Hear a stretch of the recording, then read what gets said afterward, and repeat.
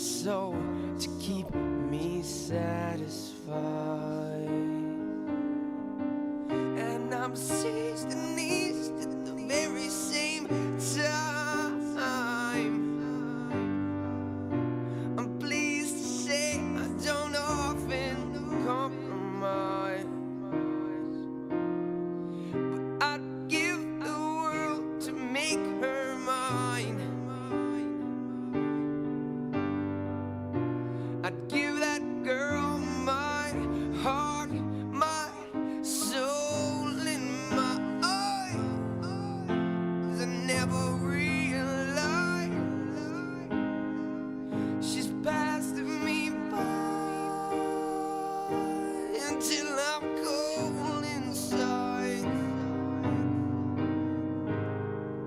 My heart, my soul, and my eyes, and I'll never realize she's passing me by.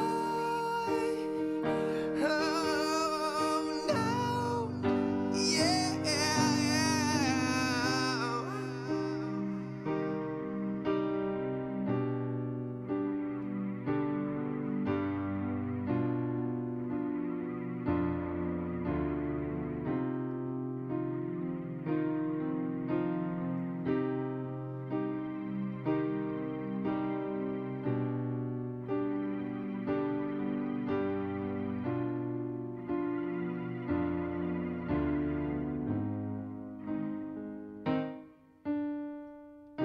She's just a bird, bridges high. She's along the river that flows on by. She's just a bend in that river that flows on by, that redirected the wind but let the breeze blow. My heart, my soul, and my eyes, and I'll never realize she's passing me by until I'm cold inside. My heart, my soul, and my eyes, and never realize she's passing me by. Oh no, yeah. And how long it has been since I took such a blow to the mind, and how wrong does it seem for me to touch one so sublime? And this song, it is not mine. It belongs on the breeze, yeah, the breeze that blows my mind.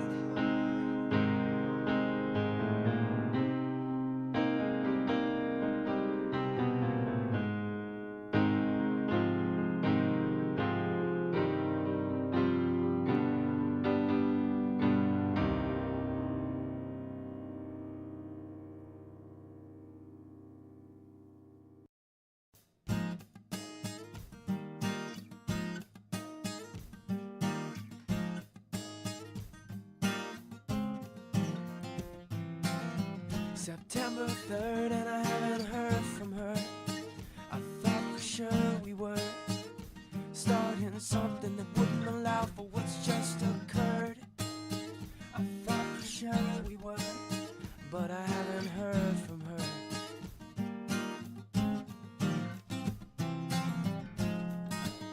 And I'm singing Mayday, Mayday, 'cause our love lasted no longer than an April day. And I could hear it in the words she'd say. Baby's got something of an August way. At the end of the summer she don't plan to stay. No way, no way. 'Cause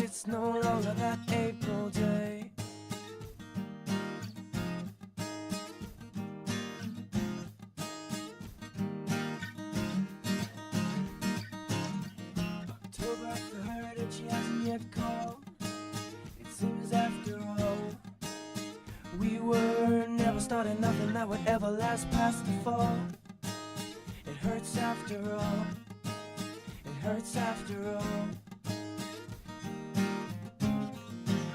And now as I fall, I'm singing Mayday, Mayday, 'cause our love lasted no longer than an April day. And I could hear it in the words she'd say. Baby's got something of an August way, yeah. The end of the summer she don't plan to stay. No way, no way, 'cause it's no longer that April day.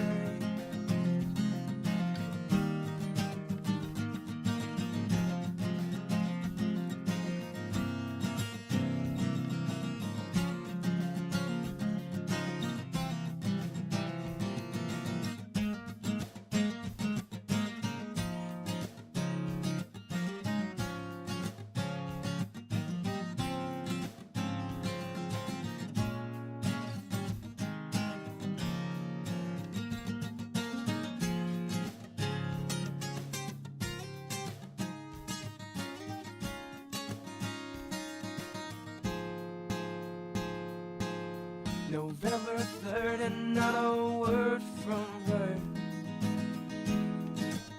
I still haven't heard from her.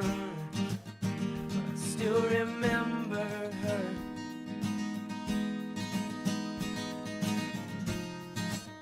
And I'm singing Mayday, Mayday, 'cause our love lasted no longer than an April day.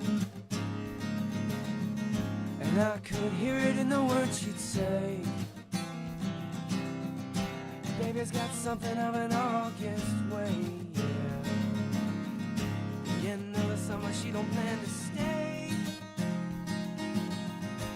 No way, no way,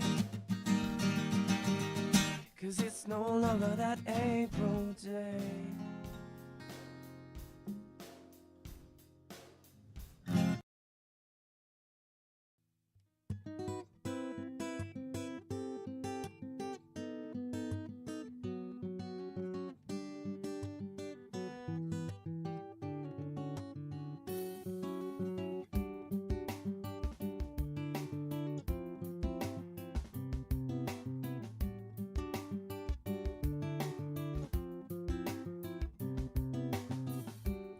Most of what I wanna know is what's going on. What's wrong? How long has it been since you've seen the sun? Made a joke or said a pun or even made fun of me. You used to make me think that you wanted me. It's so sad to me. How can I mend you now? 1 year, yes, one more by. A little less of my time thinking, little more of my time high. And I wonder why life hangs you out to dry. So I think I might go by the east side. Meet me on the east side of the bridge. We know flying is not right, but you might for what you did. Hang your feet from the east side of the bridge. I know they're near there or here, they're taking my ditch, but I don't care. I'll meet you anywhere, so meet me.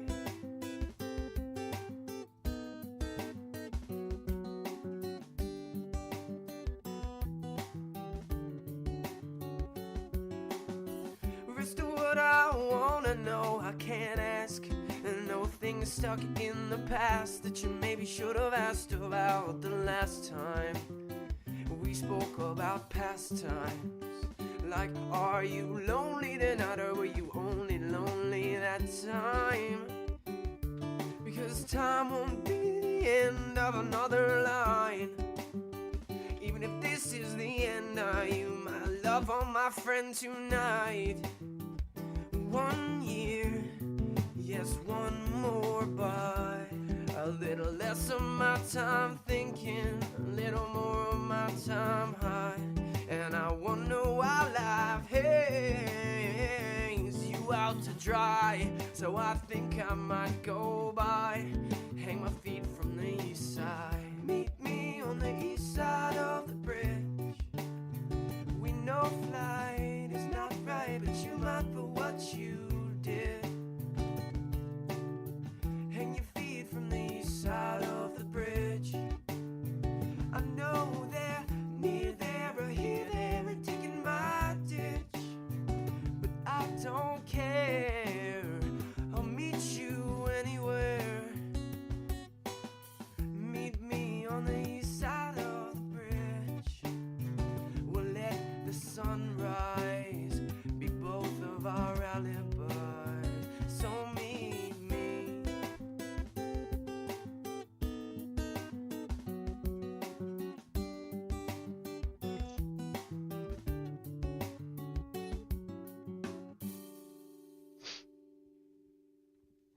Okay, let's fucking go.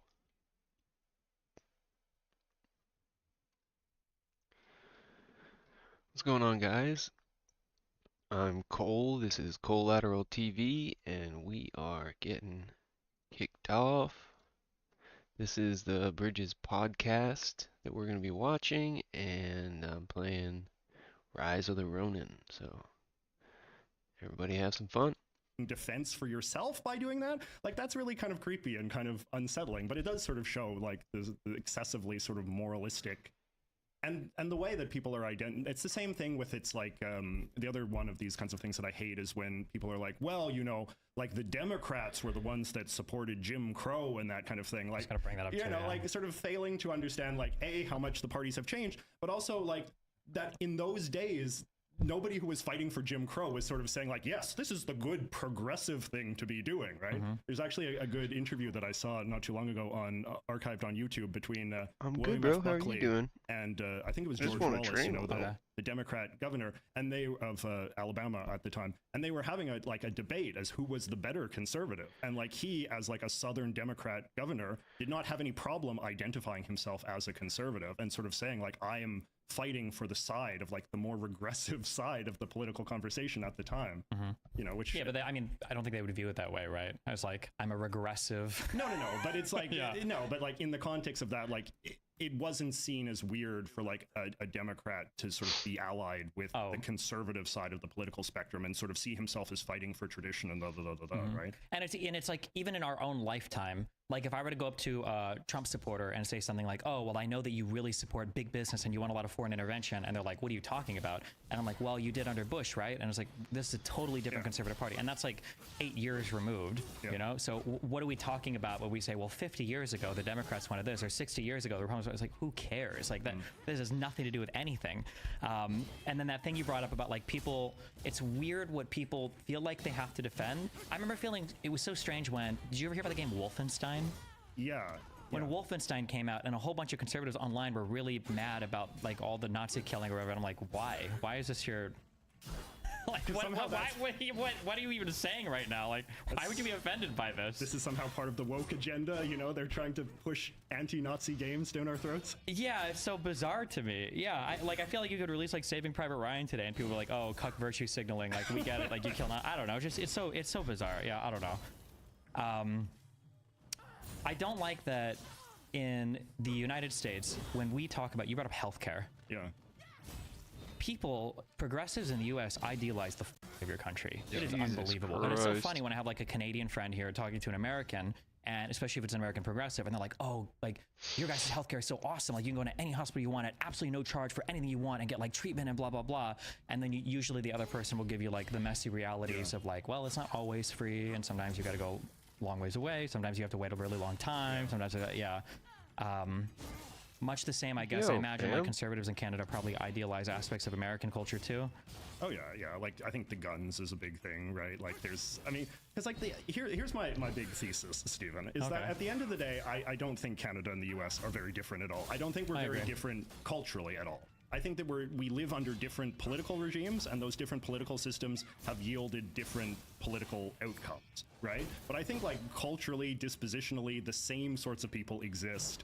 Maybe not in equal proportion, but certainly exist in both countries, right? And so it's very easy to sort of, you know, fantasize about the other country and sort of project your own hopes and aspirations and to fixate on little aspects of that country's politics or even like different states' politics. And so, yeah, like there's lots of gun owners in Canada. There's lots of people that fetishize guns in Canada in the exact same way there's people that fetishize guns in the US. And those sorts of Canadians really fixate on, you know, the American sort of Second Amendment regime, which, you know, yeah, it doesn't have an equivalent in Canada for various reasons.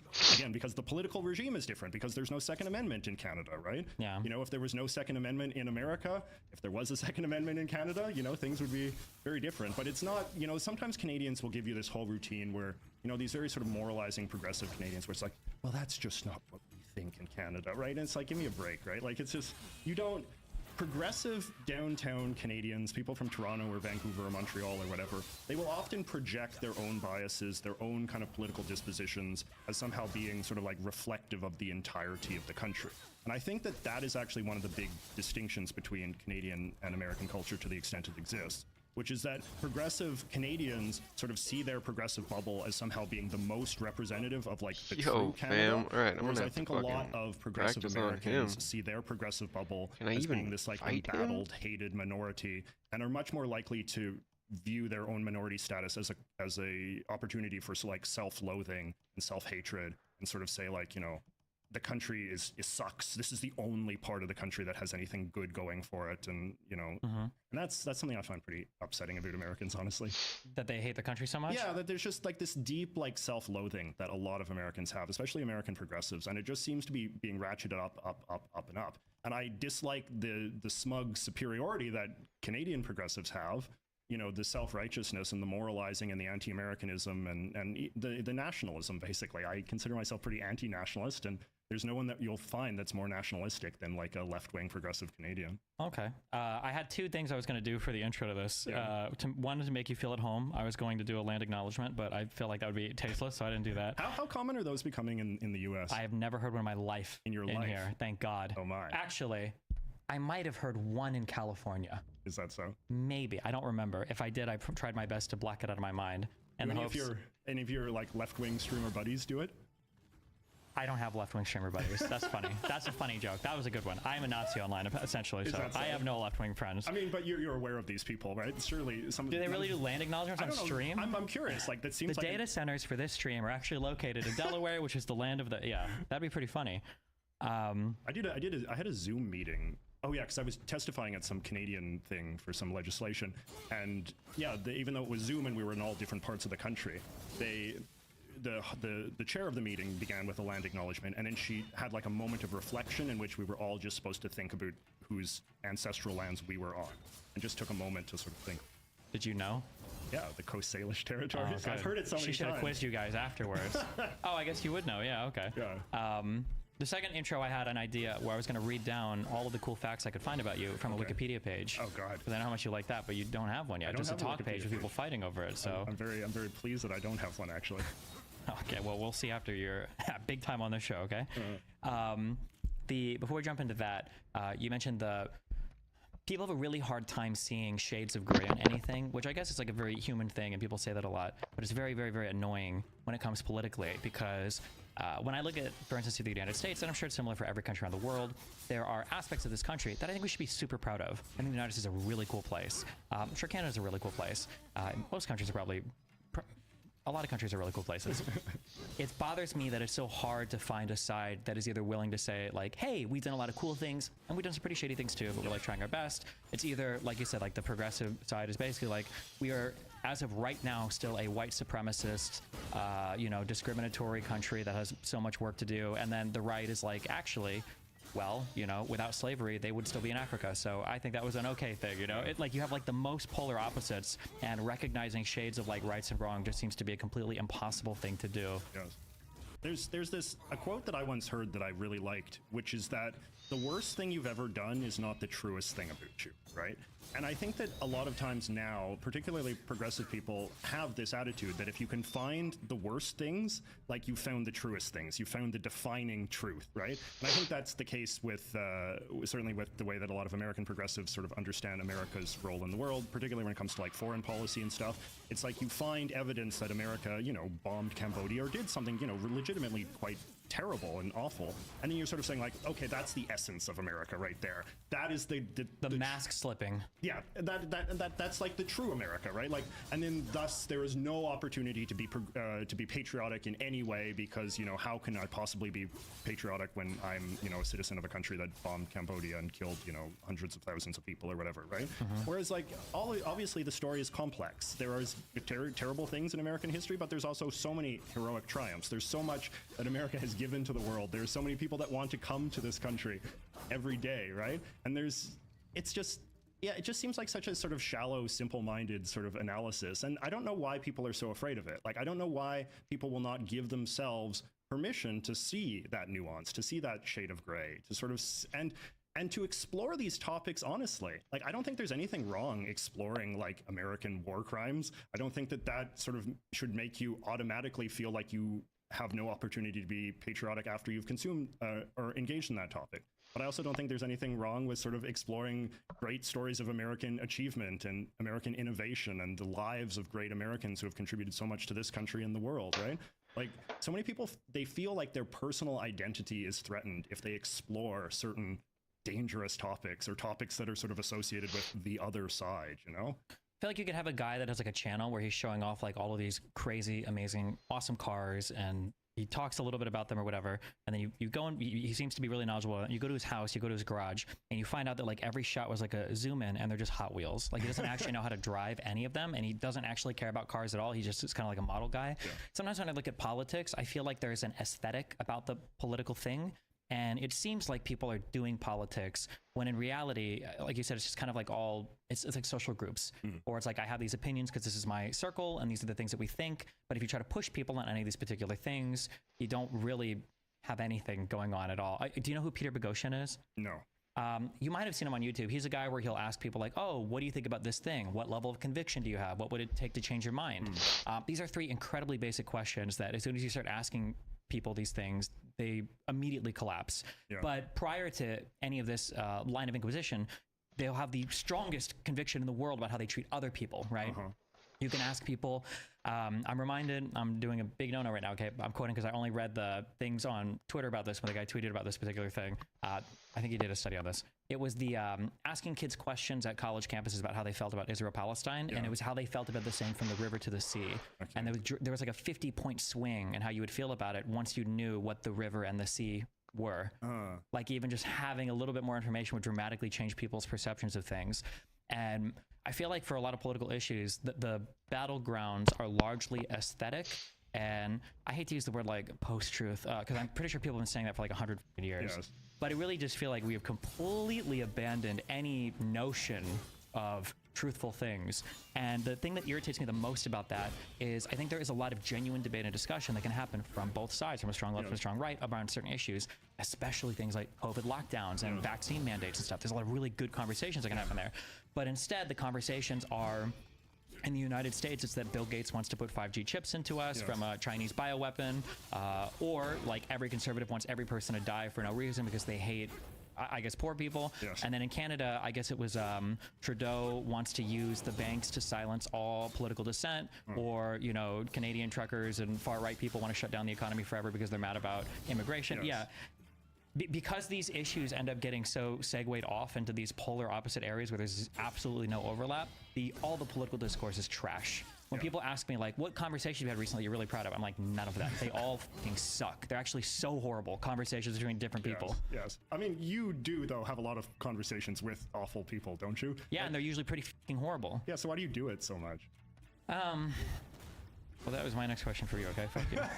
No, because I mean, it's true. You know, I agree with everything that you said, but I think that it's also the case that we can get a warp. It's particularly people like you and I in these kind of like exalted sort of media positions, right? We can get a warped sense of where your average person's mindset is, or how close-minded your average person is, if so many of our conversations just occur with other political freaks, right? Like if we're having, like if your kind of sense of where everybody else is just entails having conversations with people like, you know, Ben Shapiro or Jordan Peterson, I can see how that would leave you pretty discouraged after a while. But do you feel that this is the case with just like ordinary people that in your daily life, like just ordinary Americans? Do you think they're as polarized as their thought leader class is? I think they are getting there, or I think they are there. I think there's two things going on. So one thing you mentioned between, you've got like talking to your audience, and then you've got kind of like doing debater conversations. The reason why I really like debater conversations is because it forces you at some point to make your ideas commensurate with the other guy. You have to, because you're having an actual conversation to each other, so you have to be able to speak to each other. And that, I think that exercise is really important, because it, to some extent, as long as it's happening more than once a year, it's humanizing the other person, right? Like liberals will talk all the time about how we're so much better when it comes to like racial tolerance and stuff. It's not because liberals are better people, it's because they tend to live in cities where there's a lot more of those types of people around. You can't hate people that you grow up around and you see every day. It's not possible. And I think that for a lot of stuff in the political aisle right now, on the left and right, the caricatures of both sides are allowed to grow when you never actually talk to or have any conversations with the other side, because like conservatives are just these evil, hateful people that want to destroy gay rights and LGBT stuff and hate women, and the left are these horrible, self-hating white people that just want minorities to cuck all the white men and for Jews to run society or whatever. I don't know what people believe. Yeah, but the lack of communication is really bad. And then the one thing, you can say something on that, and then also on the second thing, when you talk about like, I see the average person like this, okay, here's my thesis, all right? So you got a thesis, all right?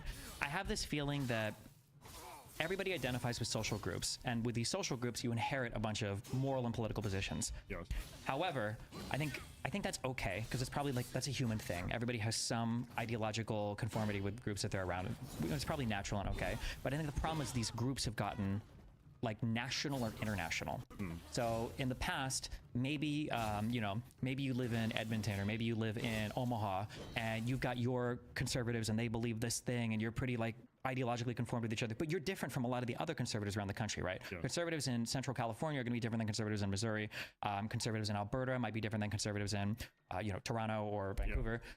But the groups now, because of the internet, have grown such that the bubble, the ideological conformity, has to be set across entire countries now. And I think that's really bad. And I think that is where some of the polarization is coming from, where now Leah Thomas isn't just a divisive issue in, I don't even know what state she was from. Was it Florida? She's not a divisive issue in Florida sports or her school. That's a divisive issue for the entire country. Yes, if not even the entire world. Right? Like, I mean, it's amazing like how often you'll watch YouTubers, like just forget Canada, like you'll watch British YouTubers or YouTubers in Europe, and they'll be like citing something that happened in some state in America, and then kind of extrapolating wildly about how this reflects the problem with the West, you know? It's these kind of imagined communities. I think you're right, like they have gotten really gigantic, but I do think though that even then, we're still talking about, I think, the minority of people that spend a lot of time consuming this type of content, right? Like, I just think that your average person is just much less sort of plugged in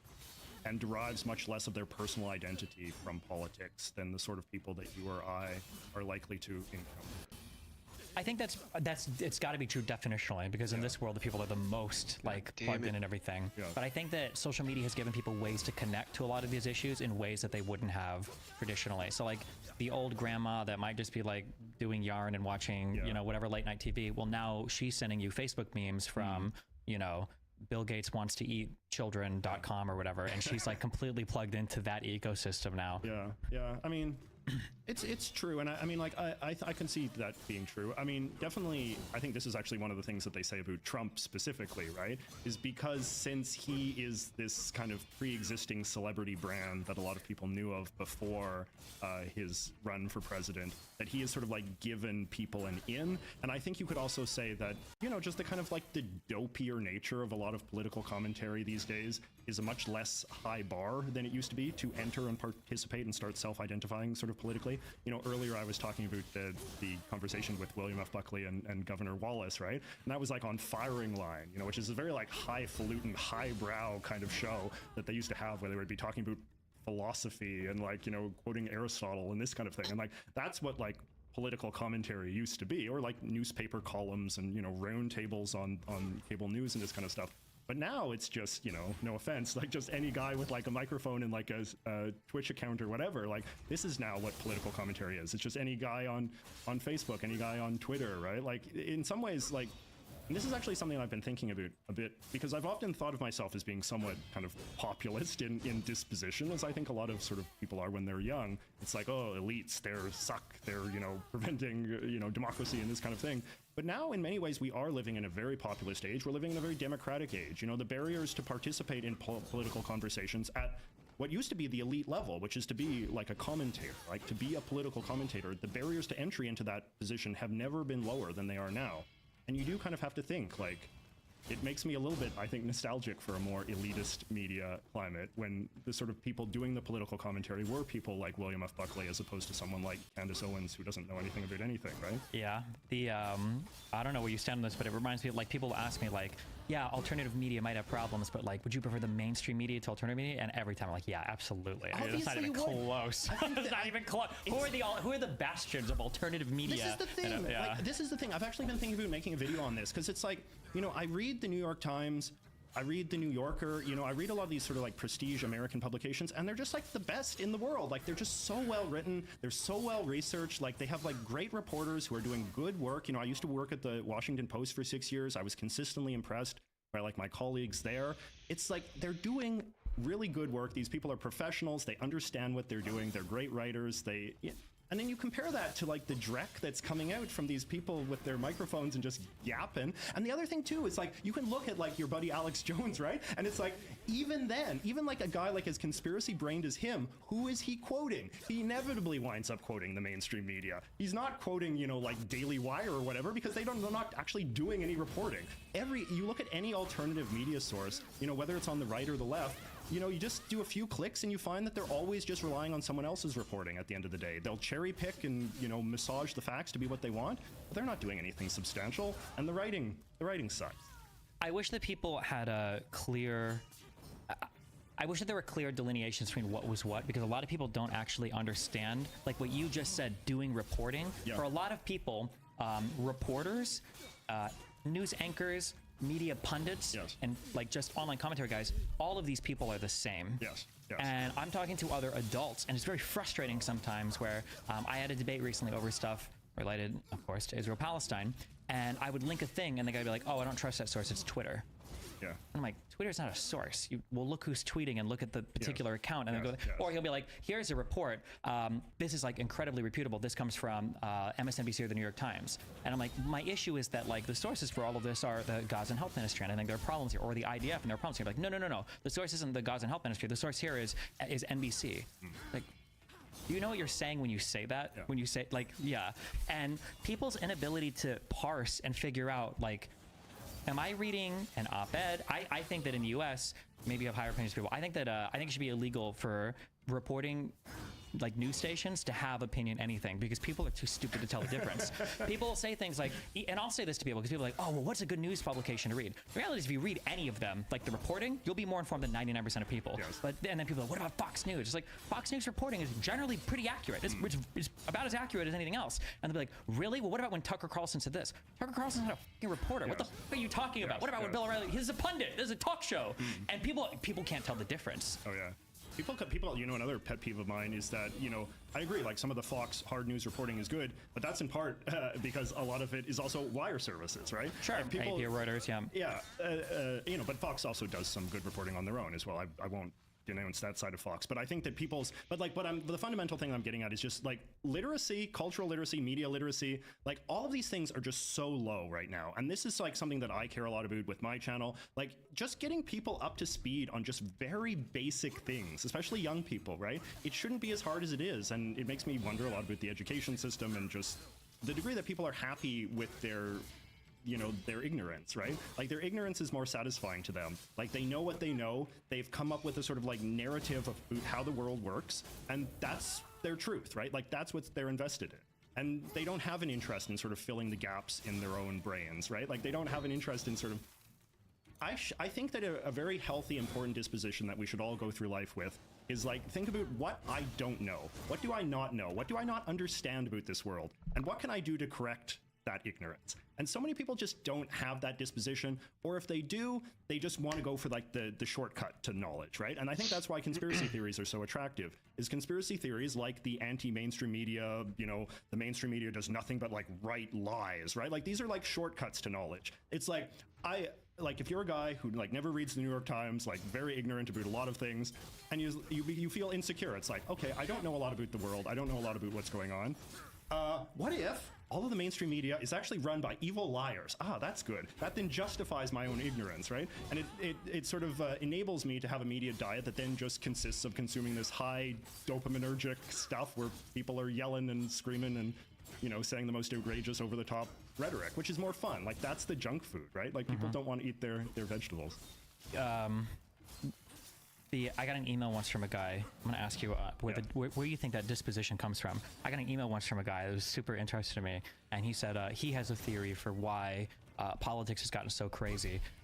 And he calls it, I think he called it the magic box theory. Okay. And he said that something that's happened as time has gone on, the sophistication and the complexity of all of the electronic devices we use has gotten to unbelievable levels, such that in the past, if you had like an abacus, you know exactly how it works. There's no place for a conspiracy theory in an abacus. You move the beads over. There's very little in a calculator to have a conspiracy theory, very little for a TI-83. But as these devices become more and more sophisticated and we become more and more removed from the actual processes themselves, and we're just like pushing buttons, all of society has kind of tended in this direction, and our lack of grounding in the understanding of how anything around us works makes it easier for people to start making crazy assumptions about like the things around us, because everything is kind of like run by magic, and you can't really you don't really know anything, and you can insert so many strong statements. One popular one, I always get scared when I give an example. I'm accidentally going to say something you completely disagree with, but it hasn't happened yet. A really popular one, I'm sorry to trigger everybody out there, okay? Maybe this has changed, and I haven't seen any new research, but a really popular one is that your phone is always listening to you, and that ads are being inserted based on things you said. So many different tech companies have tried to do like research or like experiments or studies to see like, does this happen or whatever? Never. Not a single time has this ever been verified or validated, but everybody believes it. But a lot of it is because like, well, fuck, I don't know how the fuck my phone works. How does Siri know when I say hello Siri? It must be listening to me all the time, and why is it a big stretch to assume that it would be recording every single thing too? Like maybe, or people don't even know like the sophistication of technology. Somebody will say like, oh, okay, well, if the government could put a keylogger on my computer and then get the email and my password, why wouldn't they be able to just unencrypt an entire iPhone drive? Not knowing that like the difference between these two technologies is like so far apart to unencrypt like stuff that it would take the heat death of the universe to actually get through. And I think a lot of it is because stuff has become less understandable because we just don't know. I mean, I like that makes sense. I mean, I also think though that can be a bit of an excuse, right? Like I don't think this stuff is that hard to get the basics on if you care, right? I think the problem is that people just don't care. It's what I said before. It's like, you know, people are ignorant, and they solve the ignorance with, you know, sort of ludicrous theories that make a kind of intuitive sense, but they're not interested in objectively you know, measuring whether or not that's true or false, right? Yeah, but I think the difference is that in the past there were no shortcuts. You had to learn. If you wanted to drive a car, you had to learn how to change the gears. Now you don't have to. So I think people will take the shortcuts if they're there. And today, like UX, UI design is all about like, how do we make this as easy as possible to follow? Whereas before, right, they would say computers used to be a smart person in front of a dumb terminal. Now it's a dumb person in front of a smart terminal because stuff has been so ease of accessed. Or maybe you don't agree with that. You talked about earlier like this disposition of people to kind of like chase like whatever's easy or to get the quick and easy answer without doing the work. Where do you think that disposition comes from? I think some of it comes from a sort of insecurity. I think that some of it comes from, I mean, I think now we live in this very sort of populist culture where there is no threat of pushback, no matter how sort of dopey your argument is, as long as you can sort of dress it up in some veneer of being anti-authority, anti-elite, you know, anti-establishment in some way. So like if you say the thing like, well, I think the phones are spying on me, like who in your social circle these days is going to push back against it? people are going to nod and be like, oh yeah, those corporations could totally see them doing that, you know? It's just like you can posit any kind of like crazy statement about the CIA or, you know, whatever, like at the FBI, the deep state, right? Doesn't matter if you're on the right or the left, the mainstream press, whatever. Like you can put, if any sort of like large established institution of authority, if you posit some theory of the case that involves them doing sinister bad things, I feel like in today's political culture and today's culture more broadly, like you won't get any pushback against that. And so I think that we live in a culture that kind of encourages that style of thinking, and a culture that does not encourage people going like, actually, I don't think that's very plausible, or actually, like, look at this and learn about this and figure out what the actual truth of the case is. Everybody wants to be a populist. Everybody wants to be against the man, you know? And taking the side of the man, unpopular, but in some ways, I think it's what's needed. You know, people need to make the case for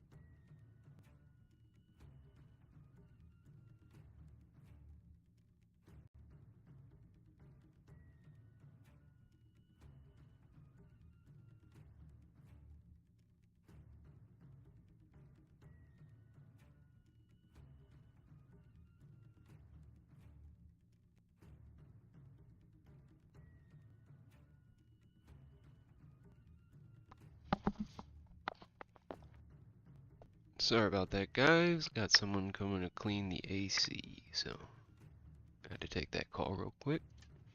And I feel like I haven't seen, I'm sorry, Stephen, I haven't consumed a great deal of your media, but I feel like I have seen you in one debate, like you're making the case basically for the established authorities, like particularly when I think it was in some conversation you were having with somebody about COVID and that. And it's like at some point you have to be willing to trust the CDC, or you have to be willing to defer that these people are not in the positions that they are because they're evil people who want to like control. They're in these positions because they're experts and they've been rewarded for their expertise, and that their passion in life is to use their expertise on behalf of the common good, right? But a lot of people, like, you don't get very far arguing that kind of case these days, because a lot of people, if you just say, well, I think they're just evil, or I think they're just doing it for their own good, or they're lining their pockets or whatever, like, who is going to push back against that and look like a, you know, a cuck for the man? Yeah, or I wish people would at least understand like the strength of the claim they're making and how absolutely bizarre it would be if this were to be the case, that like So when it comes to identifying conspiracies, for instance, like so if somebody were to say there's a conspiracy at the FBI where the top 2 or 3 leaders were gathering information that they didn't have warrants for and storing it in a database so they could look stuff up very quickly, that would be, in my mind, there's not very many people involved. I can see a clear utility. That seems pretty believable. Like I would believe that. But when people start saying like the conspiracies or all of the intelligence agencies worked together, for instance, for January 6th to set all of that up to turn Americans against each other, to cause violence, and then they were going to show up and save the day at the end and then blame Trump on it or whatever. I'm like, how many people are involved in this? Thousands? And this is actually setting like American on American, like fighting each other. And there's been no leaks, the amount of coordination, the different styles of leadership, all the different political people, like the claim you're making, it's possible, but we're at like 0.000. That's an extraordinary claim, right? And yeah, people don't understand sometimes when they make a claim. Like if you were to tell me like a pharmaceutical company cheated on the edge of like a study to get like a particular medication past the FDA, it's like, okay. I mean, I could believe it. There's a whole bunch of money to be made. There's a lot of people that could gain, and maybe, you know, they're cheating the edge because like, it doesn't matter that much. But when you're saying things like they're intentionally manufacturing a vaccine that they know is horrible, that's going to poison everybody, and the FDA is complicit because it's like, bro, government jobs don't pay that much. Okay? If you wanted to f people over and everything, you're not going to go work for the f***ing government. 9 times out of 10, you're going to work in private industry or something else. So like, it's just, yeah, the claims are unhinged. And then what's most scary is that like you're looking at your fellow countrymen like that. Yeah. And most people, how many people does the government and like these private industries employ? It's like millions of people in the United States. All of these people, most of them are ordinary folks. They live next to you. Like this is the problem, right? Like this, before I was talking about like sort of the degree that anti-Americanism has sort of is prominent on sort of the progressive American left, right? But I do think that like now this super ultra populist MAGA right wing kind of thing is becoming very anti-American in its own way too, precisely because it's positing a theory that says that basically all American institutions are run by evil people, right? Like everything in the government, everything in Hollywood, even, you know, sports now, like it's all run by like the evil cabal, the regime, right? Like everyone in any position of authority in America is basically trying to screw the common American man. And it's international. It's not just it's internationally. It's true. Yeah. Because it's the lizard people. Speaking, or the Jews or something. Yeah. Yeah. Because I did that with Peterson, where I'm like, for the vaccines, like let's say that I buy into all of this. The schools, the private firms, and the government are all rigged against it. Is this happening all over the world? What about even with our enemies? Even Russia and China are calling out like the whole like. Yeah. No, it's like it's somehow, you know, it's like, you know, you have socialist governments. Well, that's in pretty Europe, classic. You have like Netanyahu in Israel. Have all come together to agree on these particular sets of conspiracies. Yeah. Another thing you brought up before, I can never tell everything I complain about. I feel like it's one of those things where it's like music today is destroying the youth, and it's like people have always complained about it. Yes. So it does feel like it's always gotten worse, I guess. One thing you brought up before was I feel like if somebody gives me an opinion, I feel like I can guess like 20 more opinions they have. Okay. Just because of the insane conformity around such a broad, like every issue is hyper fucking politicized these days. Like if I hear somebody in the United States, I don't know if it's gotten to Canada yet, if I hear somebody in the United States say equity or equitable instead of equally, I can already guess. I already know 25 things about you. You think that white supremacy is a huge issue in the United States. You probably don't even really support Biden, and you think that voting for him is lesser of two evils. You're probably massively in favor of like the vaccines and like lockdowns and mandates. You probably are in favor of like DEI, affirmative action. You probably think that like BIPOC is a good acronym to describe people. Like there's like so many things. And then on the other side too, if somebody says like, oh yeah, I think that the system is rigged against Andrew Tate. Oh, you probably also support Russia in the war. You probably are a huge Trump. Yeah. I feel like every single issue has become so politicized that all of these topics are now battlegrounds for the, and I say political debate, but it's really for the lowest common denominator of like aesthetic political debate. And one of the byproducts of that is what you said earlier, that we can't be proud of anything anymore. Something that really makes me sad. There was a guy running for the Democratic presidency, I think it was like 8 years ago, Cory Booker. And he said something on stage, I don't, whatever for him as a candidate, but he said something on stage, he's like, I don't know why the Democrats have this reputation of demonizing success. We should celebrate wealth. And I'm like, yeah, that's true. There's not a single thing that we can take like accomplishment of anything in the US anymore. And I think one of the saddest things, because it happened under Trump, and I give Trump credit for it, is I'm dancing into the vaccine topic. Don't know how you feel about that. Regardless of mandates or not, I feel like the mRNA vaccines, that was an amazing achievement of capitalism, of globalism, of US leadership, of a president doing warp speed. But the left isn't going to really give him credit for that. The right sure as fuck isn't giving anybody credit for anything for vaccines. And now for the things that we do that's like really cool or really good, there's not even place to have like, I guess, pride in that anymore, because all of it is.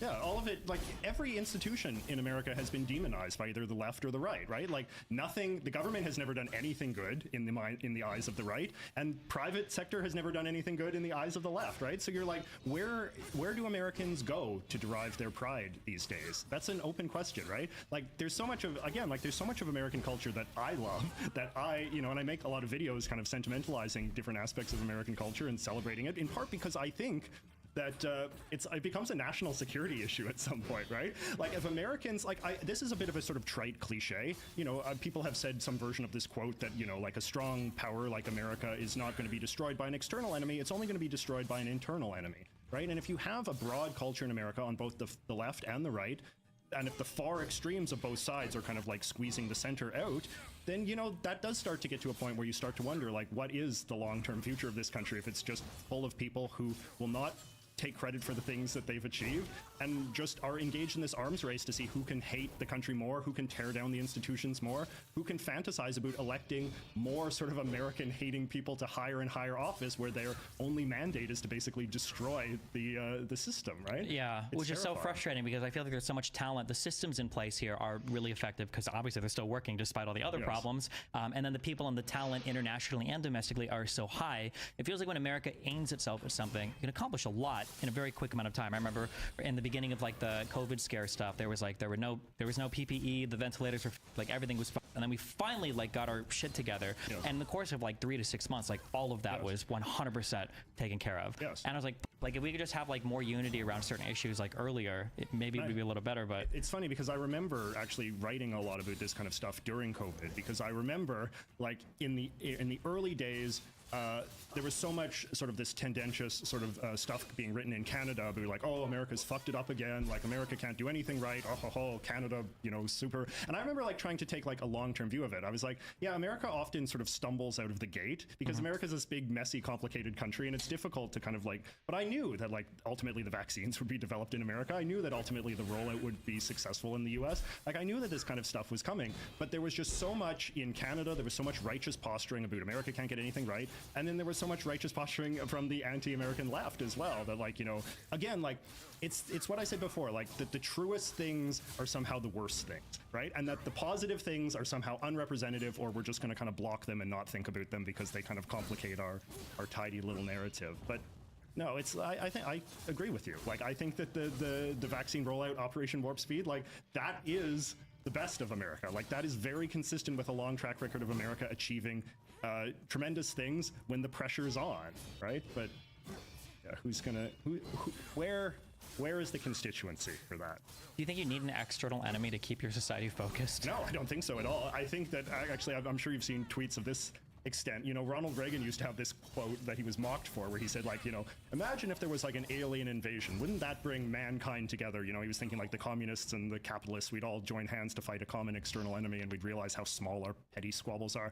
But I remember seeing like a tweet where they said, like, you know, if aliens invaded today, like, you know, a third of America would deny it's happening, a third would sympathize with the aliens, and then you'd have like some faction that would be like, maybe we should fight these aliens, and then the other two factions would say like, you're cucks and establishment shills and all that. So no, it's pretty tragic, right? And because a lot of people, you know, the sort of the David Brooks set, I remember he wrote a column that he said that he sort of regretted in retrospect, where pre-COVID he said something like, imagine if America had to face like, you know, a big pandemic. That would bring us all together and we'd realize how small our squabbles were. But the pandemic was the test case. Americans did not rally behind, I mean, an external foe or whatever you want to call it. Like, it's the closest thing to an external foe. To be fair, no, it's not. What do you mean? No, I mean, like, I feel like the virus. I understand what you're saying, and that it's like a problem we all have to come together for. But I feel like it's intangible enough that because it's like a virus and a disease that like it's not something that is quite as like present as. I do agree with you that if aliens were to come, I don't know what that would look like. I do think it's really. Have you seen Independence Day? Yeah. You read Ender's Game? No. Oh. They're two like very different takes on what happens when aliens are present. Independence Day is like the whole world comes together. Independence Day is that like everybody kind of comes together, but like everybody is plotting for the entirety of the war for what's going to happen right after this enemy's defeated, because everybody's going to go back to hating each other. So it's like trying to posture on it. That's pretty good. That's a good take. Yeah. Yeah. So yeah, it's interesting. Why do you do content on YouTube? Why do you do anything? You talk about this. It sounds pretty depressing. It sounds pretty doomer. Yeah. Why do you? Yeah. What's your goal? I mean, I like to think that I am doing my small part, right? Like I have a lot of things that I like to complain about, but I like to think, and this is another sort of line that somebody once told me, where it's like, you know, you have to think about, like, are you making content that's just about problem identifying or problem solving? And I feel like right now the economic incentives, or at least people assume the economic incentives, are all in the direction of problem identifying and not problem solving. And in my own small way, I like to think that I'm trying to solve some of these problems. You know, I make content, a lot of which is about sort of celebrating American culture, like celebrating, because I do think Canadians are part of American culture. So when I say American culture, I'm not positing just the culture that exists in the United States. I'm positing the culture that exists on this continent that I think Canadians are equal part in. And I do think it's important that we find things to be proud of in our culture, that we sort of celebrate it, and that we become culturally literate as well, that we understand truthfully what our history has entailed, all of the many achievements that we've achieved, you know, the great inventions and the way that our quality of life has advanced so dramatically, even since the end of World War II. You know, I would sort of say since 1870-ish, you know, the quality of life has advanced so much greater than any society that has ever existed in the history of man. And these are things that are worth being proud of and worth like finding sort of sincere appreciation for. And you know, I make videos that try to communicate some basic sort of political fluency about the Canadian political system, the Canadian political climate. My main audience is not even Canadians, based on my own internal numbers. It's Americans who want to learn more about Canada. And I think that that matters a lot too, because, you know, I'm somebody that believes in like Canada-US integration. Like, I think that's going to be tremendously in the interests of both of our countries to get closer and closer and, you know, have some sort of common, you know, thing in the same way that the Europeans do, where you can come and go freely and work and all this kind of stuff. And I think that part of the way that you achieve that is by making Americans more familiar with Canada, demystifying Canada in the same way. So it's kind of a very mystical place right now, besides Quebec, or? No. I mean, like, you know, Americans can, as we said at the beginning, right, like with the healthcare system and stuff, like, Americans are often told about Canada just as a kind of metaphor for their own politics, right? Look, like, you I did learn pretty good. isolated facts about Canada to the extent that they help one side or another in their domestic arguments, not in the sense that That's really true. That's how Americans approach all. Like, if somebody brings up Rome in an American political conversation, the next thing out of their mouth is going to be how immigration is going to destroy the United States because multiculturalism is what destroyed Rome. Or if somebody brings up, they'll just say Europe or Canada.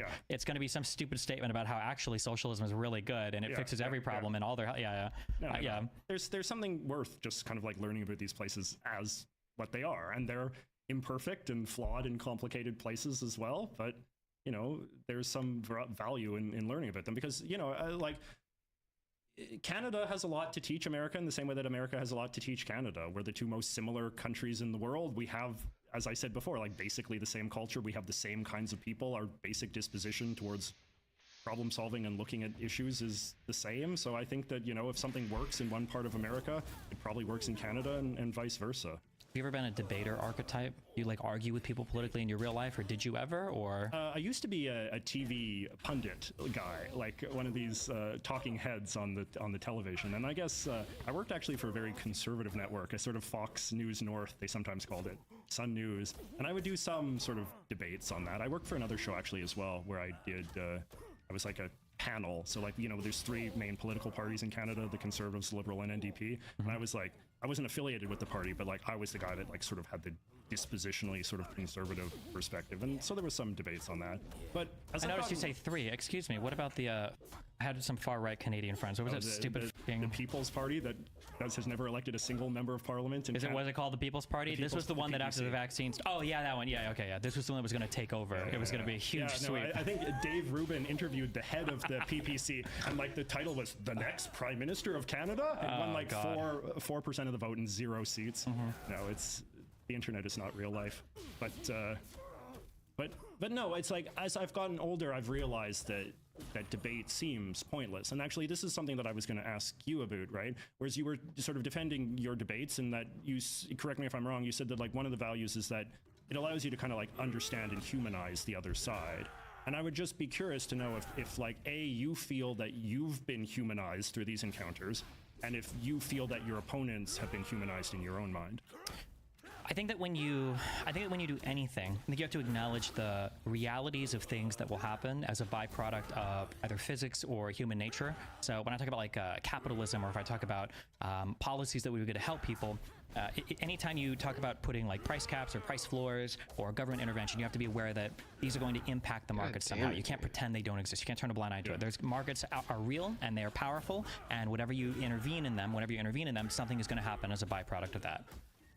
When I think of somebody saying like, have I been humanized, or do I humanize people? I don't know if that's a conscious or cognitive process where it's like, oh, like I do consciously try to be somewhat empathetic. It depends on the debate, it depends on who I'm talking to, it depends on what I'm trying to represent in a particular thing. I do try to be empathetic and humanize the people that I talk to some extent. And I don't know if I get that same feel back from a lot of people that I talk to, but I think that the humanization is a byproduct of just having the conversations, especially because I'm pretty good at what I do, that when I do go on these shows, whatever they see of me and however that person treats me, it's going to be way better than the 30-second clip they saw of me prior to that. So even if the other person is a huge asshole, even if the other person is like screaming at me or shouting at me being able to fully represent what I believe and what I think in that longer form thing is going to be infinitely better than the TikTok clips or the Twitter clips that gripers or far left people or whatever are shooting out for me otherwise. So I do think it has helped. It's hard, because I go to sleep every night playing this a million times on my fucking AirPods. It's that it's the quote from Mr. Rogers. Yeah. That like anytime there's a disaster and everything seems look for the helpers. Yes. That anytime you do a big debate, it's the huge shit shows on both sides. But what I'm really like trying to hone in on is like, am I getting a few emails from people saying like, hey, I used to think you were a huge cock loser, and I think you're still kind of that, but you're like a little cooler, or I appreciate you representing this. Those are the people that I try to look for. And I feel like the more I talk to other people, kind of like the more chance of that happening is. Yeah. Yeah. I guess I could see it. Do you think here's a question. Do you think it's important that I'm sort of asking you a question on your show? But you're fine. Ask whatever. Do you think it's important that presidential candidates debate? When you say the word important, what do you mean by that? Well, do you think it serves the same function as what you're describing in your debates? Absolutely not. Political debates are like, you ask me a question about a thing, like, what do you think about homelessness? And then I'm talking at the audience about the things that I believe, that I know that they want to hear, that I think will galvanize the most supporters. And that's it. We're not actually really, there is no actual conversation between like two political people, but that's like the game of politics, unfortunately, kind of. Yeah. Why? And that doesn't happen. Bullshit. So like, I guess that's true. Like when you're debating one of these characters, you feel like you're actually both mutually invested in each other, and like having a debate on the intellectual merits of the arguments that are being made. It's not playing to the crowd in the same way. Was that to me? No. Absolutely. I wish that was the case. What? I wish that was the case. But isn't that what you just said? That's well, no. I said that I get humanized as a result of having the conversation. But two people engaging, that what you just described happens 1 out of 10,000 debates, where both sides are intellectually curious and they're truly trying to see and understand the other person so that you can have a really good back and forth. Not necessarily curious, but just in the sense that they're at the very least engaged. Because when you're contrasting that to a political debate, you're saying that they're not even really engaged in their opponent. Yeah, they're more engaged than they would be either doing a TikTok clip or just like having a political debate where they're both talking to the audience. Yeah, they're more engaged, Are you thinking about your audience or their audience when you're in the heat of a debate? It super depends on where I'm going and what the topic is. I don't think I could ever generalize that. So for instance, for Jordan Peterson, I'm not going to convince him or his audience that like institutions are really good and we should trust all of them, blah, blah, blah. And I'm not going to convince them. My goal would be to just like, let's just like ask a few questions just to get like a reality check on what exactly you're talking about, and to get you to at least like own a few hard positions rather than just kind of like talking around them for a little bit. Jordan Peterson is very, very, very good at this, where he, Ben Shapiro has rightly identified this as jacking off, just asking questions. Oh, yes.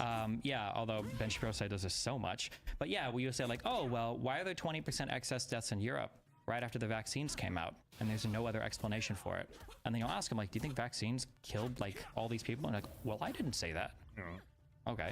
And then, just like asking questions like, well, don't you think that if this was a thing that was happening, don't you think that like these people would say something, or these people would ask questions, or like if we think that it's like capitalist evil enterprises that made the mRNA vaccines, why didn't Johnson & Johnson, who couldn't make one, why didn't they call out these other companies to destroy them? Like, wouldn't that make sense? The goal is to just like, because I'm never moving a person, right? And I'm sure you've had this experience. Sometimes you talk to people very far over here, very far over here. You're never bringing them all the way over. You're just like asking a few questions to like make them flesh out their position a bit more, in the hopes that in doing that it'll move them a little bit. I just always like, the thing is that I always worry about is that, and I think this goes back to what we were saying before about like the degree that people live in bubbles and you know, very polarized and all that. I sometimes worry that, like, you know, you can have a conversation with a person, you can make some degree of progress, you can make them maybe a little bit self-conscious about the weakness of their arguments and stuff in that moment. But then what I worry about is that, like, the second the debate ends and they go back into their bubble, they just regress. And they go completely, they learn nothing. Like, their minds just revert to how it was beforehand. And then suddenly they go, oh, wasn't it awesome how you owned Destiny in that debate? And he was such an idiot and blah, blah, blah, blah, and that kind of thing. And I worry as well that the audience is similar, right? Like, the audience might be listening to the debate and they're thinking like, oh, maybe this guy has a few points and so on and so forth. But then when they immediately, then they turn to the comments and the comments are like, oh, owned and sucked and what an idiot and I can't blah, blah, blah, blah. So I don't know, like, again, the space in which people are even allowed to reach these kind of moderate conclusions seems so preciously small. And also there's no like supra pundit class that exists to analyze these debates in a fair and objective way and say like, well, some had some good points and some had some good points, right? The reception of your debates, I assume, would always be sort of filtered through the various other partisan media filters that exist. I had a huge Israel-Palestine one with some people, and listening to people comment about that one and comment about the performance. I've seen so many shows now where people talk about how I got trashed or trashed, but not a single one, because I'll see if they bring up a single actual substantive point from the conversation, and not even one ever. And I'm like, well, what was the point of this? Somebody watched a 20-minute review on the debate, and they're probably never going to watch the debate, and nothing from that debate was even brought up. And then people are going to carry forward this like simulacrum of the debate where it's like, oh yeah, that conversation where Destiny got destroyed. And it's like, which conversation? Well, the one that Brianna Joy Gray mentioned. Yeah, what, like, why, how did they get destroyed? Well, she said it, and I think it happened, and like, yeah, it is frustrating. I do agree with you that people will go back immediately after, but there's that saying that success is just, it's like luck meets, or opportunity meets preparation. I think that when you're giving people these like critical questions to kind of make them question, you know, what's going on their side, you're just kind of like slowly massaging and creating space so that in the future, if something happens, if you have heard these things, maybe you're like slightly more warmly able to go in that direction. But it's not, this is all like a very gradual over time.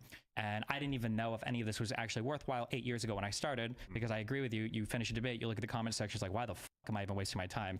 And it's been very much like a process that over almost a decade, I can see like the fruits that are coming off the tree now. And I'm like, okay, I think this is working. It's just really, really, really hard to track. You're playing the long game. Basically, yeah, but not like in a, people say that a lot, and then I'll see there'll be posts on like 4chan or Twitter or whatever saying like, oh, Desi's trying to like lie to people or trap people, and this is his strategy or whatever. There's like a strategy, but like just as much as there's a strategy of any political guy that talks on YouTube to everybody. Like, I'm not lying, I'm not disingenuous about any of it. I'm just not gonna, because people will be like, oh, well, why aren't you showing your full position? And it's like, well, nobody, it's not like my position is hidden. I'm just not gonna argue every single possible point that I have if I show up to argue with somebody about something, right? Like if somebody comes at me and they say like, oh, well, my position is that slavery was actually justified because it gave black people more opportunities in the US. I'm not going to sit here and argue for why I think DEI or affirmative action might be justifiable. I'm going to argue on like a very philosophical of like, well, hold on. Even if they did gain, is that like actually a good precedent? Like, would we really want to say that you could do something horrible to somebody if their children benefit in the future? Isn't this like the argument that left-leaning people use for climate change and all that you hate so much? So yeah, it's definitely you take people where they are. I asked you earlier if you were like if you ever were like the debater archetype. I'm the debater archetype, and I'm very destructive instead of constructive in my conversations. And I've had like I've been trying to figure out recently like how do I want to like orient myself through this world, like what, because I have a big problem in debates to where I'm constantly tearing down, and I can show somebody why their argument is bad, but then when you walk away from it at the end, I'm just like a destructive force. And I asked you for your thing because you said that, and your statement was incredibly all kind of positive. crazy shit going on around here about, today. Like, political fluency. You want to talk about like positive aspects. How do you, in a world of online politics where everything is relentlessly negative, is this like a mindset where you're like, I want to tear down Trudeau for trying to do gun legislation because of something that happened in fucking Texas, but today I'm going to talk about something positive. What does that process look like for you? I don't know. I mean, it's quite interesting talking with you, Stephen. This is probably the longest I've consumed you in any form. And you have a very intense personality, right? Like you speak very quickly. You have a somewhat sort of combative energy to you, and that sort of gives me a sense of like, you know, just the kind of person that you are and like the kind of things that you're interested in. Like you strike me, you're very bright, obviously very intellectual, very nimble, and and I could see why you would then be drawn to sort of like intellectual combat and intellectual argument and that kind of thing, because that just seems like how your brain is designed, right? And I don't know, like maybe you're just less interested in some of these things that interest me, right? Like I'm like an artist, like I've always been into drawing and fine art and this kind of stuff. Like I like aesthetics, I like things. Like if you see my videos, I have like a huge collection of all sorts of knickknacks and gewgaws. You know, the folks at home can't see this, but this studio, for instance, is pretty bare. I don't know if like your home is this way as well, like that you're just kind of... I went to college for music. I like music. I play piano. So, but again, like even that's kind of like a more sort of like cerebral kind of thing, right? Like I'm sorry. Art is not cerebral, but music is cerebral? No, because music, you appreciate music, right? Like you don't collect music, right? Like you don't have like a bunch of little music, maybe you do, little musical gewgaws and stuff like that. Like music is less, I think in some ways, a less sort of consumerist hobby. And I would say that I'm pretty consumerist in some ways. Like I like when I go to I love going to the supermarket, right? Like I love when I'm here in the States, I love to like... I don't think I've ever heard anybody say that in my life. No, it's like I go to the States, you know, I was at the what's it called? The CVS,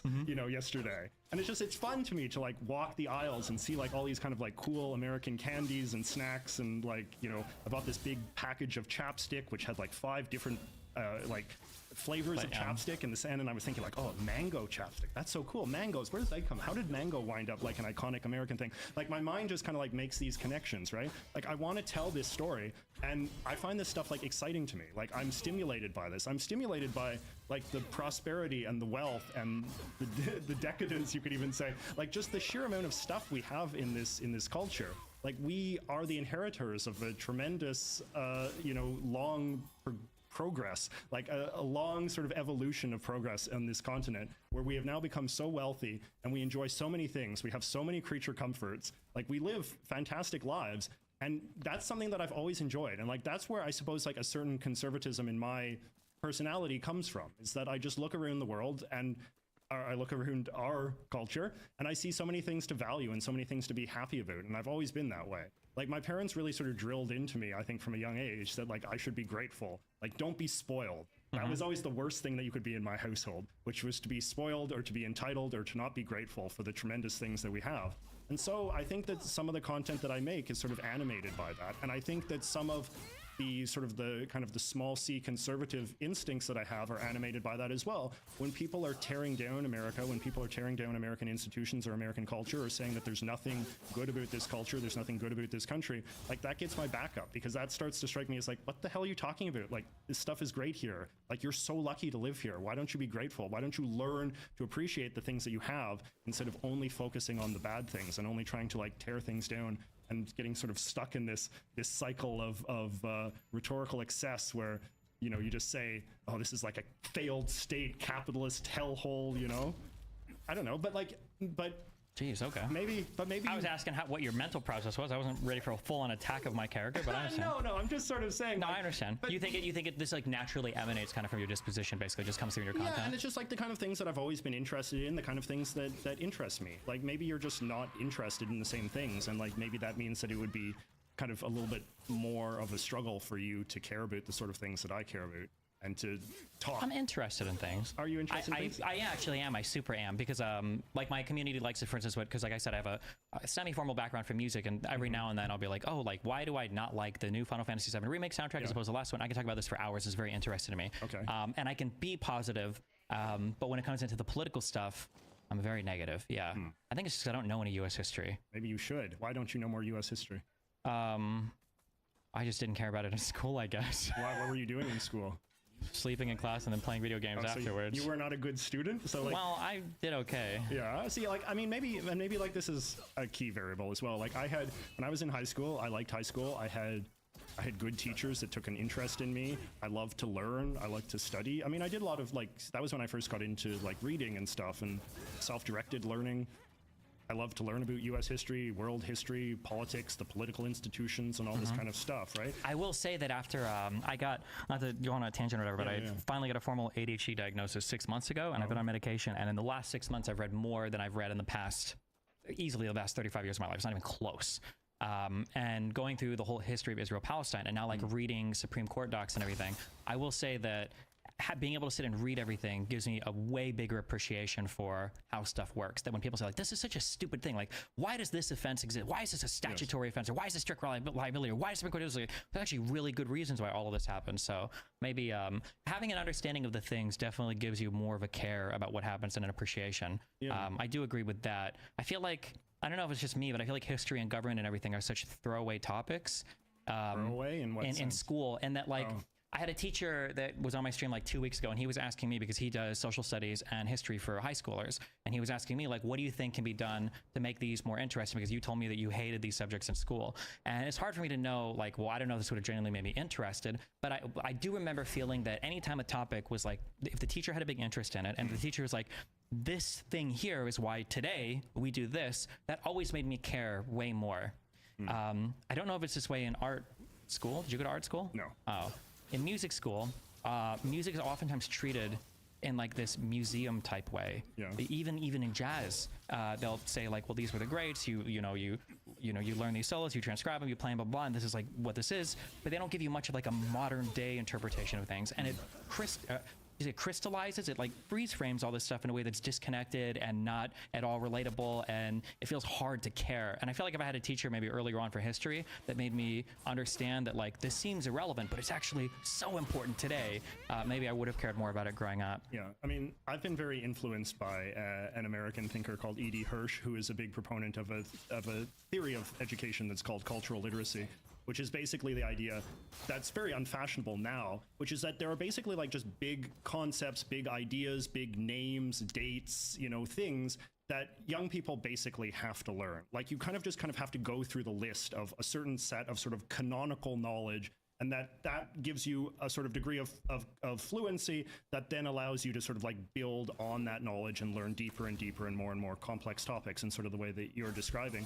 The problem, and I do think that like this is something that the right-wingers do have a point on, which is that some of the way that young people are taught these days has kind of gotten too kind of high concept, maybe even dare I say a little too postmodern, where it's all about like, just these kind of like very abstract theories of knowledge, abstract theories of learning, these kind of like larger kind of narratives about injustice and inequality and power relationships and this kind of stuff, and like trying to teach young people all of that stuff instead of just like, here's some names, here's some like inventions, here's some famous guys, here's some famous battles and wars and names of countries and monuments and things like that you just have to learn, right? And so again, like that's something that I'm trying to do a little bit, in part because I've realized that there are a lot of people, people younger than you, who feel that either because they didn't pay attention in school or they didn't have good teachers or whatever, they feel like a sense of insecurity. Like they are very aware that there's big gaps in their knowledge. And again, I think that's why, some people are not like you who learn He's to here? better themselves and fill the gaps That in was their knowledge fast. the correct way. All right, guys, give me a minute. I will be right back. Theories and attitudes that sort of dismiss the relevance of things that they don't know.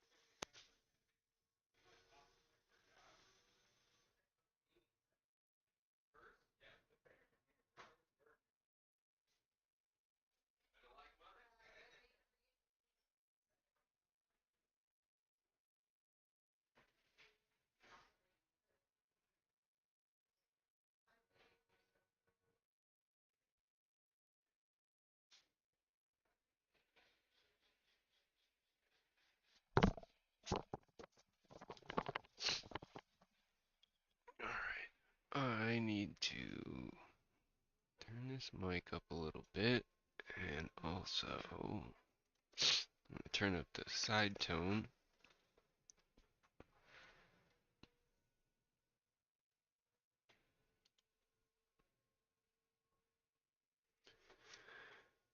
Okay, what's Yeah. going on I think that that's here? what, frankly, how some people.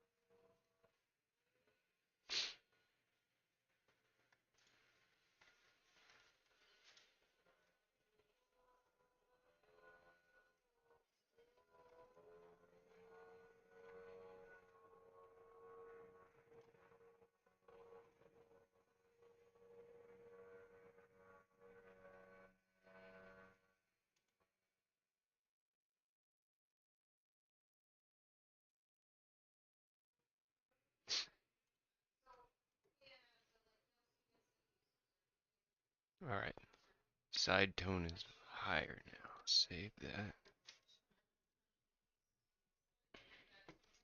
Just so I can hear my homie if he needs to holler at your boy. There we go there. There we go there. There we go there. Bang. Let's go back there. There.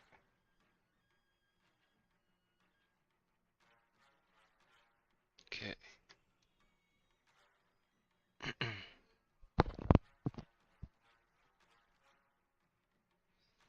People Check, on sort check. of the far left dismiss the relevance of Okay. things they don't know. It's like, well, why should I learn, these presidents? They were all just, racist white slave owners or whatever. There's nothing important. Check, about check. that. Like, Yeah, and even in terms of like me being I able don't to fill in the get gaps of my what's knowledge, going like on here. even over the past 6 months, I've gone from like if there's a don't get triggered, but if there's a passage on Wikipedia, I'll be like, okay, well let me read the full passage in the book, and then I think by February, March, I was like, okay, it's not enough to read the Input. passage. I need to read Turn like this up. the whole page, right? Because I need to make sure I understand what's going on there. And then like a month or two later, it's like, okay, we got to read like the page before and after.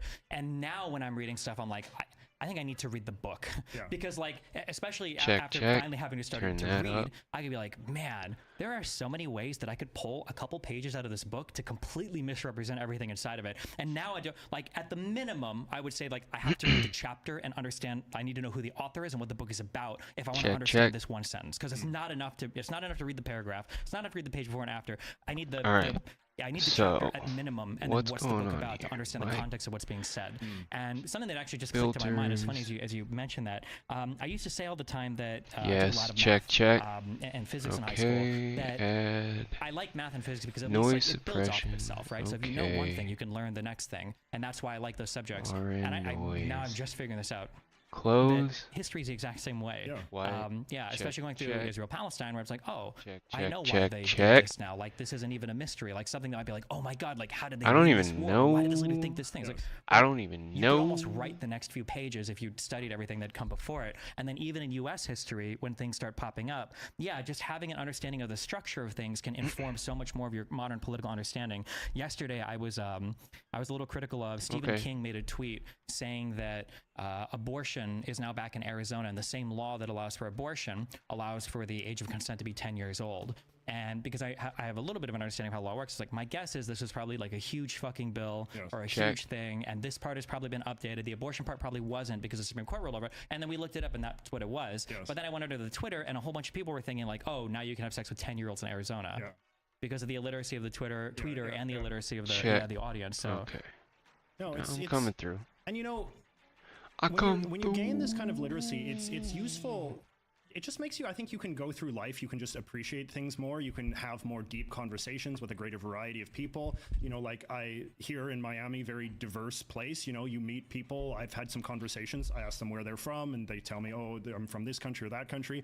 I know enough about that country that I can say, oh, how are things going over there? And I've heard about this and that kind of thing. Or do you like this food? I know that this is popular food with your people and that kind of thing. When an American or a Canadian American can do that, people are very impressed. Well, they are, because again, like, you know, people's fluency is just very limited, right? I was, here's another example. Like I was walking on my walk here, like I passed a place called, I think it was a hotel or maybe it was an apartment building. It was called the Lord Balfour, right? Okay. And so you think like, why would a place in Miami be called the Lord Balfour? And you know, because you're fluent on this topic now, but it's just like just little things like that. Like you can just enjoy things because you can make the connections and you can suddenly realize that we're living in this very complex, rich world in which we've inherited a great deal of culture from all sorts of different places. And it's not just a bunch of discrete no, things like history feels. It's all connected. Yeah, you can, and again, like you can find it everywhere. Like it's not just for political debates. Like just walking down the street, you can find all sorts of cool things. So you can just, and I just think, isn't it nice that if we can live lives where we can enjoy even the small things, if we can even go to the supermarket and we can be delighted by, you know, chapstick or whatever, right? Like I think that's, in my own small way, I think that that's the life that I want to live. A life where I'm just happy and satisfied and can find pleasure to compensate for all of, like, there's enough legitimate hardships that we all go through in our individual lives, right? Everybody's life is full of heartbreak and suffering and all the rest of it. So like, why not try to have some aspects of your life that can just be sources of simple pleasures? So when you cover something and it's a politically charged issue and you get a lot of people that show up and disagree with you, do you never have the inclination or the urge to like fight back? I'm going to do a video showing why this is so dumb, or do you just like just rolls off your back, you don't care, or what is the feeling, I guess? My instinct is to, like, it's funny, like I talk to people and they say you should debate more, you should make more kind of like harder edged videos, more combative videos. I don't feel like that's really what the world needs. Like I mean, with all due respect, because I think you made a very eloquent defense for the kind of content that you make and why you do what you do, but I just feel like there's just so much of that right now. And I feel like I want to solve perhaps a different problem or tackle what I perceive to be the problems of our society in a slightly different way. And it's like, yeah, there are issues that I feel very passionate about, and there are things that like I feel like I can argue maybe in the same confident way that you argue things that you feel. But I don't know, like because I guess maybe I was sort of turned off by it a little bit when I was doing the talking head thing on television, when I would be arguing and debating with people. And I really did kind of get the sense that this was something that existed for my benefit, not the benefit of the audience. Or to the extent it existed for the benefit of the audience, it was that same sort of like shallow thing where it's like I represent a certain, you know, I'm a cipher of a certain team and people want me to win. I'm owning this guy so that you can watch it and you can go own other people. Yeah. And so like that was just unsatisfying. But no, I mean, like I've made a few videos that have strong argumentative topics, but overall it's, and I just feel like I'm even my information consumption habits are changing now that I'm starting to think a little bit less politically all of the time. Like I was gonna ask, like, why politics in terms of like the content that you do? Why not just exclusively do like media or art or culture review or something? I think that's the direction I'm drifting in, right? Like I come from a political background, right? Like you know, when I was it's so loud, I'm so surprised it's not coming through. I wanted to be an opinion journalist. Like I wanted to be a political commentator. Like that to me was the ideal. And then, you know, luckily in the long lives that we lead, we can reinvent ourselves every so often. And I feel like I kind of maxed out on the political commentary and I found that it wasn't satisfying and it didn't feel useful. So now I'm trying to pivot into doing more cultural analysis and stuff like that. You know, if I've often sort of fantasized, like if I was to write a book, people have sometimes said like you should write a book about like your politics, your manifesto, like make arguments about Canadian debates and this kind of thing. And I feel like, no, I'd like to write a book about like American culture and like things to appreciate in American culture. Like I feel, and cultural fluency and promote cultural literacy and all that. But because I sort of come from a political background and I can never completely sort of discard that, like I will always be interested in politics. I will always sort of think about things in a political way. I will always have a sort of mindset that emphasizes the importance of politics as a sort of component part of a broader culture. You know, as long as that sort of aspect of me is visible, there will always be people who are demanding more political content from me. But yeah, I definitely, like, if I could just stop talking about politics, I probably would. I don't know. I think having J-Reg as your friend for a while will do that to you, so I'm sympathetic to that. I'm just kidding. Okay, well, hold on. Let me delete the whole next 30 questions I had about that. No, it's fine. No, I'm just fucking with you. Yeah. It's hard not to care about politics though. Like you can't, and I do think the stakes are legitimately high. Like I think particularly in America, like I do think that this election between Trump and Biden is very important, and I want people to not vote for Trump, right? Like that matters a great deal to me. So in some ways, like I'm sensitive to the argument, and I think certainly, I guess people on the far left make this, or people on the left in general make this, and people I assume on the right as well, is that, you know, it is a luxury to sort of be apolitical, or to sort of not even to be apolitical, but to just kind of pull yourself out of the political conversation somewhat. When I get very upset when people say things like, regardless of if you like Trump or Biden, usually it's going to be people on the left will say things like, well, I'm not voting for Biden because I don't want to vote for the lesser of two evils or whatever. And invariably it's a middle-class white person, lives in a nice community or whatever. It's like, it's nice that for you, there's no difference between these two people because you care about the most top-level abstracted positions. Yes. But for other people, might want like the child tax credit back. Yes. Or for people, it is a monumental difference between both candidates. Yeah. And that's a very important point, and I think that's something to keep in mind. I talked God about damn this it, in bro! One of my videos. You gotta fuck with me that hard? I think it was in The Atlantic, maybe, or something about the so-called rise of political hobbyism.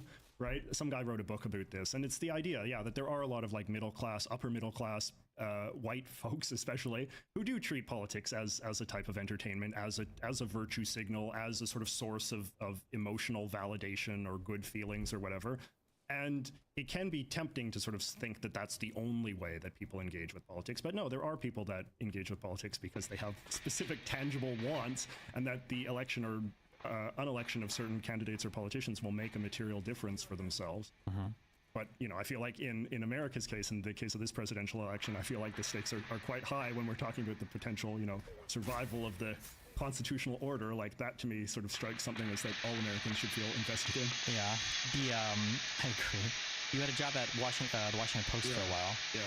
What was that like? How did you get hired from there?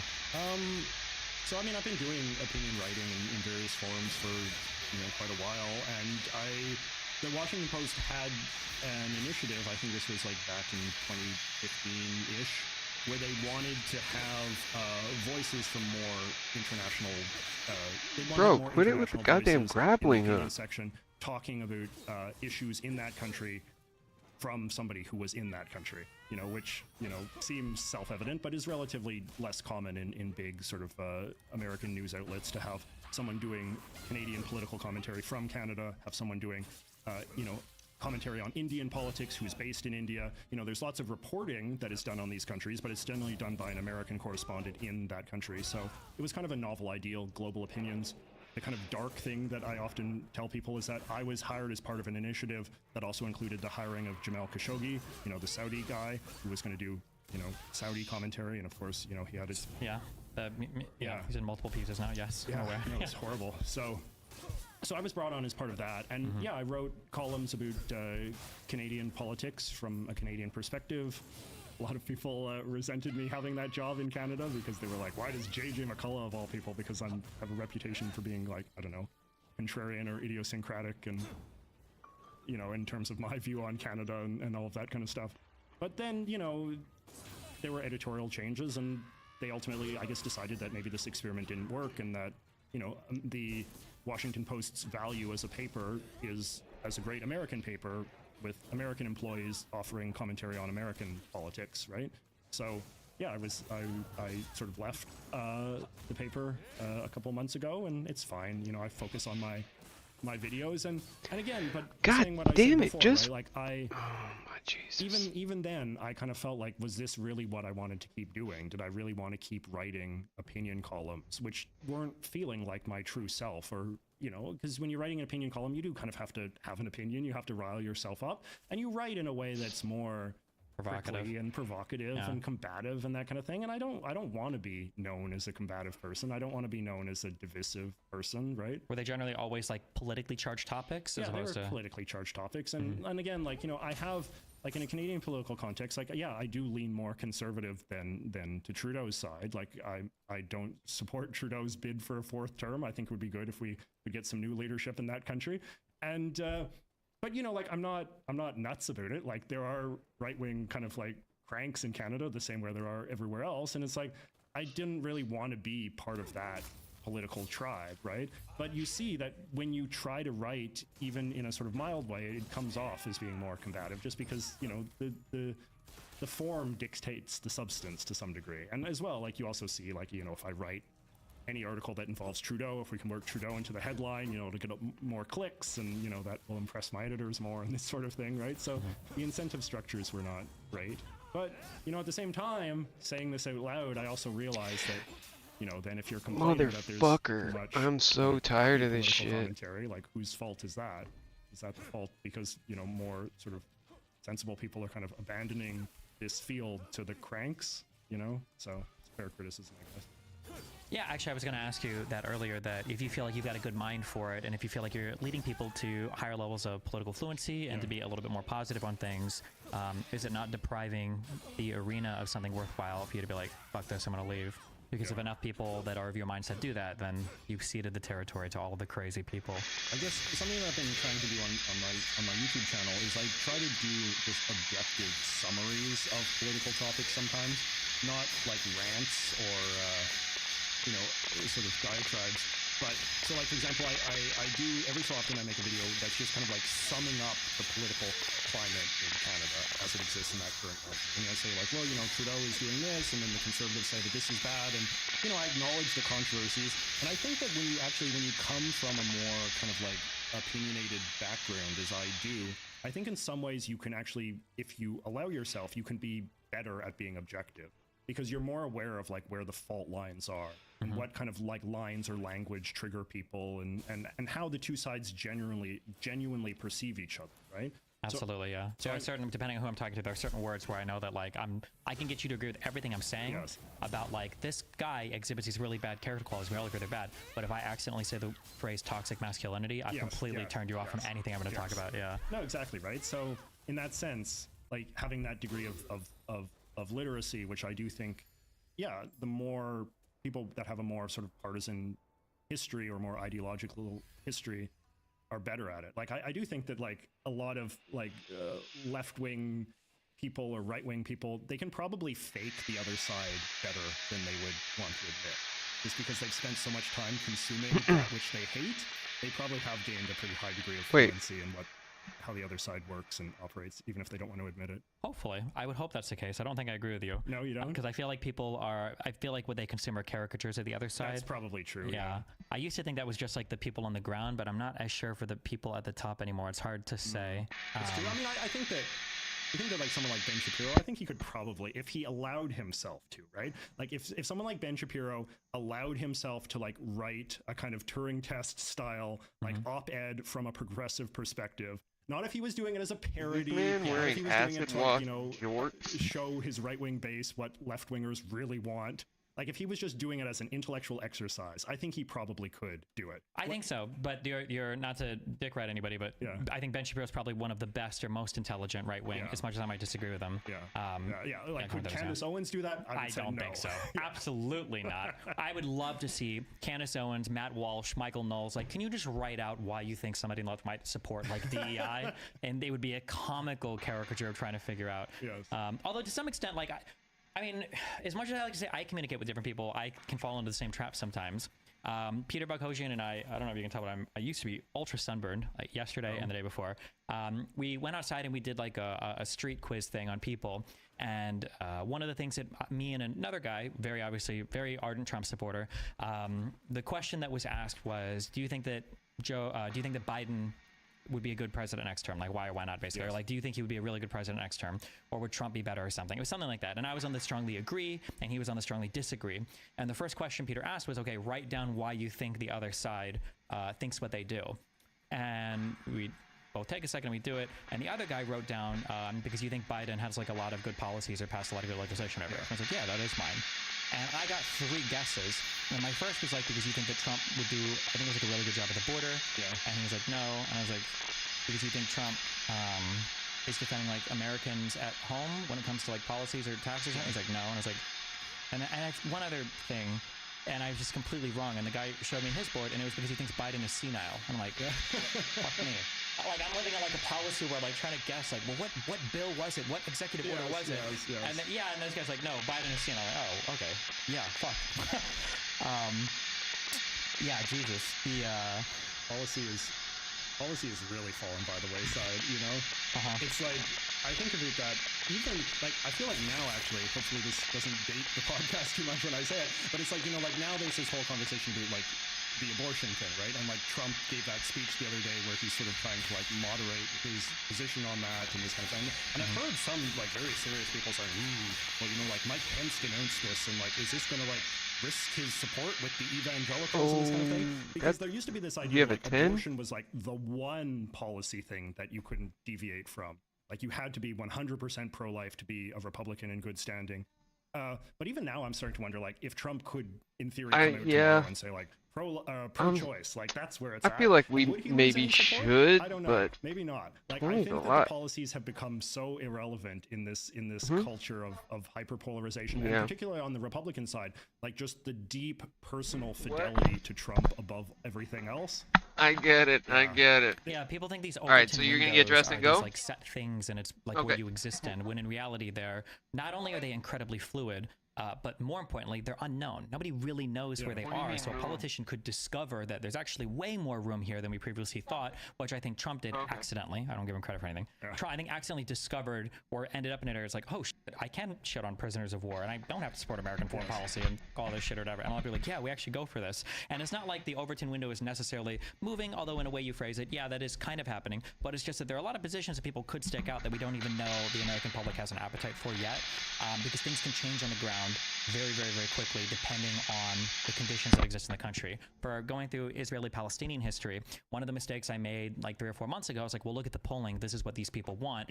But then historically, when huge peace deals are signed or like huge conflicts happen or whatever, I need to pause the stream for a minute. This vacuuming is such that if I would have said like, oh, well, on coming through my headphones, and I'm sure it's coming through pretty bad every time I talk. So the noise suppression has been doing it. This would happen. There's no way that these two countries would have I'll be back in like and then you go 10 minutes. I feel like it's probably not going to take him too long. Based on what's happened, that there's always a lot of movement, or more movement, I think, than people realize sometimes. Really miserable. It depends, though. The one thing that love I was you guys, say to but qualify I'll is, be back in a few minutes. Again, like whether or not the policy positions matter at all, or whether or not, like, because like there was this conventional understanding with Trump, which was sort of like what you said, which is that like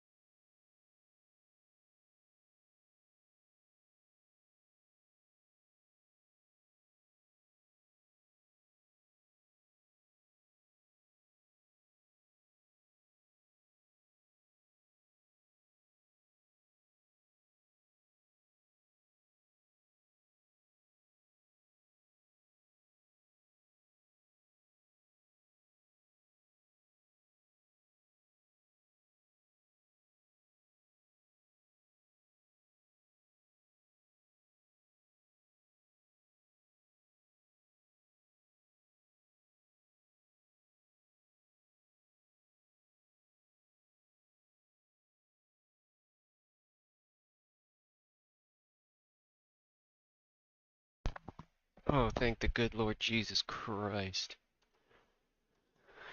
Now I can turn the side tone down on this fucking mic. Save that. And go back to main. What's going on, guys? Trump has kind of like upended the Republican consensus on certain issues, and that he's revealed a sort of like suppressed desire on the part of Republican voters for, you know, an alternative policy position.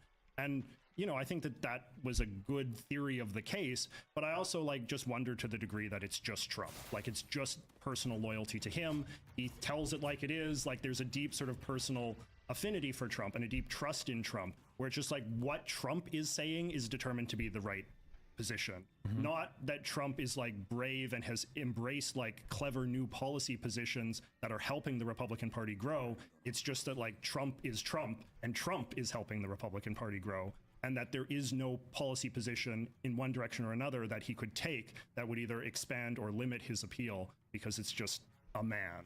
It's like, does God command things that are good, or are they good because God commands them? Yes, precisely. Yeah. Absolutely. Yeah, there's my guess after Trump is there's probably a lot of things that just kind of run concurrently with each other, and we assume the causality on one when in reality it's just correlated with another thing that's highly causal. Yeah. So it might be the case that for a long time people have had these political dispositions, and we've thought the policy positions were what mattered. Yes. But in reality, yeah, they're just proxies for some other thing, and if you change the position, as long as that other thing is unchanged, nobody actually cares. This is exactly something that I feel like I am trying to reckon with a lot as somebody that has traditionally identified as conservative. And I think this is actually the case with like a lot of sort of never Trump conservative types. Do you consume the Bulwark at all? I don't. I'm familiar of like The Bulwark. Republicans, Yeah, but the Bulwark is like their main publication. It's really good. Okay. You might like some of their content. are they the ones that started the fuck me, was it the Lincoln Project? Kaya They're like, Go I think Bulwark? like sort of Or is that loosely Kaya associated Go with it. Bulwark? They their big thing was I forget what it's called now. I think it's like called Former Republicans Against Trump. Okay. And they make ads that are quite persuasive, I think, because they interview people that have voted for Trump in the past and talk about why they don't like him, or people that were Republicans and don't like him and all that. But one of their big positions that they sort of engage with a lot is the question of whether or not it's too bright in this motherfucker. And like this big Fix robust that. conservative movement of William F. Buckley and Goldwater and Ronald Reagan, and you know, this whole sort of canon that appeals to a certain crowd, a certain crowd of like intellectuals and pundits, the National Review types and all that, where I used to work. The question is sort of like whether or not that stuff, these policy and philosophical positions, were ever what made conservatism attractive, right? Or whatever made This the whole Republican place Party reeks of attractive. bleach Or now. whether or not there just That's is a beautiful. kind of like somewhat Fucking reactionary beautiful. faction of American politics or American society that just wants to vote for the party that's like the party that's against the left broadly understood, or the progressive side broadly understood. And they don't really have a clear sense of what they want from Washington or what they want from the Republican Party. They just kind of like want a strong party that will crush the bad element of American society. And how do you even, I feel like measuring that would be so hard, because you can't take anybody at their word because people don't genuinely know, right? But I think that in that sense, sort of like, and what the sort of some of these Bulwark people would say is that Trump was kind of the test. Like, if you put somebody who's just like as unappealing and sort of dopey as Trump up on the ballot, but if his only political skill is like rhetoric against the other side, like, is that enough for the Republican base? Is that enough for the Republican electorate? And it seems like it was, which then makes you second guess, like, well, why did we have all these eggheads and all these people like making their serious, like, why did we have Paul Ryan? Like, why did the Republican culture produce Paul Ryan when it could have just produced Donald Trump, and maybe that would have got, you know, beat Obama in, you know? But then it's also hard to tell that, like, because a thing could have happened for one reason, and then as time goes on, it morphs into something else, but you don't even realize it. Like, maybe at one point in time, these values were incredibly important, but these values attract a certain type of people, but then these type of people don't actually care about the values, but they kind of remain just because. And then at some point, if something changes, everybody's like, well, hold on. I don't know if they actually did this experiment, but have you heard of the one with like 5 monkeys in a room and there's like an electric shock if there's a banana at the top of a ladder? No. The idea is there's some similar-ish experiments you can run that seem to work, but 5 monkeys in a room, one of them tries to go for the banana and the floor shocks all the monkeys if you try to grab the banana, so they pull them down. You swap one monkey out, you add another in, the new one will run for the banana, but as soon as he does, everybody pulls him down before the shock even happens. A second monkey is thrown in until eventually you've replaced every monkey. you can turn off the electric shocks, but the learned behavior is still there, such that when a new monkey comes out, even though there's 4 in there that have never felt the negative stimulus before, as soon as the new monkey goes for the thing, they pull them down because that's just what they've learned to do. I think on YouTube I've seen where people will do these experiments where if you go into an office to wait and there's a whole bunch of like plants the standing up and the sitting down, people will do it, and they'll teach that behavior even when everyone else has moved out of the room to new people that come in. So then you wonder that like maybe things existed for a reason at one point in time, but now they don't, but the convention is there and people stuck with it, and then people find out, well, actually this convention doesn't matter anymore. So then the question is like, well, now you're on a totally new battlefield where who knows what's okay or what's not okay. And we've been saying this in American politics since Trump won the first election. What's the field going to look like going forward? Has everything changed irrevocably? But I mean, it seems like it hasn't, because we haven't produced a whole bunch of Trump-like candidates. We got Vivek, who sort of was. Irrevocably? I think that think so? Trump-like changed irrevocably, but irrevocable. I mean, it seems like it hasn't, because we haven't produced a whole bunch of Trump-like candidates. We got Vivek, who sort of was. I think we have. I think you that think so? I think that when you look at the sort of people, and again, my buddies at the Bulwark, this is how asking for like a good source. I feel like a lot of my political awareness is now coming from this one site, but they do a really good job of documenting just how many MAGA freaks are getting elected all over the place. Like the sort of people that are running, the sort of people that are winning nominations to be, senator, governor, state legislator, state senate, county commissioner. Marjorie Taylor Greene and stuff, yeah. Yeah, it's like, it's not just Marjorie Taylor Greene. Like, you can go down the list, and what you will often find is that if the choice in a Republican primary at any level is between, like, a complete MAGA space lasers wacko, and then, like, some, guy who's been a loyal servant of the Republican Party and worked his way through the state legislature, and then I was state attorney general, and and if they're both like running in a primary for governor, like the Republican base will vote for the crackpot before they'll vote for the sort of the standard Republican. I guess the question is are these like spiritually down ballot votes for Trump? Like, if Trump disappears, is there still going to be the fervor for these types of people? I think so, because I think that Trump has allowed a normalization of a lot of like crankish right-wing views and conspiracy theories and rhetoric and style. Like, that has now been normalized, and I think a lot of Republicans have realized, or a lot of Republican voters have realized, it's like, oh, we can have that? Like, that's okay? Like, we can vote for that? That's a choice? And it seems like a lot of Republicans will gladly take that choice if it's offered to them. They're not going for an argument that appeals to anything else. They're not going for arguments that appeal to experience or competence or any sort of policy agenda. They're going for politicians that resemble Trump and make them feel the way that Trump makes them feel. And I think that the idea of like a politician making you feel a certain way is a very underrated aspect of political appeal in general. I definitely agree with that. That's why people spoke favorably of like Clinton and Biden, and very disfavorably of Mrs. Clinton. Yes. Although I am curious, I'm not fully sold on that. I guess we'll see when Trump is gone forever from politics, whether he wins or loses the next election cycle. But like, what would the alternative be though? Like, who would be elected if not mini Trumps? I feel like the cycle of populism is somebody promises you the world, and they have really enticing rhetoric. And actually, I am kind of mad right now, and this guy channels that anger. But then once they get into office, they kind of have this.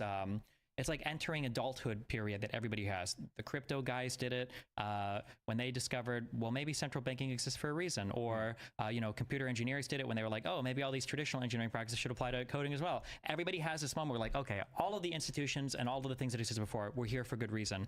Trump came into office and he was still funny. He still had good tweets, and he still was like, entertaining to watch on camera.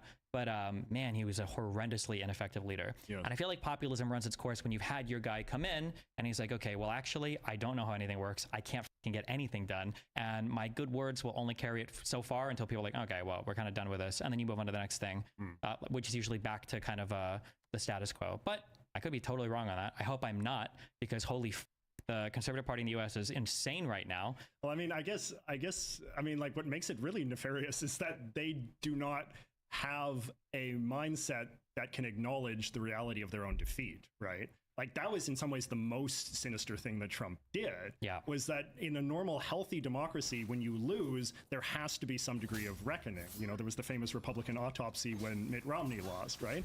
But like, Trump has created this sort of world in which the Republicans never lose, right? There's only conspiracies that prevent them. And that somehow the true American majority is always craving Republican rule, right? So that's that mindset, that attitude, Carrie Lake has this attitude in Arizona as well, still refuses to concede that she lost that gubernatorial election, right?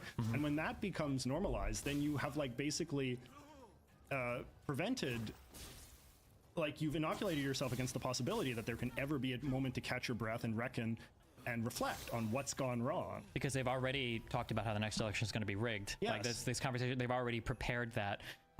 It's funny because you mentioned with YouTubers or with debates that it kind of sucks that there's no central authority to say he won that debate, Yes. and we've judged that effectively. Yes. It feels like we've lost that ability to even have those discussions about our factual reality anymore. Oh, absolutely. That I think a super majority, I think it's like 70% of Republicans still believe the last election was stolen. And it's like, we can disagree on some things. Is climate change real or not? Sure. But when we're disagreeing on fundamental, essential aspects of our democracy, that's really scary.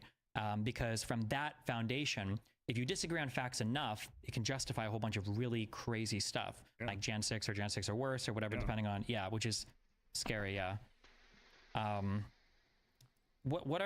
me on some unique Canadian cultural things. I only hear about Canada when negative stuff, political stuff is happening, or as like America Junior. You like culture and commentary and all of that. Yeah. Give me like 3 things that you feel like Canada has produced culturally that's like distinctly Canadian, that's like a really cool thing. But it's like, I don't really like thinking about Canadian culture in that way, because like because distinction is like something that's fetishized in Canadian culture too much, which is the idea that like if Canada does something, that thing is only worth anything to the extent that it's distinct. Sure. And it has when I say distinct, I don't necessarily mean like just like your native population. I just mean like because as an American, the whole world is America in my eyes. There's America above us, and there are a bunch of people who follow American politics across the ocean. Yeah. And some people are so unprivileged in the world that they don't even have access to American politics. That's how like Americans. So I'm just curious from like a Canadian perspective. Do you think there are things that are like this is a really cool aspect of Canada that America doesn't quite have yet, or kind of originated in America, or was like something that America had that Canadians took and like made better or cooler or whatever? Do you think there's anything like that? Or I can name a thing. Do you ever remember Adult Swim? Yeah. There used to be a show a long time ago. It was before Adult Swim, but it was called Oh Canada. And I think it took like indie authors or cartoon people from Canada, and they had like really late night TV where they showed like Canadian cartoons. That's the only thing I can think of. But like here's like, this is the thing, right? It's like Canada is a tremendous country and has produced many tremendous things, right? Like, but the thing is like those tremendous things it's produced are not necessarily distinctly Canadian, right? Like, so Canada has a great sort of animation history that I've been very interested in because I like cartoons and I like animation, and there's like a lot of great cartoons that I grew up watching that were made in Canada and might not be super well known in America. Like, are those distinctly Canadian things? I don't know. Like, America has cartoons, like America invented, the modern tradition of animation and all the rest of that.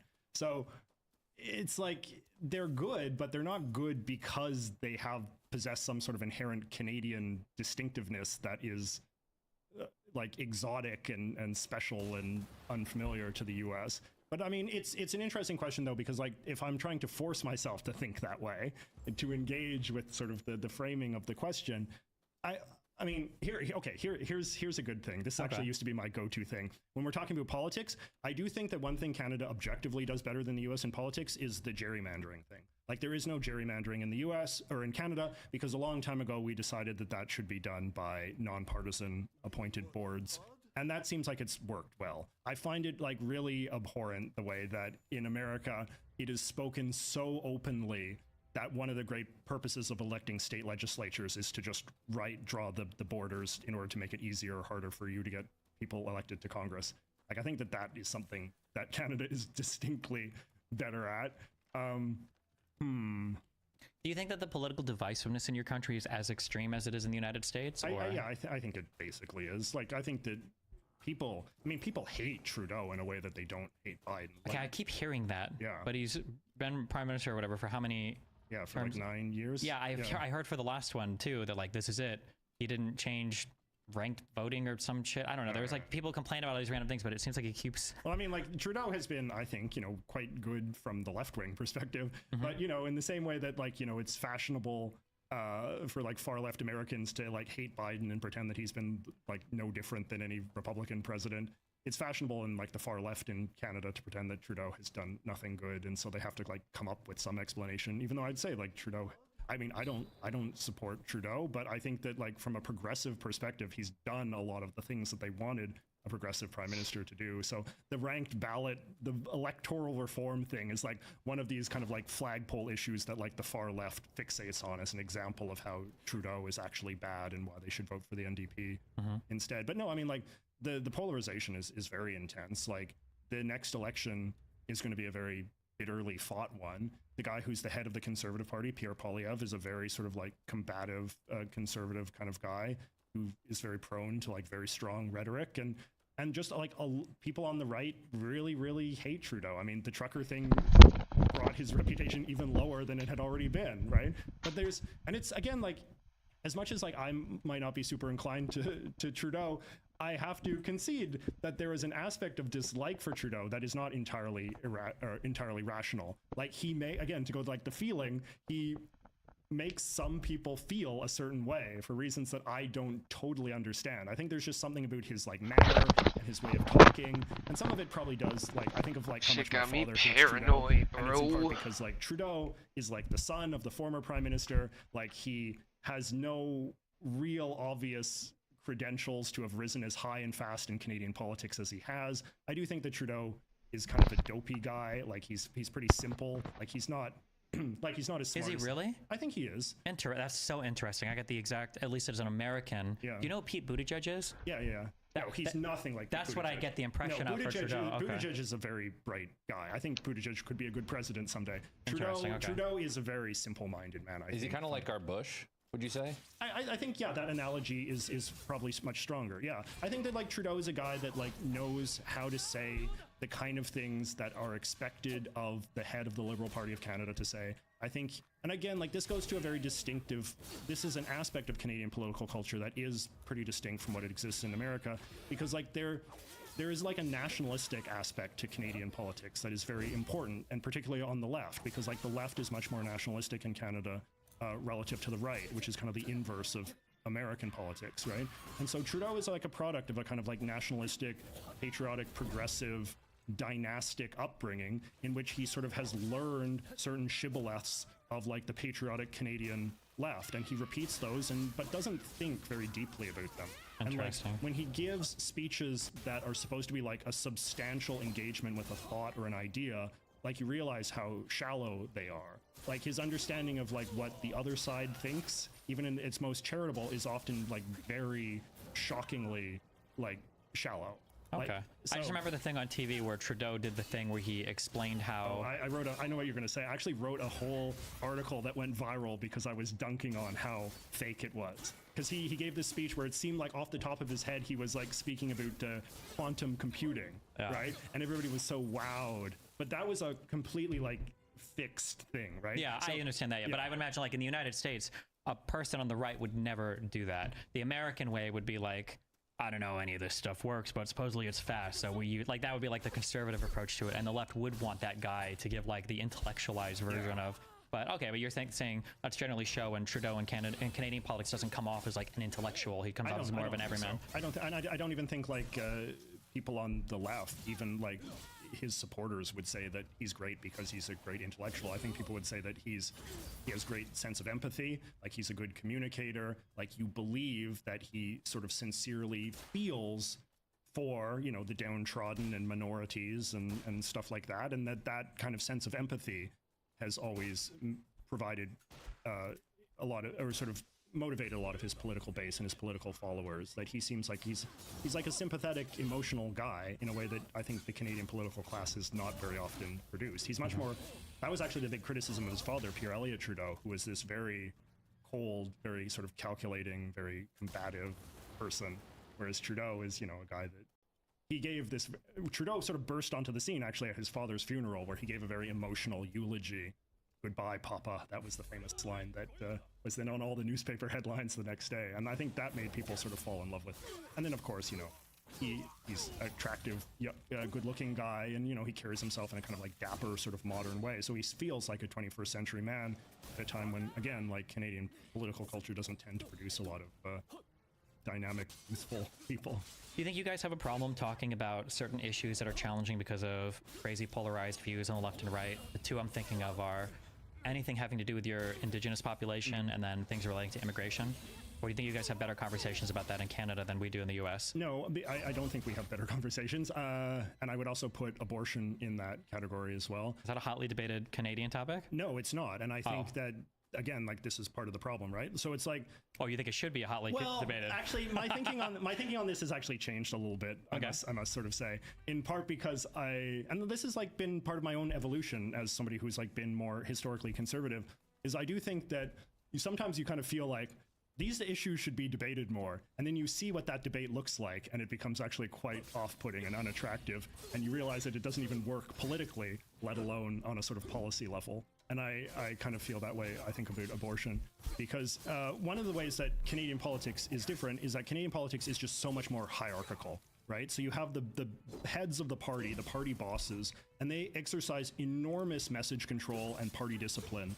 I talked about this in like a recent video, but it's like the most rebellious member of the Canadian Parliament still votes with the party leader like 97% of the time. Like, it's not like in America where you have all of these individual members of Congress and senators who can vote however they want and beak off to the press however. I mean, it's becoming more. I was gonna say there are people who would get, God, I wish I could remember the name off the top of my head right now. There are people who will get accused of like not being with the party or that they buck like Trump or whatever, but their voting record will be like 92% of the time with him in office or whatever, and it's like this crazy. But it's like in American culture, you do sort of like there are people like like John McCain, right? It's like, I'm a maverick, like the party bosses won't tell me what to do, or like AOC, or even like somebody like Marjorie Taylor Greene, who's constantly threatening Speaker Johnson that it's like, you're hanging by a thread and this kind of stuff. Like that sort of independence is just not at all present in Canadian politics, in part because the parties are so hierarchical and the party boss can actually kick people out of the party and discipline people. And, everybody wants to be a cabinet minister, and that creates an incentive to suck up and this kind of thing. So, but the point is that because the parties are so hierarchical, it's very easy for the party bosses to just declare certain debates closed, and that they impose very strong message discipline on the politicians below them, and that so some topics are just never debated, regardless of how much public desire there is for those topics to be debated. And so when people talk about like, oh, the Canadian consensus on this, that, or the other thing, it very rarely is a consensus that exists in broad Canadian culture. It's a consensus that exists on the part of the Canadian political class. Abortion was an example of that. Like, abortion was just not ever debated in Canadian politics for decades, not because there was no desire on the part of right-wing people to debate it, but because the party leadership at the highest level decided that this was like a net vote loser, so that there was nothing to be gained by having a vigorous debate about abortion in Canadian conservative politics. And I think immigration is the same thing. Like, not to say that there was nobody that had misgivings about Canada's very generous immigration system, but I think particularly on the side of the Conservative Party, there was a sense that, like, if we debate this issue too much, the party comes off as racist or divisive or off-putting in some way, and that will offend the kind of like, middle-class voters we need in the middle to win and this kind of stuff. So I think the Indigenous issue is similar. Like, there's a lot of pushback within sort of like American or sort of Canadian like conservative culture regarding some of the reconciliation sort of initiatives that we've been embarking upon under Trudeau. But, the Conservative Party has viewed that this is not an issue that's kind of like worth litigating in the political sphere. So it's not. Do you think that rigidity or that ideological conformity, or at least the voting conformity in the party, do you think that might be a byproduct of a multi-party system? That in the United States, maybe there's a lot of debate in the US where people are like, oh, two-party system sucks. And it's like, well, there are a lot of problems with coalition governments. I'm curious, do you think that is a two-parter? One is the specific one. In the United States, you kind of have to allow for some freedom because nobody's going to go to a third party because it's unviable completely here. Whereas it feels like in Canada, well, if you're going to break from the party too much, why not just go join the third party or something? Do you think that rigidity is a byproduct of the multi-party system? Do you think multi-party systems in general are better than two-party systems? Like, do you have strong opinions on that? Or? I do have strong opinions on this. This is actually something I think about a lot because I spend a lot of time sort of thinking, compare and contrast the US system versus the Canadian system. It's something I'm very interested in. I think it matters less the number of parties than just how the parties are structured, right? So American political parties are really like no other party anywhere else in the world. Like and that's why when people are like, oh, we've only got 2 parties, like it's just such a disingenuous argument, because American political parties... Wait, for Americans or Canadians? It's for Americans. Yeah, okay, yeah. Because it's like an American political party is not like a party in Canada. Like in Canada, if I want to join the Conservative Party or the Liberal Party or whatever, I have to like pay a fee. I have to like renew my membership in the party every year. I get my party card. If the party leader doesn't like me, if I say something really out there, then I can get booted out of the party, you know? And again, like, and my ability to, like my identity as a member of the party is based on my loyalty to the party leader and my ability to sort of get in line and follow his agenda as he runs to be prime minister. Whereas in America, like a party identity is just something that you self-identify as. Like you can wake up tomorrow and be like, I self-identify as a Republican, and then I self-identify as a Democrat, and you register as this, and then just the mere act of self-identifying is what gives you a right to vote in party primaries, right? So you can... Do you have the same, like in the United States, I don't know how much you follow the fights in Congress, but we have brutal in-party fighting, such that our majority party, this should never happen, like can't have like a Speaker of the House for some number of weeks. Does stuff like that, political party infighting, happen in Canada? No, or? Not at all. And if there's even the smallest like hint of division in a party, it's like this huge scandalous thing, right? Like it's big news for there to be any divisiveness within a party. Like, you know, the Liberal Party had some vote that they had in the parliament a few weeks ago about the Israel-Palestine thing, and you know, it was like a motion, you know, that did condemn both sides, but you know, there was one Liberal MP, a Jewish guy from Montreal, who's been pretty pro-Israel during his political career, and he spoke out against it, and he said, I don't support this motion. And this was considered like a huge national news. That like even a single member of Trudeau's party was not 100% aligned with a motion that the Liberal Party was in favor of. So like that is something that is very different. Like if and then the way that the press reports on this kind of thing is like, infighting in the Liberal Party, is Trudeau's hold on the position secure? You know, it's always sort of created in it's always spun in this overly melodramatic way, which is probably not healthy for democracy. I think it's important that we allow the idea that parties can have division within them, that people can debate, but they can still be loyal and firm in their party identification, right? Like the second you deviate from Trudeau or Poilievre or whoever, it should not be interpreted as a sign that your loyalties to the party or your ideological identity is somehow fragile. Whereas I think the American system is much more healthy, particularly in regards to party primaries, like allowing folks that self-identify as supporters of the party to just hash out who they want their candidates to be, and then those candidates reflect a diverse, you know, in theory, they reflect a diverse constellation of perspectives of what it means to be a Democrat or a Republican. You know, a California Democrat might be different than a Democrat from Mississippi, right? But they all get together in Congress and they have to sort of, like every vote in some ways in America is like a coalition vote. You have to, in theory, cobble together a working majority. Actually, Johnson is doing this right now because he's begrudgingly having to pass some of these resolutions with the support of Democrats just because he has this like crazy far-right faction that won't vote for anything, right? And this is the thing with like the Ukraine aid and all this kind of stuff. Like he has to, as I think all good speakers of the House have to do, they have to cobble together a workable majority, which often entails sort of winning over some people on the other side. Whereas in Canada, it's just not that way at all. It's just the party bosses. And so, you know, in Canada right now, Trudeau is in charge because he has the support of the NDP. What the fuck, bro? The NDP itself, he has the support of the NDP leader. Like it's an agreement between two men, and the understanding is that the parties are just kind of in line with whatever their boss tells them to do. So it's much less democratic. Like that's the big takeaway, is that Canadian politics is much more hierarchical. Yeah.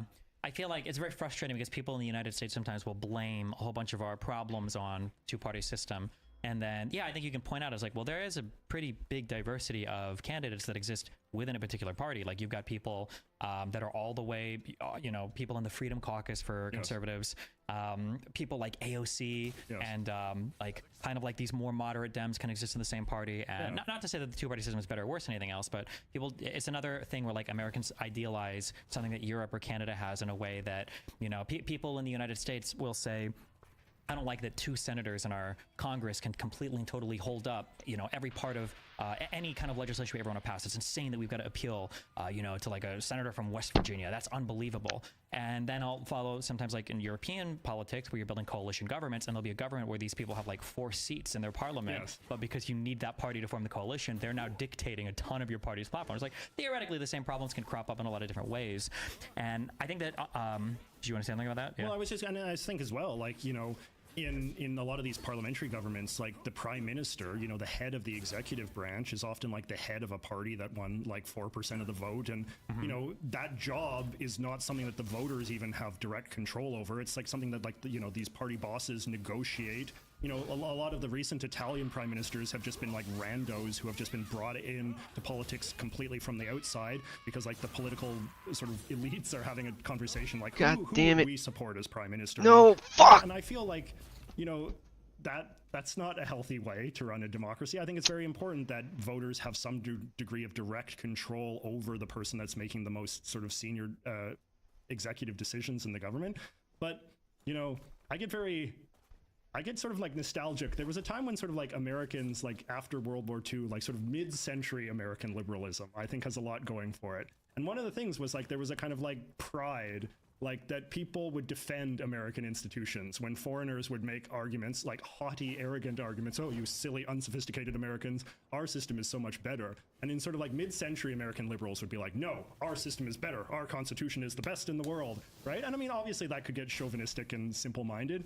But these days, any foreigner, I feel, can just make any can shit on America in any way. And there's just so many people like, oh, so true. We suck so much. You people are so bright and so enlightened, and like everything that foreigners have done is a million times better than our shitty system. Yeah, that's so cringe. I do agree. To not to get too far into that, but even when it comes to like the very abstract comments of like when I'm arguing with socialists online and they'll say things like, oh, well, actually liberalism always gives way to fascism, and you guys are going to blah blah blah, and it's like, okay, well, who beat the Nazis in World War II? Okay, it wasn't the socialists. Okay, so I don't know why you would even like. Yeah, this unwillingness to give any credit, it circles back onto that. Yikes, fam. I think that I do, especially learning more about them now, because I'm embarrassingly uninformed on a lot of American structure in terms of how government everything works. And now learning more about it, I have a much greater appreciation for how a lot of it works. One thing that I think people make a big mistake about, at least in the United States system, is this idea that like we only have 2 parties, our government is broken, and that's why nothing is getting passed, that's why nothing is working in the country. And sometimes when I look at things and people say something is broken, I have to play this game now where I'm trying to, in this like emotivist lens, I'm trying to interpret what people are saying, because very rarely is it what they're actually saying. And when people say that like the system is broken, what they're really saying is the stuff that I want to happen isn't happening. And so now I'm trying to think, okay, well, stuff that you want to happen isn't happening, but what's going on? Is the system failing to express, the actual desires of the constituents of, whatever the politicians are? And I think the American system actually works really well, but I think the issue is it is accurately representing that we are historically divided into completely different realities, and it's a pretty even split, despite the however many more million votes a Democrat president might get than a Republican or whatever, or houses or governor races, that we have a big problem getting along right now. And sometimes people, I think, want to look to the system. Well, if we just had a multi-party system, it would fix everything. It's like, no, half the people in this country think the election was stolen. There's no system that's going to fix that. Yes. Dude, George Will had a good how line. many George Will, the fucking great, hits, George Will? bro? Of course, he was great. But the audience doesn't. Explain who that is. George Will. George Will is really, I think, one of the great conservative intellectuals of American history. He no longer identifies with the Republican Party. He was one of many who sort of ditched after Trump. But he I think a lot of he was a columnist for the Washington Post. He still is for many years, many decades. But anyway, he has a good line where someone says like America is divided, and he says yes, but not frivolously, which is, I think, a very important concession, right? Because we do often treat like the division something should just go away. But it's like it's not a frivolous division. Like people are legitimately divided on substantial disagreements, right? And we can say like maybe some of those disagreements are based on dopey premises or falsehoods or whatever, but nevertheless they exist. And yeah, I think that's exactly true. When you say that the American system, ridiculous. If it's polarized, if it's gridlocked or whatever, that just reflects a society in a state of gridlock. And that's, to me, like when your government accurately reflects divisions in your society, that means that you have a functioning democratic government. And I think that actually one of the problems with the Canadian system of government, which is less democratic than America's, is that I think it often creates a false impression of consensus where consensus doesn't actually exist. And I think that in the long term, that can actually be a recipe for a different sort of populism. And I think that's sort of what you're seeing in some countries in Europe, where there's a kind of like phony imposed top-down consensus from an undemocratic political elite that then ultimately gets upended in the form of like radical outsider parties, because that's the only sort of outlet that the that the voters have. Yeah. It feels like a dumb position, and I would have hated myself for saying this like 5 years ago, but you mentioned like political party leaders are supposed to be able to bring together people to vote on things. It feels really cucked to say, but I really do feel like bipartisanship, like in and of itself, irrespective of those, is a virtue to be had. That being able to work with people that have real political disagreements, not like, well, I totally disagree with this guy. He thinks that minimum wage should be 25 an hour, and I think it should be 35 an hour, but we managed to coexist. That you should be able to take people that have substantively different positions and you and work with them. And that scene increasingly, I think, is like backstabbing or being a turncoat or not being loyal or faithful, or like as like sort of the Tucker Carlsons of the world would say, it's like a symptom of like the mono party, like the elite who don't actually care about anything, and they're just running everything for their own interests, and all of these disagreements are just, what do the wrestlers call it, like the kayfabe or whatever, like the kind of like the manufactured sort of like conflict for show that just masks their real sinister agenda. Yeah, right? like these guys are wheeling and dealing on the floor. They don't care about the American people. It's like, well, how do you think legislation gets passed? Like, you have to, like, at the end of the day, this is, it has to happen. But people, I mean, a lot of people, and this is kind of scary, like, it's just like a lot of people in politics today seem to just aspire to the rise of a strong man who will impose their will and crush their enemies, right? Which is the antithesis of democracy, right? Democracy is about wheeling and dealing and accepting that diversity of all sorts will be reflected through the political system. Mm-hmm. Yeah. It's hard to get people to.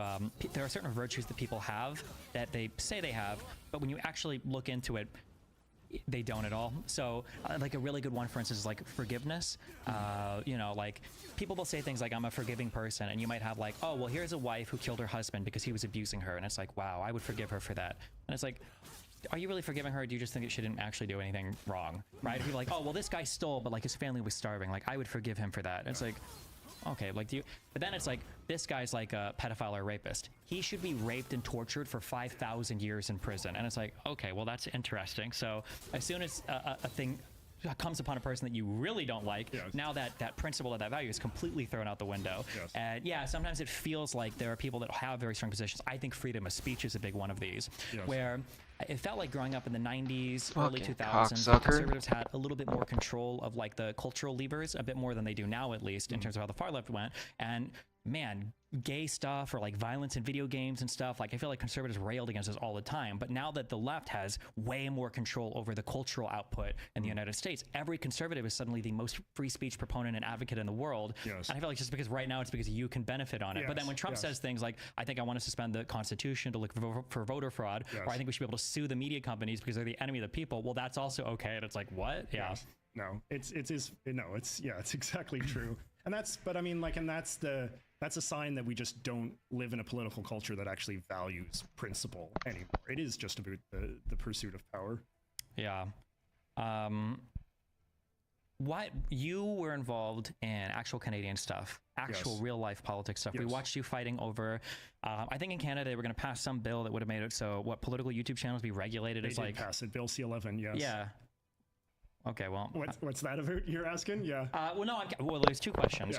One is, that was an issue that was politically related that you decided to get personally involved in, like on an active level. And then two, I guess, what has the follow-up been from that? So that it was this is like a lot. The Canadian media is regulated. The traditional Canadian media, like television and radio, is under the jurisdiction of a Canadian media regulatory body, the CRTC, the Canadian Radio and Telecommunications Commission. And part of the regulation that exists for radio and TV in Canada is to mandate that the Canadian networks have to broadcast a certain fixed amount of good Canadian content. This is like a nationalistic initiative. Because again, there's this deep insecurity in Canada that if we consume too much American media, then that will sort of culturally colonize us. And, in practice, I think this just winds up being a kind of like backdoor subsidy for a lot of mediocre Canadian media content that can't contribute or compete in a free market. But anyway, like historically, the internet was outside of this. The internet was not regulated by that same media body, and in fact, there had been a bipartisan consensus in Canada that it was good that we had The news is divided. that the internet, you know, could just be as it is in America, and just, you know, the kind of content you see is what you choose to see, and algorithms and all the rest of it just do what they're going to do, and it's all based on, in theory, it's based on what a user wants to see is what he winds up seeing. But then Trudeau's government, I suppose, got it in their head at some point that this was in fact bad, and that we needed to bring the internet under the same kind of like nationalistic sort of regime in which streaming services like YouTube, but Netflix and Disney Plus and all the rest of it would emphasize the showing of good patriotic Canadian content at the expense of bad foreign content, which would not be in the national interest to see. And this legislation did pass, and I can't speak to how it has been, what the consequences have been in terms of implementation, because the implementation process is still ongoing. Okay. They're still having hearings and stuff about this. But when it was still at the political level, now it's at sort of like the bureaucratic implementation level. When it was at the political level, I got involved because I feared this. Like, I feel like the way that Canadian television and radio has been regulated has been very negative, has prevented Canadians from being able to freely consume the kind of media content that they want to watch in favor of stuff that indirectly the government thinks is better for them to watch. And I just kind of feel like that's not appropriate in a free society. And I also think, you know, I have a vested interest in this as well, as somebody that makes content on YouTube, and as someone who has a lot of friends that make their livelihood making content on YouTube. I don't want YouTube to have to dance to some sort of government tune in a way that could punish my own content and my own ability to get my content seen by the sort of people I want it to be seen by, because some government regulatory body has decided that my content is not in the national interest or does not meet the standards of what is good Canadian content that more Canadian viewers need to see. So yeah, I testified at the House of Commons, and then I testified at the Senate, the two bodies of our parliament, and then I testified at the CRTC itself, the regulatory body, and then I testified a second time just a few weeks ago. And there's probably going to be more testimony, because the only thing is that this stuff is moving at such a snail's pace that the legislation has been very controversial, right? I like to think that maybe I played some small role in that I helped sort of raise awareness of this legislation and what it was aspiring to do, and why that was something that Canadians who value a free internet should be worried about. But you know, it's interesting that one of the main reasons why I oppose it is because of its sort of like nationalistic kind of character.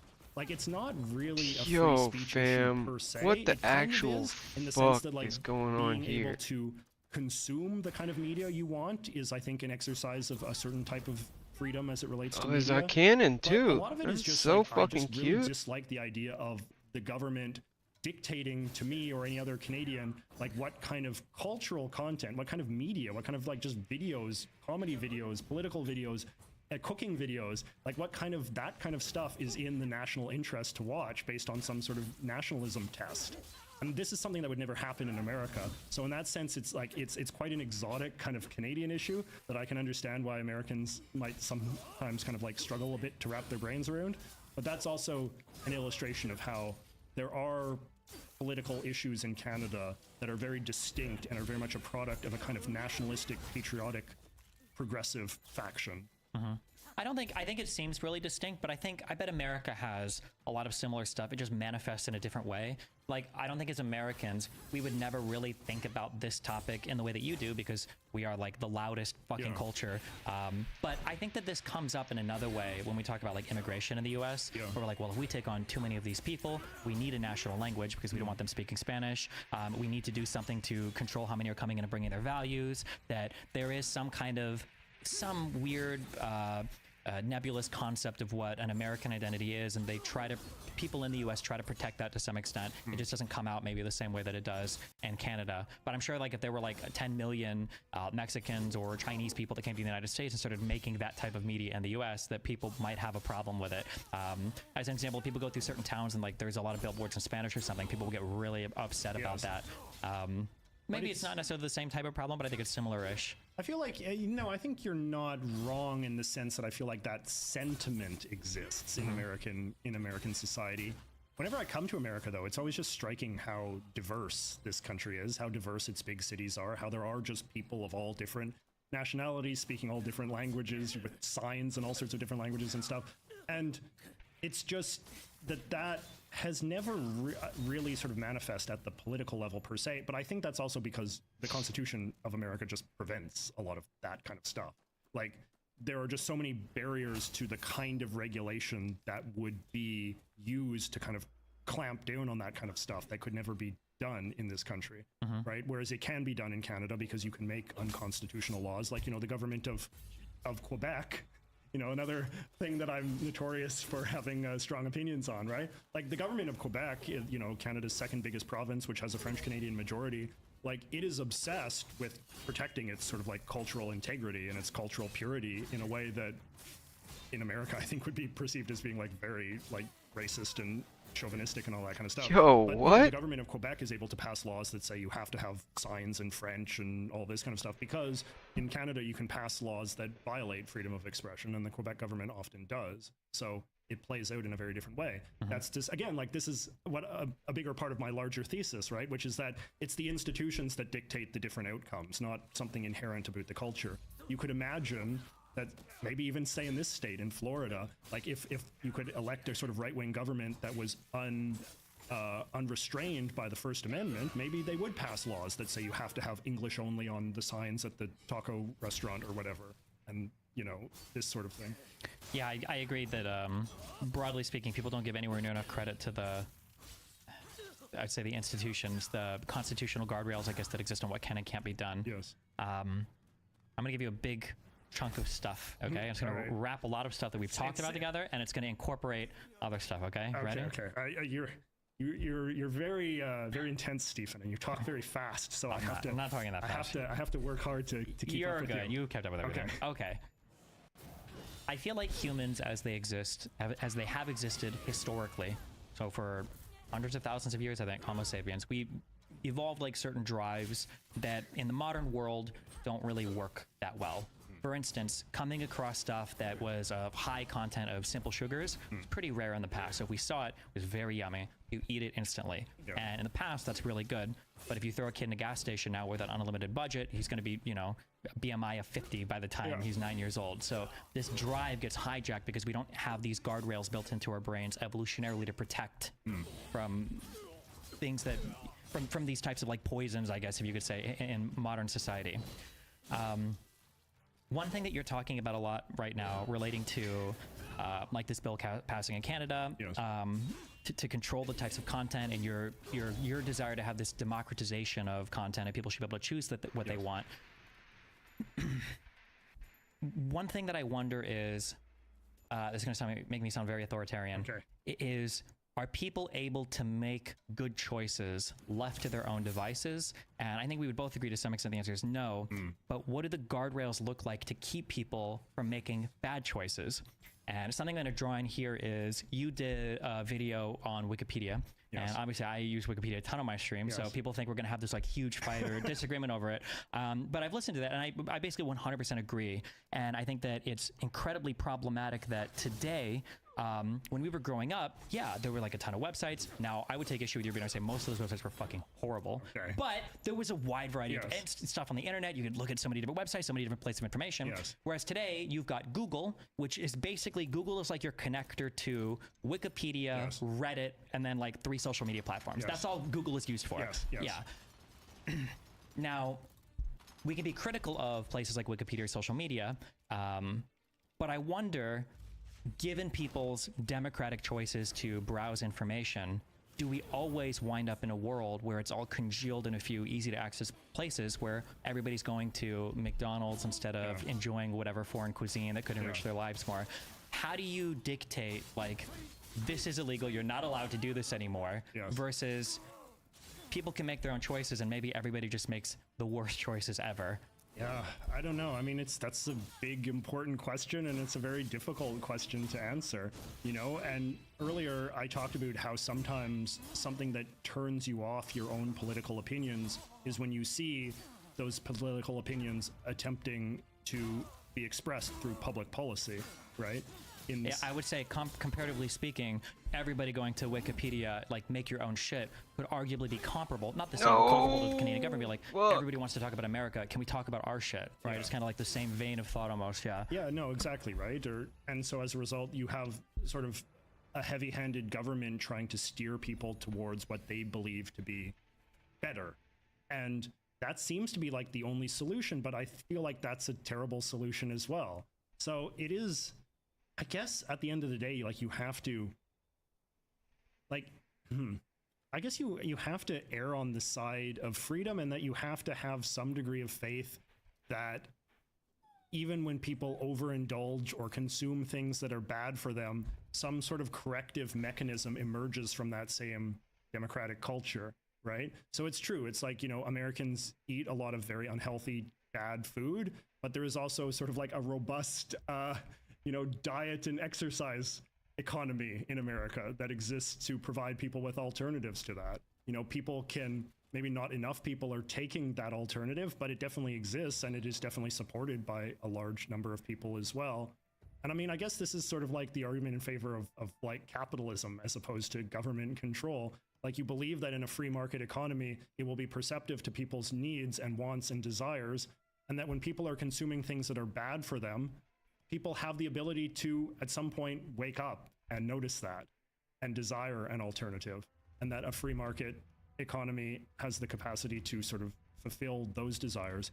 But again, like, the harder thing is that always just going to be like a small minority of people who realize their problematic consumption habits and crave an alternative, or will the majority always sort of just want whatever is quick and easy and most dopaminergic and most satisfying? And yeah, like with my Wikipedia argument, that was kind of like the case that I made. Like, I'm very aware that like I've lost that argument, right? Like, Wikipedia is not going away. It is still the dominant presence on the internet because, all things considered, most people would just like something that's quick and easy and seems to, satisfy their desires in the moment, and don't really want to do the extra work that it entails to come up with an alternative. But I guess the best defense you can say is that maybe the people that are trying to provide the alternative need to try harder. One of the things that I was going to say, that it took me a long time to learn this, it's very frustrating, is I think that people assume that if a thing is good, that's enough. Yeah, that yeah. if this particular thing is good, then it will prevail over everything else. Yeah. And for a long time politically, I feel like on the left, that was a feeling of our political beliefs, that like, well, clearly we're correct. It's just really hard to explain why, but you should like believe us because it's like way better than these guys who are crazy. Yes. And I feel like when you look at the left and you've got like the NPRs of the world, or the PBSs of the world, and then you look at the right and you've got like Alex Jones, you've got Bill O'Reilly, you've got like all these other people. The left's gotten better. We had Jon Stewart, now we've got like John Oliver, and kind of more entertaining people, but the right was so good at packaging and presenting their stuff. I feel like in a broader sense, academics, people in science, everybody needs to do better at presenting their stuff rather than assuming that it's just too complicated to understand or people just don't like it because of what it is. Yes. And instead say, well, you have a good idea, a good concept, but you actually need to do work marketing it, because it being good in and of itself isn't a reason for somebody to consume it. It's got to be like really accessible and everything too. Yes. And when I think of like Wikipedia and stuff, the nice thing about Wikipedia is that like, yeah, you can go to the website, type a thing in, and you have it instantly, as opposed to having to do like, man, especially now when I'm reading like papers and stuff, it's like, okay, is it on JustStore? Maybe not. I got to go to this like Russian site, this Sci-Hub, and I've got to see which like mirror is up right now so I can open it. And there's like all this bullshit. Even when pirating existed, when I was poor, I pirated because I can't afford anything. And then when I got wealthy, I still pirated for a long time because the pirating sites were so much better organized. If you were on Oink's Pink Palace a long time ago, or any of these other torrenting sites that popped up for like music and stuff, the organization, the tagging, the categories, the form, it was like a better experience. Even if it was pirated, like I would pay for this. I paid $60 a month to have this subscription. But the people on the legal side was like, well, our stuff is legal, so you should consume it. So fuck you. Yes. I wish people would recognize that, like, as much as earlier we were talking about how it's sad that these things have turned into purely anesthetic, the aesthetic value of something or the rhetorical presentation of something is equally as important, if not more so sometimes, than the concept itself, because without that connection, it's like activism without voting. It doesn't matter because nobody's going to actually engage with what you're doing because you haven't made it digestible or presentable to the average person. No, I agree. And this is what I mean when I sort of say, like, as much as it seems like a somewhat defeatist position, but I think that the case for trying harder is a useful one. That is a useful thing for people to hear and for people to be motivated by. An example that I would give, you know, I haven't eaten meat in quite a long time. I've been vegetarian for over a decade. And I remember there was a time when like a veggie burger was like the shittiest burger you could ever have. Like it was like some crumbly patty made of quinoa and like corn nuggets or something. And it was disgusting. And people were not irrational for not wanting to eat that and to say, I don't want to be a vegetarian because this is the kind of shit I'll have to eat. But now, you know, you've got Beyond Meat and these Impossible patties and all this kind of like cool dynamic stuff that's being created by the alternative to meat scene and the vegetarian industrial complex and whatever, and it's good. Like it's so much more delicious to eat. It tastes much more like the meat. It doesn't make you feel like you're missing as much, and it's all marketing. Like it's all just based on it's like being receptive to why people do not like the alternative. And again, like not just posturing righteously that you should like this because it's better for you. I think that actually, and I could even bring this to the Canadian thing, right? So it's like lots of Canadian media has been very successful. There are lots of Canadian television shows, Canadian musicians, and all sorts of stuff that's been enormously popular, not just in Canada, but around the world.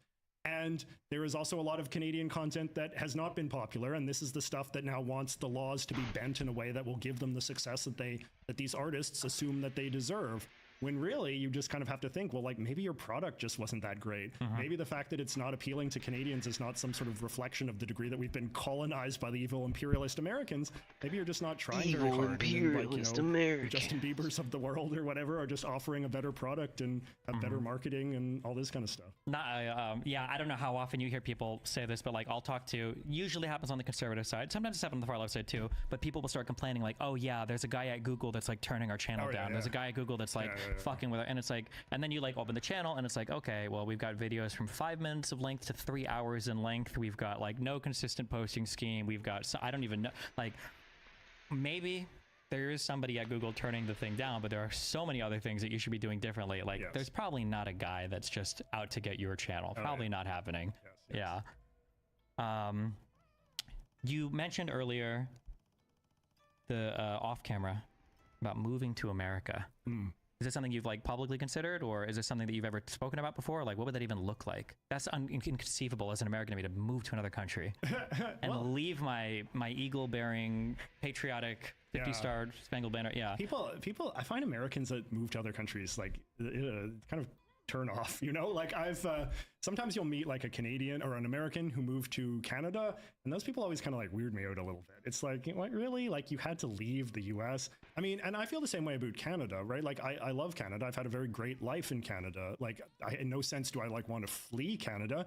I would like the experience of living in America. I think that would be very valuable for me as someone who cares very deeply about these two countries and a desire to bring them closer together. I think I'm very jealous of Canadians who have even lived in America for a few years and had just that experience of sort of like deepening their understanding and appreciation. The problem with this continent is that we don't have easy migration, which just makes no sense at all to me. Like if I was ever prime minister, that would be like priority number one, is creating some sort of like free movement of goods and people across the 49th parallel. It is insane to me that France and Germany, two countries that have like twice fought horrible wars against each other in the 20th century, have an easier time like moving between each other than we, Canada and America, like the two most peaceful, similar allied nations in the entire world have. And so anyway, this is just a long way of saying that as much as I might like to have the experience of living in America for an extended period of time, it's just very difficult to do legally, right? Like I would have to apply for a celebrity visa, which I've looked into. That's probably the kind of visa I am most likely to get because I'm famous enough to at least make the case that I could qualify. But it's like, it's a very complex ordeal. You know, you have to get a bunch of letters of endorsement. You know, you have to like provide a very detailed itinerary of everything you're going to do for like the next 3 years or however long you want your visa to last. It's complex, and I've looked into it. It is complicated and intimidating, and I'm somebody that doesn't have a great mind for these complex bureaucratic processes and stuff, and I worry about getting rejected. I worry that my case for myself isn't strong enough. I'm just curious. You've never heard of a guy online called Moist Critical, have you?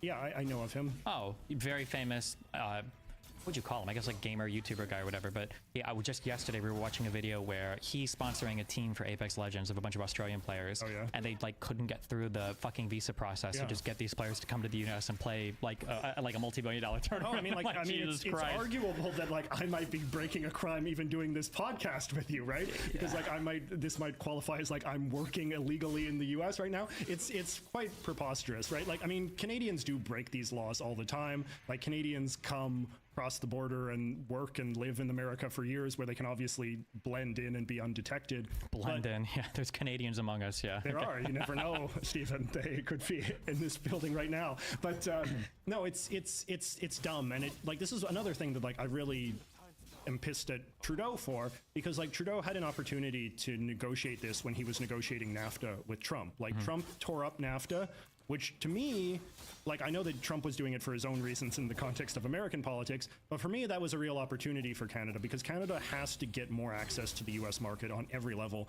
both in terms of like a greater ability to sell our goods across the border and an ability for Canadians to live and work in the US, because we know that that has always been a huge source of prosperity for Canada, right? Like, Canadians contribute. Canadians are great people. We're very intelligent. We have a lot to give. The fact is that a lot of the big centers of economic dynamism are in the US. You know, there is no Silicon Valley in Canada, and there never will be. And it's a fool's errand to try to invent one. You know, there's no Hollywood in Canada. There never will be. You know, there's no Wall Street. Having access, though, is nice even for your own country. It's funny because the example that you gave earlier, I don't know if you did this intentionally or not, when you mentioned Justin Bieber, Canadian, right? Yeah. No, exactly, right? So, like, we both mutually benefit from having a free movement of people and goods.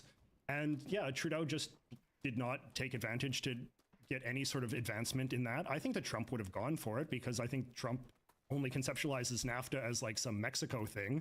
I mean, this is another sort of like somewhat idiosyncratic opinion I have, which is I think that like NAFTA has been bad for Canada in the sense just in that it ties our economic interests to Mexico's relationship with the US.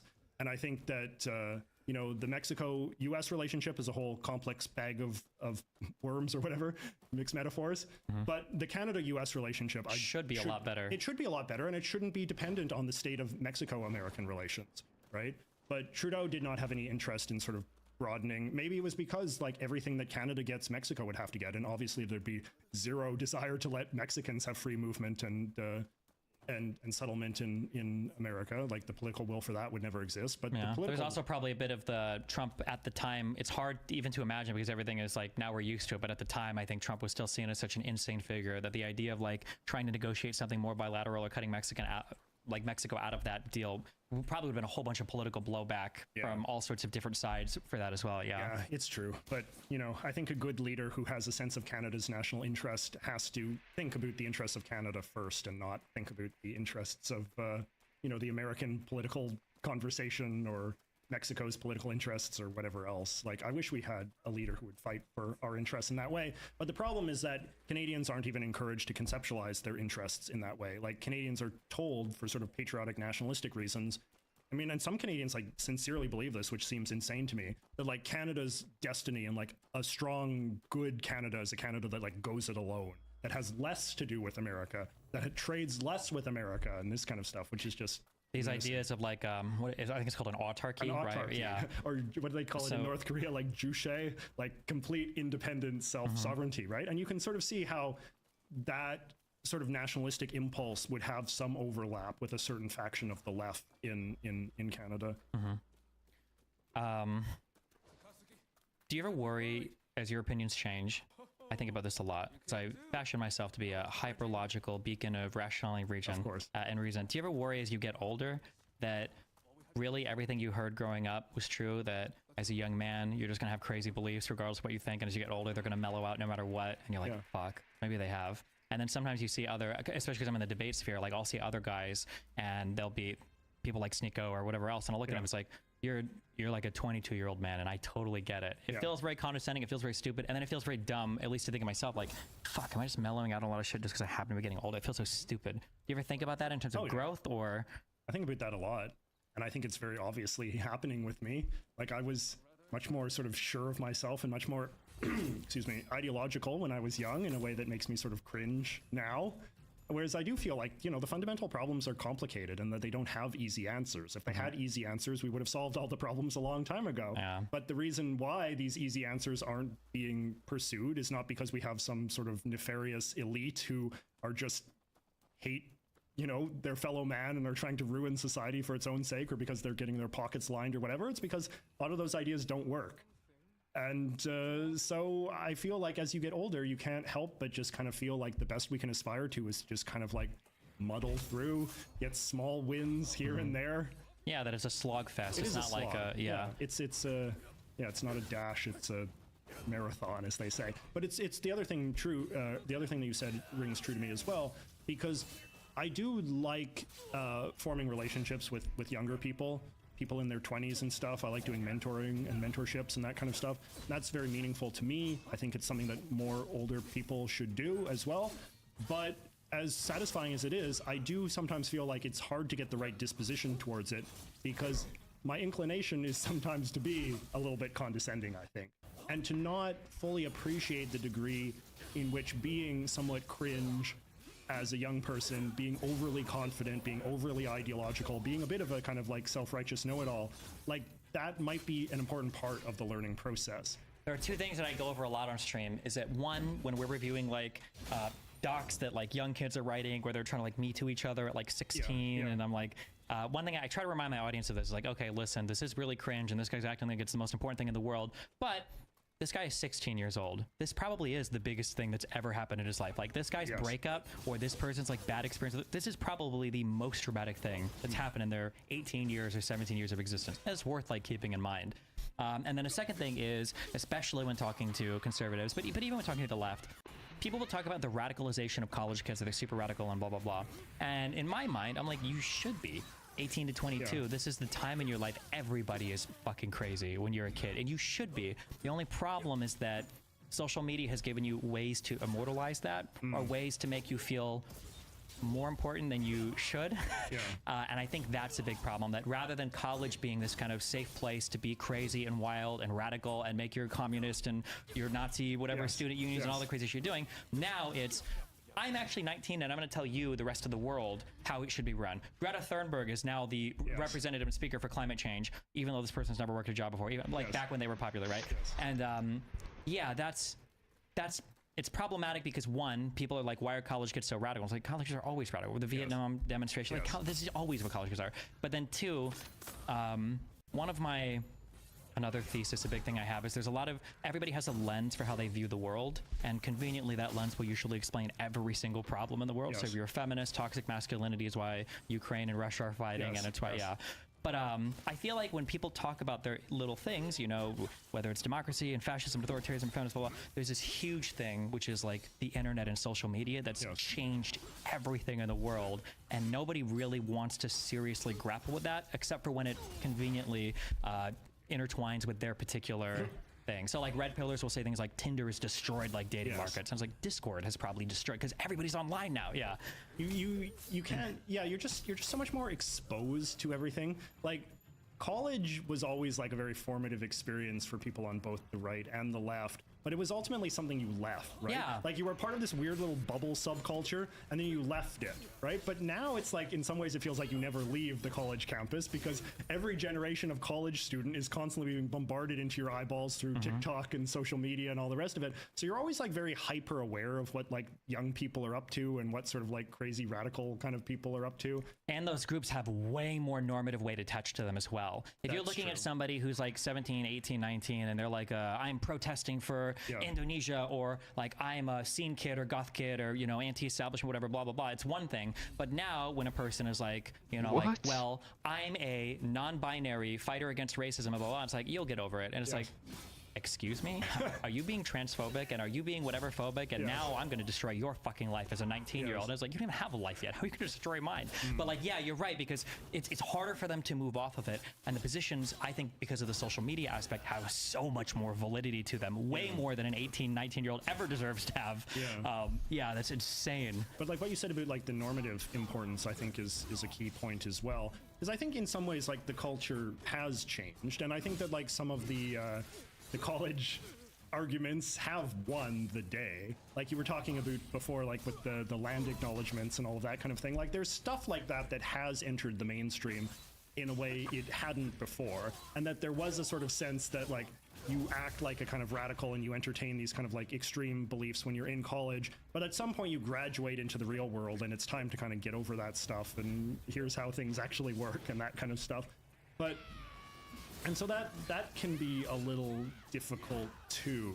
Like I don't go sort of to the far right and where like, oh, the woke mob has run everything and, you know, this kind of stuff.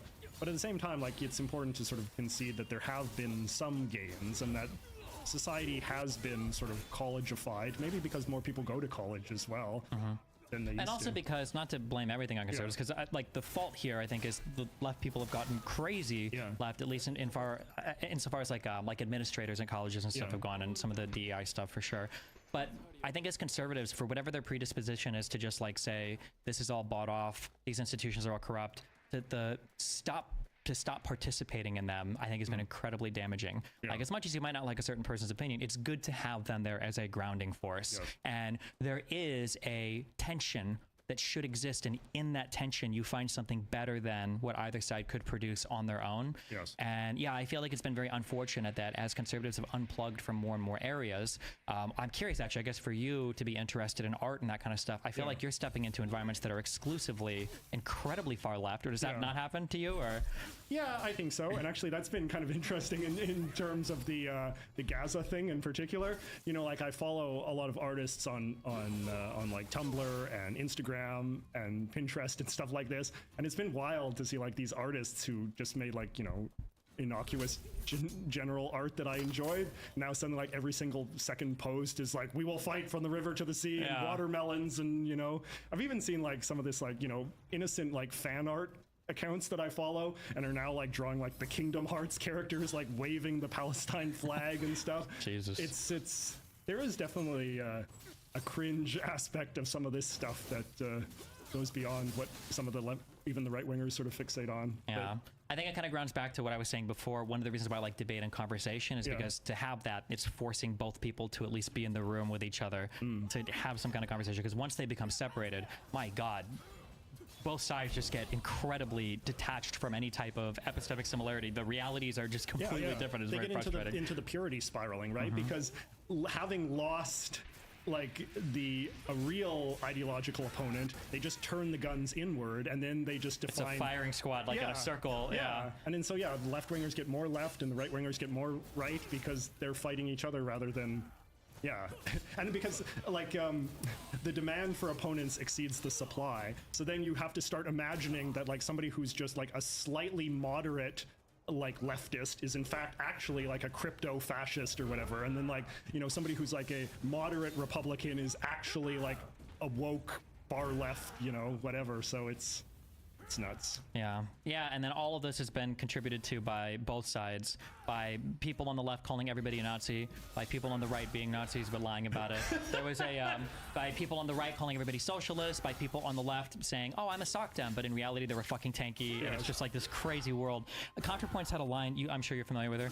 Yes. In one of her videos that I vibed with super hard, I thought was really funny, where she saw an advertisement on Twitter and it was something along the lines of like, we need to take care of our future, and it was just like a white mother holding a white child, and her mind immediately went to Nazi propaganda. And she was like, and she looked at it and said, what, it's not anything like that at all, but like her mind was so predisposed to seeing that because of like people accusing everybody of doing things and people hiding about what they actually have, and like and then we talked about earlier, I think this was off camera, but it was like I like to consider myself like relatively nonpartisan, relatively like reasonable, but like the biggest red flag to me is anytime you see a channel that's like, you know, Veritas, logic, reason, centrist. These are always the most partisan, hacky, fucking. Yes. You know, it's such a trigger. Yeah, when somebody, because I feel like the same way. Like I feel like these days I like to sort of say that like, you know, my beliefs are kind of a mix and it's hard to put a label on me or whatever. But that's such a horrible triggering phrase as well. Yeah. No, it's.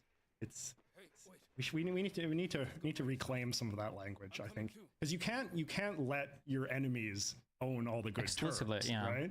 And this is like something that conservatives used to argue in their more sort of intellectual days, where they would always sort of say like, we should claim the title of liberal. We shouldn't let the lefties have liberal, and because liberalism is a when you actually look at it, it's a proud tradition that encompasses much of what we believe. But that perhaps is asking too much these days for people to make those kind of arguments. Yeah. Do you what do you feel about MAID? MAID? We talk about that a lot down here. Oh, I'm sure you do. I mean, again, this is another classic example of Canada existing in the American consciousness mostly as like a metaphor or a calibration point. I mean, and I do think that Canada's MAID policies are a calibration point. Like, from what I understand, we do have one of the most extreme regimes as far as medical assisted death Suicide goes. The difficult thing, and like, I'm not a big supporter of the regime that we have in Canada for the reasons that I'm sure you're well versed in. But the difficult thing is that in Canada, our Supreme Court has ruled that this is basically a constitutional right. And so it is difficult to come up with a MAID policy that is constitutional. And that's why sort of the Trudeau government has been sort of trying to, they've now actually, because basically the big fear in Canada now is that everybody could just get medically assisted dying for any minor mental health issue, right? And the Trudeau government has asked for an indefinite extension on that, or is asking for an indefinite, or not asking, but I should say, is going to take like an indefinite period of time to come up with legislation to do that, because they're so worried for the obvious reasons that this would be overused and too easily taken advantage of. But that delay unto itself is probably unconstitutional, because the only reason why they're being forced to entertain the creation of a mental health process at all is because the idea that excluding mentally ill people from employing this would be unconstitutional. Because if you're saying that there is a constitutional right to end your life on your own terms, which is what the Supreme Court of Canada has ruled. That's wild. Yeah, well, I mean, and it's crazy too. I mean, it's even more insane because the Canadian Constitution says that every Canadian has a right to life. Like, that is the language that they uses. And the Supreme Court has said that a right to life is meaningless unless you also have a right to control the circumstance in which your life ends. Right? To control I think the exact language they use is like the passage into death is like bound up in the right to life, to control the passage into death. And so once you have that as a constitutional right, it is hard to come up with a regime that is not discriminatory. Like, if you say, well, okay, you can, because this is what happened, right? It's like initially the legislation that was passed in the aftermath of the Supreme Court ruling says that, okay, you have to have a terminal illness, you have to get like a bunch of doctors to sign off on it, they have to say there's no reasonable expectation of recovery, blah, blah, blah, blah, blah. But then in subsequent litigation, people that want to commit medically assisted dying have said, like, what right does the government have to infringe on our rights, So, and that makes the conversation just very different than the conversation in America, because there has been no right to death. That right? Philosophical argument, I would have to read what I guess your court said particular. I feel like that's very unconvincing. That's insane. That, well, if you have a right to life, you should be able to kill yourself anytime you want as well. You should. That would be a fun Destiny live stream, I'm sure, reading the Supreme Court ruling. I think that our Supreme Court is not that great, if I'm going to be honest. I think that there's another difference, right? It's like, excuse me, the American Supreme Court, you can love them or hate them, but I think that they are very high caliber individuals that sit on that court. Even somebody like Amy Coney Barrett, who's like seen as like this wild-eyed lunatic, like, I think that she, is very credentialed, very experienced, probably a very good writer, persuasive arguer, and all that kind of stuff. Whereas the Canadian Supreme Court is just not. Like, their arguments are a lot weaker. They often do arguments that contradict other arguments. And because the Canadian Supreme Court isn't sort of ideological in the way that the American Supreme Court is, like, in Canada, this is another sort of problem with like sort of the phony consensus. The Canadian Supreme Court tends to always rule unanimously on everything because it's seen as important for all the judges to get along. And I think that when it's seen as important for all the judges to get along? Yes. Okay. That sounds incredibly fucking horrible, but okay. Yeah, and I know. Because then, I mean, the argument that I've made is like, if that's the ruling mindset, then why bother having 9 judges at all? Why not just have 2 or 1? Yeah. Right? Like, if consensus is the only thing that matters, there's no point of having multiple judges. But anyway, I think part of the way that this consensus manifests is that a lot of times you do kind of get rulings that read like that they were designed to appease a bunch of disparate opinions. So, but no, it's, do you believe that, no, I guess you don't accept that there is a right to die. I feel like you can get that from some areas, or like, I would have to work on building the philosophical foundation for this, but like, I can clearly accept that there are cases where I think it is that there are no arguments on the other side against it, or very few, where if you are dealing with some sort of chronic pain that's reached a certain threshold, that has no end in sight, Yes. I think it's totally fair that this person should have the ability to exit their life. Yeah. So like the obvious cases are some sort of like on life support or on some sort of treatment. You know, you can live with a cancer for maybe 8 to 12 more months, but it's going to be like on chemo the whole time. It's going to be painful. Yes. You're probably not going to live. I could totally think in those circumstances, the idea of saying a person can't kill themselves is insane. But absent those conditions, I think there's an argument for, but at this stage of my life, I'm a little bit against that, the total democratization of everything. Yes. I think there's an argument for more friction in life in general for things, and suicide, I think, should be a high friction event. Yeah. To where if you were to give everybody, you know, let's say everybody has the right to death, and somebody tomorrow invents a technology where it's like, okay, well, here's a button on your Yes. computer, and if you push it, you can just kill yourself painlessly, and you know everything. You know, fuck, at the end of sports games, we might lose a fifth of our population. Like, I don't know if it's good for everybody to have that choice, like, Yeah. because humans do take a sort of path of least resistance, whether Yeah. it's researching topics on Wikipedia or a Yes, book. yes. Yeah, whether it's choosing to kill yourself or figuring something out. Like, if you make that process too easy, there's a concern there. And yeah, obviously, I'm sure of this without doing any research at all. I hope it's the case that in Canada, the majority of your made things have to do with people with, like, at the end of their life, chronic illness, stuff like that. But obviously, the sensational stories are like the 24-year-old attractive young woman decides that she wants to kill herself because she's had depression for 6 years. Yeah. Oof, that's like a really rough one. Yeah.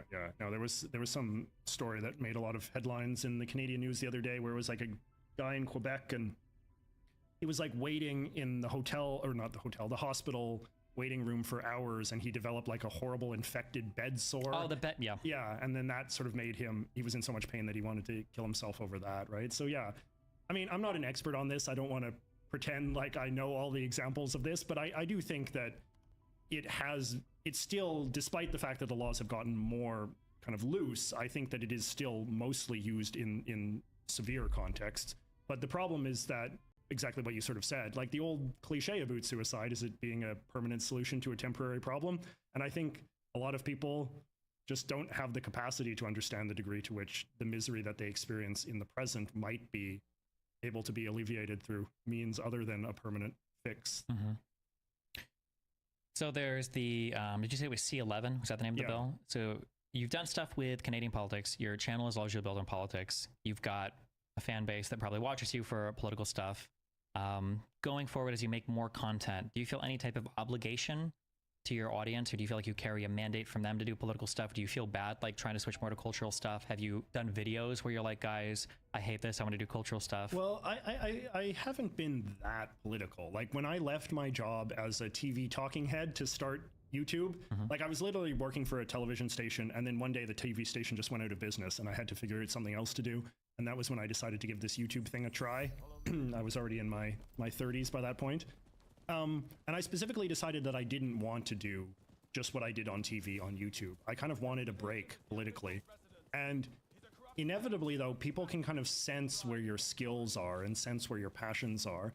And when I would sort of do like lightly political stuff, it would really resonate with my audience, and they'd be like, more political stuff, do more political stuff. Every time that there'd be an election or like some sort of big Canadian news story, people would turn to me and expecting me to explain it to them and give me offer my hot take on it. And that was it's like a kind of mixed blessing, because I like having a reputation as a guy that can speak openly and honestly about Canadian politics in a way that I think a lot of people cannot, because they're too partisan or polarized or whatever. But on the other hand, like, a lot of this stuff is upsetting and is not fun, and I don't enjoy doing it, and it contributes to a kind of toxic culture. And there's a lot of other topics that I think are as important, if not more important, to teach, the cultural literacy kind of stuff that people aren't doing, whereas there's so many people doing the political stuff. And then there's the other problem, though, is that you know, all of that being said, like, the audience wants what it wants. You know, I can make videos that are important to me and that I think are important, but they don't get watched by as many people. And then there becomes like a market incentive. And I think that that is such an underrated aspect of the political commentary world that we all inhabit is the degree that market incentives drive people's behavior. Audience capture, I talk about it a lot. Oh, yeah, It's yeah. very frustrating when someone will say things like, I don't trust the mainstream media because the big corporations pay for their, they Yes. sign their paychecks. And it's like, okay, well, what if your favorite alternative media guy tomorrow says, you know what, I read the research and actually the CIA is a pretty good organization, yes. or I actually do trust the FDA. Like, where do you think their bread is buttered? No, exactly. Yeah, I it's was frustrating. watching some.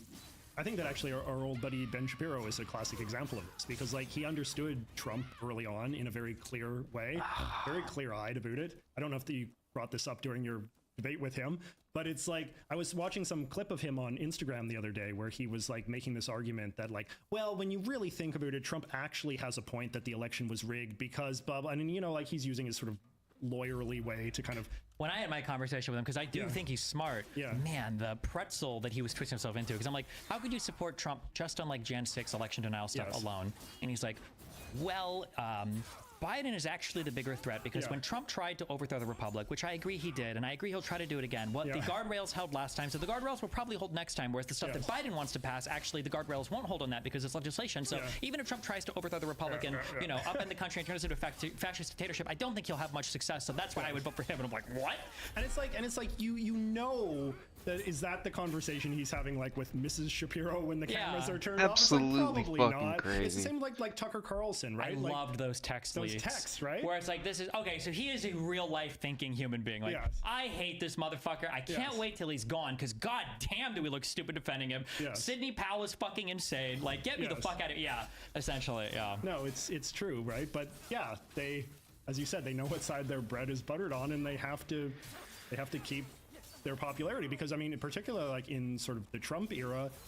And again, like to give another shout out to my bulwark buddies, right? Like a lot of those people, they not only like turned off of Trump when he rose, these never Trump Republicans, they also were like driven out. Like if they had jobs in media or elsewhere, like they saw that their numbers just tanked the more they criticized Trump. And so they start to realize, I just don't have a opportunity here.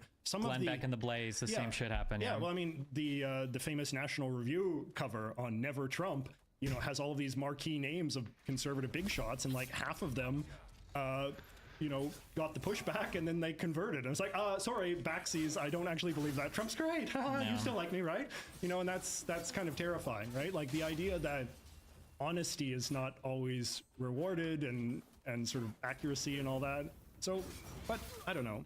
I feel like I get a bit more of a pass of that just because like I'm talking about Canadian things, and most people, even other Canadians, don't really have strong opinions on Canadian politics or aren't fluent enough to kind of like understand it. So when I talk passionately about Canadian things, or when I express a Canadian opinion on something, it kind of reads different. It reads as almost like it's existing in a kind of like apolitical space, like I'm just kind of like analyzing an issue.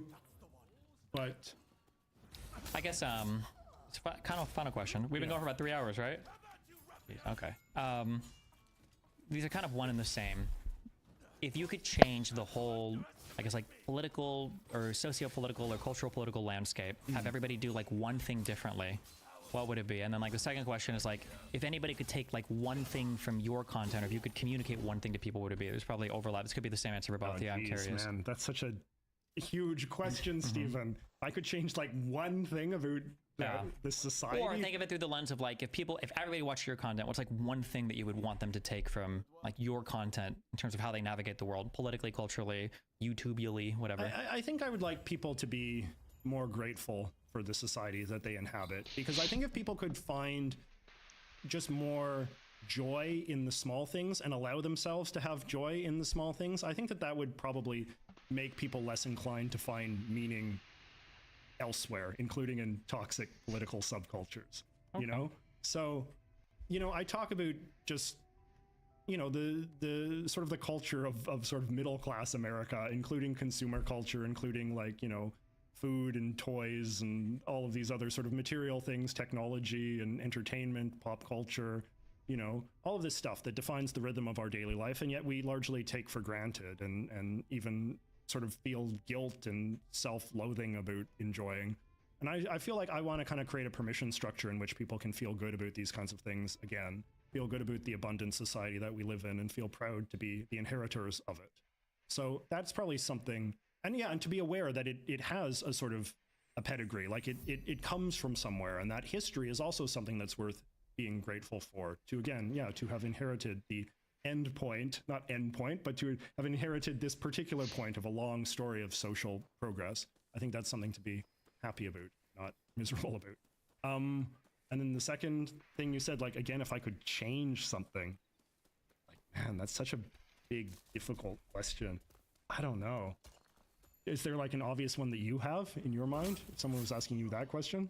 No, I would link it to the first thing. I think my answer would be pretty similar for both. Yeah. For you, I imagine if you could change something, it would just be for people to be a little bit more grateful or aware of like what's going well around them, instead of every news article is like, yeah, this sucks, this is horrible, it's never been as bad as it has been before, blah blah blah. And it's like, I mean, I'd really like to get rid of conspiracy theories somehow. Sure. Like, I just feel like conspiracy theories are really at the root cause of a lot of bad developments in politics and a lot of bad trends in politics. I feel like it's kind of like underrated the degree to which like the mainstreaming of conspiracy theories has just been such, like, we used to have like such strong antibodies in the democratic culture to fight against conspiracy theories. And in some ways, like, that's the worst thing that I think Trump has done, is that, through Trump's rise, now suddenly somebody like Alex Jones is just like a mainstream Republican commentator, right? When I'm like old enough to remember when Alex Jones was like on the fringe of the fringe, and like he was somebody that everybody laughed at because he was just such a goofy, preposterous character. But now he's like that represents just like a mainstream faction of the American right. And I think that if there didn't exist this like pre-existing body of rich kind of conspiratorial stuff, like there's like a conspiracy theory canon of like certain villains and narratives and storylines. So I feel like if we could just somehow like expunge all of that from the body politic, like if we could go back in time and ensure that there never were any conspiracy theories about the moon landing or the lizard people or the JFK assassination or whatever, we'd probably be better off. But I kind of wonder if you talk about that, but I wonder if your first condition were met, if it would curb a lot of that. That if people were a little bit more aware of what's working around them and were a little bit more aware of things they should be grateful for, if that would kind of curb a lot of the conspiratorial stuff. Yeah, I think that's a fair point, right? Like if people had a sense that like American institutions are pretty good, generally all work things decently well, yeah. Then you would be less receptive to the idea that they're actually the font of evil and they're run by the Rothschild Foundation to enslave humanity or whatever. Yeah, it was very frustrating. Like there's so many things, not to open a whole other topic, but yeah, like people talk about like pharmaceuticals as being these horrible evil companies that do all these horrible evil things. But like HIV is like almost basically at parity with ordinary living conditions. So there are drugs now where if you have HIV, like you're doing better than a person with diabetes, like easily. Or that like now, for the first time in like forever, like I think 5 years ago, I think you could say that there didn't exist a single drug that was being trialed or anything that could ever help with Alzheimer's disease. And now we've got drugs that are in trial that are showing unbelievable promise. And these are the diseases that the pharmaceutical companies were never supposed to touch because they just want to keep you sick forever so that they can So it's depressing to think that like you imagine the press release of these kind of new miracle drugs being developed. You think of these press releases being posted on Instagram or Twitter, and you can just like imagine what the replies will be. And that is just depressing. The idea that people will not allow themselves to be happy or appreciative of enormous positive developments for mankind. The way that I phrase this is that like nothing can ever happen anymore ever. Nothing happens. Nothing is whatever it seems. If there's wildfires in Hawaii, it's Jewish space lasers. If anything happens anywhere, one of the biggest fucking fears that I have, and it's totally possible, actuarially speaking, that like Trump could die from a variety of things. If Trump died of anything, it would be like the end of the fucking republic. If he had a heart attack tomorrow or some shit, it'd be over, bro. Let me tell you, Stephen, I once was sort of talking this out with one of my friends, and we were like trying to like imagine a scenario in which Trump dies and it doesn't create a horrible conspiracy theory. And the best one we could come up with is like, okay, Trump is touring a factory and somebody's saying like, Mr. President, don't grab that box. And they like tell him repeatedly, don't touch that box. And then Trump does it and all the boxes fall on him and crush him. You would have to have like that level of like unambiguous, like documentary evidence, and even then people would say it was a deep fake. It would be impossible. That wasn't really Trump. They killed him a few days earlier. This wasn't the actual guy. It would be impossible. It's impossible. Like it's not even on some level like worth thinking about. But I mean, Taylor Swift can't even kiss her boyfriend without it being the source of Jesus Christ. Yeah. Oh my God. Did you ever see the theories online for a long time that she was secretly a Nazi posting on 4chan? Yeah, I'm sort of vaguely aware that was a thing, but I'm happy to say I didn't dive too deep into it. Oh, Jesus. Well, hey, listen, it's been 3 hours. Oh, wow. I super appreciate you joining us. Do you want to give a shout out to your channel? Where can people find you? What do they want to... Yeah, sure. Thanks. It was a great conversation, Stephen. I had a lot of fun. Yeah. If people want to look me up, JJ McCullough on YouTube. McCullough is hard to spell, but if you just do JJ Canada, you'll find me pretty easily. Cool. Well, thanks a lot for joining us. I really appreciate it. And yeah. I know that we live stream all this. Do we record any of this? Okay. Well, because I didn't do the ad read during the episode. I also didn't introduce you at all. So I could shoot. We could like what? I think you did, because I remember you saying my last name. I said this is JJ McCullough. Oh. I might have said like he does YouTube or I whatever. think you did, yeah. Okay, fine. Good enough. No, I mean, okay. if you want to do a better introduction, that's fine. Well, or let me just do ad read and then. Okay. Yeah, and then August could stick it in somewhere, wherever he thinks is appropriate, okay? Okay. Start rolling and everything, right? You're good? Okay, I'm doing this now because I forgot to do it in the middle of the episode because the conversation was so much fun. But we are now sponsored by Ground News. You go to check.ground.news/Bridges Podcast. I'm not going to spell that for you. You should be able to spell it. Then you have a promo code for accessing Ground News. It's a website that gives you kind of this collection of a whole bunch of different media sources, and then it allows you to go through all of the media sources to see how they report on stories, to check for biases on whatever publication, or to just see how different people talk about things. Kylie uses it for collecting a bunch of news and clips and everything for our show, and I will begin using it because I've been trying to find a place where I can look at a news aggregator that's more than just my subreddit.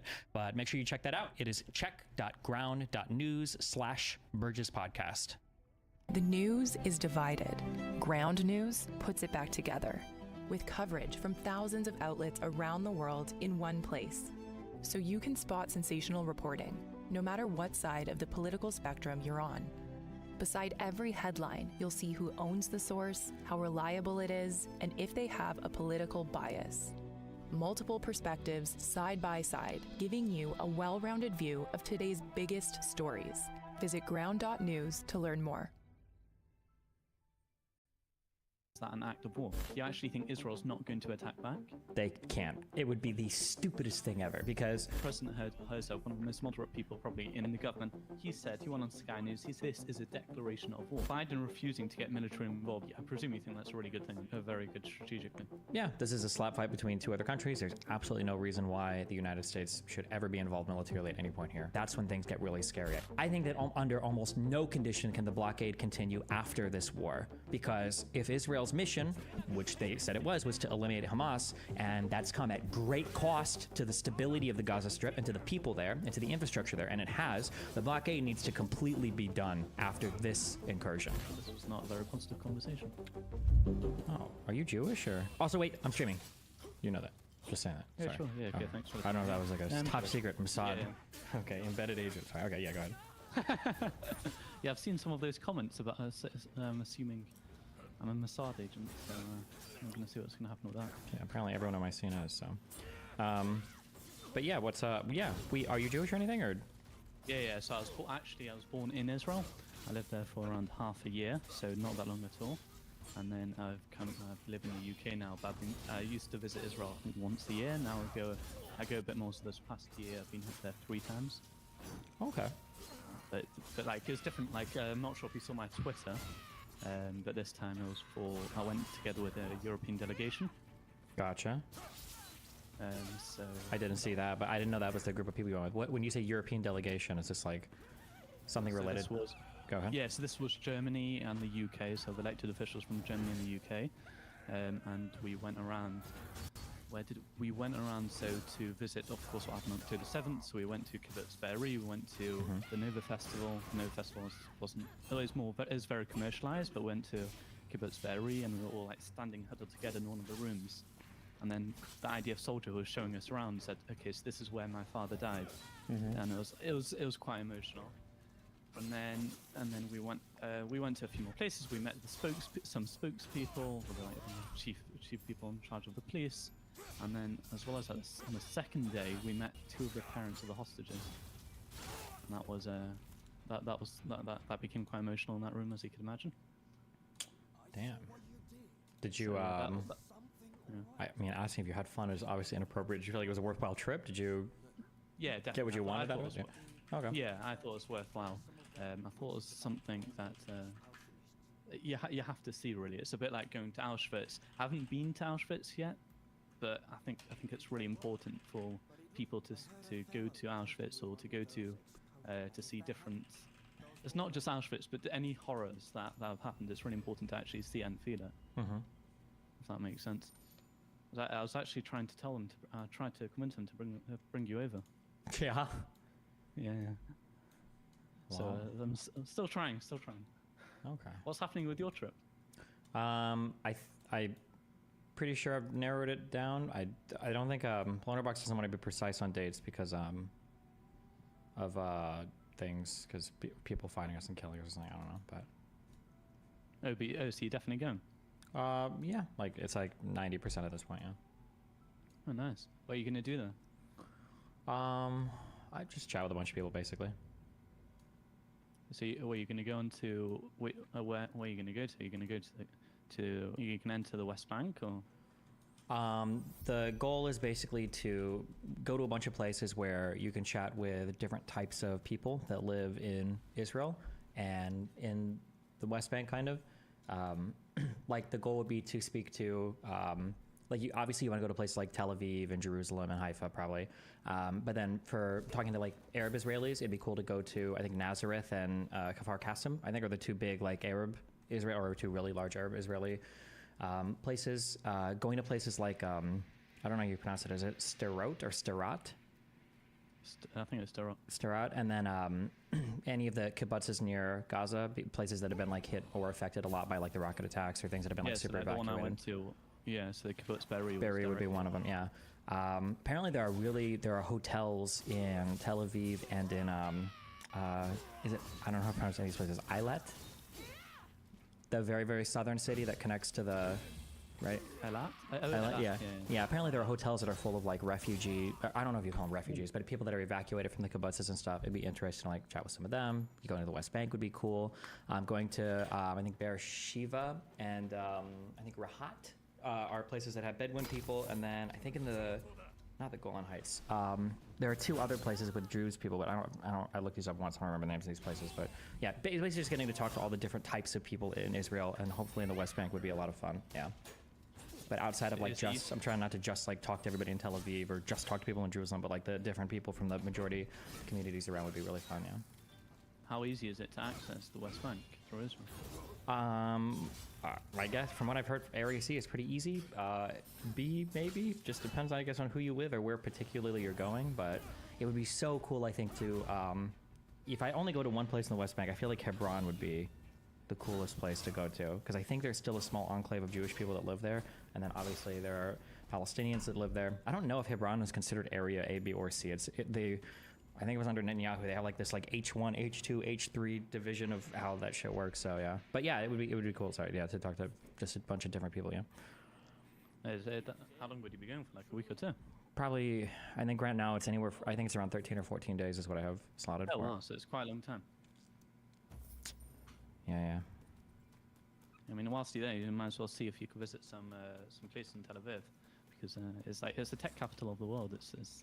The tech capital of the world? Yeah, is that what you people call it? Do you not think so? Wouldn't that be like San Francisco? No, I think, what's it called? I think 10% of the world's tech unicorns come from Israel. Huh. And in there, and one in every 150 people actually have a startup in Tel Aviv. It's got a crazy culture there. Okay, take your word for it. I'll check it out. Yeah, it was quite interesting. So we went with the delegation. We met like one founder of one of the biggest tech companies in Israel, and another one like someone in the C-suite from a different company. But it's really interesting to see how they managed to do that.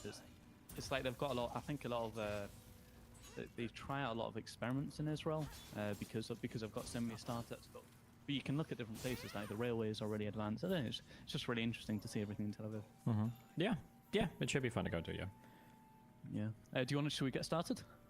Yeah, I don't know 100% what we're doing, but yeah, go for it. Okay. I mean, it's more reacting to Iran, and yeah, I guess we'll see how much there is to talk about. Seems things have calmed down somewhat. Okay, so I'll get started now. Last night, Iran attacked Israel with over 300 missiles and drones. Israel, together with their allies, managed to shoot down the vast majority of them. I think over 99% of them were shot down. But now all eyes are on Israel as they decide what to Gimme do next in. and how they're going to retaliate. Today I'm speaking to political commentator and live streamer Destiny to discuss this. Welcome, Destiny. Hey, what's up?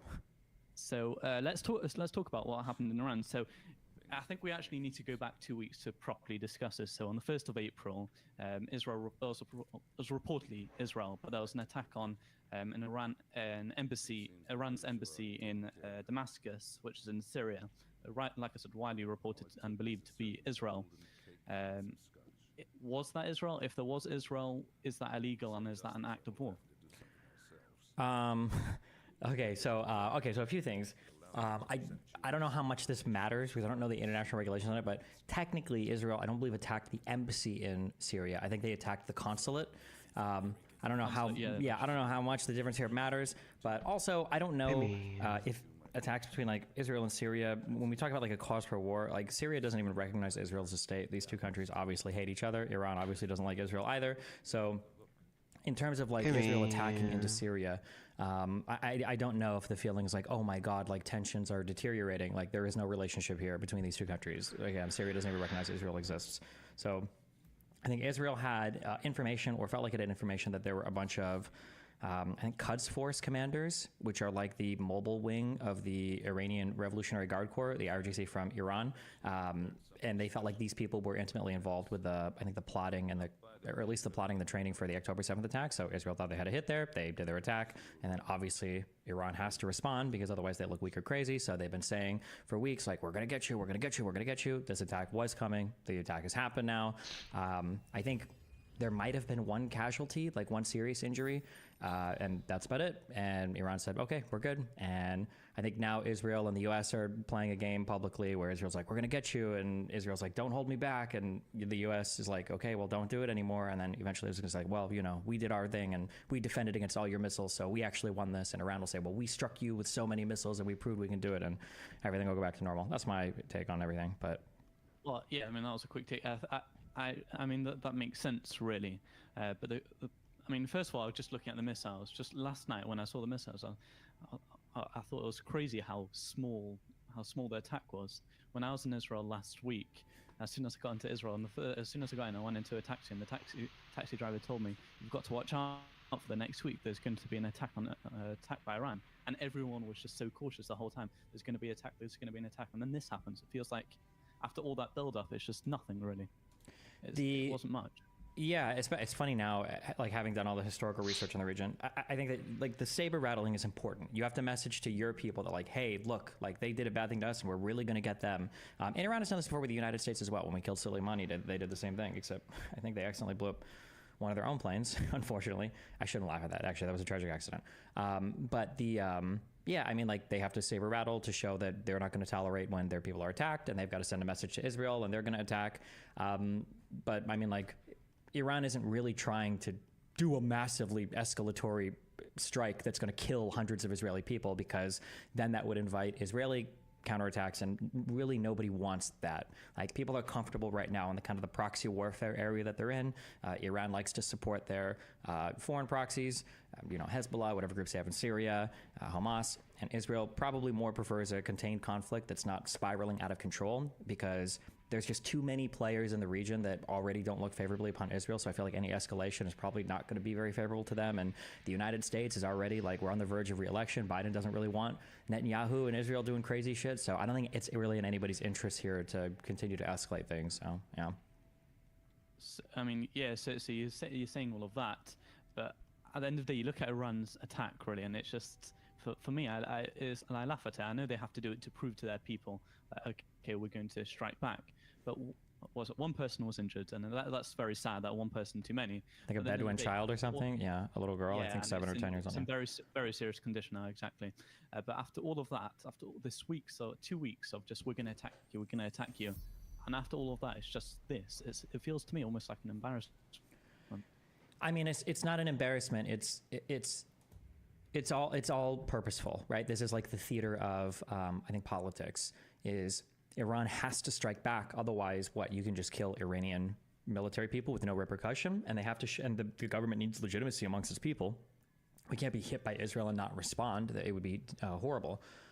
But the attack can't be so huge that it invites an Israeli response, because I don't think Iran, I'm admittedly not as informed on their like local military powers, but I don't know if Iran is like ready for like an actual full-scale war between it and any other country, especially if other people like Saudi Arabia were to get involved. So yeah, it just has to be like, I'm going to get you, I'm going to get you, I'm going to get you, and then they did their attacks, and it wasn't like a huge civilian casualty event or anything like that. And then now everybody can kind of walk away saying that they've done what they've done. Iran proved that they could strike into the heart of Israel from their own territory, and they stricken fear into the heart of Israel. I think I saw, it was either Al Jazeera or somebody was publishing headlines where Iran was like, Israel is in a total state of disarray right now, and Israel gets to go, well, actually, we blocked almost all of the attack, and you better believe we'd come after you if it wasn't for Biden holding us back. And then everybody gets to walk away with their pride and their ego intact, basically. So yeah, that's the big point, is that if they stop now, then I think Israel is able to walk away with their pride and say, listen, we easily managed to stop this attack. It was a nothing attack. We managed to stop it. We've got a strong force. Iran managed to. But will that happen? Do you actually think Israel's not going to attack back? They can't. It would be the stupidest thing ever, because if you look at what actually happened, it is a massive W for Israel. The trade-off was they got to strike and kill, I think it was 2 civilians and 12 military commander-esque people that got killed in their strikes in Syria. And then the Iranian counter response, and Iran has said they're done now. They're done. They said, okay, that's it. Killed nobody, and maybe one person, depending on how her condition plays out in the hospital. They got to prove that they're, they've got their deterrence capability. They saw their Iron Dome or their Arrow of David or whatever they call all their different missile defense systems. Like, it's just a massive W strategically for Israel. And in terms of PR, I think it's fine. They can walk away and everybody's like, okay here. Well, I think Israel comes out really good here. But if Israel starts escalating or doing weird shit, I don't know why. It just doesn't serve them at all. There's no point for it. I mean, yeah, I get what you're saying, and I agree with you, but I'm not sure. I think you've got to remember you're talking to Israel, which is constantly in a state of war, so they've got a different mindset about a lot of this. Also, I mean, I was just reading out some quotes. So, for example, President Herzog, one of the most moderate people probably in the government, he went on Sky News, he said, this is like a real war. I mean, this is a declaration of war about last night. So that's President Herzog saying it. It's not just anyone saying that. It is just anyone. No, Israeli president has no power. He doesn't do anything. That's his goal was literally yeah. He doesn't have any power. He's more like, you're right, he doesn't have any power. But at the end of the day, for him to say something like this, that means quite something. I mean, Ben Gvir, of course, said something. He said we need a crushing attack against them back. But that's Ben Gvir, and we expect Ben Gvir to almost say something like that. He's the security minister. But for President Herzog to say that, that's quite a statement. Yeah, I mean, we'll see. Man, these clips are going to look real bad if I'm wrong, so I'm going to DMCA your channel and delete them all from the internet if it ends up escalating to full-on war. But I just, strategically, like, Israel just won this trade so hard. Like, it's just so good for Israel. They got their strike. They blocked the incoming attack. Like, they're good. Iran said they're not going to do anything else. They've already, like, made that statement. I don't think they would. They telegraphed this attack really hard for, like, 2 weeks, showing that, we're playing by the rules. But I couldn't find the article. I tried to find it, but I thought that it even said that they were only going to do one thing, or I think they made a statement that, like, we don't plan to go further than this. Like, they were literally setting the I think I saw that. Yeah, they were setting the limits of their military conduct before they even began. So yeah, I think Israel will make strong statements. This is an act of war. This is disgusting. This is horrible. Like, we need to strike back, or blah blah, or something like that, maybe. But I don't think anything else. There shouldn't be any other military action from Israel at this point. There shouldn't be. But okay, so let's say Israel doesn't attack back. So let's look at the other points to that. So Iran directly attacking Israel. I mean, they've had a shadow war for the past. Like, Iran's been funding their proxies, Hamas, Hezbollah, which has been attacking Israel. Israel has been attacking Iran at times, never actually admitting it was them. So, for example, the consulate, they didn't actually admit it was Israel, although it's widely believed and reported to be Israel. But for this to be a direct confrontation, could this really escalate a war in a couple of months, not now, and make it more feasible for them to actually attack each other and open those barriers? Could it? I don't know. I don't think so, but we'll see. Iran seems to like to do things by proxy. Hamas has, like, been utterly obliterated, if that's even a word, obliterated in the Gaza Strip. I don't know what. I just don't know if it would serve anybody for there to be, like, a full-scale war between Iran and Israel. That's the feeling I have, but who knows? Okay, so let's move on to the other point as well. So, Biden refusing to get military involved. Do you think? I presume you think that's a really good thing and a very good strategic thing. Yeah, this is a slap fight between two other countries. There's absolutely no reason why the United States should ever be involved militarily at any point here. Again, just strong words. I think Biden said as much. We have Israel's back fully. We completely support the defense of Israel, not the attacks against Iran or anything. So, yeah. And then just one last point. So, yeah, I'm sure you saw about what happened the other week, or not even the other week. I think it was yesterday. Iran kidnapped a boat on international waters, which had links to an Israeli owner. So they kidnapped the boat. I think it was also in response to what happened 2 weeks ago. So they're now currently holding hostage to people, which is from the crew is people comprised of Indian, Pakistani, Russian, Filipino, all different nationalities. And they've also got actually the boat as well. Can this not help escalate, or not help, but can this not escalate the situation if they didn't give it back? Maybe. I don't know anything about I don't know what the treatment is or how that hostage stuff is dealt with when it comes to like seizing ships and whatnot, because unless I missed it, don't the Houthis still have a ship and like the full crew or whatever? I thought there was at least one ship that they had where they still have like the full crew. I don't know like what the international protocol is for how do you like release crews, like because it seems like there hasn't been any movement on that. Does like nobody care, or is there like negotiations, or I truly have no idea. I'm not sure what the procedure is. Yeah. So what happened after that? Really, so it's a good point. So what happened after that was there was a lot of outrage by like let's say Grant Shapps was the defense secretary in the UK, or different defense secretaries in different positions around the world. But then, of course, what happened last night, within a couple of hours, this overshadowed what they sent over. All those missiles really overshadowed everything. So it could have been breaking news, but I think the missiles really just took it over and took over the headlines. Yeah, that makes sense. But this is more of like it's a bit like what happened on October 7th, which is what Hamas did on October 7th was horrific, but they kept hostages to make it long term. They managed to. So if the world cares about these hostages in this crew, which I kind of hope they do, then it can escalate things, unfortunately.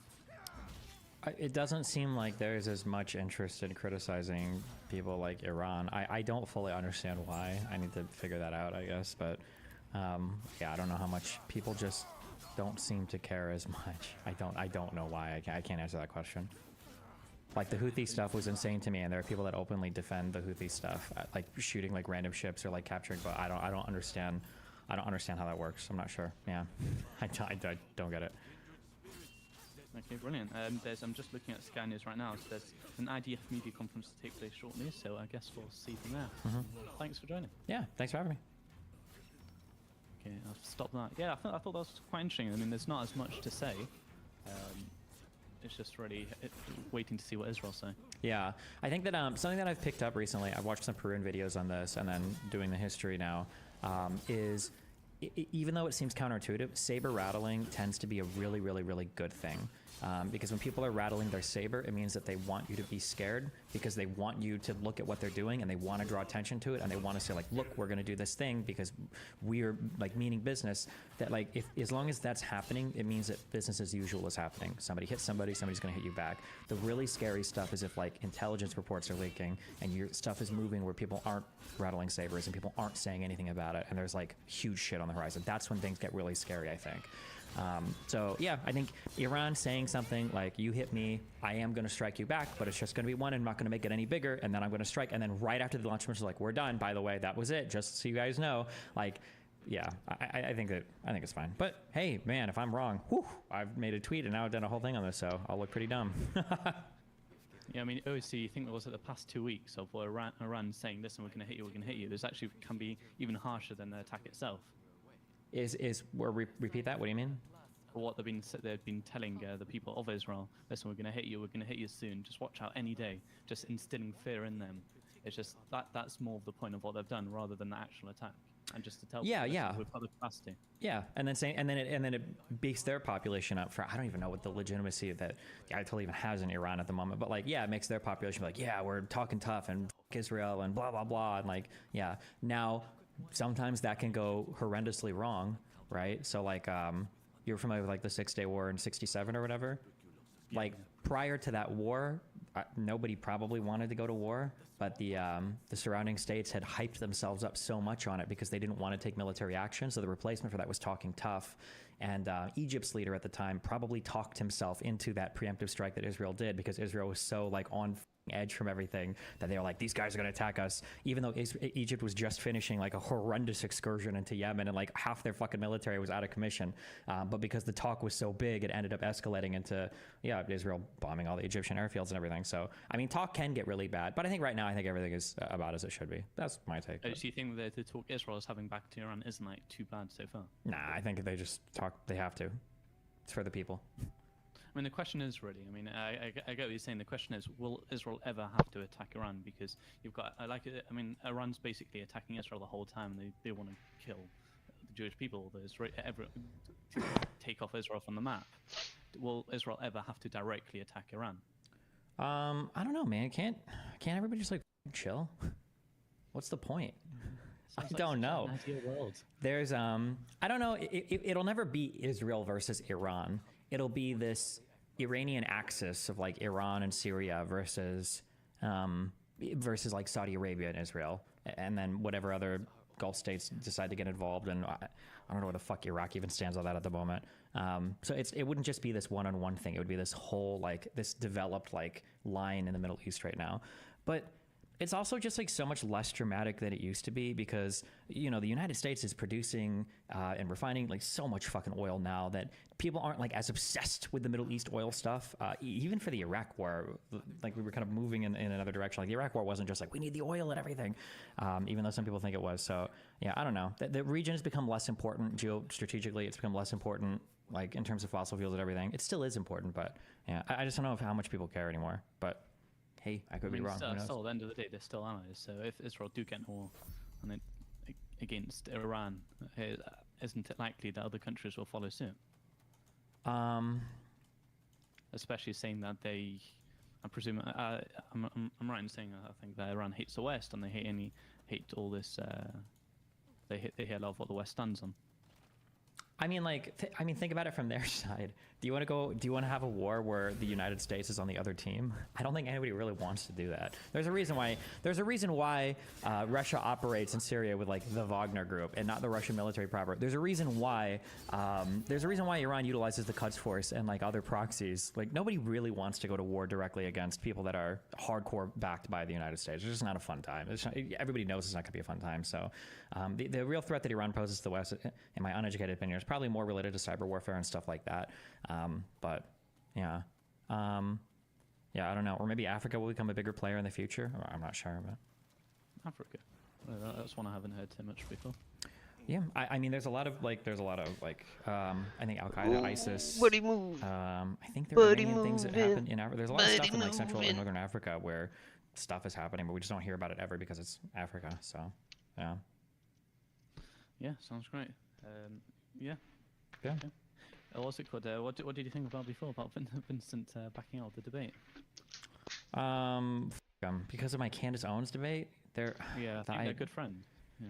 Oh, are they? I didn't know that. I think so. I heard PBD mentioning that they were an MMA fight or something, and Vincent was talking about, That doesn't necessarily mean they're good friends. Usually when people are in town, people reach out to other content creators or people in the space and they'll go do events together. But they're probably friendly at least, yeah. Maybe friends, yeah. Yeah. What do you think is going to happen to her future? To Candace?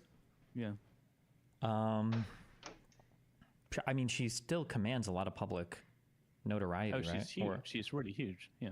I don't know. Is she? I have a hard time getting a pulse on like how big some of these people are. I think Candace is pretty famous, pretty popular, yeah. Yeah, so how I really judge how big someone is, not how many Twitter followers they have, but consistently, if you go on their YouTube channel, how many views people in. Because someone can get a lot of views on Twitter, but snack time. Look at Candace Owens' YouTube account. She consistently gets really high views, like 800,000, 1 million views, quite often on each video. All right, ladies. Like you get 200,000, I think, on average. That's really good as well. We don't need the personal tag. No, I'm just kidding. No, yeah, her YouTube channel, she does get pretty. Yeah, and these are like, her viewership is really good. Candace to me feels like, I think she has to be careful. I'm just talking from a strategic point of view. I feel like she runs the risk sometimes of going the Milo Yiannopoulos route, where she's like stoking the fires on these like incredibly controversial topics, and she's like having a very unstable but kind of explosive growth in the public sphere when she gets into these fights. But I feel like she has to be careful because she might hit a tipping point and just go too far. Because I feel like she's almost done that in the past a little bit, and now she's like flirting a lot with the kind of the Jew shit now. I guess that's like the final destination for every anti-establishment conspiracy person is the Jew stuff. So yeah, I don't know how much further she can get with that. I mean, based on what you're saying, I think it's already happened, saying that she got kicked out of the Daily Wire. What else can happen? Because if she's independent, and there's or if she gets signed on to someone that doesn't really care so much, then what? Not, I mean, by just giving her the freedom to speak whatever she wants at all, and what is it? Then she can say whatever she wants, right? Yeah, but I think I'm guessing now because it's hard because I don't have penetration to these audiences. But the Jew stuff is like in a really weird world where in the United States, He said so in the penetration. US, this is probably true for the entire world actually. Online, you have a huge overrepresentation of young people, of white people, and of like decently wealthy people. And I think in this crowd of people, it's very easy to foment like pretty rabid anti-Semitism, or they'll call it anti-Zionism, or they'll call it anti-establishment, like whatever bullshit. But like that's bubbling under the surface, or it's boiled over or bubbled over for a lot of these things. But for somebody like Candace Owens, who I think also was known kind of in a lot of traditional media circles, I don't think older people, even in the Trump crowd, are biting that anti-Semitism card.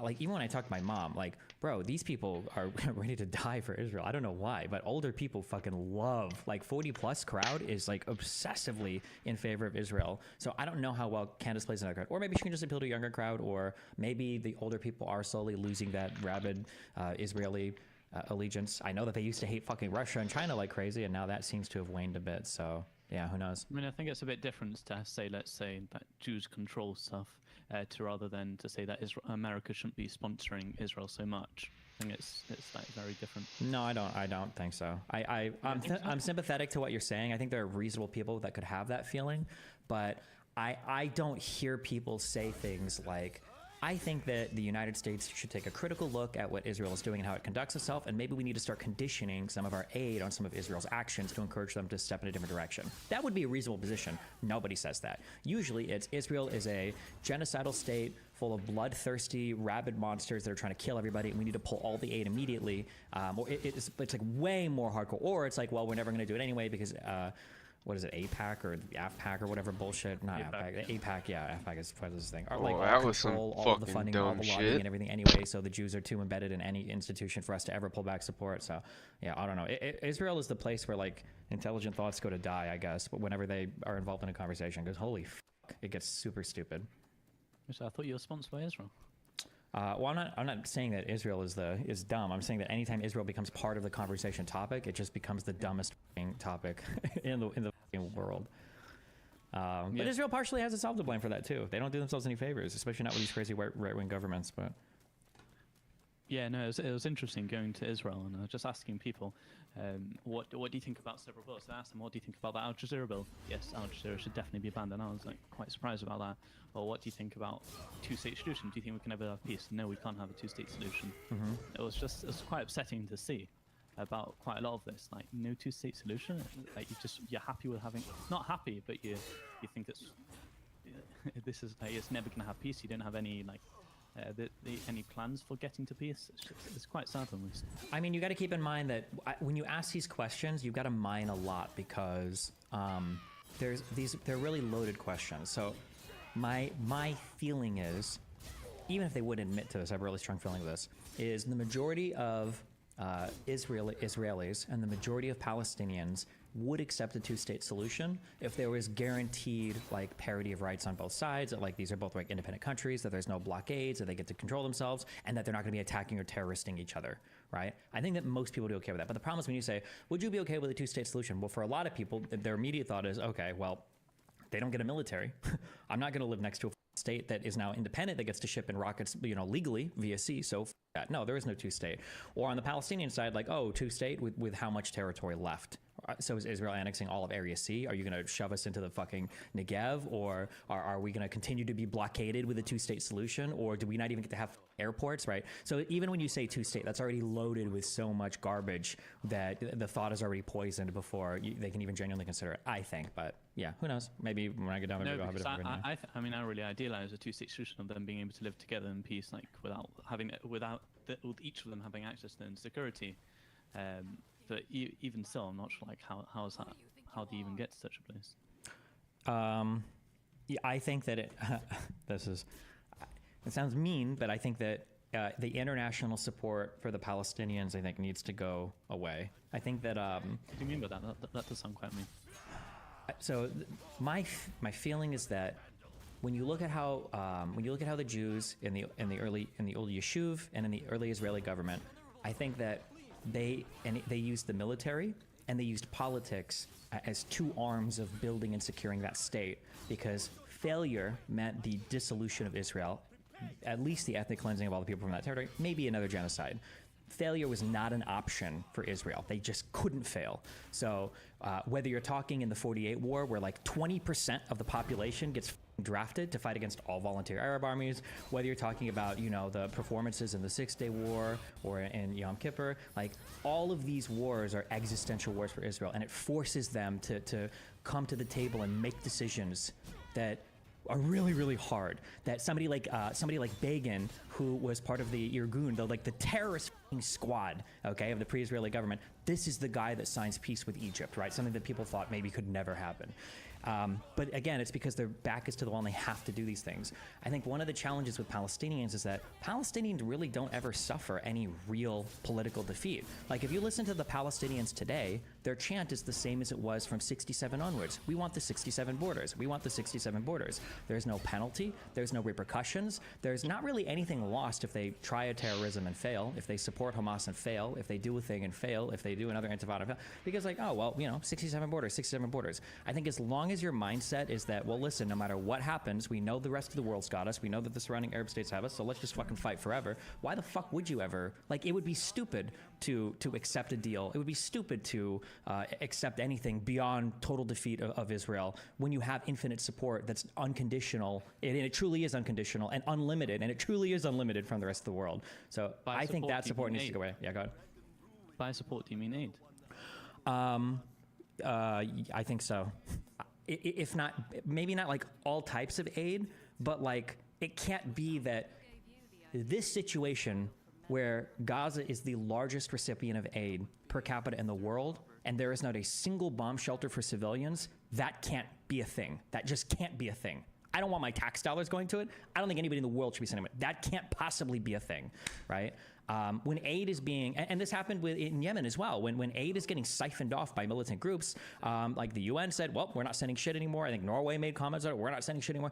It can't be that all of this money in aid is being captured by smuggling or taxes to Hamas leadership, and then all of it's being funneled into building rockets and tunnels. That can't be the case. So it can't be that everybody's starving, right? You can't condition aid or remove aid such that people start starving and dying. I understand that. But the situation right now is not acceptable. And I don't even mean like Israel-Palestine. I mean just how the Gaza Strip is administered to. That's not an acceptable situation. And nobody internationally seems to want to change that, which is very frustrating.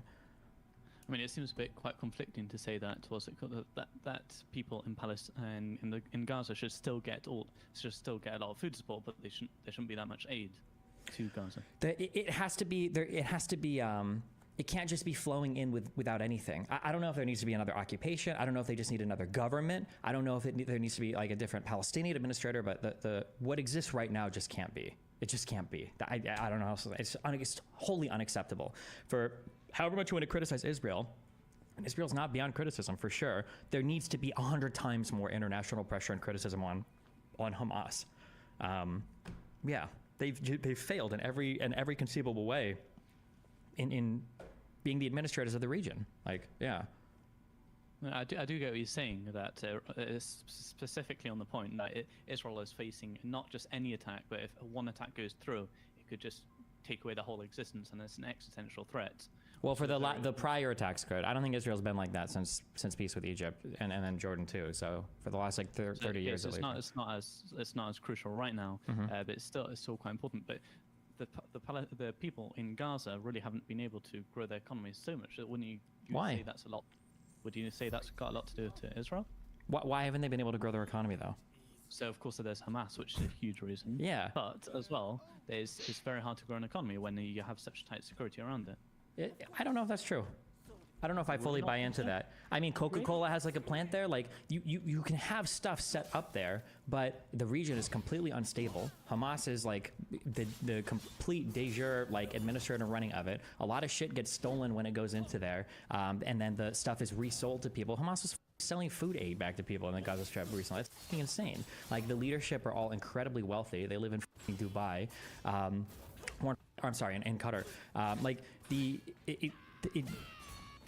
it's insane right now. It is possible. I don't think that there should be a blockade. Well, actually, I think that under almost no condition can the blockade continue after this war. Because if Israel's mission, which they said it was to eliminate Hamas, and that's come at great cost to the stability of the Gaza Strip and to the people there and to the infrastructure there, and it has, the blockade needs to completely be done after this incursion. Otherwise, it's... I think I would call it collective punishment.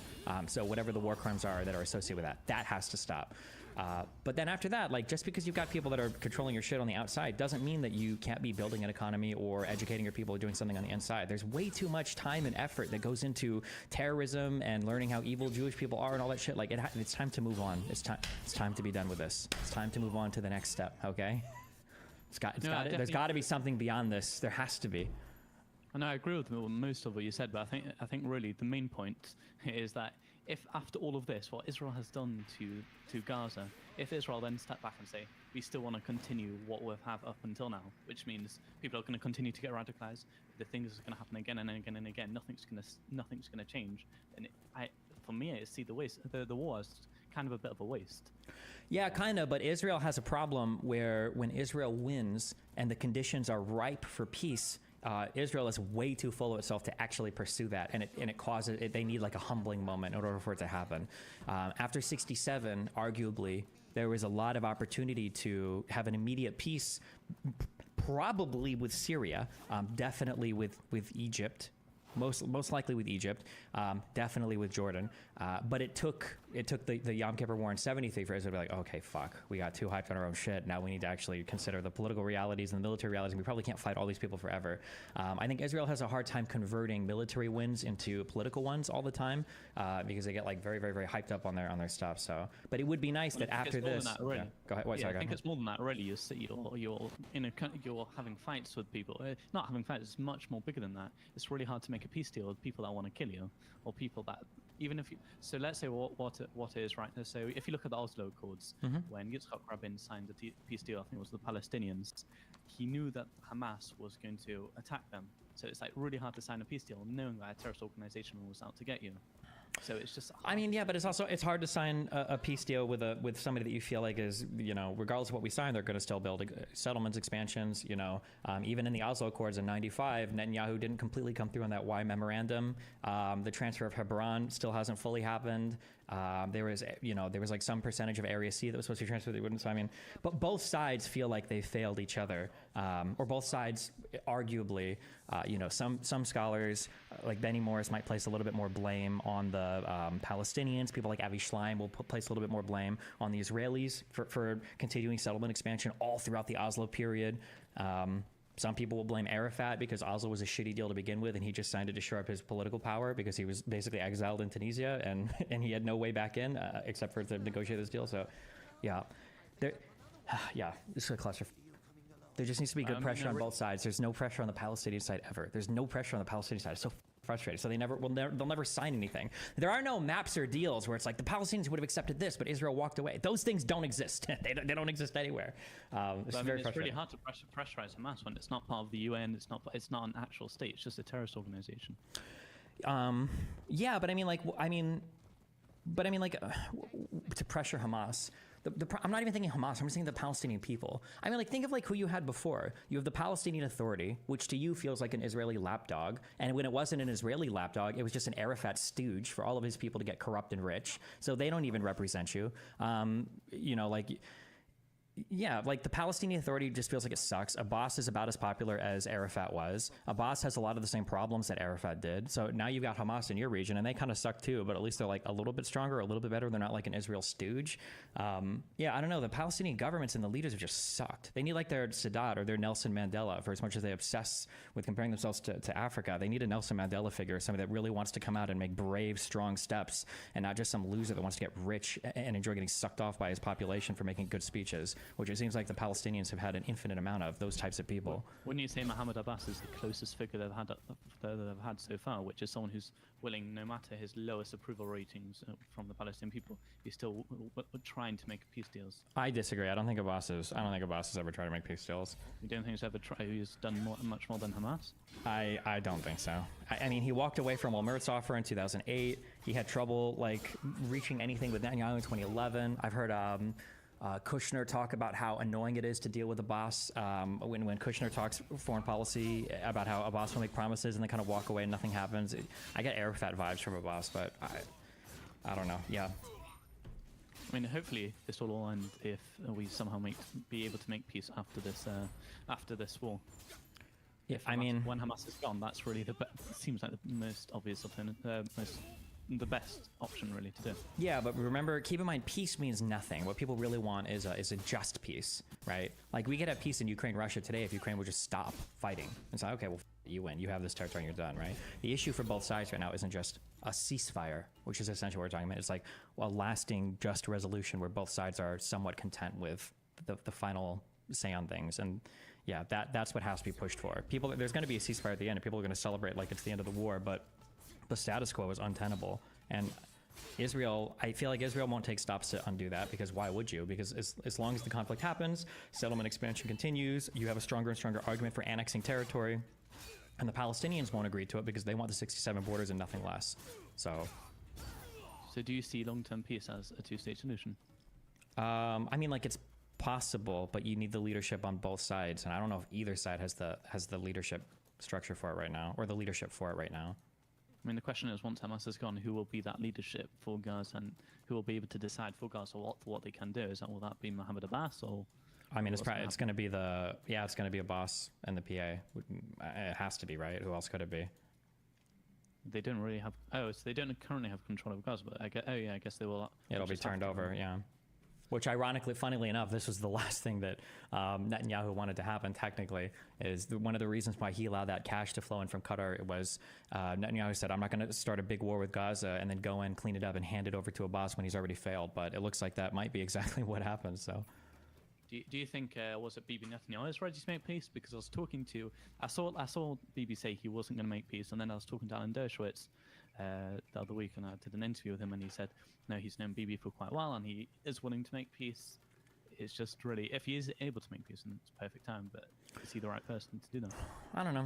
It's maybe. I think that for as much as people like and screech or whatever in the West because they're fucking retarded, Israel is a democracy, and if there is widespread support among the people for a particular thing, the leaders will follow. The leaders in Israel historically have responded to democratic pressure, or you call an election, you kick them out, you get a new prime minister. So if the people want peace, and if the conditions are created such that peace can happen, even with Netanyahu, it will happen. Remember, again, Begin was part of the Irgun. He was a military dude. Yeah. I mean, what I got from when I was in Israel as well, people want peace, but they don't want a two-state solution. They just don't know what's the best route to get to peace. We'll see. I don't believe that. I know that the polls would say that, and I'm sure the people would say that, but I think if a leader came out and they said, listen, we actually have a two-state solution, we're ready to sign it, we're good to go, we've got everything worked out, I think the people would go for it on both sides. But, yeah, we'll see. I mean, look what happened last time. Well, the closest that happened last time with Oslo Kurds, what's it called? Didn't Yitzhak Rabin get killed? By an Israeli Jew. Yeah, by a far-right ultra-Zionist, yeah. But, yeah, well, I mean, that's not the people, that's not the democratic will, that's like the, that's a crazy dude. But that was also partially in response to for like peace not working out, because like Camp David failed and there wasn't a deal, and then the second intifada happens and everything gets like fucking crazy because people are upset because there is no resolution to anything. So. Well, this was not a very positive conversation. Yeah, listen, there just needs to, if the Palestinian side had more political reality being thrust upon them, I think the situation would What does that mean? Really? More political reality or more pressure on the Palestinians? What does that mean? that people say, like, listen, if you act in a certain way, there's going to be irrevocable damage done to your cause. Then that would, because, like, again, if you think they're feeling it already today. They're only living on donations from the West with aid. Sure, but if you were to ask, like, anybody that supports a Palestinian, or if you were to ask the Palestinians, like, what's a fair deal, or what do you think you should have, it feels like the answer would still be, oh, the 67 borders. How can that be the case after 2 intifadas, after the 2008 Gaza-Israeli war, after the 2014 war, after what just happened now? How can it be the case after the failed attack for Yom Kippur? How can it be the case that after all these wars and all these conflicts over the same territory, that the deal is still the exact same as it would have been in 67? Unless there's just no political reality. They're like, oh, well, if we lose, it's okay. Nothing bad happens to us. We can still ask for the exact same stuff that we lost in 67. Like, how can that possibly be the case? So you want there to be pressure on the Palestinians to change their expectations of what they should have as a peace deal? Yeah, or at least acknowledge that, like, listen, if something hasn't worked out, like, you guys are actually going to start to have real losses. Like, shit is going to be gone forever. Like, stuff is going to happen that's going to you completely, that you're never getting back. But, like, even, like, the West Bank is, like, a big cope right now with the Area C, Area B, Area A stuff, where it's like, well, it's not really Israel, it's just Area C, you know? Even that is, like, you know. I think it's asking for, it's more than asking for a lot. I think it's asking for something almost that's probably never going to happen, to ask the people in Gaza to change their political perspectives. I think they could. They're human. Right now they... Whilst Hamas has control. Well, I mean, Hamas had control for a reason. It's not like Hamas was a brutal dictatorship that like overthrew all their political opponents and then forced the people into, like, they were decently popular when they took over. They won at least a majority of the seats, even if it was just with a plurality of the vote. Hamas didn't come from nowhere. Hamas didn't just appear and the people were like, oh God, where did these guys come from? You know? Yeah. But it's really hard to change a whole nation's perspectives when you've got a dictatorship, which is Hamas, and they're controlling a lot of what's happening, whether it's the school, whether it's education, and they can almost push people to think a certain way. Yeah, they could, but it's not just Hamas that does that. Like, UNRWA is part of this as well, right? Again, it's the international support for it is what makes it so frustrating. Like, your neighbors are Israel, okay? Holy shit, this is one of the most unbelievable countries in the world, okay? It's a goddamn shit-fest desert over there, all right? It's a horrible piece of land, okay? For God's promised people that was supposed to be leaking milk and honey out of rocks, the land is actually garbage. The only reason it's in the state that it is because of all of the work that the Israeli people put into building the land, and bringing in water from the north, and then, like you said, like all the technology investments and everything for software development, for tech, for all these other companies. Like, if these are your neighbors and you can trade with them and they're right there and you can even get work permits to go work for them, like, you have like all the conditions necessary to grow economically, at least as a people. So yeah, the international support just needs to go away for the crazy stupid shit. Yeah, and Palestinians need to be forced to feel like they have to make a decision on something at some point, like shit or get off the pot. It can't be that it's going to be a perpetual state of conflict forever, and, well, they're genociding us, so somebody's going to come stop that. Well, it's apartheid, so the UN is going to come and stop that. Well, it's ethnic cleansing, so of course the world's not going to stand for that. Like, it can't be all the excuses, because, again, right now, if you're a Palestinian, why would you accept a deal? It's Camp David and Taba Summit, but play it out infinitely, right? Oh, well, they offer this at Camp David. Well, we're going to say no and see what we get next time. Ooh, we got even more at the Taba Summit. Oh, we're going to say no and see what. Oh, that was a big mistake. And then it's that played infinitely. Okay, well, let's just wait and see what happens. And now it's waiting for the world to come down on Israel to give the Palestinian people what they want. But that's not going to happen. So I think it's obvious. If you're asking the Palestinians why would they accept the deal, it's really because they're not living a good life at all. They're very restricted on what they can do. It's not an easy life at all. They just want peace. I could just imagine. Well, for who? Palestinians, and so the Israelis, by the way, as well. Like you said, although the rating is very low as for a deal on both sides, if you propose a right plan, I'm sure that a lot of them would agree to it. Yeah, I think so. Yeah, on the right and the left. I wish that, Israel needs to be willing to make, I think, if Israel was willing to make a big sacrifice on the settler shit, maybe it would work. Like, there needs to be land swaps, and a lot of the outposts and like the enclave settlements and shit just need to get fucking demolished and peeled back, or given the Palestinians have the territory and the houses, you know. I think for any, like you said, for any really big peace deal, there'll have to be a lot of compromise on both sides. It'll be quite hard to get to such a stage. Mm-hmm. Yeah. Yeah. Okay. Well, brilliant. Thanks for joining. Mhm. And yeah, I'll post that on the channel. Thanks. Oh, I love you. Be careful. See ya. Thanks. Bye. What the fuck? You're delusional. Palestinians feel nobody whatsoever cares about them. Your argument is trash, bro. What do you think global jihad means? The whole point is to rally up the whole world into supporting, or at least the whole Muslim world. One sec.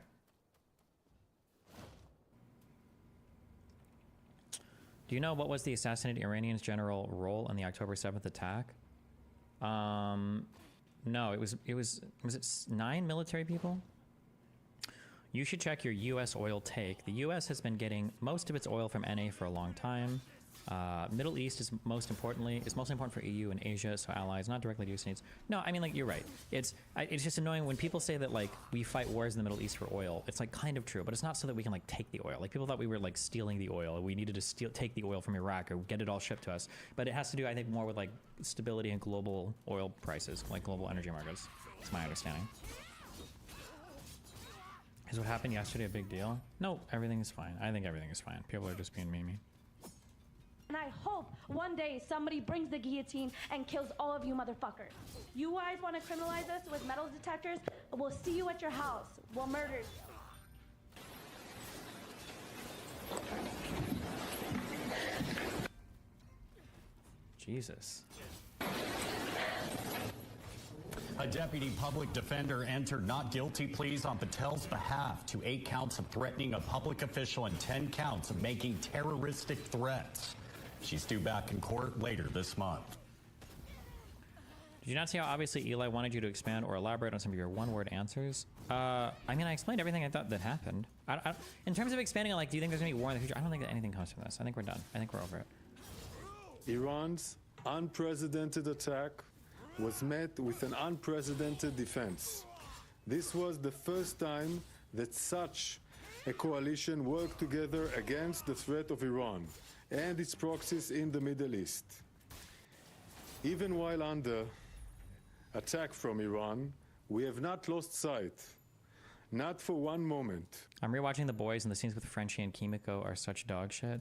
I don't like in shows when they revisit the same thing over and over and over again, and there's not much growth or change. I feel like we see Kimiko and the Frenchie dude like eye-f***ing each other, and like, will they, won't they, and oh, is she what? I don't know, this is cringe. Like, I needed like 2 scenes of that, and then I'm over it. Not the 50 that we got throughout that season. God, cringe. Of a critical mission in Gaza to rescue our hostages from the hands of Iran's proxies, Hamas, of our moral duty to do everything in our power to bring 133 hostages back home. Hamas recently rejected the hostage release proposal offered to them by the mediators. Hamas and Iran want to ignite the Middle East and to escalate the region. We are still on high alert and assessing the situation. Over the last few hours, we approved operational plans for both offensive and defensive action. We will continue to protect the state of Israel, and together with our partners, we will continue to build a more secure and stable future for the entire Middle East. Why do you like The Wire? The Wire doesn't... I don't think The Wire repeats anything. I think every episode is essential and crucial.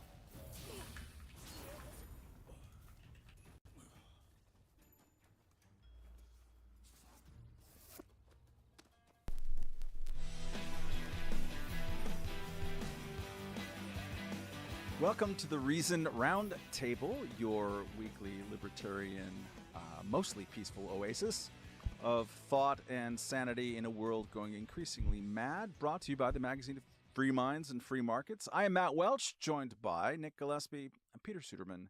Is that an act? There's just like this deep, like,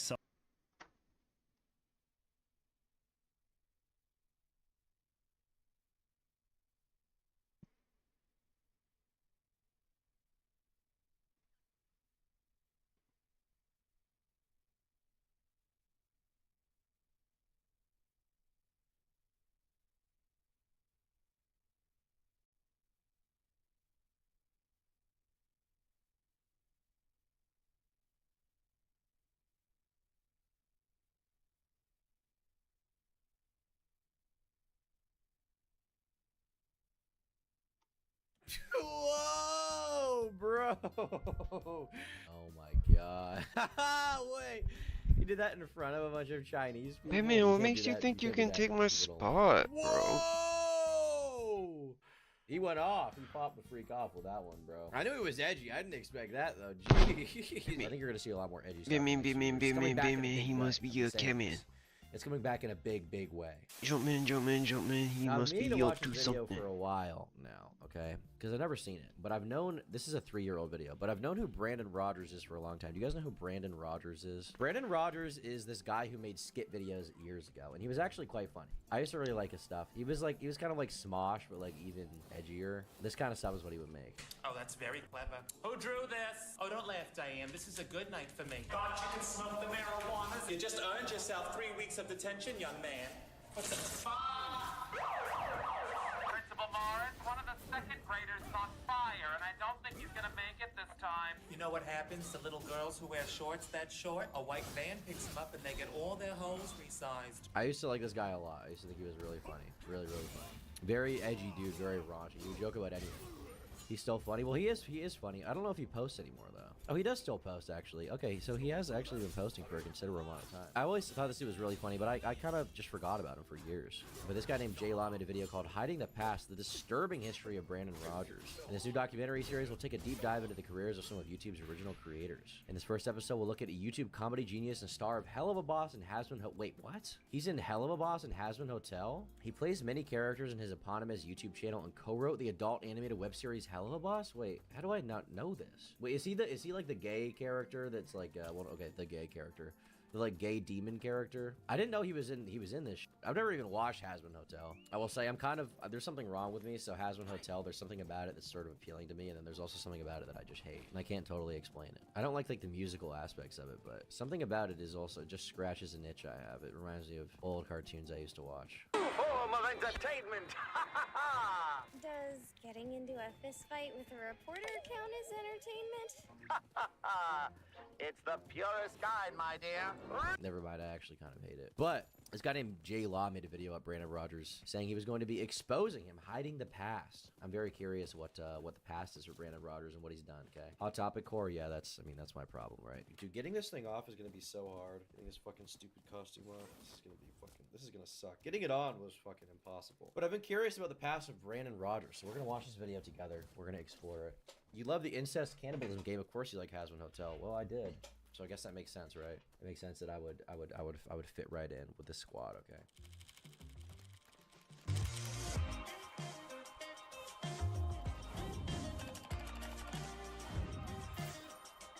Covering all these old head YouTubers that nobody cares about. This is a YouTube original? Oh no, it's YouTube's originals. It's his series. I thought it was like a YouTube. You guys remember they had like the YouTube Red, which later became YouTube Premium, like originals. Do they still do those anymore? Is this still a thing? They had one that got like really good ratings called Cobra Kai, and then I feel like you just never heard about any of the other ones. But back in the day, they had like PewDiePie, had like one Scare PewDiePie. I think they did, I want to say they did one with Markiplier too, but I could be wrong. And they did this one that was Joey Graceffa was in it. Is it Own the Night? Escape the Night, that's what I'm thinking of. Yeah, this fucking thing. An invitation. I hate whatever this is. Shane Dawson was in this. Wow. I love being in the 1920s. Bruh. Mainly because I don't have to text people back. So funny. Shut the fuck up, dude. But yeah, this actually, I don't hate Shane Dawson. Okay, I don't hate him, but he's done some good stuff. There's a select group of OG YouTubers that are still active today and have been creating content since around the time of the site's inception. A group of creators simply titled as the Originals. So in this documentary series, I'm going to take a look at the careers of each of these individual YouTubers from their rise. Is there an actual tab on YouTube? Maybe this is just a fake tab he made. Is this a real tab? Or is this just going over people who got YouTube originals, who are original creators? This is not a real thing, right? On the site, to their past controversies, and how they've managed to remain relevant. Oh, okay, so he's doing some Inspect Element wizardry, some Photoshop wizardry. Man, Shane Dawson was on such a tear years ago. I want to be honest, I don't think that's controversial take. I don't think that Shane Dawson is a pedophile. Okay, I think he's a really weird dude. He made some really gross off-color jokes years ago, but I don't think he's a pedophile at all. There's no proof of him grooming children or expressing genuine attraction to children. He's just a fucking freak. He's just like a weird, corny gay dude. He's not a pedo. I'm sorry. Until I see proof, I'm not gonna believe it. He did some shitty things. He said some really crazy shitty things. The cat, though, he didn't fuck his cat, dude. He didn't fuck his cat. It's funny to say that, but he didn't fuck his cat. All these years later. In this first episode of the series, I'm going to delve into... The surrogacy is weird. I mean, you can say it's weird, but isn't that like a typical thing people do nowadays? Like surrogate children for gay people? Isn't that like a normal thing they do? I mean, if the woman wants to consent to that, I don't know. It's up to them if they want to do that. It's not really my problem. To the life and career of one of YouTube's greatest creative minds, Brandon Rogers. A man whose comedic brand is built around satirical skits that are jokingly titled as offensive, but has that brand of comedy ever crossed a line in the past? Has that brand of comedy ever crossed the line? I mean, I'm sure it crossed the line. But I don't know. Do I really have to care? I guess we'll find out if I have to care. But generally, if it's comedy, I don't give a shit. I just think it's funny, you know? Hello. Today menu we have a chicken chop pork and the miso pork. Oh my god. Wait. He did that in front of a bunch of Chinese people? Hold on. Holy based. In the past. Hello. Holy based. Today menu we have a chicken chop pork and the miso. Do they get it? Bologna. It's I think they get it. really hard to not offend anyone these days. Yeah. But in fairness, if you're pretending to be fucking Chinese with giant buck teeth in front of a bunch of Chinese people, you're probably gonna offend them. Maybe he just takes the approach that there's no point to not offending anyone, so just offend everyone, right? Maybe that's the fucking meme.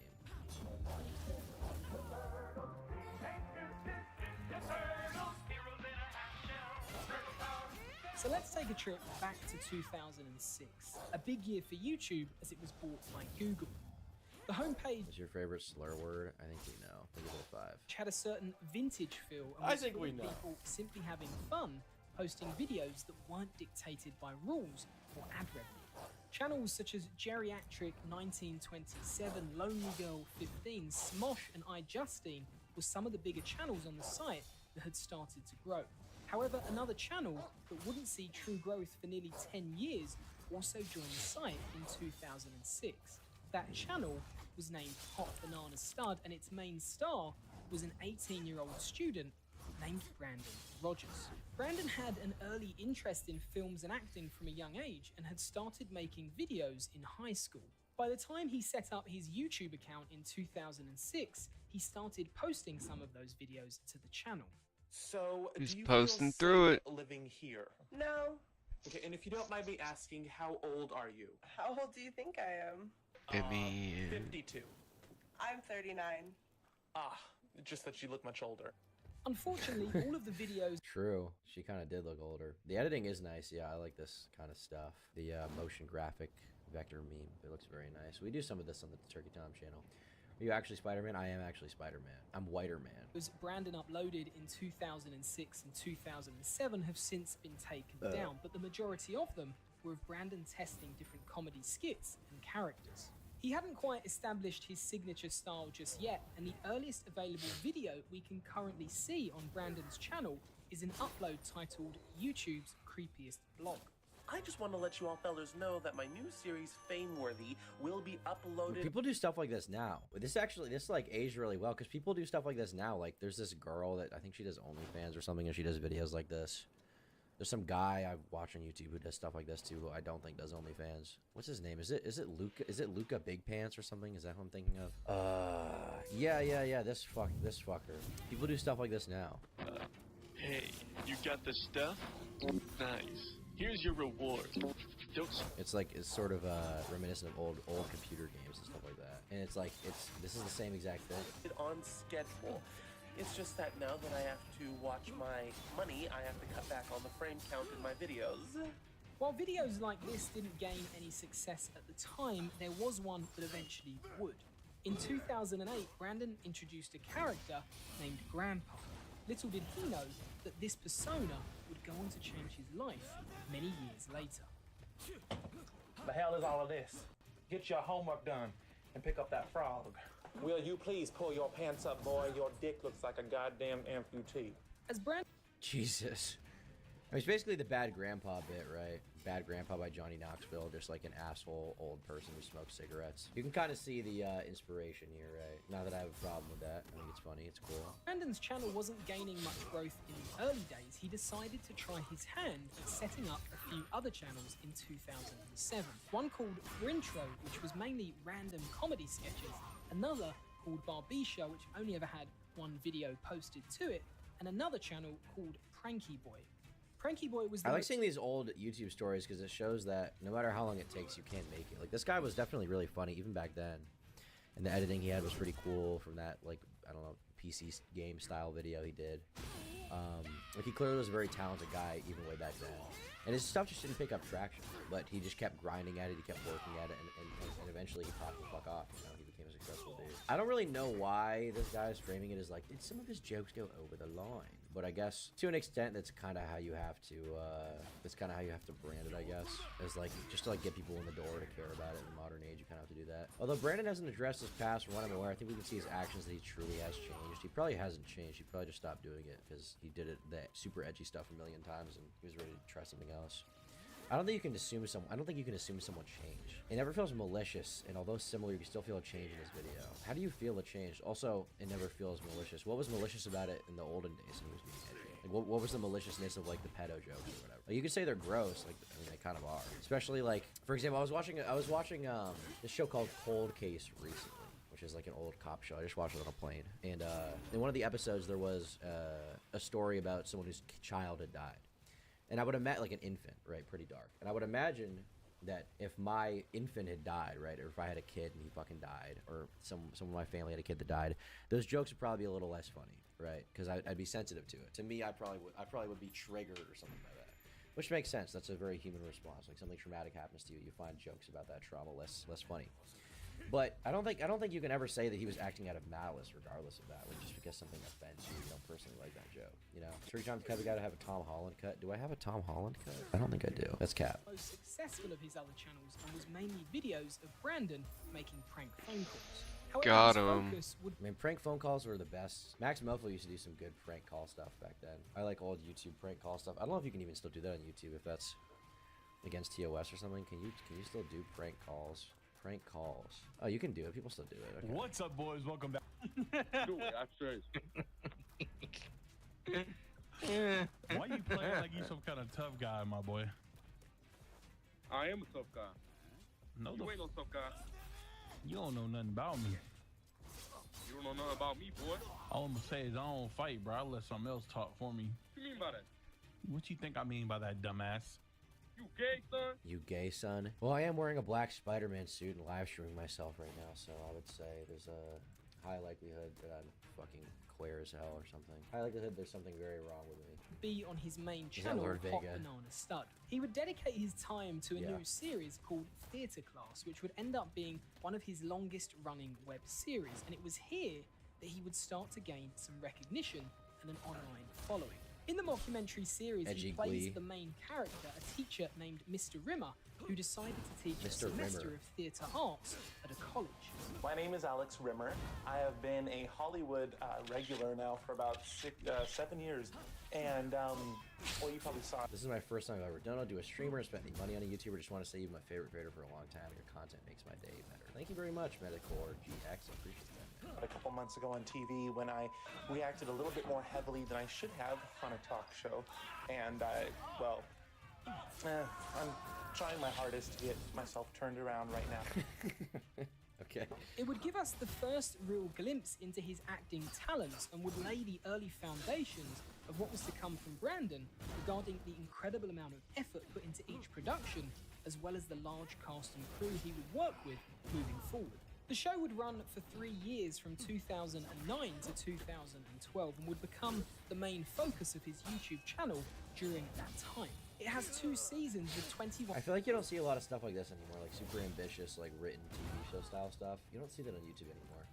I think part of the reason why is that back in the day, most YouTubers were inspired by TV. So all the stuff they were doing was like with the hopes of getting on TV, getting a show on TV, right? That was the number one goal. With the first generation of YouTubers, the goal was like, oh, this is like a stepping stone to something else, you know? But now, the current gen of YouTubers like me are inspired by other YouTubers, and that's why there's not as much of this kind of stuff. But I always like seeing these ambitious projects. One person who does do pretty ambitious stuff is Ludwig. He does off-brand TV stuff. I guess I can't even find it. Ludwig does some pretty impressive productions with off-brand. This is his like production company that he owns. Well, you can see some of it in this Colin and Samir video with Ludwig. Yeah, this is quite a good video. But they have like, this is the set for the show, The Yard, that he does. But they build all these interesting sets for these live events that he does in the off-brand studio. Here you can see one of the sets. It's pretty impressive, the kind of stuff they do. It's, I mean, literally basically full-on live TV production. And they've like built a whole bar here, and I think there's like a TV show set they have. It's pretty impressive to see the stuff they do. I wish Lud was a little less corny. Yeah, I mean, Ludwig is a corny motherfucker, but so am I, so I don't really know what else to say. You know, I disagree with some of the stuff Ludwig says with some of his drama interactions, but end of the day, like when someone does something cool, you have to recognize it, right? And that's kind of the approach that I have to have with it. This looks like a YouTube advertisement. Yeah, it does. 1 episodes overall.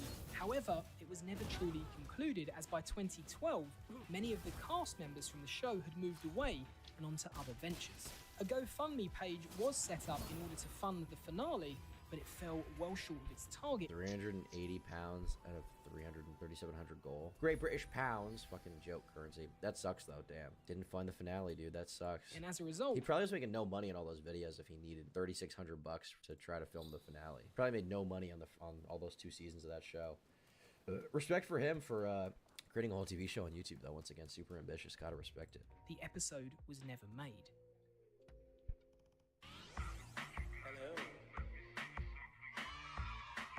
This editing is fucking epic.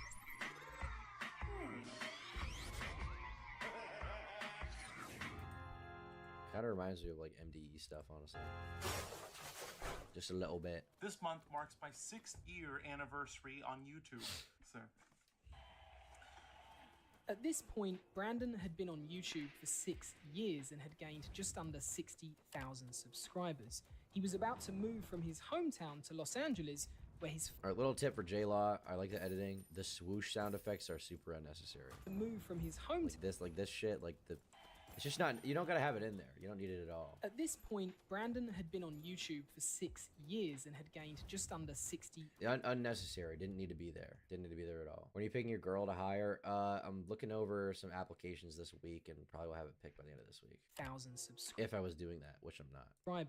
He was about to move from his hometown to Los Angeles, where his first job would be What's going on here, big guy? Did you need to have that in the banner? making videos for a personal injury law firm. Surprisingly, this is where he would begin to develop his signature style and meet his longtime cameraman and collaborator, Gabriel Gonzalez.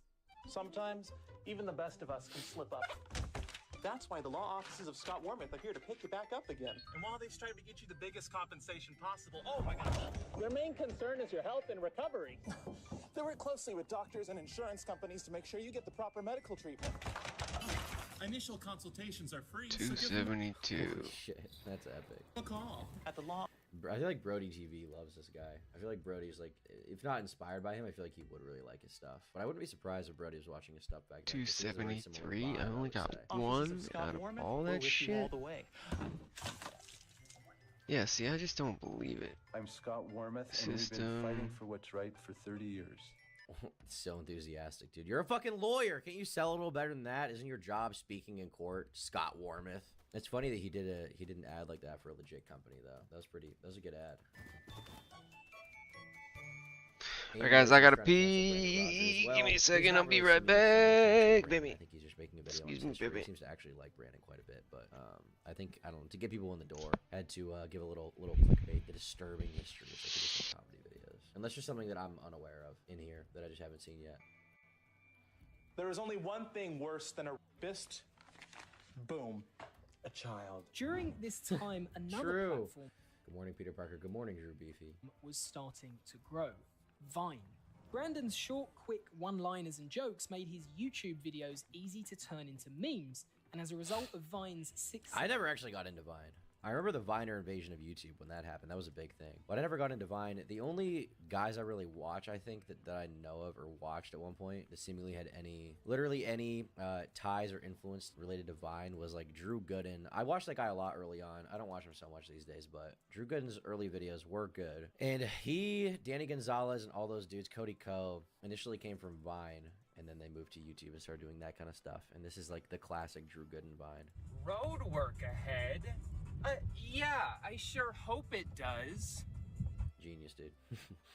But I used to watch a lot of Drew Gooden, like This shirt 6 years ago. This is 6 years ago. Damn. I remember when this dude had like 10,000 subs, and I think he subbed to him. And then like the next week he had like 30,000. Next week he had like 70,000. Like he just blew the fuck up really fast. Just do it for the Vine, but when I sit like this, it looks like it just says, do it, which by itself just seems very aggressive. I'm sorry. Hey, little Very, very quirky humor. Cole, yeah, I mean, it is kind of Cole, but I don't know. I liked his old videos. I don't know what to tell you. Young Turkish Thomas enjoyed some Drew Gooden back in the day. I can't deny it. I want to say this real quick. Ludwig talks about the Minecraft allegations. What did he say? Minecraft streamers on Twitter recently. Every day, I guess I actually get quite a few people who are like, dude, talk about the Minecraft stuff on Mogul Mail. And then before I could even talk about it, another thing happens. Sometimes true, sometimes not. But I really think I've come to the conclusion that there's only really three camps of people. People who don't care if I talk about it, which is most humans on Earth, which is normal for most things. People who want me to talk about it because they don't want to look everything up and they kind of trust my opinion or perhaps my fact researching, and they want me to lay out what has happened so they can consume it in a way that is easy for them. And then the third group of people are people who just want me to agree with them. And that is either people who are fans of the accused or the accusers, and they just want me to talk on it as fuel for their points, or to feel emboldened, or to see if they still like me or something. And that is basically the three groups that exist. And what I've come to realize is that I don't think I like being in the position where I feel like an authority on good and evil. Okay, good take, actually. Doesn't seem like he's really going to get into it because he doesn't want to. And good for him if he doesn't want to get into it. An unnecessarily long recap of Dream SMP This drama. video spot. Don't care. Shout out Squarespace, but don't care. Second limit for videos, many of Brandon's clips started popping up and gaining lots of plays on the app. Unfortunately, in many cases, a Vine of Brandon may have gained millions of loops, but he was never credited and subsequently didn't see much growth on his YouTube channel. However, things were soon about to change. So Vine back then is just TikTok, right? It's the same shit. It's just like 7-second videos or whatever. But there were a lot more like actual creators trying to do stuff than just like cash cows, right? Like a lot of like comedians or whatever were using Vine, or like fucking I don't know what you would call them, skit makers. That was a big thing. And then also back in the day, you had like Lele Pons and like King Bach. Those were the guys on Vine. Fuck, how did I even forget about King Bach? I saw something about King Bach recently. Yeah, this guy was like the king of Vine back in the day, dude. Now they wanna know me since I hit the top 8. This a rolling, not a stopwatch. Shit don't never stop. This the flow that got the block hot. Shit got super hot. Your girlfriend rolls a Honda? Playing workout tastes like Fonda, but Fonda ain't got a motor in the back of her Honda. My anaconda don't want none unless you got buns. I used to pray for times like this to rhyme. Don't care. But yeah, that was some King Bach. October of 2015, a clip from his video Grandpa Hates Valentines was uploaded to Vine. The video had been posted to YouTube 6 months earlier, and the famous clip of Grandpa saying, "Try me, bitch," to one of his grandkids after they throw candy at him became a hugely popular catchphrase on Vine. The clip ended up gaining tens of millions of views.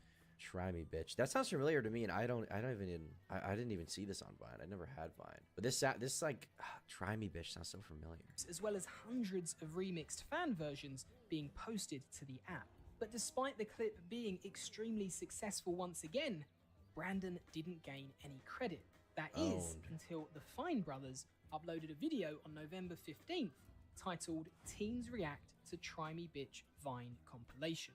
Teens React, oh Put my that god. candy back. I'm not buying you all seen that this. mess. Oh, try me, bitch. Oh, try me, bitch. What? I've seen that before. Yeah, it was on Vine. What's interesting with a lot of these Vine trends is they take on such a life of their own, and there's so many made that Try me, bitch. Yeah, no, that definitely happens. So do you have any idea who made this trend? I have no. And Teens React was such a fucking thing back then. Everybody loved Teens React. I remember one of the guys on Teens React, Is his name Shotgun Willie now, the rapper guy? Brandon did a video with this dude. Or Shotgun Willie, right? Shotgun Willie's his name. Brandon Buckingham, Shotgun Willie. This dude did something edgy, which Alright, let me check my sound levels real quick. He went to VidCon and he like posted a picture of a fake gun or something. You should have had the chance of downfall of us all. Choose now, downfall of us all, easy. Man, it's time to wake up. I don't wanna. Round about 5, I got dinner with Obama. About to hit the road. Yeah, this to talk about. Yeah, it's not. Yeah, bro, I don't like talking about that shit. Not even because I'm not even like embarrassed or anything. I think it's mostly because like I was putting on a front. Like, you know what I mean? I was not being me. I was genuinely on that, but like, I'm louder than all this, right? This shit because I think it'll get me followers, and it worked to an extent. Like, I was never like super famous. Yes, I am. I got my little following and then realized I fucking hated them all. And this kid became like a really successful rapper. If you look up Shotgun Willie, he's pretty famous. Yeah, 800,000 subs on this channel. Most popular song on YouTube has 38 million plays. I hate the art, Jesus. Hey, she think I'm the best. I'm a flex on my Alright, cool. So, not necessarily my kind of music, but hey, he's a popular dude. Good for him. How was France? Hope you had a good time. Also, Night Alpha, do you shoot webs of calm out your ass? Yeah, I do. France was good. It was cool. It was interesting. There was some good food there. I saw the Mona Lisa. That was kind of boring, though. No idea who started this. I have no idea. Well, his name is Brandon Rogers, who has a YouTube channel that has a little over 100,000 subscribers, and this clip comes from a longer sketch he made on his channel 8 months ago. Oh. Somebody else took the clip and posted it on Vine, and that started the trend. Wow, stealing credit. So his channel has gotten more popular, but it didn't initially see a huge increase in viewership despite how big the trend got. People making fame through other people's fame. Sometimes it's just not fair. So for the end of the episode, do you want to check out the original video from Brandon? Yes, please. Yes, I do. Because he needs some credit. I bet you it's Oh, so they shouted him out. They should have shouted him out. Wait, why do I recognize this kid? Is this kid a YouTuber, like in his own right or something? Or have I just seen him in every Teens React ever being like, yeah, rock music, rock out? I recognize this kid for some reason, though. He looks like a kid I went to high school with, just maybe that's it. It's gonna be not as funny. Oh, no. So this sketch is called Grandpa Hates Valentine's. Okay. A month and a half short of his 10-year anniversary on YouTube and having reached 100,000 subscribers a week earlier, Brandon's channel was finally in the spotlight. In the immediate aftermath of the Fine Brothers video, his channel gained 27,000 subscribers overnight. I remember this branding. I remember that very specifically. The Vaporwave stuff. This was such a big trend on YouTube back then, Vaporwave. I mean, all the commentary channels had it too, but everybody liked the Vaporwave stuff back then for some reason. He looks like you, Tom. Yeah, a little bit. I see that. Not Brandon, the other guy. Brony guy? He's not a brony. Come on. No way. No way, dude. In 4 months, he'd hit 1 million subs and had started to introduce a catalogue of new outrageous characters that showcased his ability to morph. Yeah, these videos, the mom character, the like hall monitor character, basically. Personas with relative ease. They were fire. His style of comedy was unique within YouTube, and its energetic, slightly offensive, and unhinged style. Slightly. It was pretty fucking offensive, even for back then, but, you know, it was some fire. It was straight fire, in my opinion. Was what people were drawn to, and with 10 years worth of videos behind him, new subscribers had plenty to binge watch. Oh my god, is that Digibro? Why are people talking about Digibro in my chat? Who's talking about Digibro? His 1 million subscriber special titled A Day at the Park features many I remember that video. His most iconic characters and follows a day in their life. I remember thinking it was so impressive that he could play all the characters at once and have it like seamlessly transition in the scenes. All interact. The video is genius in a completely mad way, and it remains his most viewed video to date, currently sitting on a whopping 46 million views as of January 2021. In my off time, I like to make inspirational postcards for young disabled. This one says, my syndrome may be down, but my hopes are up. I am handicapable of math. I really am. From here on out, he started to climb the YouTube ranks quickly, and the opportunities were pouring in as companies and agencies started to notice his talent and unique style.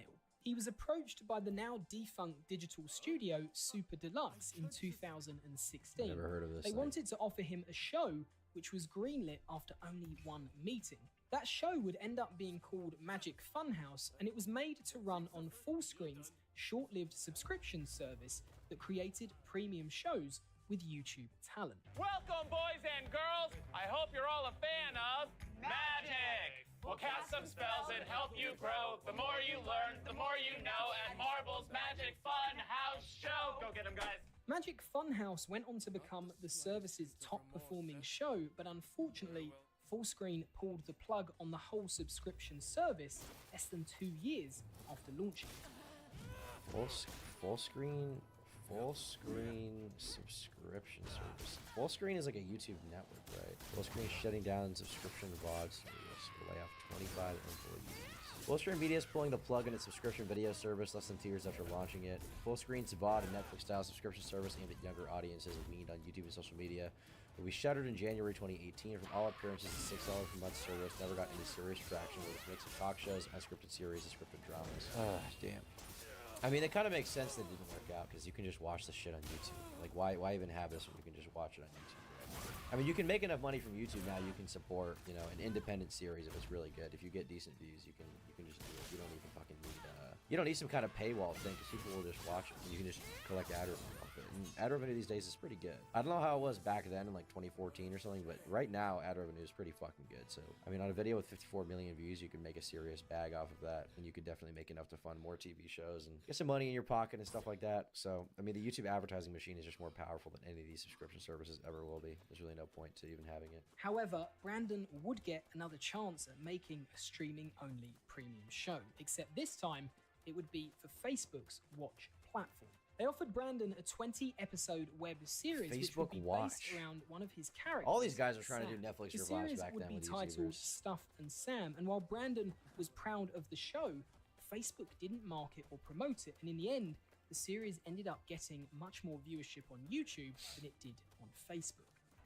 Without a doubt, Brandon is one of the most creative YouTubers the site has seen, and one place that he truly excels, perhaps beyond anyone else in the history of YouTube, is with sponsored videos. We know that a huge part of a creator's income is derived from the money He excels with sponsored videos. Surprised people wanted to sponsor him even back then. they make from sponsored videos, and with demonetization always creeping around the corner, most YouTubers rely on these brand deals. Most videos that are sponsored generally tend to have an awkward and forced segment for an ad that doesn't really fit the tone or style of the video. However, Brandon is the complete opposite. While he hasn't done a huge amount of sponsored videos, the ones that he has are unlike anything else on the site. Instead of the usual ad read, Brandon writes the company's product into a sketch involving one of his characters and makes it the main focus of the whole video. Raycon, for example, as many of you will know, are one of the big spenders when it comes to sponsoring videos, and they sponsored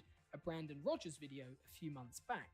The result was quite incredible. I personally tend to skip past the ad segments in a video, but the way Brandon incorporated Raycon's product into the video meant I sat and watched the whole thing and enjoyed it. Who actually does sponsorships really well is Internet Historian is always done them pretty well. He does a very good comedic, ironic kind of take on it, where he basically just works into the video in a very clever way. He's always been the king of brand reads, in my opinion. Andrew Callahan's Vegas Tunnels vid got struck by some local Fox affiliate in Vegas. Did it actually? Why? It must have been a false strike, right? Use my sense of smells, listens, feelings und taste to review Thank the you, Shaggy, for everyday coming E25 by Raycon. And now, you got to always be making noise, or I don't know where you are. Now then, let us begin with its sleek and stylish appearance. Once it is inside your body, it is like having two friends whispering secrets in your ear holes. Brandon's tactic of showcasing Raycon's headphones in this way meant that in effect, the company were able to gain far more exposure through a video like this than a typical 30-second ad read at the start of the upload. So the question is, why aren't more brands sponsoring Brandon Rogers if they can effectively get a full commercial for their products? Because he's edgy or whatever, he his has whole crazy videos. channel is built on a particular brand of comedy that pokes fun at different stereotypes and groups in a satirical way. Brandon's humour is perhaps comparable to that of Sacha Baron Cohen's, and it treads a very fine line that some viewers may find offensive. Horseshit. It's here that many brands on YouTube are slightly more inclined to sponsor a family-friendly or less edgy channel. But causing offense isn't something that... Which is so stupid because people who actually are going to buy the shit don't care about it, right? It's not like anybody that was thinking about buying Raycon would see the Brandon Rogers ad and be like, oh, this is actually offensive to gay people, he's stereotyping. Like, nobody actually cares.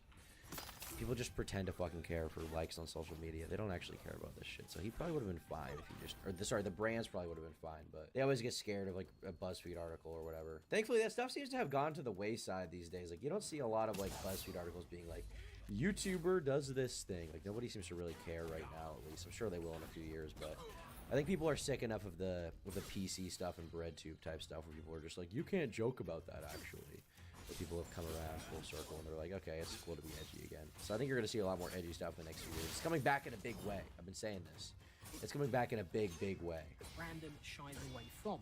In an article from 2018 titled "Brandon Rogers Doesn't Care If His Comedy Offends You," he speaks about whether people have taken offense to his videos in the past. While the article's title is slightly misleading, as Brandon is never actually quoted as saying he doesn't care if it offends people, he does go on to say, "The world is a tricky place because it seems like we're much more easily offended today more than ever. But I feel like my videos are just so over the top, you really can't begin to take them seriously. I hope that they're a refreshing change in this very stilted and kind of walking on eggshell society that we've become recently." So for those who may be easily offended by his content, Brandon does have plenty of warning signs before you even get into the video. His thumbnails regularly have the word offensive. Do you really need a warning for like a fucking joke though? You need to be trigger warnings. Am I crazy for thinking this is like drag queen humor? Ignore the Mexican money. I'm on vacation. Thanks for the Mexican money. I don't know how much money is that in USD. But yeah, I mean, it is like drag queen humor. I mean, he's basically just being gay all the time, right? That's half of the fucking joke. But I don't know. I think the gay shit's funny. I don't really have a problem with it. But yeah, I mean, a lot of it obviously is like very. It is like drag queen humor. Yes, for sure. You can't deny that. Written in all caps in the title, and he also occasionally has a title offensive at the start of the video, warning viewers about the content they're about to watch. But has Brandon ever truly overstepped the mark with the offense he may have caused? For some of you in your mid to late 20s or older, you may remember a popular internet character from the early days of videos on the web called Shirole. Fuck For those of you me! who don't know who Shirole is, she was one of many characters played by a guy named Billy Myers, who was a friend of Jeffree Star in the early days I don't of his remember career. Shirole. Billy used to dress up as different women and make prank phone calls. However, his most famous character was Shirole. The character he was portraying was meant to be a black woman, and he would play the character using racial stereotypes. Oh, it's like, you guys remember Shane Dawson's Shanae? First of all, Shane Dawson, the word of the day. Do you guys know the word of the day? The word of the day is...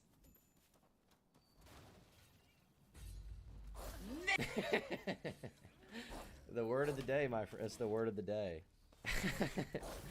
But Shanae was this character he had that was just like a very, very racist stereotype of like a ratchet black woman, basically. Hey, remember that one time when you were like, Mom, get in here, videotape this, and then you started twerking, and then you shit your pants? No? Well, then you must not be this dumbass white bitch. Shanae was based. This is the peak Shane Dawson era, in my opinion. I love Shanae. Stereotypes, and on many occasions, the word of the day would even dress up in blackface. Jeffree Star. Jesus. You can't do that. You can't do that anymore. People don't like that. His close friendship with Billy Myers would come back to bite him as videos surfaced a few years back of the two of them being extremely racist in past videos towards black people.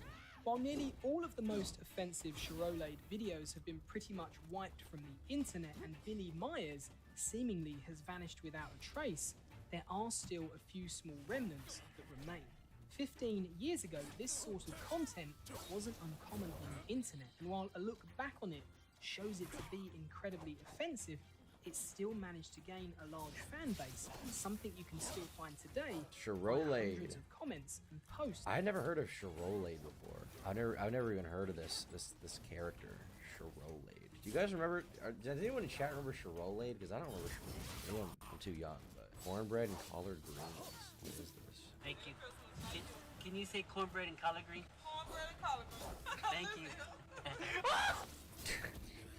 Whoa.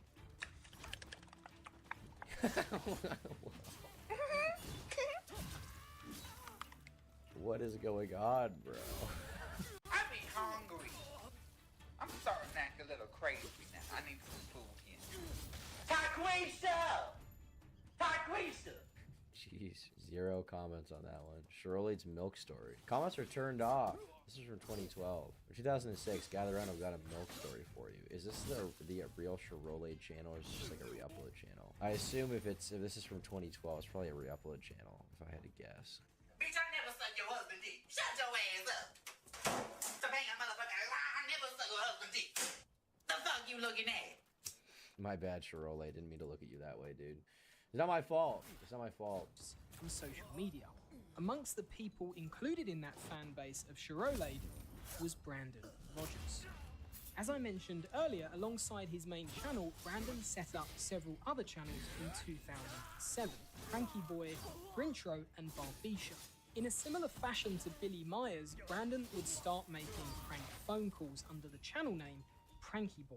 He even collaborated in videos with the character Shirolade. In these prank calls inspired Collab of the by century. Billy Myers, Brandon would also pretend to act as a black woman, and a look back on these videos shows them to be extremely offensive. Beat their ass. Hey, they beat their ass, bro. And undoubtedly beat their racist. ass. Well, hon, don't be breaking the law or anything like that. I think I saw one on the other side over there if you want to go back. Oh my lord, girl. Don't break the law. Well, but I had to break the law by obligation because I'm black. Whoa, bro. Uh-oh.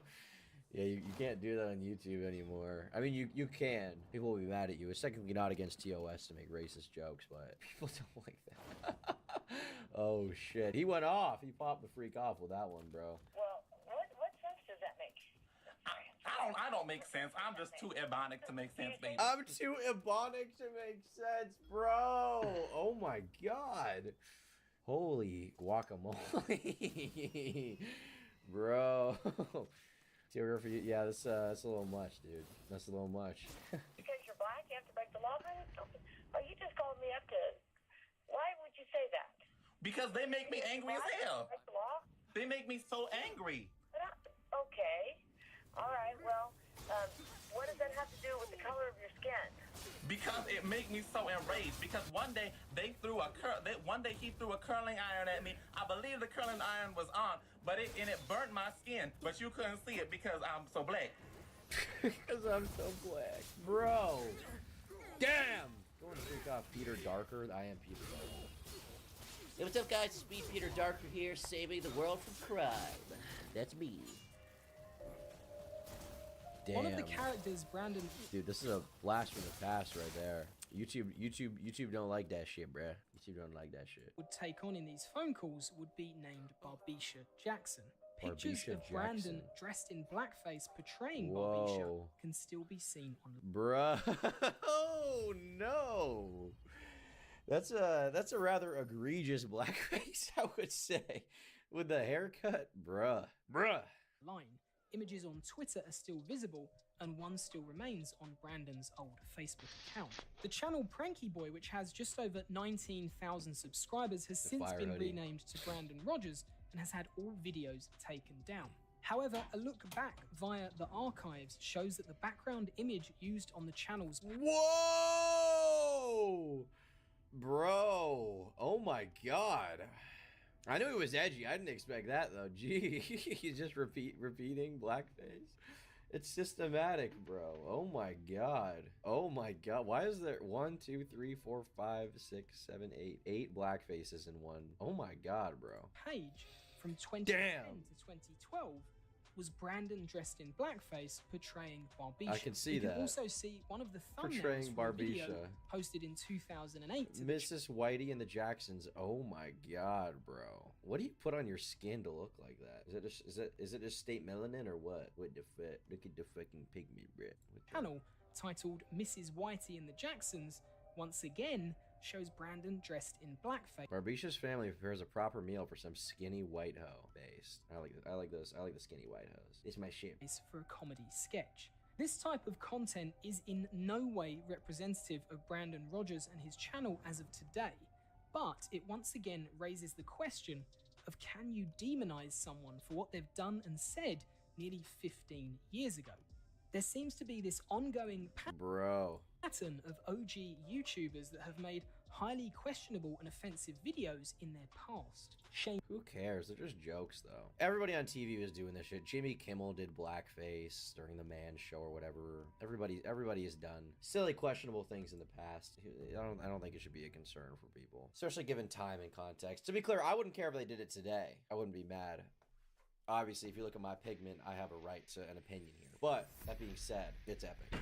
That's all I gotta say. It's epic. But if it's in the past, if it's that long in the past, I don't think people should be mad. Like, to hold people accountable for like 10-year-old jokes. Like, if your entire life was on the internet, everybody would have said something crazy and offensive at some point in time, you know?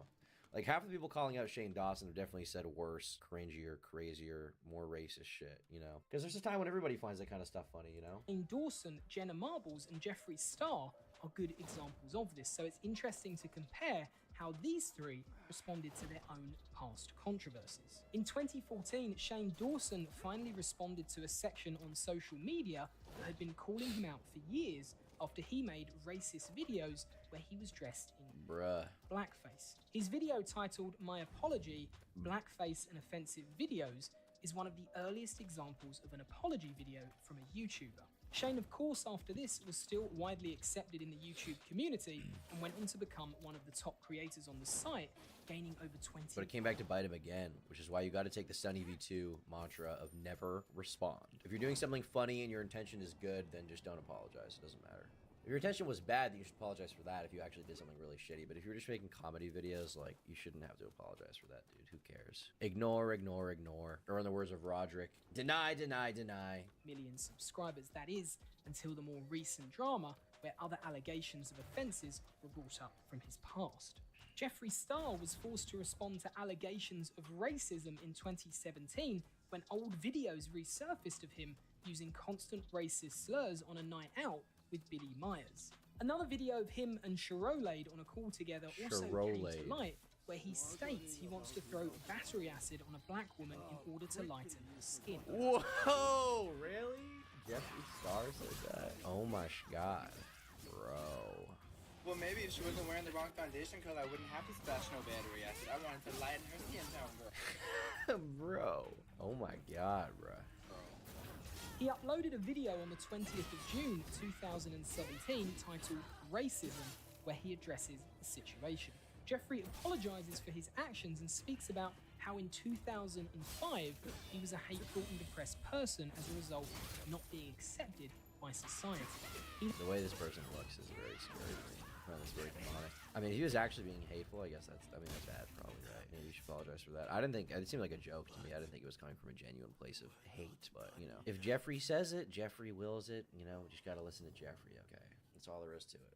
That's all there is to it. He then readdressed the whole scenario 2 years later in Shane Dawson's documentary series and apologized once again. Despite the controversy behind Jeffree Star, the launch of his makeup... Part of the problem in general, I think, with Shane getting into that stuff at all was people, by reanalyzing other people's past and calling them out for el racismo, he also got people to analyze his past, and he got this culture of, like, people who were willing to cancel someone for making racist jokes or want to hold them accountable, right? Not a conscious decision he made, but he should have been more careful about that. Who you attract as an audience is really important. You have to be really careful not to attract the wrong kind of people. Palette with Shane Dawson in 2019 went on to become... Tom, would you know, with Jeff? Stop. ...biggest e-commerce launch in the history of the internet, according to Star himself. So once again, another example of a YouTuber being accepted back into the community. Wasn't there like a drama back then when the women were like, this makeup palette sucks. This makeup palette sucks. I hate this makeup palette. If you stand up and donate $10,000, then you won't. After past controversy around racism. You can't get me like Lastly is Jenna Marbles, the most recent of the original creators to address past videos regarding racist stereotypes. While Jenna hadn't received nearly as much criticism or people calling her out, she wanted to get ahead of it. She wanted to get ahead of it, dude. In the same way Jeffree Star and Shane Dawson had, there were a handful of people on social media that had been asking her to address 2 videos she made in the past. One where she imitates Nicki Minaj and another where she sings a racial slur. While both videos... Is that the guy who said Cobra Yak? What is Cobra Yak? Been made private many years ago, she addresses the situation and apologizes for the offense she may have caused. In an unexpected move for a YouTube apology video, she even brings up other content that she's made, which she believes may have caused offense, despite these videos not even being called into question.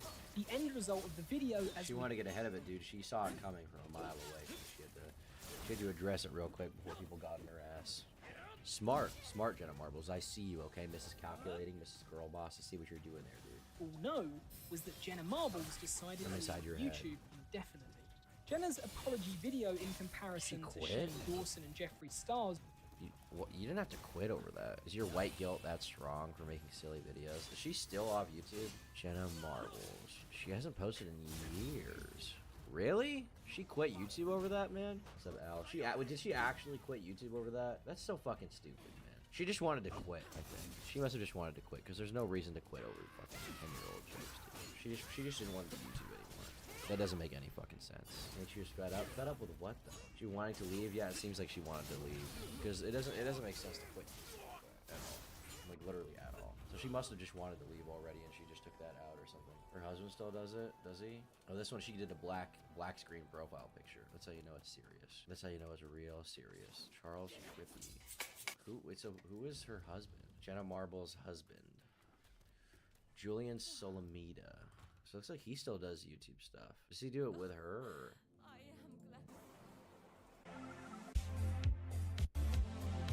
Okay, nice trailer, bro. Just post the fucking video. That's not her. I think. That's not Jenna Marbles. Baby, I just gotta say. Hey, bro, I'm not sure if you follow Daniel Larson, but I saw your video about him. You're gonna make a part 2.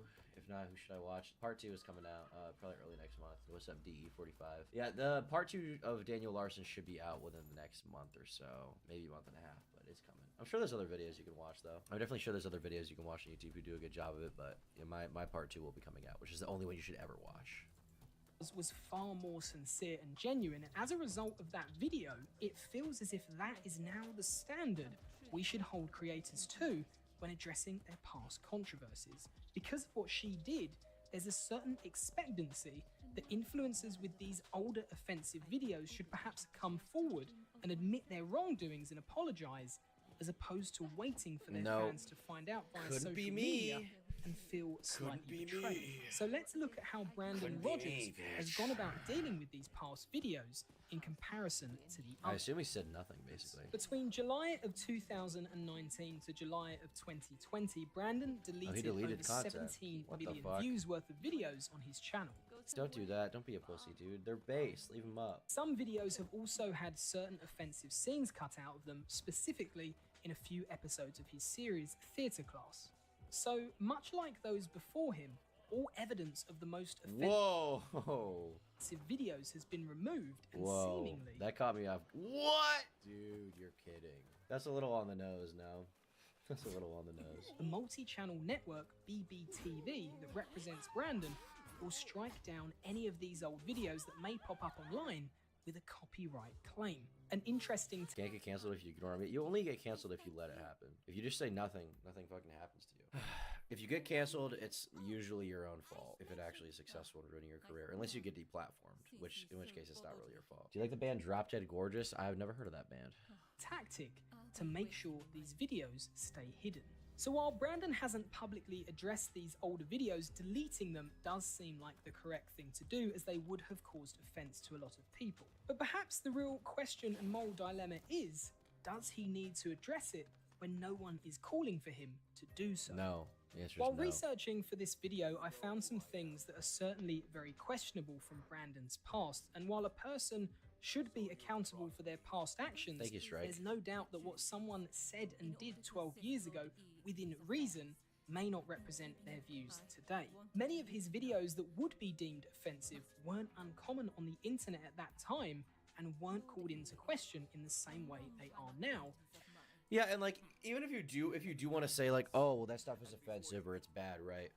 Like, if nobody at the time expressed that opinion, then how can you even blame them or expect them to hold up to your, like, current societal standards when nobody at the time gave a shit? People will always say shit like, it wasn't okay back then and it's not okay now. It's like, but it was okay back then. People thought it was funny.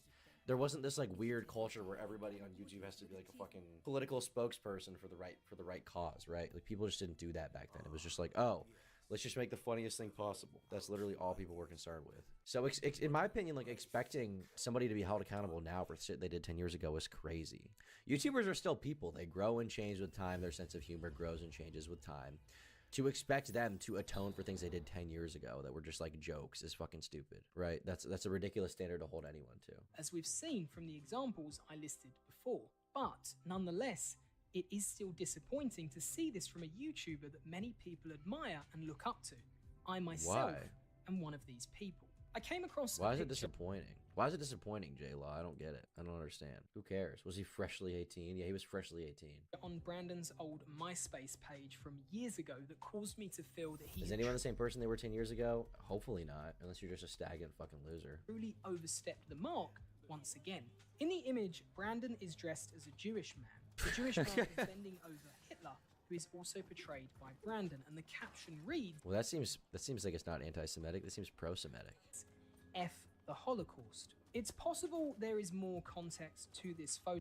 What more context do you need? It's a joke photo, dude. What more context do you need? So that I'm not aware of, and I understand the play on words and comedic direction Brandon was trying to take, but once again it crosses the line. Why does it cross the line? What line? Wouldn't you, if you're anti-Nazi or whatever, wouldn't you actually like to see a Jewish person fuck Hitler in the ass? I mean, Hitler certainly wouldn't enjoy that. He doesn't seem to be enjoying it. In fairness, the Jewish person back here doesn't seem to be enjoying it either, but... As someone of the Jewish faith, it did cause me to question exactly what this picture was. However, instead of jumping out of my seat in typical YouTuber fashion and pointing fingers and tweeting about it and calling Brandon out to be cancelled, which to me feels the wrong way to approach this, especially considering it was over 12 years ago, I instead decided to reach out to Brandon to see if he would have an honest and open chat with me regarding his past videos. What could he possibly get out of having a talk with you, Unfortunately, I wasn't able to gain any time with Brandon. Like, what could he possibly get out of having a conversation with you about that? Like, what explanation could he give? Like, you wanted to apologize and be like, oh, well, I changed a lot. Like, he's just a comedian. He was trying to be funny. That's the obvious answer to that, right? And regarding these issues, despite reaching out to him and his manager. So Brandon joins a long list of many other creators before him who have had moments in their careers around racist controversies. These aren't just the original creators I listed earlier, but people like David Dobrik, Trisha Paytas, PewDiePie, and Keemstar, to name a few. And despite the initial backlash in all these cases, they all survived and have all gone on to even greater fame and popularity on the site. Greatest hits. The reality is what's deemed okay today could be deemed offensive in 12 years' time. In most cases, the person that you were 12 years ago is more than likely very different to the person that you are today, and I believe that is an important factor to consider when looking at everything I've documented in this video. So to bring this... I'd be dapping up black people like I'm one of them. Dude, in high school, there was this black kid that I knew. One of the few black kids, because I'm from Maine, so there's not many of them. There was this black dude that moved to my school in like my junior year, and I couldn't dap him up. He would always dap me up, and I was just like, and eventually I just gave up. So when he would try to dap me up, I'd just go in for a firm handshake because I just couldn't do it. Now since then, I've become Africanized, and I'm in fact able to dap people up, and I do enjoy dapping a brother up now and then. But at that point in time, I just couldn't do it. I couldn't do it. That guy's still cool, by the way. That guy's funny. I hung out with that kid not that long ago. He's a funny fucker. Based individual, I would say. He's quick with it. This video to a conclusion. Of all the original creators I'll be covering... You're so white. No shit. ...this series, Brandon's journey on YouTube is simply unique. The fact it took 10 years of uploading to gain any real recognition across the site is unheard of and takes some serious... I mean, I wouldn't say it's unheard of. It's somewhat common to post for a long time and not get anywhere. I'd say it's common. This dedication to the cause. Brandon Rogers has carved out his own corner in the comedy genre that represents the very weird side of YouTube, and his crazy yet incredibly creative comedy skits and outlandish characters have become his trademark on the site. It's that talent that has led to larger companies like Facebook and Fullscreen to recognize that uniqueness and put their faith in him to fund their original series. Regarding his past, it would have been good to get a statement from him just to clarify his feelings towards these old videos, but it wasn't to be. But perhaps the main lesson to take away from this documentary is that nothing is ever truly deleted from the internet, and it will most likely resurface if you are an influential person. But if you're constantly concerned about how people in 10 years are going to feel, then you'll never be an honest person with your comedy or your intentions. Like, you can't spend your whole life in fear of how people in the future will feel about what you do. You have to live in the moment to an extent. To not do that is like, to do anything else rather is like very anti-creativity, anti-art, and anti-YouTube. This dude was in, is it Hell of a Boss or Hazard Hotel? Which one was he in? Hell of a Boss wins. Yes! I'm so excited right now. I can hardly wait. He wanted capitulation. He didn't want to understand why he put inside his vid afterward, despite getting any explanation. His humor has always been offensive with his humor. Yeah, I like Brandon Rogers. He's the goat, dude. This morning and take Whoa! Jesus Christ, dude. Hello, hello, Vivian, everyone. Having fun yet? Buckle up. Move! We got Vivian from Hell of a Boss! Vivian Madrano from Hell of a Boss. I drew you a picture. Dude, this guy's the goat. What else can I say? Brandon Rogers is the goat of everything. He's my god. You make me wanna be a better YouTuber on the computer. What does he look like? Brandon Urie. What is this guy doing? Worthy of his 5 streamings. Why is he dancing like that? Damn it, Paulette! Oh well. I want you to give me what I paid you for this. 21. Brandon Rogers is my goat. He's my god. YouTube classic. Gotta respect him. You know what? I haven't seen his recent stuff. I haven't watched him in a few years, but I'm gonna drop him his sub, okay? Because he is my goat. And he needs to be respected. And be sure to become a member. For $5 a month, they get the members-only podcasts and exclusive videos that only members get. Thanks so much for your support.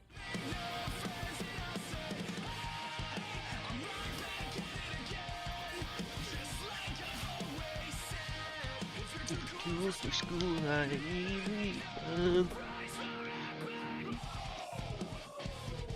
because you're ugly.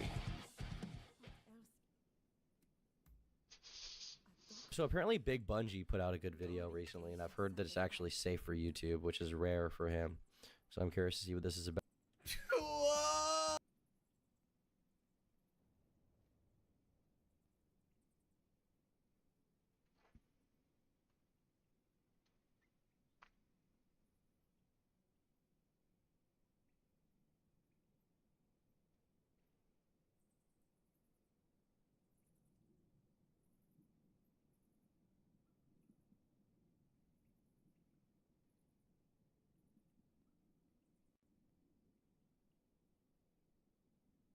I call these guys enemies of masculinity.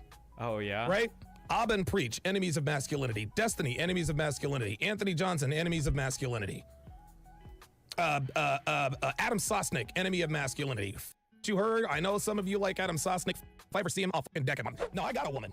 I got a real woman. And she might not be as young as I, but she doesn't her dudes. Well, except for the one she to make the kid that you're now taking care of, which actually makes you like the biological definition of a cuckold, but not that there's anything wrong with that. I think there's no problem with stepchildren, but you better believe that if I had a stepchild, these guys would be losing their fucking minds. That if I had a stepkid, it would be all over. I would be the actual cuck. Thank you. People don't follow people. People don't listen to people whose lives you wouldn't want. There you go, man. There you go. The Destiny's fans are losers. Every one of them are losers. Destiny's fans are losers. You are taking cues from a man who plays video games for a living, which is fine, but not fine for you, losers. One of the things I brought up before that I thought was funny when Sneeko said this, because I thought it was really telling, is when Sneeko was one of the big ways that Sneeko like owned Moist Critical was he was like, Charlie, your fans, you're not a role model for how they should all live their lives or something. And it's like, why does every single person whose content you consume, why do they all have to be role models for you? Like, how many daddy issues do you have that every single piece of content you consume has to come from a man whose life you want to emulate? Like, it's so weird. Like my goal in being a content creator is not like to have people copy every facet of my life. I usually just want to, my main thing is like talking about politics. Then I guess we also talk about like relationships and stuff, or we'll talk about like video games or whatever. But like my big thing is like I want you to have like certain ways of generating political ideas. But I feel like on these guys, like the goal is just always you should copy every single thing about my life and be me and copy me and do what I do because that's the only way I get after it. It's such a weird position. I don't know. plays video games for a living, which is fine, but not fine for you losers. Who's been through two marriages. One of them was an open marriage. Who put his hand who choked his woman out. He actually Oh, what the fuck? Oh man, the mythos of Destiny Bonnell Stephen Kenneth II. Admitted that on camera. Whose life is an abject disaster and he's addicted to f***ing Adderall. Did they know the right medication? And then I get these idiots coming at me. Well, Destiny is still richer than you. I remember one guy called me up. He's like, well, Destiny's richer than you and his woman is hotter than you. I'm like, okay. It doesn't count if his... It doesn't count if his... I know what he's going to say. The actual answer is, the only thing that really matters is are you happy and content? And do you feel some sense of like fulfillment in your life? Those are the only two real things that matter. Are you happy? As in, are all your hedonistic needs met? Meaning, do you get to eat the food you want? Do you live like in a comfortable place? Do you know, all the things that make you happy? And then do you have some sense of fulfillment? Is there like some type of long-term, more like spiritually gratifying or, I don't know, what's like a good secular replacement for spiritually satisfying, some sort of like fulfilling thing, hobby. It could be hobby, it could be education, it could be career, whatever that you invest yourself in, right? As long as these two things are met roughly, and there's a large variety of ways to meet these things, then yeah, I think you're doing pretty good. Those are the big markers for success, I think. He's gonna say because my wife fucks other people, guaranteed. R Bunch, thanks for the 1 gifted sub. Wife is f***ing other people. I was gonna go live at 12:30 today, and I pre-watched this. I did watch this in advance. So that I would be able to give that quote, by the way. I am 237% certain that I am not the biggest ever that Devin's ever taken. Bro, what are you doing? And the way I f is not the best she's ever had. She's had bigger and better than me. She hasn't told me this, but I know. I'm almost positive Devin's had bigger, better than mine. But if I ever... Do you think it's a fetish? Because he mentions it so much. I wonder if he actually gets off to it, which, by the way, is totally fine if that's what you're into. I don't think there's anything wrong with that. Ever found out what one of these guys looked like? If I ever found out that one of those guys had a 12-inch, you better believe I'm gonna be insecure. You kidding me? I don't have a 12-inch. Devin's had bigger than her. Now I gotta see what that looks like. Of course it makes us insecure. That's another reason why men of value don't commit to women with high body count. Men of value don't do it because they're insecure? What the fuck? He says men of high value don't commit to women with high body counts, and yet he committed to and yet it's because we know the more that have been in you, the more huge that have been in you. Huge. It's just mathematical. If you've been with 5 guys, okay, all right, we can deal with that. If you've been with 555, dude, you've probably... Now I can't have burgers no more. Hey, man, this man's really thought about this shit. You can tell, like, this is a deep insecurity. I'll be honest with you, I don't worry about stuff like that. One, because I'm packing, but two, mostly because, like, when I'm with a girl, I ain't worried about what the last dude did. I'm not worried about the guy before, like, who cares? Friend. Like nobody, like, it's so funny. Destiny's fans want Destiny's life because he's a loser like them. Destiny's a rich fucking loser. It's such a weird cope. Like, why not? There are different ways to live life, and different people can enjoy living life in different ways. How many years has it been that I've been streaming and people are like, oh, one day he's gonna wake up and realize how much he hates himself, or one day he's gonna lose everything, or people are gonna realize like blah, blah, blah. Like, if you set your mindset up this way to where the only possible way your adversaries are existing is through secret misery, that one day is gonna be revealed, like, how mind-fucked are you gonna be if that never happens? It's kind of like when people are like, oh, you know, bad people always get what's coming to them. No, they don't. There are some bad people that live incredibly happy lives, and they might even realize their wrongs later on and turn around and become good people and nothing bad happens to them ever. Or there are some people that are super bad throughout the entirety of their lives and they die as bad people and nothing bad happens. That just happens. That's life sometimes. This weird idea that everybody that doesn't share my values is secretly coping and hates life, and trust me, one day it'll all be revealed, is such a weird, stupid cope. And it's so unhealthy, and it's deeply damaging to your psyche, I think. That's what he is.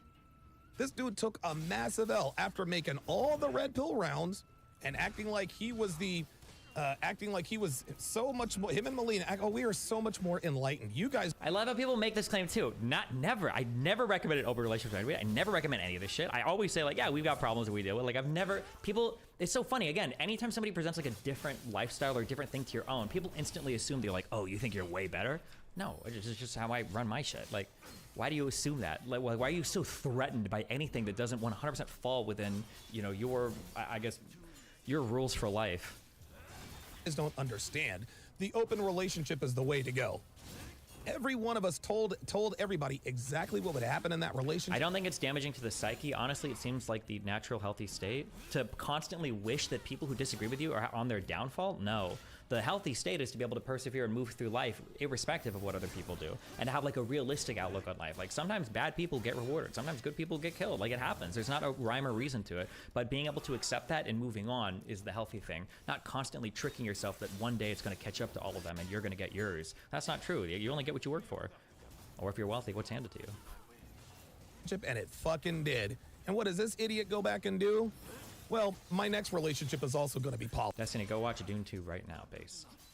Nah, bruh. No, you fucked up and you can't admit you fucked up.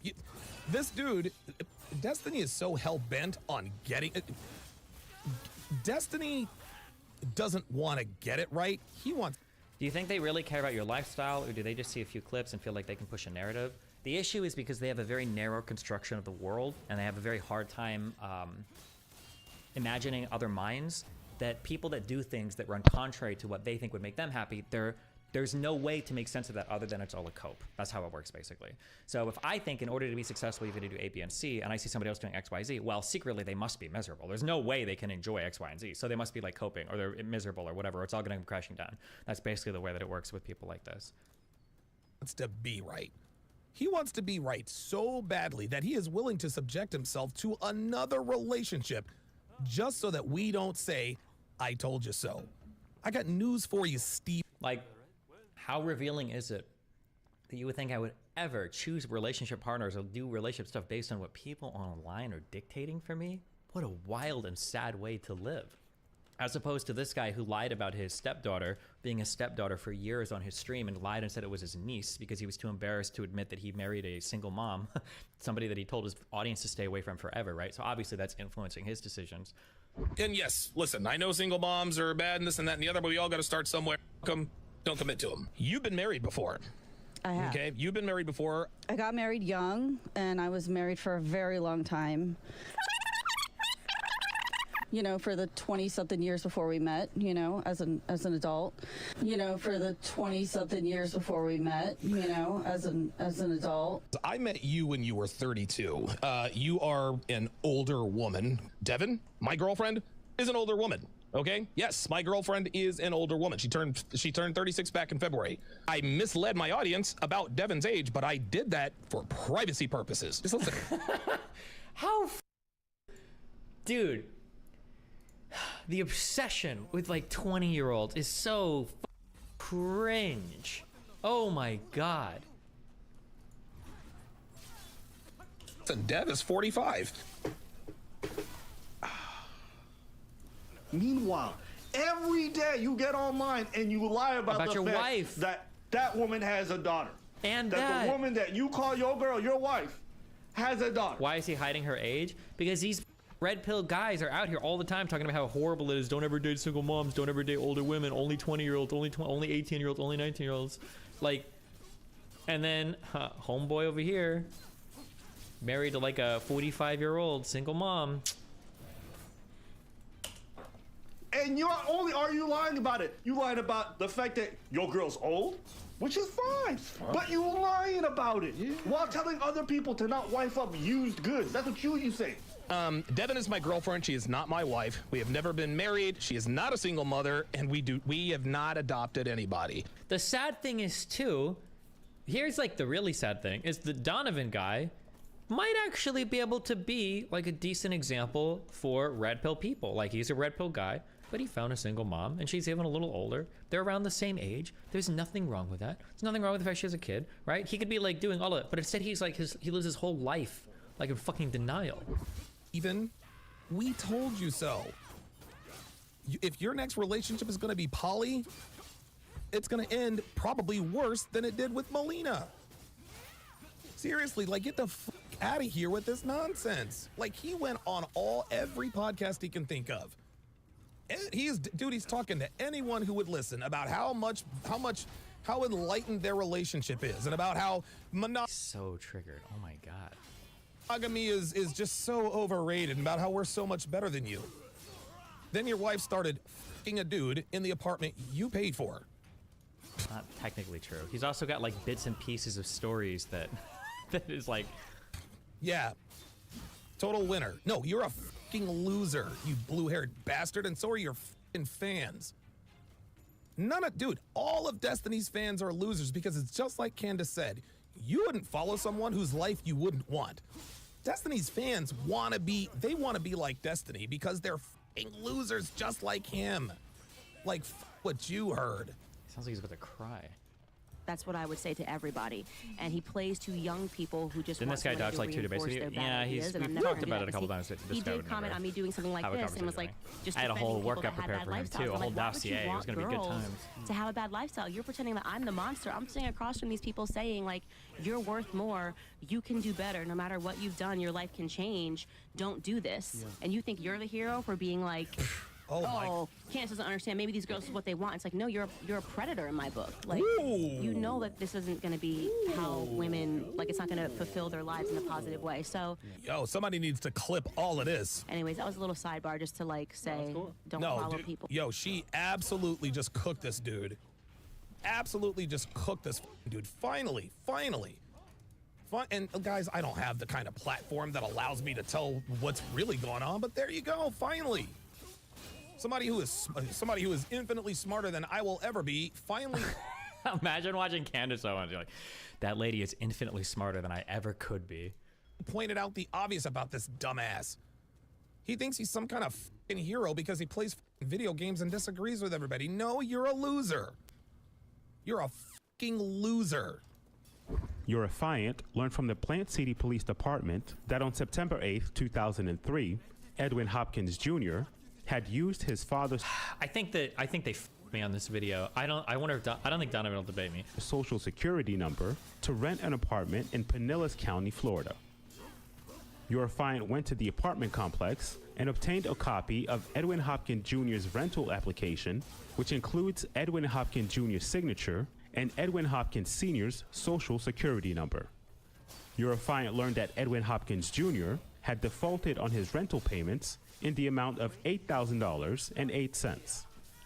On June 16, 2004, Euraffiant spoke with Edwin Hopkins Sr., who advised that the outstanding balance showed up on his credit report. Edwin Hopkins Sr. does wish to prosecute his son for the crime of identity theft. Jesus Christ. Euraffiant learned that Edwin Hopkins Jr. obtained a Florida identification card listing the above-mentioned apartment as his current address. Euraffiant has been unable to locate Edwin Hopkins Jr. My dad, the spineless beta male he is, does not have the heart to step to his own son and say, hey, look, son, I disagree with you. This man defrauded his own father. He used his social insurance and his stuff to get an apartment, defaulted on the apartment. The debt went to the dad, and it went on his social bureau. The dad pressed charges, and they went after him in court. Unbelievable, man. Unbelievable. We all told him exactly what was going to happen in his relationship, and then his dumbass. I love how these guys are now perfectly fine with people throwing out predator wedding. allegations. True. Yeah, who's laughing now, you idiot? Huh? You want to laugh at my fake wedding again? I will laugh at your fake wedding because that was hilarious. Okay, her vows are okay. I think her vows are fine. You couldn't hear it. It's all right. They were just like standard, like I love you. We'll have fun together. Blah blah blah. Okay. What are the red pill vows though? Go birds, baby. Sydney, it's been a hell of a ride. And the way we met was very unorthodox. Our relationship is very unorthodox. You're wearing a wedding ring now because, well, there you go. You've been wearing it for 7.5 years. But, like I said, I bring out the best in you, but you make me happy, you really do. I was happy before you, and if you and I decide to part ways for whatever reason, I'll be happy without you. But I am very, very glad to have someone like you in my life. I've been successful in many ventures in my life, and I've never really had someone like you. I really haven't. I'm glad that I made you into the woman you are today, and I'm glad that you continue to hold that standard. Success is really, really cool to have, to be financially successful, but it's much, much sweeter when you have someone like you to share it with. And so, by the power vested in me, I pronounce us man and wife. Who's laughing now? This guy's more obsessed with my fucking divorce than I am. Bro, I got over this shit a month and a half ago. How are you still talking about it? Jesus. Or should I call Melina and see what the she's up to? Oh, my bad. She's busy getting butt by a dude in a dress. Fuck. How is this an own on me? What? I don't even know who's attacking now. Far be it for me to address that, and it's funny. Didn't you word for word predict how things would end either way? Yeah, I did, which is honestly funny because everything that I said actually came true, but he thinks that, or they think that what they say come true. I'm pretty sure there are quotes of me saying there are two different things. There are two huge issues in my last program. One is that Melina was really young, which is always a huge issue, even though these guys tell you to go and date 15, 16-year-olds, whatever the lowest legal age is, wherever you can go to a country and abduct some girl from, like the Tates. And then I said that the biggest threat to me is never like a Giga Chad, Alpha, whatever, dude. It's just some fucking loser that's got 24 hours of time every single day to dump into whoever I'm talking to, because I can't compete with that level of attention. I think I even said that. Well, I think pretty sure before we ended up breaking up. A lot of getting pussy, from my perspective, honestly, is just having the temperament to be able to hang out long enough. Forever, you will see a hot-ass chick with a loser-ass boyfriend, but that's a guy who just has the patience and the fucking lack of ambition that he just is down to just, like, his ambition is wanting to date a girl who's too good for him. Oh, dude, there are, wait, when you have to, no, I'm sorry, you bring this up. One of the worst things when you are in your chasing years, you're trying to chase, so I would give up on these immediately. Right. When you see a girl, and there's another guy chasing that girl, and he's a fucking loser, and I'm like, this motherfucker gonna spend all day texting her. He's gonna want to go and hang out for 6 hours. I'm on my career grind. I don't have fucking time for that. You're just like, you win, you have it. I hated competing with those, and you're talking to the girl, like, well, come on, what the see this guy? He's like, yeah, okay, I don't want to like dump on that too much. Sorry, but like obviously, you know, dipshits like him and everybody else, like, oh no, the people that are gonna steal your girl are gonna be like Andrew Tate or blah blah blah. It's like, no, bro, I don't think I'm not in that market. But yeah, but it's funny that he pretends that like all of his ideas and everything on it were completely and totally true, but. Destiny still defends Melina. Well, don't talk about Melina. No, I will talk about Melina. Defends Melina? I'm not defending Melina. I just think it's weird to. I don't need my fan base like obsessing over people I've dated. It's funny that he thinks I'm defending her on that. Destiny still defends Melina. Well, don't talk about Melina. No, I will talk about Melina's hoe ass as much the fuck as I want to. Why do you think I would care? It's my ex. It's her life now. You can talk about whoever you. I like how he thinks he's like standing up to me by attacking my ex. Like, knock yourself out, dude. It's not my partner. What the fuck? Destiny, Melina's a fucking slut. She is a whore. She used you for clout and money. She never loved you because she is a slut. She is a whore. Like, is it supposed to be a dig on me or a dig on her, or? I am not the biggest ever that Devin's ever taken. Bro, what are you doing? And the way I f her is not the best she's ever had. She's had bigger and better than me. She hasn't told me this, but I know. I'm almost positive Devin's had bigger, better than mine.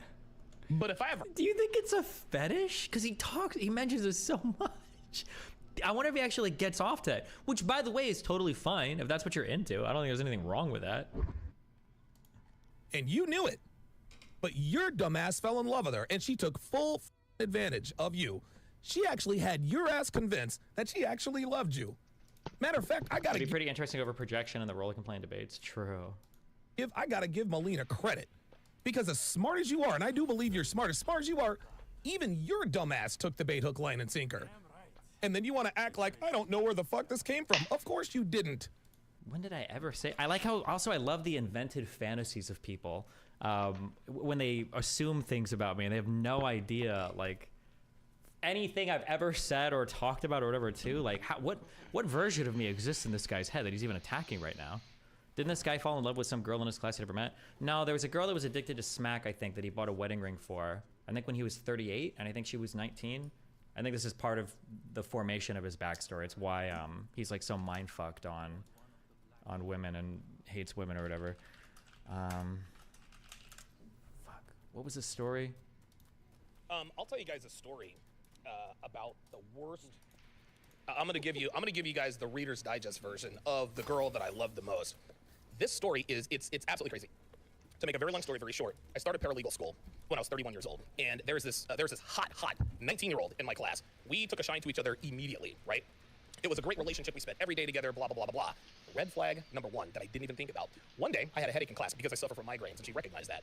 She says, what's wrong? I said, well, I've got a headache. She's like, all right. Reaches into her purse, and she gives me this big white pillow. I'm like, what is that? She says, it's Vicodin. And I was like, all right. So I took the Vicodin. Headache is gone.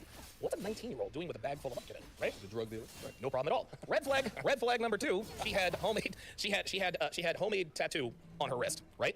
Told me she got it when she was 15. Hold on. Red flag number three. Stay with me. Red flag number three. She had a 6-year-old. She was 19 years old who had a 6-year-old, which means what class? She had her child at 13, which means she was having at 12. It gets even better. The baby daddy was in prison at the time we were dating. Oh. Now we see Destiny trying to character assassinate Donovan because he spoke facts. What's up, Red Pillar that's still not... So first of all, no, Donovan didn't speak facts. None of what he said was true. That's why when all of your heroes criticize me, they never show original clips of me saying anything, because none of the stuff they quote me on is stuff that I have ever said. That's why when I attack him, I can show you exactly what he said from his own mouth and give you the exact story that he himself told on a podcast. The mental gymnastics you've got to jump through to assume that I'm lying about him when I'm showing you what he's saying about himself, but he's telling the truth about me when he'll never show clips of me actually speaking about the things he claims I'm saying on his show. Pretty funny, my dude. Statutory EPAR. Here's the reason why they didn't throw the book at him with Jessica's Law. It's because she testified to the jury that she seduced him, and the jury actually bought it. The jury actually bought it. So let's set the scene. So my birthday, I opened up Facebook to get all the birthday love. She left her account open on my computer on Facebook. I scrolled through, saw all kinds of stuff, drove to her place. I said, I want you to be honest with me. Have you cheated on me? I wanted her to lie to me, and I wanted her to lie to me so I could just keep up a delusion. She said, honestly, yes. That is the worst emotional pain I've ever felt in my life. To this day, I never will. Dude, I went to her bathroom, I puked, ripped off the necklace. She's blowing me up at work all day long. I'm sorry. I can't pick up the phone. So finally... Destiny going on his wife? Why? I don't know his wife. Why the fuck would I start shitting on his wife? That just sounds mean. No, I don't think I would ever do this. I picked up the phone. She's like, hey, I'm sorry, I want to spend the rest of my life with you, da-da-da-da. She's like, look, I want to come to your place. I have a birthday surprise for you. So she comes over, she has like this little cupcake, and she bought me a watch that she knew I was looking at. Then she turns around and lifts up her shirt. There was my name tattooed on the small of her back. Dude, my hand to the man. So I was back in her clutches. It was all downhill from there. Guys, this story gets so much worse. How old were you? I was 31. I was 31 years old. Yeah. I thought you were going to say 17. Oh, no. So she continued. 31 dating a 19-year-old. So I was trying to catch her. I lost my job. I lost the place that I was at. The car that I had was paid for because I paid cash for it. It broke down. I didn't have a job, so I couldn't get it fixed. I'm evicted. I ended up having to live with a couple of her drug addict friends in a quasi crack house. Both people were on felony probation. What? You can't make this up. Both people, the guy and the girl, were on probation for felony possession. They were on felony probation, ankle bracelets, the whole nine. And so I lived there, and so I had to live there, right? And so finally, and I kept trying to get back with her. September 16th. Baby daddy gets out of prison, okay? Baby daddy gets out of prison. I called her up on September 15th. I said, you know what? I can't do it. I think you still love Ben. I can't do it anymore. Dude, she cried her eyes out. Hung up the phone. I stayed up all night long. I couldn't sleep. So I called her up. The next day. I was like, hey, meet me at this gas station. Then I called up my brother, and I borrowed $800. He gave me $800. I went to the jewelry store. I bought her a ring, proposed to her. I proposed. Listen, I'm telling you. Listen, it gets worse. I swear to God. People wonder why I speak with such conviction about these things, dude. Look, it gets worse. So she says yes, right? So now, all of her friends are like, oh. Also, I don't know if he says this, but this would be my guess. The reason why this happened is probably because 31 was the first time he had a girl give him attention.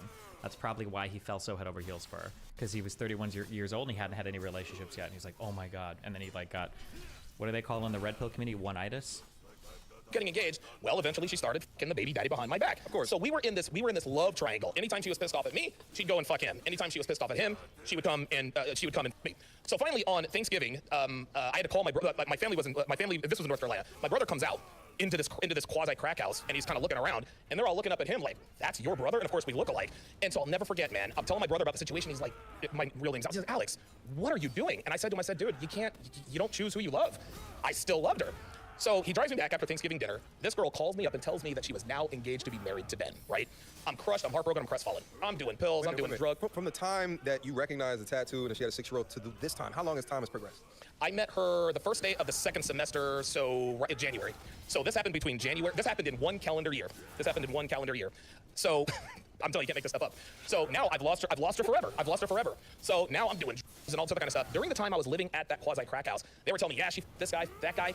During the summer, she lost an exorbitant, she was already a small girl. Yeah. She lost an exorbitant amount of weight. I found out that she was shooting heroin all summer long. I had no idea. She kept, dude, it was unbelievable. So anyway, so New Year's Day comes around. Oh, wait a minute, let me back up. December 10th, the guy, so it's a boyfriend and girlfriend in the crack house. The guy, I was at the library. Listen, the probation officer arrested the guy. So then he's in jail for probation violation. So it's just me and his girlfriend. I had no interest in her. It was not like that at all. Well, he was feeling some type of way about the fact that I was staying there. So he called his landlord and told him that I was staying there without their permission. New Year's Day, little Jamaican man comes to the door. He points at me. He's like, you don't live here. And if you're not out of here by 9 o'clock the next morning, the sheriff will come and put you out. Called my brother again. I was like, dude, I'm going to be homeless. So he bought me a bus ticket to Atlanta. And I go down to Atlanta where my mother and brother were living and kind of started over then.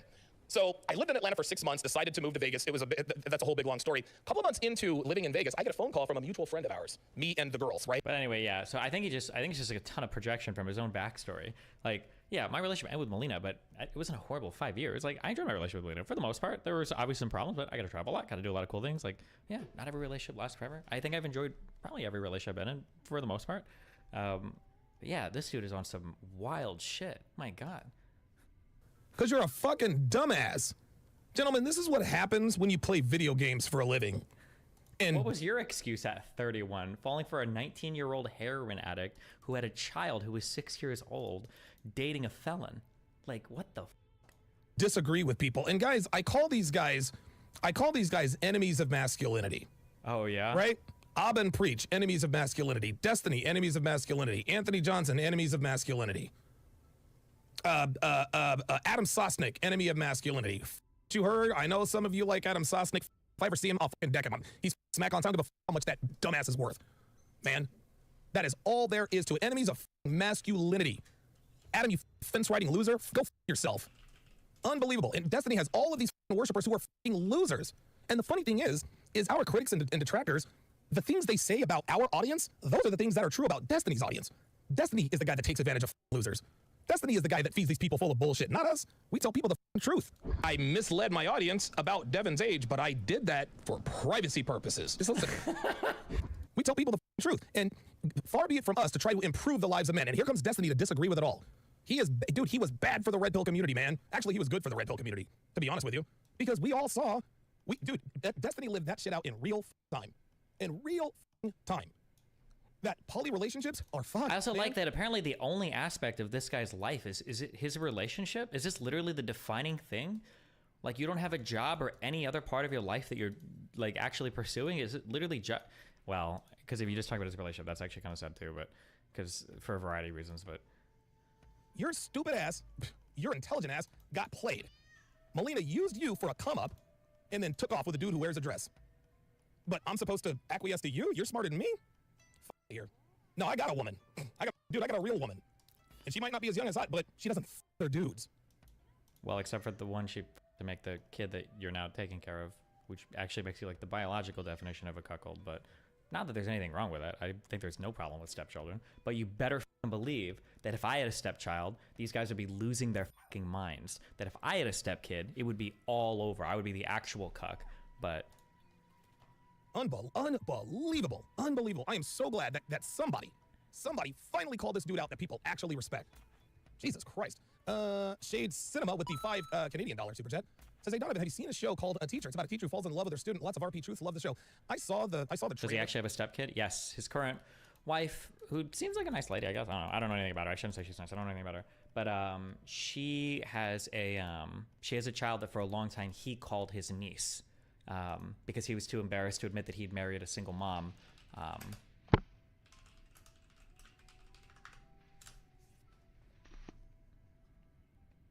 Because he tells his audience that single mothers are like free use only over and over again. But yeah. She's white trash. I don't know what you mean when you say I don't care. I don't know the lady. I'm not gonna sit here and rag on his on his girlfriend or wife or whatever. That's, I don't, yeah, I'm not gonna call her white trash. I don't know. I don't know anything about her. I don't know why I would, yeah, that's mean. 55 minutes. Didn't she appear in his YouTube skits? Yeah, she's the one that is in his YouTube skits. This is why men will never understand sexual assault or rape like women do. He literally says in the real world, a victim would be too ashamed to speak out. This is how they view women. Anyone who does stand up for themselves is immediately a liar. We can't win.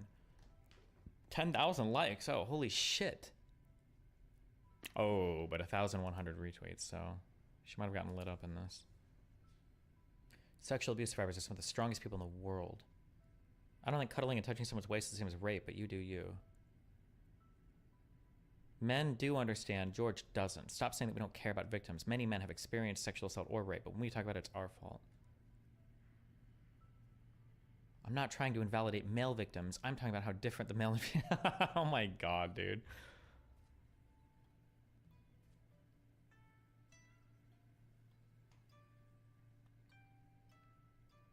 Half the tweets responding to your tweets believe she was actually raped. The other half only focus on the first 5 seconds where you say she was lucky, nothing worse happened.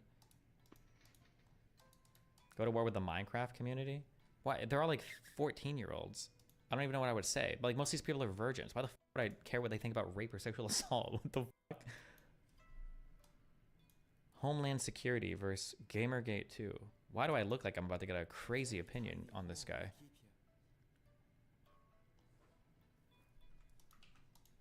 Talk about anything to do with Gamergate 2 or Sweet Baby Ink Detected and all that stuff, I would... Also, that girl's language and poetry about her waist-touching experience was actually really fucking disgusting, too. The more because I went back and I was rewatching some of it last night. Her saying, like, I tried to wash it off over and over again and I still felt dirty even after showering. She stole that from an actual, like, sexual assault or rape survivor's speech. Bullshit that she has this feeling because a guy fucking touched her waist. It's actually, that's really fucking gross. Some of the language that she was using was pretty unbelievable in that fucking, in her little drama video where she's trying to milk attention from it or whatever. And I don't even know if I should feel this much anger towards her or the whatever stupid fucking friends she has that gassed her up so hard on this stupid fucking video. Like, it's actually really gross. Every streamer is siding with her, Ludwig, Hassan, etc. I hope that's not true. The couldn't wash off the dirty line was from 13 Reasons Why. My understanding is that that's a feeling dirty or feeling gross after an actual sexual assault experience is actually, I think that's a pretty common thing among a lot of rape or sexual assault survivors. I don't think that just came from a TV show, unless everybody started saying it after the TV show, but I'm pretty sure that's a pretty common trope. I say trope, like it's a meme, but...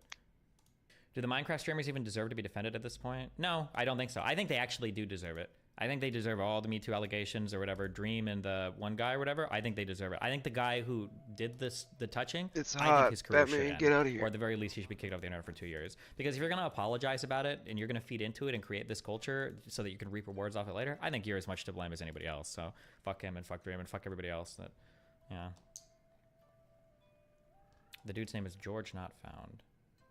What could he have done differently? Try and become a martyr?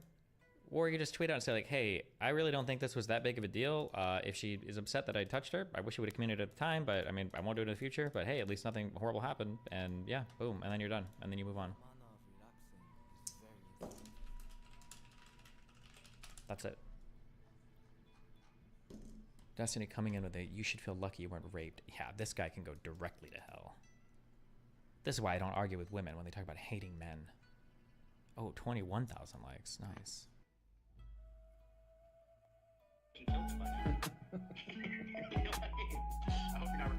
You're basically a Colombian whore. You're a Colombian whore. This is some Joker v. Joker. Man, you might want to be man. Listen, let me teach you something. I should have got that stupid. Snake. You're I acting don't like care about your money. You're a perfect example. Marquette, Devon, Burton, and this. Oh, and today we got something special for you. This man right here. Of all the people I've roasted, no one has ever had the gall to reach out to me, which I appreciate because I'm not a passive aggressive man. I'm an aggressive and I always come direct. So I can appreciate when someone comes direct. So that's number one. You're the first one. I want everybody to know that. Everybody is scared. They never Oh, he actually went to his... Or not went to his studio, but he's actually talking to him live. I didn't know that. Oh, reach out. for everybody in the chat, I did call him a scuffed TI, and I did tell him on our private call, I was like, listen, bro, I did call you scuffed TI. All right, my bad on that one. You said you apologize for saying I'm a scuffed TI. Honestly, that doesn't affect me at There we all. go. Have you ever been on Valuetainment? Have you been out there? I have not. So, the Asian girl, her name is Angela. Her name is Angela Knight. Angela Knight. All right. So one thing I can say about Angela is, one, she came for you in a very direct, aggressive way on a there was like no way to be confused. She was coming for your throat. Now, why didn't you just basically say, all right, yeah, bitch, I said you're fat and you're still fat. God damn it. I stand by it. Like, why the tap dancing? Well, first of all, I never called her fat. The original statements, they were finally sent to me. I could read them out to you here. But they were 3 chat messages that I sent on a passive live chat that I don't even remember who she was. All I said was, I said 3 things. First thing I said, who is this chubby woman? Second message is, ha ha ha. Third message is, she's about 40 pounds too heavy for me. That's 3, and I could send these messages to you if you want. No, you don't have to send that. I'll take your word for it. I say that about adds up to saying she's fat. Yeah. Yeah. Yeah, that's about what that adds up to. Would Myron say that you're his mentor?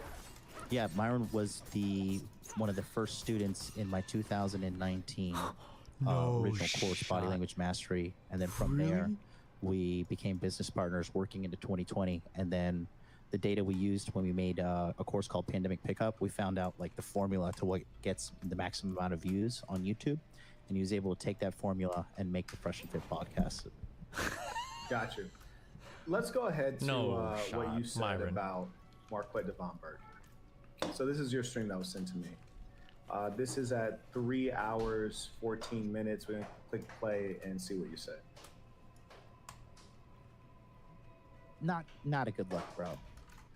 No, somebody says you and Saint are happy. I don't even know who this guy was. Somebody sent. You know what I hear a lot? I hear a lot of people say, not people, I hear a lot of you. I don't know who this guy is. People get so mad when you say, I don't know who this guy is. I have to be really careful when people ask me, like, do you know this guy? And I'm like, I don't know. But I don't mean that as an insult. I generally just like, I play video games, I play my piano, I argue with people. I don't know anybody. Because people get really, really, really mad when you're like, I don't know who somebody is. YouTubers say, I don't know who this guy is, but in every case, invariably, they all know who I am, and they're lying. Is your story that you had never heard of me up until you got that super chat? So what happened was somebody sent me the live stream of when you were live. I don't know if you were live or whatever, but it was the live stream of you criticizing my appearance on Valuetainment Money. Yeah. And that was when I first had seen it. And then that was the first time I ever seen your channel, seen who you are. Ooh, so he didn't know you. So I just want to confirm, your story is that up until that super chat, you had never seen me or heard of me. Come on, that's fine. Because he ever seen saying otherwise? I mean, somebody told me you did some crypto stuff, and then somebody told me you... Let's talk about that, because that's funny. We're actually going to play the clip where you say that. Before you did that, Fernanda said, Angela believes men who have worked to become high-value males should have sexual discipline. She's engaged and is probably worried her man may realize the worth of exercising options. I can scarcely remember which of these chicks is which. Which was Angela the Asian one? Yeah. Okay, that's what's up. Do we know if her man is Asian or white? I don't know who she is. Okay. Do you know?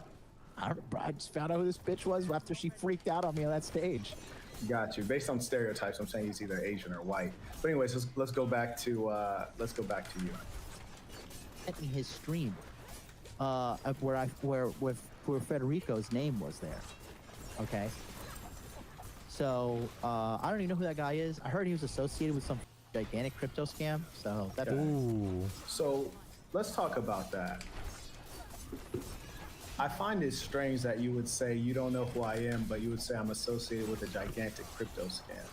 What crypto scam would that be? Ooh. So I have a live chat where Federico and I were in, right? And one of the guys in there, I put the screenshot of the same screenshot that I sent you, where you can see the super chat. Listen to how weak. It's kind of funny, I guess. If we want to be like, we can go full Britney, and we can analyze this through like top-bottom dynamics or whatever. MLD has come to Saint and Sinner expecting that this is going to be like a friendly conversation, and you can see kind of how submissive he acts in like this conversation. Like, oh, like he's like, I haven't watched the whole video. I just know that apparently they start fighting. You can tell that MLD is like, whoa, bro. I didn't know anything about you. Somebody in my chat like told me this thing, and it might not be even true. So like, yeah, I'm sorry if I said that. Like, I didn't even know if that was true or not. That's just a thing I heard. Like, he's about to go full bitch mode down that path. Oof. Or that's my guess. I could be wrong. We'll see. Summary. Give me the summary of where you. Give me the summary of the evidence of what you're talking about. Somebody said you did a Saint and Sinner's coin, and then you did a rug pull on it. Somebody said that. Okay. Yes. So would that be factual or would that be hearsay? I guess hearsay, right? Because I haven't looked it up. Yeah, and also, what are the chances that they would have that information? It's not hearsay, but okay. Like random person. He sent me an Internet Archive thing. Yeah. So here's what I'm saying. The only person on the internet that's ever made up this lie, there's only one person. Do you know who that is? I know you know. Will you admit to knowing who that is? There's only one person. I have no idea. Is your former friend Destiny? Wait, did I say He's that? the one who made that up. Now, Wait, did I say? Wait, are you talking about me? Did we ever accuse him of crypto scam? I don't remember. We might have. We truly might have. I don't remember. I do think his friend was a scammer with the dying friend in the hospital to watch. I think we did. Oh wait, is he the guy that did the rug pull on like the $2,000? Oh, I remember. We did say this. Okay. Funny times. I'll tell you another thing that's comical about it. You know how much he said the rug pull was for? Like $2,000. No. You don't know? Oh, so you mentioned, you basically accused me of something, but you don't even know how much, you don't know anything about it though. Correct. Okay. So the rug pull was supposed to be for $2,000. $2,000. My sneakers are $2,000. Mm-hmm. Do you know how much of an astronomical waste of time it would be to try to make $2,000 for me? Moreover, I find it disheartening in as much as you're suing a couple people right now, I hear. No, he's not. Right? He's not. Okay. Presumably for slander or libel or something like this? Defamation. No. Defamation. Kind of in the same category, right?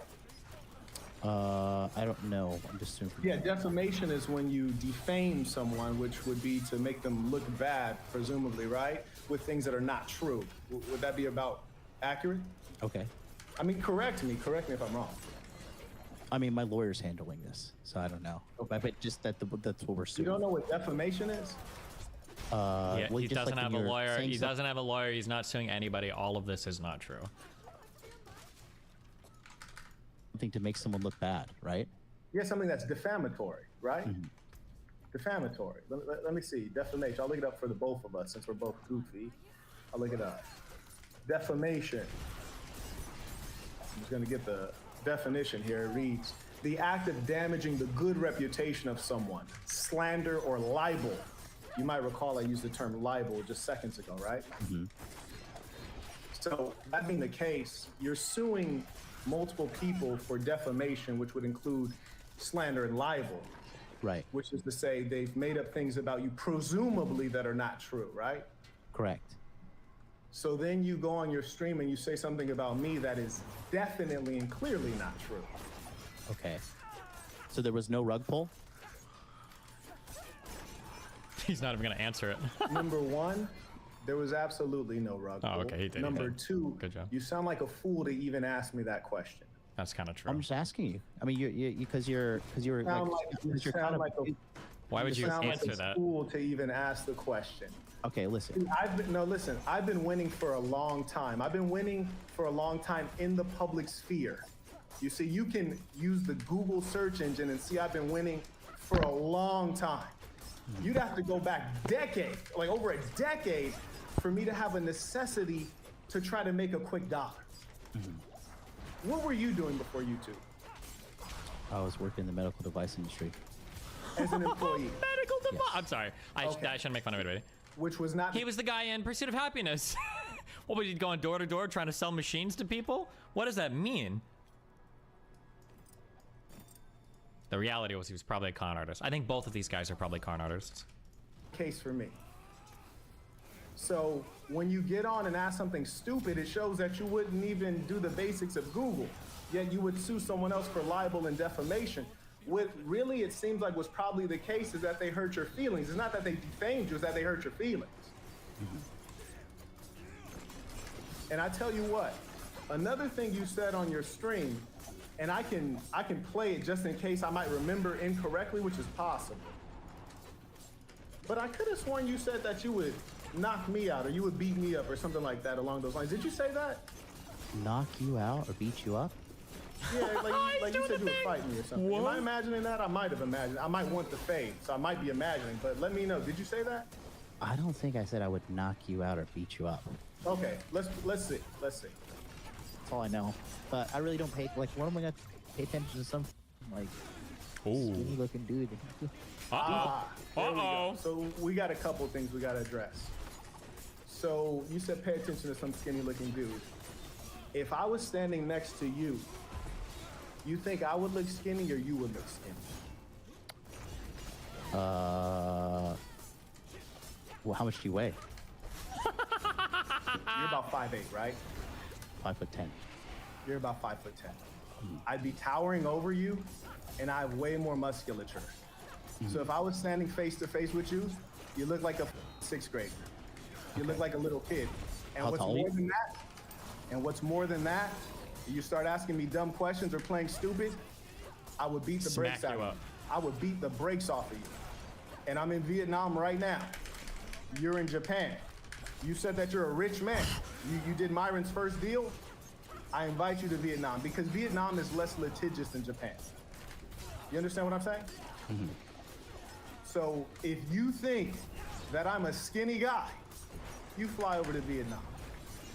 And I tell you what, if you win the fight, I'll fly you back first class. If I stood next to you, you wouldn't say a peep because I'm a scary person to someone like you. And let me also tell you this. If someone defames me or slanders me or commits libel and I have an issue with it, I wouldn't sue them. I wouldn't need to sue them. Because I've done things you'd be scared to do in real life. We don't measure. It's like two, no offense. It's like two losers having a measuring contest with each other. Like, it's so much false bravado from both of these guys. It's actually so funny. Up on any way. And one thing I told you when you reached out to me via phone, I'm not about creating enemies. I'd never met you when I spoke on you. If you're calling me and it's all peace and you don't want me to make the video tonight, I'll end the video, no problem. I won't even do it if you're coming in peace. If you, however, are coming talking about you want to sue me or any tough talk, I encourage you to sue me, and I'm definitely gonna make the video, which lets you know the kind of person I am. I'm hyper aggressive. I have zero fear, and I'll destroy everything that you love. Right. So you gotta tell your audience what I said, though. You said some words that did not answer my question, which my question was, you want me to not make the video. I was offering you an olive branch to not make the video, and then you just started becoming verbose. And then I invited you to come on here. And you Actually, come on here. Collaboration was my idea. Was it your idea? It was my idea, yeah. Remember I said, it's because you asked me, you said, do you want me not to make the video? I said, listen, dude, I don't care about YouTube. I'm here to call you and talk to you man to man. That's what I said. I said, I'm not going to try to tell you how to run your business, and you don't seem like a guy who takes in orders from people anyways. Right? See you, he's That's trying to what I suck said. up. You don't seem like and a then guy I said, how about this?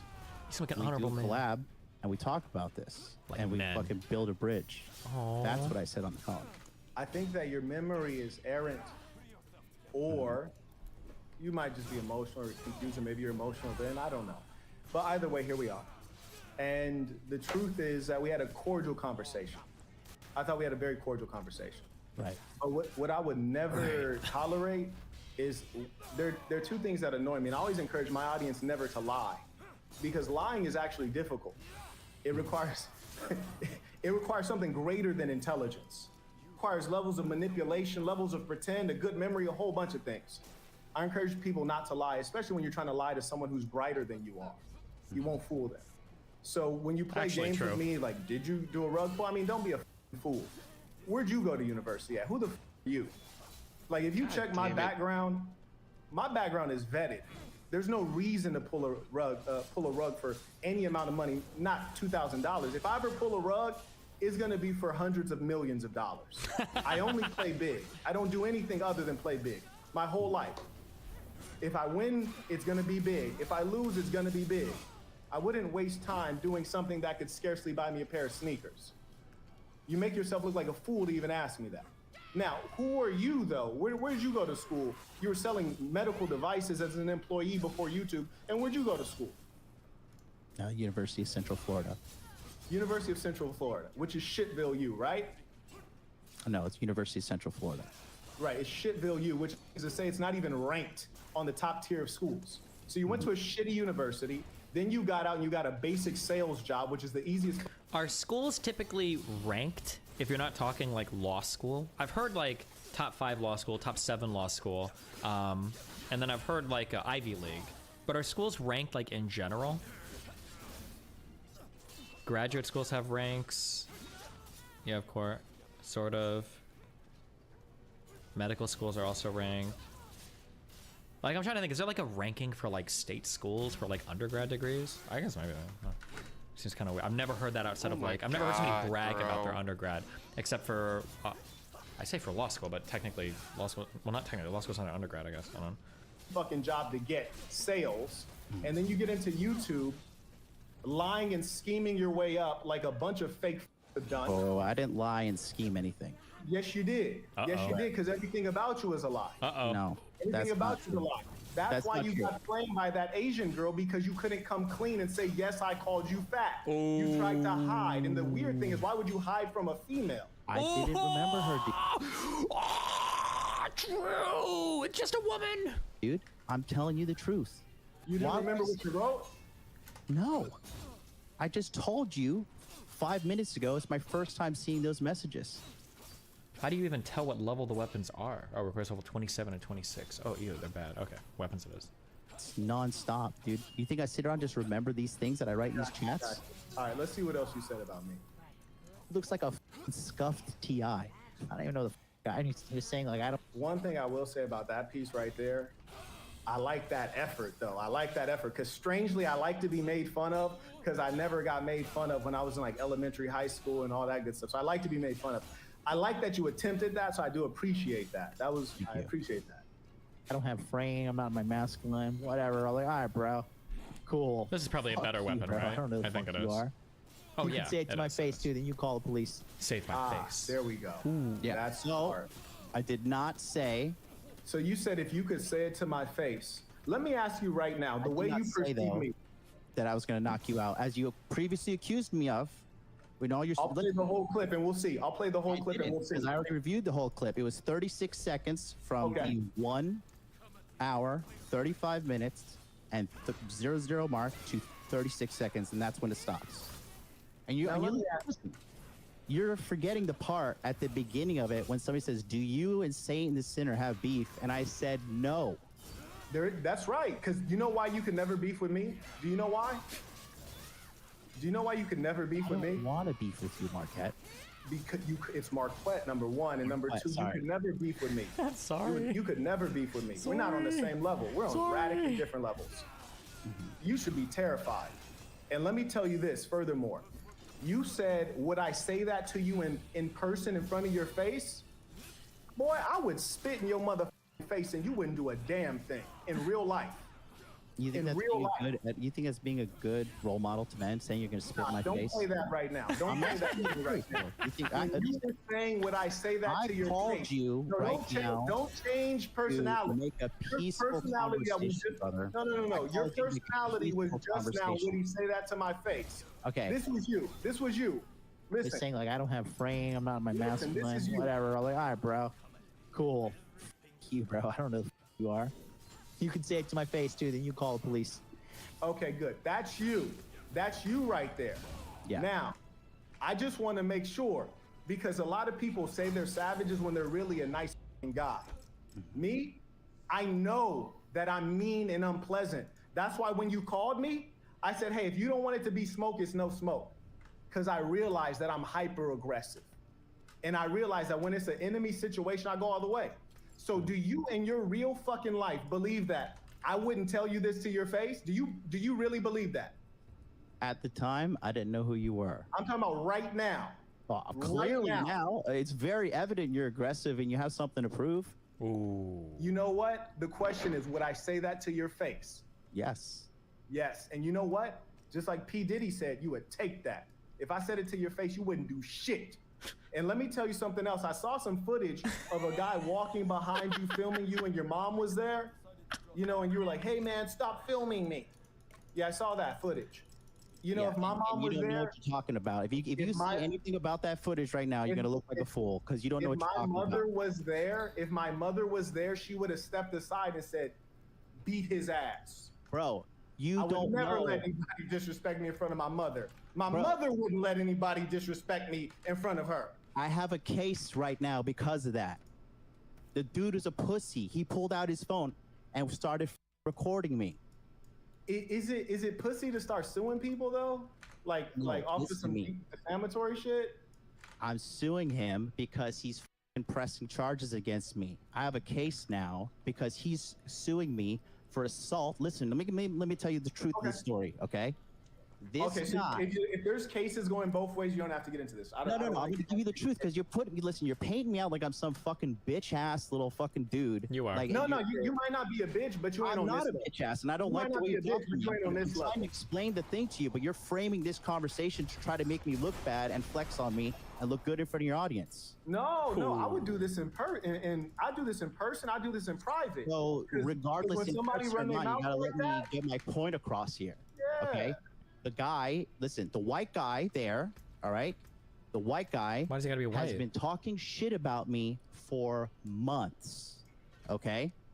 And he's telling everybody, and if you watch the entire clip I have, it's chapter 5 on that live stream that I sent you, and you can see the full context.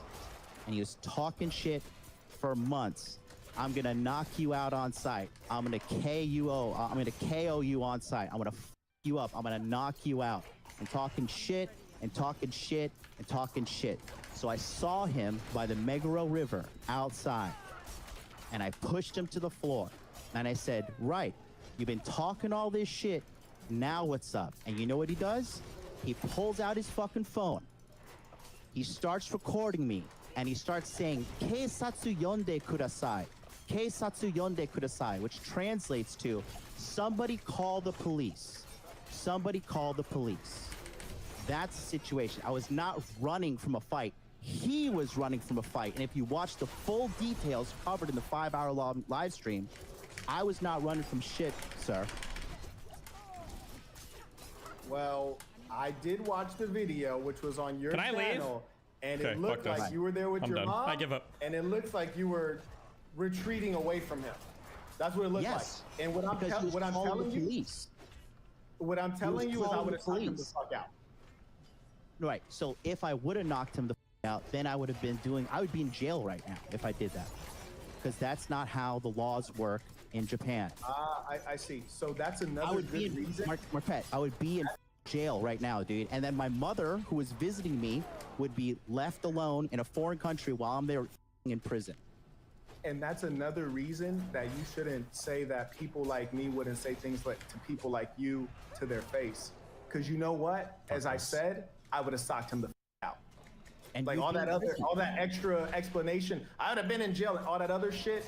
The reason he pulled that on you is because you're weak. You see, he'd have to be scared to pull some shit like that on me. Because I'm gonna knock him the out. No. He did not pull that on me. Wait. So let me see. Okay. You're putting yourself as some like intellectual superior person to me. So you're saying you went to Central Florida University. No, we're talking about the context of the conversation right now. You said that because this guy, I pushed this guy. Let me ask you something. If I pushed you to the floor, would you stand up and start recording me? Listen, would you start? Right, but if I did, would you stand up and start recording me with the phone and say, "Somebody call the police"? Somebody call the police? Because that's what that guy did. Listen, we don't have that what on he footage. did. Answer my question. If I push you to the floor, would you call the All we police? have on footage is you retreating. No, you have the wrong footage. Your computer must be broken. No, I saw the footage on your stream. No, because the context of the conversation was this. I told you. I pushed him to the floor. Okay? I pushed him to the floor. And on the front end of the video, listen, no, you're pretending to be Mr. Superior Intellectual. Listen, if you watch the video, he says, all the data indicates that I'm intellectually What did he do to me? He said, what did he do to me? He hit me, didn't he? He hit me. That's what he's saying in the video. That's fine. That's No. Don't tiptoe away now. That has nothing to do with my point. Don't tiptoe away. You were Yes, with it your does. mother and you got disrespected. Yes, it does. No. You're backing off now. You're backing off because you're wrong. You're backing off because you're wrong, and you're banning people in the chat who are calling you out. You were scared, and you're making excuses. That's all. I was not scared at all. Why would I be scared? You just said that you were scared to go to jail. Yes. And you didn't do anything, so you were scared. That's my whole point. No. I got another. Listen, I was scared to go to jail, but I was not scared of that guy. Okay. Maybe you're okay with doing jail time. I'm not. That's another reason you should never bring up people like me, because if you would ever approach me with my mother there, I would consider that to be a tremendous offense, and I'd beat the snot out of you. Right. And here's the thing: the reason he approached you is because he knows that you are pussy from head to toe. He didn't approach me. I approached him, Marquette. If you approached him, why was he able to get up and start recording, bro? Why was he able to get up and start recording? I approached You him. approached him off some sandbox shit like a toddler. You pushed him and then just like walked away. That's weird as shit. You don't think so? No, I pushed him away, and then he stood up. Yeah, when you push somebody, you push them away from you. Was he approaching you, or did you? Your initial story was you walked up on him and pushed him, like Yes. you were confronting him. Yes. Now that's weird. What was the purpose of that? I thought the purpose of that was to like go ahead and throw hands. Why didn't you throw hands? Are you not listening to me? I told you the reason I pushed him is for months he's saying he's gonna knock me out. He's gonna kick my ass. So you pushed him for what purpose then? Because he was talking shit for months, saying he's gonna beat my ass, and he posted my photos on the internet saying I'm a fag, all this shit. Talking shit. Listen to me. He's talking shit since July 29th, 2022. And I my called his ass understanding of a masculine on man, April 'cause 1st. My understanding of a masculine man is not that you go up and you push someone. My understanding is you go up and you knock them the fuck out. That was my understanding. I didn't know you I don't could go up sucker and punch people. Okay. You also don't punch them when they facing you, because your mom was right next to you. He was walking towards you and you didn't do shit. I pushed him. All right. That's cute. Anyway, so let's hit the God screenshot. I got damn one more it, item bro, for with you. this fucking fire. But I've been detained all my life by these haters, never sued anyone. I'm a short king. Listen, I'm a short king. You have major mind assault that just showing appreciation is beautifully polite destruction. You feel me? I am polite. And St. Ricardo said, don't ever fake the funk. A real one may call you out. Peace to the saints. And I was trying to be polite too. Like, that's the only things that, like, I don't like sneak disses. On Cash App, we have Justice said, go forth like a fearless lunatic. NBB. Yeah. We have Ron said, tuition. Where do I see and we my- have Kevin said, please, camera, don't hurt him. I got another clip with you and Sneeko, because you might be aware. I know you said you'd never heard of me, but you might be aware that Sneeko's a bitch. And, you know, he had some words, and you know, so we're not on good terms. So let's hear what you said about Sneeko. I hear you were defending him being a cuck. I hope that's not true. Let's take a look, and we could just chop it up about that real quick. So I got 15 minutes in, 15 seconds. Let's see. You know, like the whole thing about you being the whole cuck thing, where you went to a swingers club, your girlfriend slept with somebody in front of you, and people. I did a couple swap, and I hated it. We stopped. And I said on the podcast it was traumatizing. I hated doing it. Yeah. But yeah, I mean. So the thing is this, right? You made a mistake. Did you forgive yourself? Aw. Yeah. Yeah. Damn, bro. That was cute. That was like that was a motherfucking Dr. Phil moment right there. This man said, you made a mistake. Did you forgive yourself? Okay. Like, that was like some big bro shit right there, man.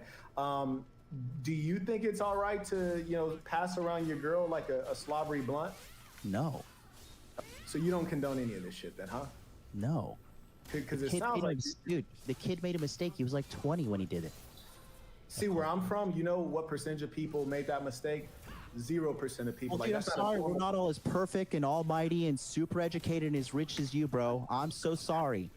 I'm so sorry. The victim. He's the victim now. I like this shit. You're a victim. No, because you have a massive ego, and that's going to catch up with you. I have a tremendous ego. And Yeah. you know when it comes out? It comes out when people like you start bullshitting me. Nobody's Yeah. bullshitting you. I've been honest from the get-go. Here's the thing. No, you're not an honest man. You know what's bullshit? When we were talking on the phone and we were being man to man and talking about having a peaceful conversation, and now you're trying to turn this into a gigantic gotcha moment. That's No, you know- bullshit. There's no honor in what you're doing. The reason why that happens. There's no honor in what you're doing. You can try to be like this cool guy, but there's no. At the end of the day, there's no honor in what you're doing right here. No, here's why. You started lying. I said you were in a situation Where's where the you're Saint suing Sinner someone. coin? Hold on one second. I got you. Where's the Saint Sinner coin? Hold on, I got you. I said you were in a situation where you're suing someone for defamation. Okay, if that's the case, why would you say something about me that you know to not be true? And then you asked me, oh, did you do a rug pull for 2K? I'm like, see, now we're playing games here. I didn't say for 2K. I don't play didn't say for 2K, but listen, if this is what you want to do, you want to do a TMZ. The Saint Center guy legitimately mentally ill. He sounds like one of my. I think it's a really, really, really big dose of narcissism. Would be my guess, but I don't know him personally, so I can't really say it. Like I could with like Mr. Grill. He could also just be like a scam artist, con artist. He might make money like having this kind of like false bravado. But like I said, I think like anybody that's legitimately successful or has experienced any level of success in life can see two con artists when you see them. Like nobody that's successful acts like this. You don't need to say that you're successful. When you are successful, you don't need to carry yourself like this. The only type of people here that are so obsessed with projecting an image of success that they have to act like this are people that aren't successful. That's why they try so hard to project the image, right? Because that's all it is a facade. Gotcha moment. That's fine. We can make it. You'd have to be a star for that to happen. You're a scared guy who called me because you were scared, and you were right to be scared. Listen, I'm not scared. What are you gonna do? You're gonna hunt me down and kill me? It would have been a peaceful conversation, except that you started bullshitting me. You started bullshitting me. If you'd have never started bullshitting me, it would have never went this way. Because the whole conversation, it was reasonable, wasn't it? This started because you started talking about me in a bad way. I started pointing out accurate observations of the fact that you're not who you pretend to be. You're a sheep in wolf's clothing. No, I'm not. You're not smart enough to even think the truth of what I said. Sheep in wolf's clothing. You said I walked off of valuetainment in frustration. Listen, you were there getting flamed by 4 girls, and you're Mr. Smart IQ with all these universities, right? You're so secure in yourself. Saying these things. The entire internet made a number of videos about you looking bad. Why didn't you pick up the context of why I left? If you're so smart, buddy, come on, you get out of here. Okay, you can ask the question if you want to, but if you're so smart, why didn't you pick up on it? You were embarrassed the whole time. If you're so smart, I don't generate a barrier, do I? I just wasted that. A number of videos about you getting flamed. Okay, if you because think it's out of context, people make videos about you getting flamed. It is out of context, buddy. What do you mean it's out of context? Everyone watched the video. What are you talking about? Well, then you didn't watch the video. You're not as smart as you're pretending to be. You got flamed. You got flamed. That's all there is to it. Like That's you're not what I mad. said. You're hurt because you got flamed. You're saying that I left the stage in anger. I'm saying that the entire time you were being embarrassed by an Asian woman and a woman you said is black and also a white woman, and you couldn't defend yourself against these dimwits. That's what I'm saying. Okay. You also said that I left off of the stage in anger. You looked really bad when you left off the stage. Would you not agree? Are you a punctual man? Did you look bad when you left off stage? Are you a punctual man? I am a punctual man, but what does that have to do with you being embarrassed? If your multi-million-dollar earning mentor told you to be somewhere on time for a 7 p.m. podcast. Okay, let's say that. How are all these guys multi-million-dollar mentor? When did these guys all get so much money? From where? Why don't you open the cash you've got in storage? I don't know. What was that even for? Oh, for like the little, I don't know, because I need them in the future. That you had to leave to make an appointment. Or would you be late? Are you a kind of guy that shows up late? Let's say you had to leave to make an appointment. Let's say that is true. I don't It know is it to be true. true, but let's say it's true. Let's say It it's is true. Okay, that bro. Still does not. That still By does not. skins? nullify Where I get the skins fact- at? Look bad. That's what this is. This No, is no, not you a already look dialogue. bad. This is like Hold on one you second. trying to frame yourself as like a superior person. Oh, I'm right? appalled. I'm Right? appalled. Because if that was the case, I would have mentioned that you had liposuction. I didn't even mention that. If that was I'm the not case, I hiding would that. talk about you having Where liposuction. have you seen me hiding the fact of that? If that was the case, I'd mention that you have hair plugs.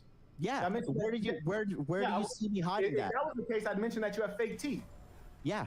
And You see where what I'm have, saying? where have I if hit I was those? trying to make myself superior to you, I would mention that you got fake teeth, fake hair, and a fake body. You're basically a Colombian whore. You're a Colombian whore. If I was trying to do that, I would say I'm genetically superior to you in every single way.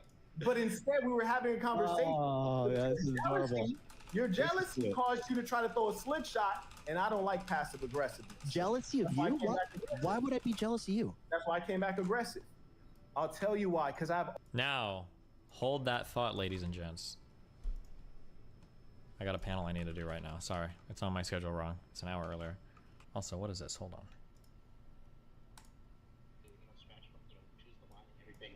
But this guy's just a fucking little bitch ass, bro. He's brave on the internet. Now the question is, why did he start with you? Like I know why he started with me, but why did Destiny start with you? Oh, he started with you too? Yeah. But why do you start with you? Because what he does is that's all he can do is talk shit. What's that guy gonna do? Is he gonna fucking do something? I'm a fighter too, man. I fucking wrestled in high school. I did jujitsu for many fucking years. I've been doing kickboxing. I'm not. You're really. I saw your hands really good. But I'm not boxer. I'm kickboxer, MMA guy. And this little fat, all he can do is sit there and run his little literal fucking mouth. That's all he can do. That's all his little can do. Like if this was 100 years ago, we would have swooped into his village and killed him by now. You know what I mean? So, sorry, I'm savage, bro. I hope you're not recording this. All right, cool. Well, I'm gonna get dressed.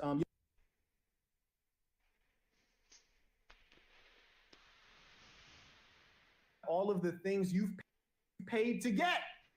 You've paid to get. You're a loser.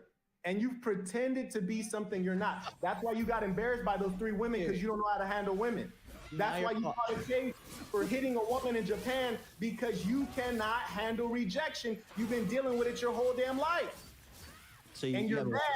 You haven't watched You're anything. mad. You're big mad. And you're a fake phony bastard. And we know you're phony ignorant. because you said, oh, if he wouldn't say that in front of my face. Boy, I would spit in your face and you wouldn't do shit. Yeah, you wouldn't do shit. I would do something if you spit Remember this when you see me. You better fucking walk up to me with a smile, Mr. Burton. Yes, sir. No, sir. Because now you know where I stand. Oh God, dude. What you gonna top me to? This What is you gonna top ridiculous. your phony ass? You think you're a good role model? And button up your motherfucking shirt. No. Button up your motherfucking shirt until you build your chest up, little buddy. No, I'm not gonna do Button anything. that shit up till you build your chest up. No, actually, I'll unbutton it even more. How about that? What is this? This is a TMZ shit? I thought, dude, on the phone. Listen, bro, that's some fake snake shit you did, bro. On the phone, you're being nice. You are pulling some fake snake shit. No, because you don't know anything about me. You're trying your hardest to make me pulling look some bad. fake snake shit. But shout the out to people Three that I Kids. help behind the MLB scenes know me. He writes, MLB, you did the right thing in walking away from the guy who was recording you. It's best to not be confrontational with people who whip out their phones. There you go. There's a supporter. There you go. Shout out to Supernova for Life 1. He writes, Marquette, I got respect for you, but you're doing too much. MLD is cool. Everyone has their own lane and move accordingly. There you go. You're cool. Saint ID writes, this is wild. Peace of the Saints. Sebastian writes, peace of the Saints. This dude is a clown. Just say you were scared of consequences. He not built like that, Quet. He loves flipping the script, clearly. Shout out to none of the above. He writes, damn, why is my alma mater catching strays from the big homie? MLD, you got to do something. We got a sense of humor there. Nah, MLD, honestly, I told you when you called me, I had a lot of respect for the fact that you reached out to me directly. And I really do.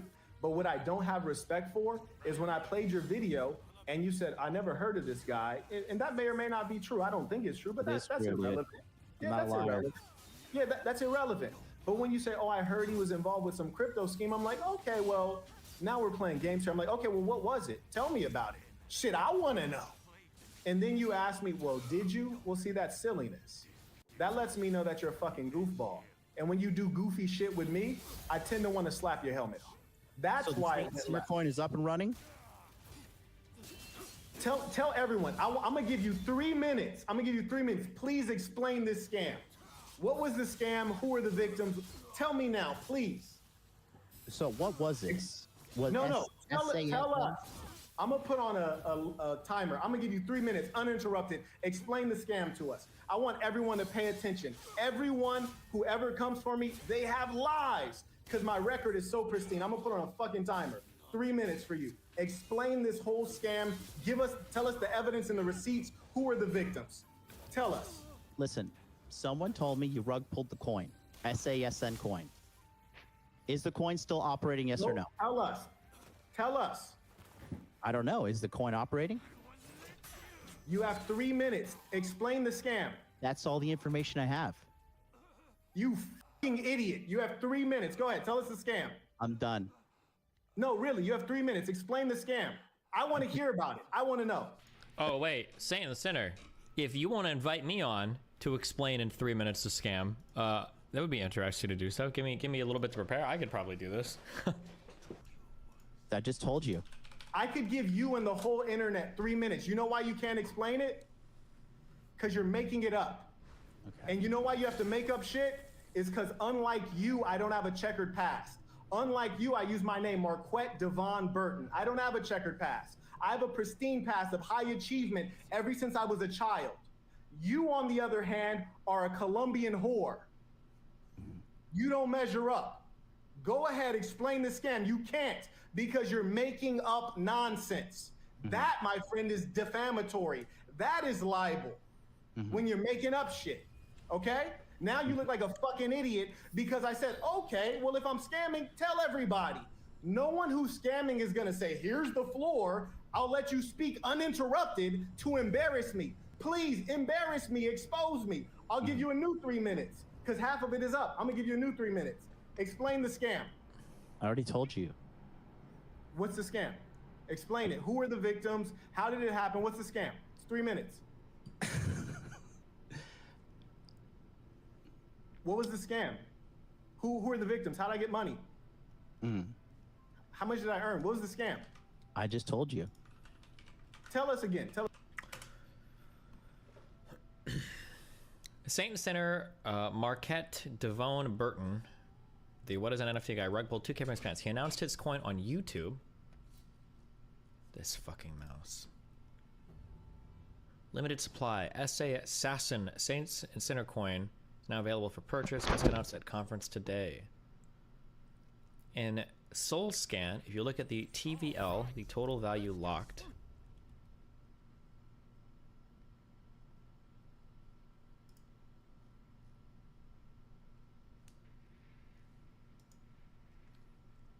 It looks like the pool was at $2,000 for a couple of days before collapsing to zero. Looks like the pool was at $2,000 for a couple of days before collapsing to zero. If you look at the trade section, there's a bunch of transactions for removing liquidity. The transactions are going to his address, which has his NFTs on them. The world's largest pump and dump. Tell us again, because I missed it. I'm not going to participate in this childish activities, dude. No, the childish activity is you fucking lying, and then I say, well, explain. And you can't explain because you're a fucking liar. So your coin is operating? Your coin is up and running right now? That's the childish part. You keep on dodging the question. Explain the scam. No, we want to hear about a scam right now. You don't need me to talk. Explain the scam. You have Where's 3 your coin? minutes. I will not talk at all. What's the scam? Okay, where's the Saint and Sinner coin? Go on, explain the scam. Come on. It's so funny because he's kind of doing the same thing. I wonder if he learned this strategy from me, right? Because he's doing the same thing. The problem is, guy on the left is a scammer. Mark is a scammer, 100%. But the problem is MLD over here doesn't know how to explain the scam because he probably doesn't understand the space. He doesn't know how to explain it properly. But this is how I caught Mark being full of shit when he accused me of scamming with NFTs, saying he was a technologist, but he doesn't know what an NFT is. He doesn't know what any of the technology is either, right? So it's like a scammer scamming another scammer. You look like a fucking idiot. Go on, come on. You look like a fucking idiot. You have This 3 is minutes retarded. uninterrupted. That's what I This is thought. retarded. That's what I thought. Do you realize that you're making a claim with no evidence whatsoever? I can turn around. It's Marquette. It's Mark. Call him Mark or Marquette. around and say, "Where's the MLD coin?" I didn't make a coin. The dumb question you asked me, I can ask you. I didn't make a coin. What are you talking about? Where is the MLD coin? I never made one. How much? I heard you scam people for $10,000 on the MLD coin. What about those people? Information. What?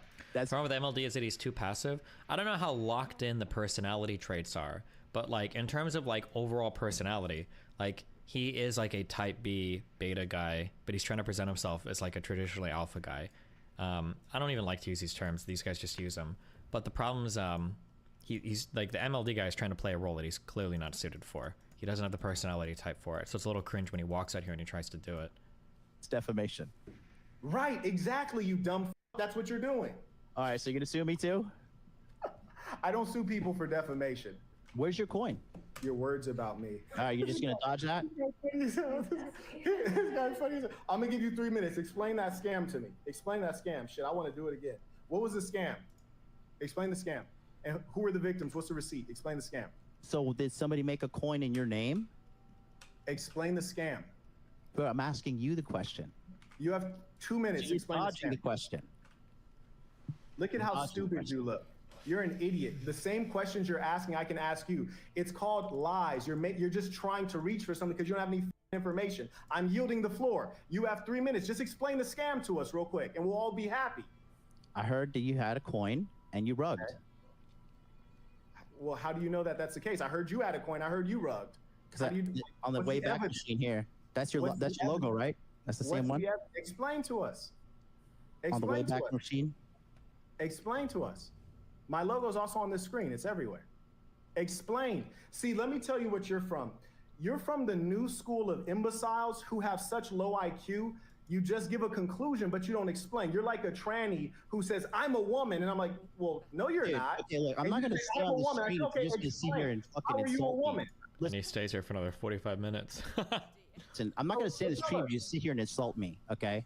Like I'm being very respectful to you, and you're calling me a tranny. You're calling me a Colombian whore.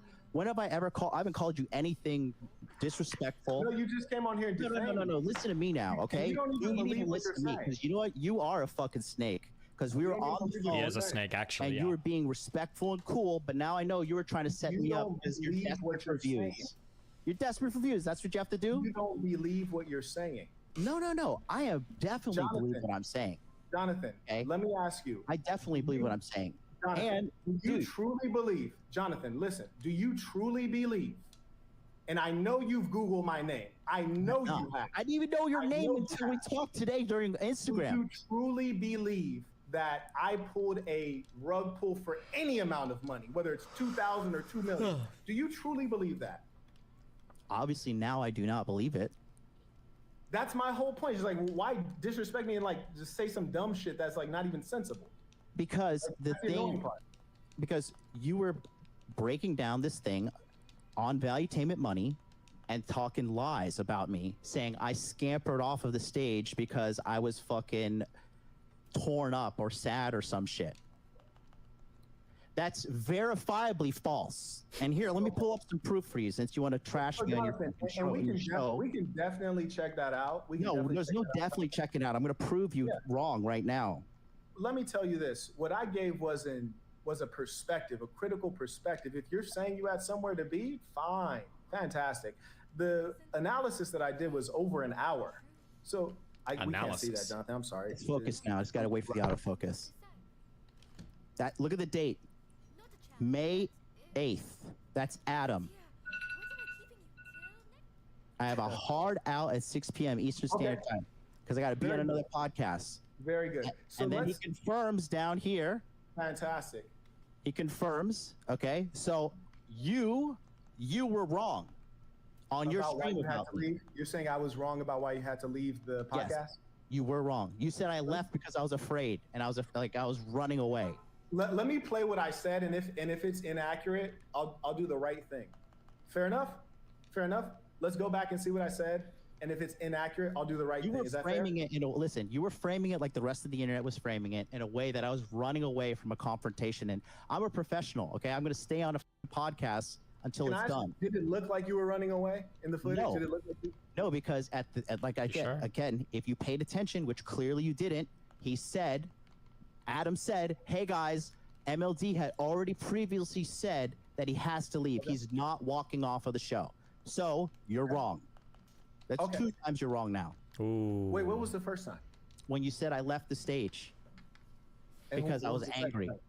Okay, Batman, the it's first time so I said you left the hot. stage 'cause you were angry, and then what was the Please, second time? please. The second time was you're saying there's no context Just- explaining I know why I it's was the leaving when there fucking clearly cool was kids context corner, explaining but- why I was leaving. The host himself said it. When did I say that? Alright, I Hold on gotta a pee, second. 30 guys. seconds ago.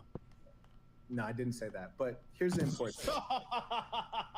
Here's the important part. You got flamed for an hour. You're basically saying, Marquette, you were wrong about. You got flamed This is for some an Joker hour. v. You're Joker something shit. else, man. You are something else. I gotta say.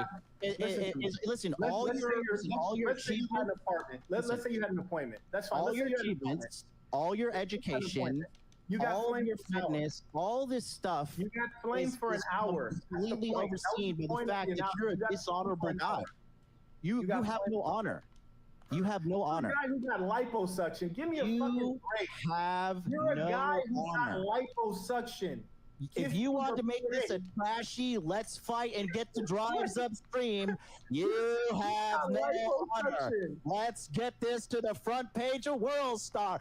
Oh shit, we got some drama on this channel today, boys. That's what you want? We can make it. We can do it. You want a drama? Let's do it. Listen, MLD. You got flamed for an hour. So you're saying Marquette. You gave Who an got analysis. flamed for an hour? What are you talking about? By you? No. Listen. You got to No. listen to understand. Once You're not again, trouble. listen, the almighty Marquette, the wanna have Lord and Savior of the Black Manosphere, almighty Marquette, bow down. Listen, that's three times he was wrong. Three times he was wrong now. We gotta mark this live stream because of Marquette, the almighty, the Black Jesus himself, the where's number the one, race thing in? the saint himself. You know was what, wrong guys? 3 I wasn't times gonna- now. Okay. What we gonna do today, dog? Dude, What we gonna do today? What is happening right now? Ooh, I want to share something with you guys. I want to share something. Hey, since we're talking about shit that's completely irrelevant, take a look at my $700 keychain, guys. Woo-hoo! They're losing it, dude. You know what? Why'd you bring race into it? I find that strange. Because you are black. I said Black Jesus. Yeah, but what does that have to do with anything? Oh yeah, let's play the race card. Let's get another one. I didn't MLDs you're, or you're, racist? you're playing the race card. I never brought up race. That was you. So that's why I'm asking you. Is like, why'd you bring up race? Oh, well, however you want to paint me, your Lord and Savior. But I am just a peasant in your world, my Lord, my God, my Master, Master Marquette, my Jesus. Cleanse asking, me why'd of you my bring up sins. race? Oh, I am but a lowly man with fake teeth, liposuction, and hair plugs. Bro. Whatever just will I asking, why'd do without your masculine guidance in this world? Because everybody's wrong and you're right. I'm just asking, like, why bring up race? I don't know. You're so smart. I can't believe you haven't figured that out. I'm trying to figure that out. I'm asking you right I'm now. gonna do my best. I mean, we gotta figure it out. I don't know. I I actually don't have know. a screen. I have a screenshot here that was shared with me, and Mhm. it shows you calling people N-words like Nigger. Where? Where? Okay, give me a second. Let me pull it up for everybody. Yeah, Nigger. So I thought maybe that's That's why the you hard brought one. up race 2 times, even though it's been largely You irrelevant. got to our me. This is a gigantic gotcha moment. As you can see, Yeah. my entire career is spiraling down into irrelevancy. We were just talking about you hitting women. Yes. You said that was out of context. You were talking about hitting women out of context? Out of context? I already explained this on my live stream, dude. So what is the right context in which to hit women? Go watch my live stream. You can figure it out. No, I got you right here. So I'm just saying, like, if you're going to hit a woman, what's the right context? And I'm telling you right now, go check out my live stream where I clearly explained it. It seems like you're trying to be evasive right now. I mean, you said there's a good context to hit women. What is it? Go watch my live stream and you can see the context. You're right here. You are live streaming right now. Just tell me what's the right context to hit a woman. Go on my live stream. And Why are you so red right now? Get this guy some beta blockers. Because I was, Are just you nervous? screaming. Are you When I nervous? scream, I get red. when you get exposed for using the NIGGER term, you get red as well? No, when I scream, like I just said, I don't know if you can't hear Are you me. sure you didn't become red as soon as we pulled up this evidence of you using the NIGGER word? Because I didn't notice you were red before that. This is the first time I've seen this. This is good. You didn't see it when you wrote it, when you typed it up? I didn't type that up. Ah, that's strange. Okay, so the messages about hitting a woman that Alba and Preach showed, did you type those up? Watch my live stream and you can figure it out. It seems as though like you're trying to be evasive, because if I didn't type them up, I would just say, no, Marquette, I didn't type those up. Because here's the thing. When we were on the phone, you were, I mean, you're a snake. We're talking about right now. We're in the present. Why do you keep going? No. And we're going to talk about the audience. We're going to talk about Masa this. writes, MLD was dropping the N-word on FNF 2 weeks ago. I thought he was black at the time. I did not say the N-word. NIGGER impression fail. You get canceled if I said that. I see. Anyways, so why is it that I'm not asking you to explain the context in which you should hit a woman. I'm just asking, why won't you explain the context in which you should hit a woman? Because it's a waste of time, because you're disingenuous snake, because we were acting all buddy on the phone talking. No, I wasn't. No, like, you're lying now. No, because you're lying. We were talking, you were acting buddy with me. And you were acting like we're going to be friends. And I said, I was very honest with you. And I said, I wanted to build a bridge and I wanted to have a peaceful resolution to this. And now you're trying to turn this into a giant gotcha moment. That's what you said. At what point did it turn into a gotcha moment? At what This point whole did it turn thing into is a gotcha moment because you're being a jerk. So the moment the stream started, the moment it started, it was a gotcha moment? This whole thing was a setup. Now that I'm looking at it, another one. No. Why don't you take responsibility? You are a Colombian whore. You're a Colombian whore. You're not taking responsibility. You're not taking responsibility. You see, if it was me, if it was me and I slapped the fat, if it was me and I called a chick fat in the chat, I wouldn't go on a show and pretend I didn't say it. If she said, "Hey, you called me fat in the chat," I'd be like, "That's right, bitch, you're fat, and I got liposuction, bitch. You need it too." I would stand by. Remember it. And I'm telling you, I didn't remember it. If I slapped a bitch and somebody's like, "Man, did you slap a woman?" I'm like, "Yes, I slapped that bitch. Yes, I did." But you keep lying, and that's why people got an issue with you. And here's the worst thing about it. You're lying and not taking responsibility, because this was a peaceful conversation until you came on here and you disrespected me. And then at which point you disrespect me, then I'm not going to pretend to respect you. Now I see why everybody dislikes you. Now I understand why everybody... Now I understand. Who's everyone? I thought you never heard of me. Who's everyone? I thought you never heard of me. On this show. Who's everyone? Since you're so honest, tell us. No. You're so honest. Tell us. I'm not going to give you any more free content. How about that? Since you're so honest, tell us who it was. No. What, are you scared? I thought you were a brave man. You slap women and you call people N-words on text, on group text. You're a brave guy. You think Marquette was going after him the whole time? No. Yeah, of course. It's just a setup. That's what he does. He did the same thing to me. Yeah. Jeez. Yeah, I got some more text. What's an NFT?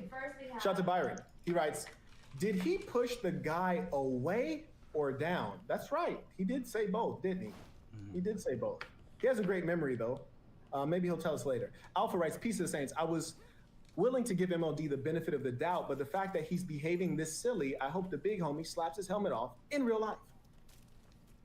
Major Mind and Soul writes, "Let him rage, Quet. His cat is showing." Victor writes, "Peace of the Saints. I've admired some of MLD's content, Peace of the Saints, but he needs to admit some culpability. Admit you're wrong and set up the boxing match as a representative and leader of men you claim to be." Wow, he trying to get this man slapped. That wasn't even right. It almost seemed nice, but it was wicked. Shout out to Rakeley. He writes, "I'm glad y'all are talking. I hope y'all leave this allies. Y'all have both helped me tremendously with my life." And this is someone I respect. This is someone I respect. Dax is a personal coach. I've coached Dax, the swimmer, right? Yes. And he writes, "And are aligned on nearly every social issue. Y'all are talking past each other." I've been trying to tell you from the get-go, but you're pulling this snake shit, bro. Ooh. Let me ask you a question. No, you are pulling the snake shit. Let me ask you this. Grab a glass of water. I'll be right back. Let me ask you a question, Jonathan. A sincere question.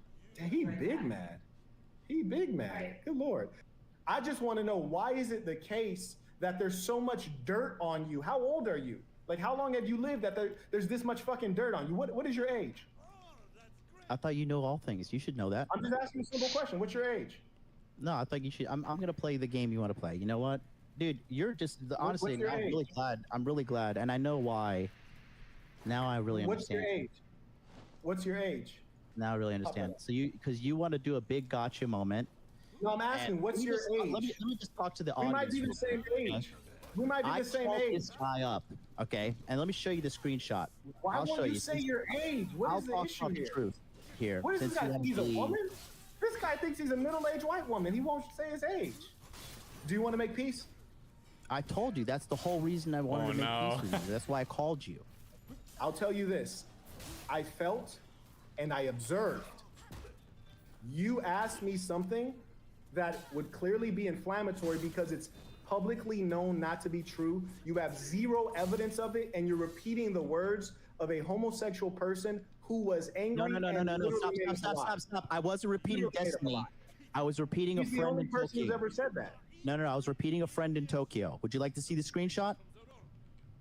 Destiny is the only person who's ever said that because you know where that lie Right, so came you're- from? Why are It you came not from answering the Destiny. questions? Why are you not trying to like have a decent He's conversation? trying to with argue me? with a skid so he doesn't Do realize you want it. to see the screenshot? What Yes would or your no? Your screenshot means nothing because Destiny It does, originated because the you're idea. saying that I repeated this because I heard it from Destiny, and that's not okay. true. Let's say you didn't hear from Destiny.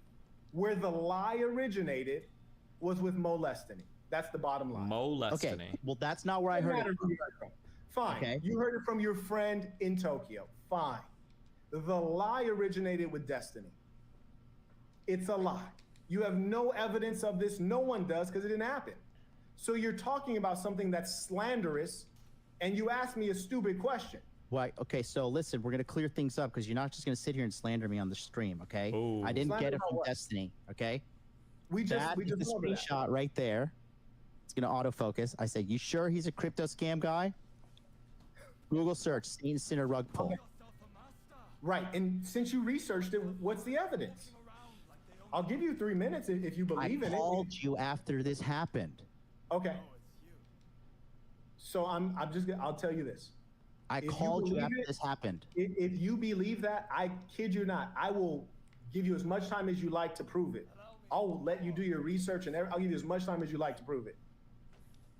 Well, look, dude. And I'll tell you have why. succeeded Because in when trying you to- live a whole, hold on one second. I'll tell you why I would have given you that time.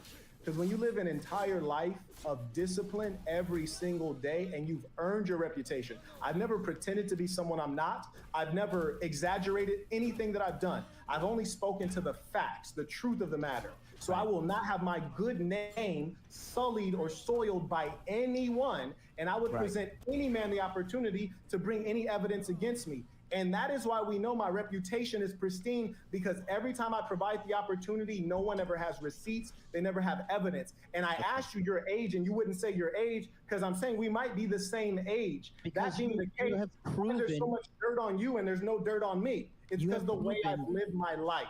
Okay, but you have proven one thing and one thing only. You're a dishonorable man. Because we, on the conversation, you framed this call as if we're going to get on stream and be peaceful buddy, and now you do this whole gotcha thing. And you could sit there, I and you want could to lie to your acknowledge- audience, I but want that's to what happened. acknowledge. Everyone I said, watched. let's get on the stream. Let's Everyone hash it watched. out. I said we should have a bridge between the two of us because I said it's better for men to come together than Mm-hmm. men to fucking be at each other's throat. But you're causing more division now. How the fuck do you think that's going to be? There's no division. It's just you and I. I'm one man and you're one man. Okay, The only but- reason a rift grew is because you said something. No. You're not gonna. No. Because I said that offline. That's it. I said it offline. You did not. I did. Well, Because what's the evidence? What'd you say?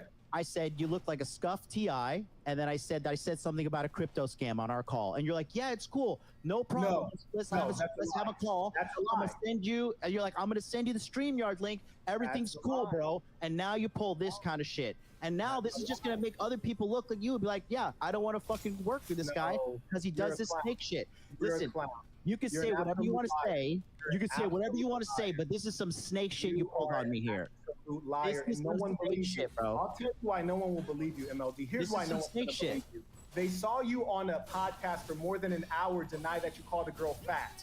You denied that you called her fat. You said you didn't remember it. They saw you live for over an hour. I didn't remember it, okay? I don't care what you say. I don't care what you say. You're wrong. I don't remember her. You called a girl fat 3 times. No, I didn't, you dickhead. I didn't fucking call her that 3 times. I said, who is this chubby girl? Ha, ha, ha.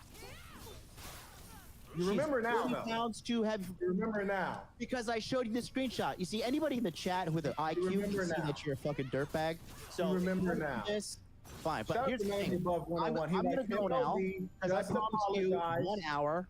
He said just apologize for accusing him of no. Scam and you will get peace. I promised you. He said just apologize for accusing him of this crypto scam and you will get peace. Is that your terms of it? That was the only reason things went left. No, dude, you're a liar, bro. That's honestly, that's disingenuous and you're a liar. I'll tell you what, if you don't want peace, I don't need peace. I'll destroy you. If you don't want peace, I don't need peace. Cool. It's in your interest because you're weak. Enemies around the world. Let me know how that works out for you. You're weak. It's in your interest. I will destroy you. You're weak. Read this. You're weak. Read this. If you can't stop a double leg takedown, I'd love to see you try. You're weak. Read this. I'd love to see you try to attempt one. I'd love to see you make eye contact with me. I'd love that. Rakeley Rice, I'm telling you, you guys are talking past each other. Rakeley, this man has fucking liposuction, fake fucking teeth. I'm talking to a fucking man who's in his 30s or 40s and he got dentures already. The fuck is this man's a Colombian whore?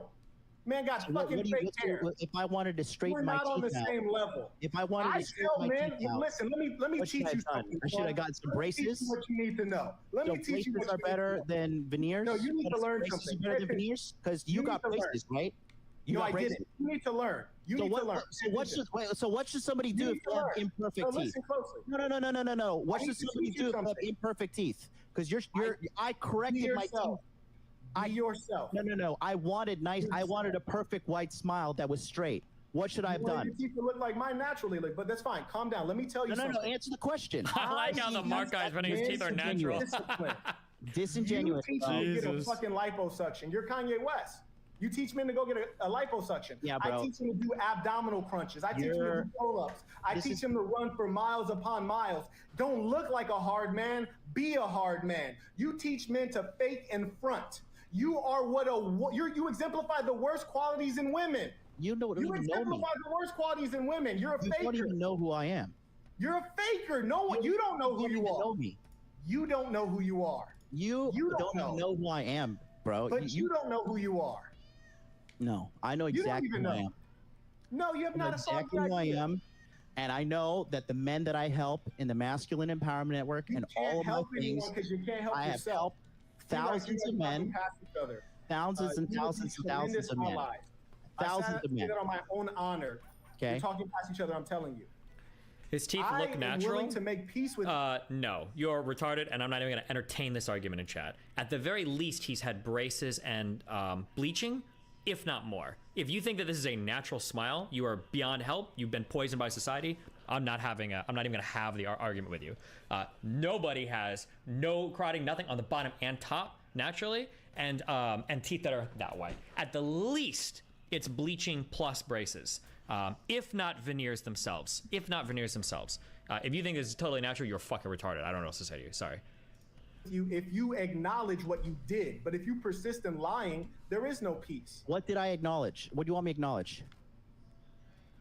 The conversation went left, and I turned up on you when you made a libelous, defamatory accusation about me.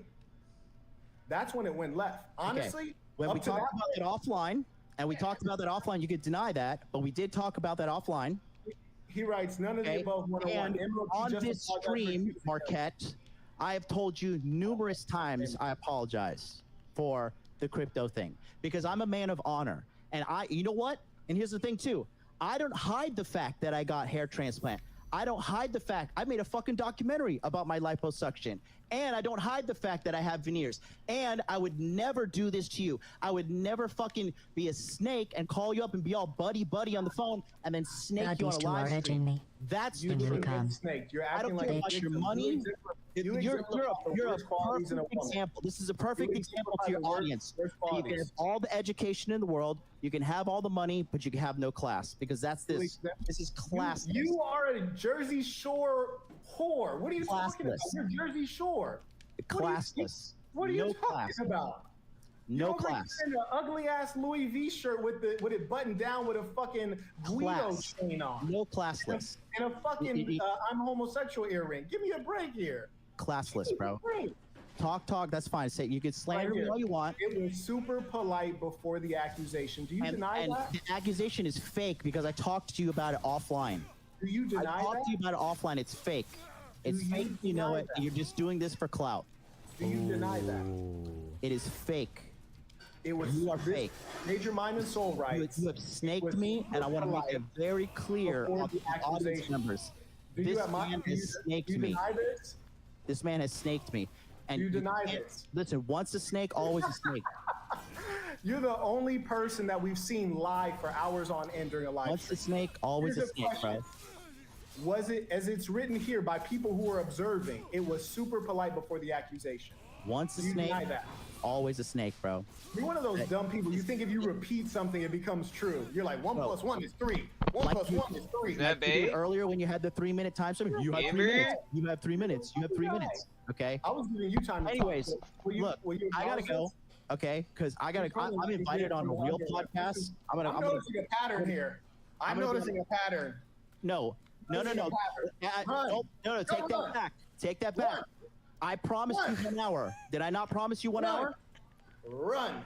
Okay, you're gonna lie to your audience He again? lied on valuetainment, and now he's lying here. That's what it says. No. Tell It your says that audience. MLD 1 just hour. apologize for the accusation, and we can be square. I promise you we can be square.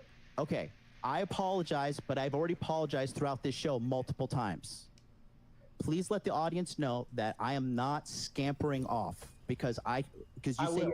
you're a man with honor, and I told you 1 hour, and it's now 1 hour, 38 minutes, and 37 seconds. The timestamp's in the top left. The timestamp. I don't want to interrupt you. Are you yielding the floor? Right. So first things first, here's the deal. Please acknowledge that I'm not scampering off, okay? I told you I have to catch a flight here in a few hours because I'm flying to London because I'm going to be in the Just Pearly Things podcast. Are Did you I yielding not? the floor? I just don't want to interrupt you. Right. So that's the first step. Did you please acknowledge to the audience I'm not scampering off in cowarding way. In fact, I said this earlier. You agreed to appear for 1 hour. In fact, you asked me. I said an hour. And you said, yeah, that's fine. Settled. Right. Go on. Part 2, you need to tell the audience the truth. That I was telling you I wanted to come on here and make peace, and now you have this whole docket of evidence against me. And I said what we should do is let's review the valuetainment money together. I think we should build a bridge, and you did this whole gotcha moment on me, bro. Tell your audience the truth. I'll be clear that everyone knew that I listed a roast of you to occur tonight at 10 I don't care. p.m. No, I'm talking man to man what we had. What we had. Tell your audience. Don't interrupt. Don't interrupt.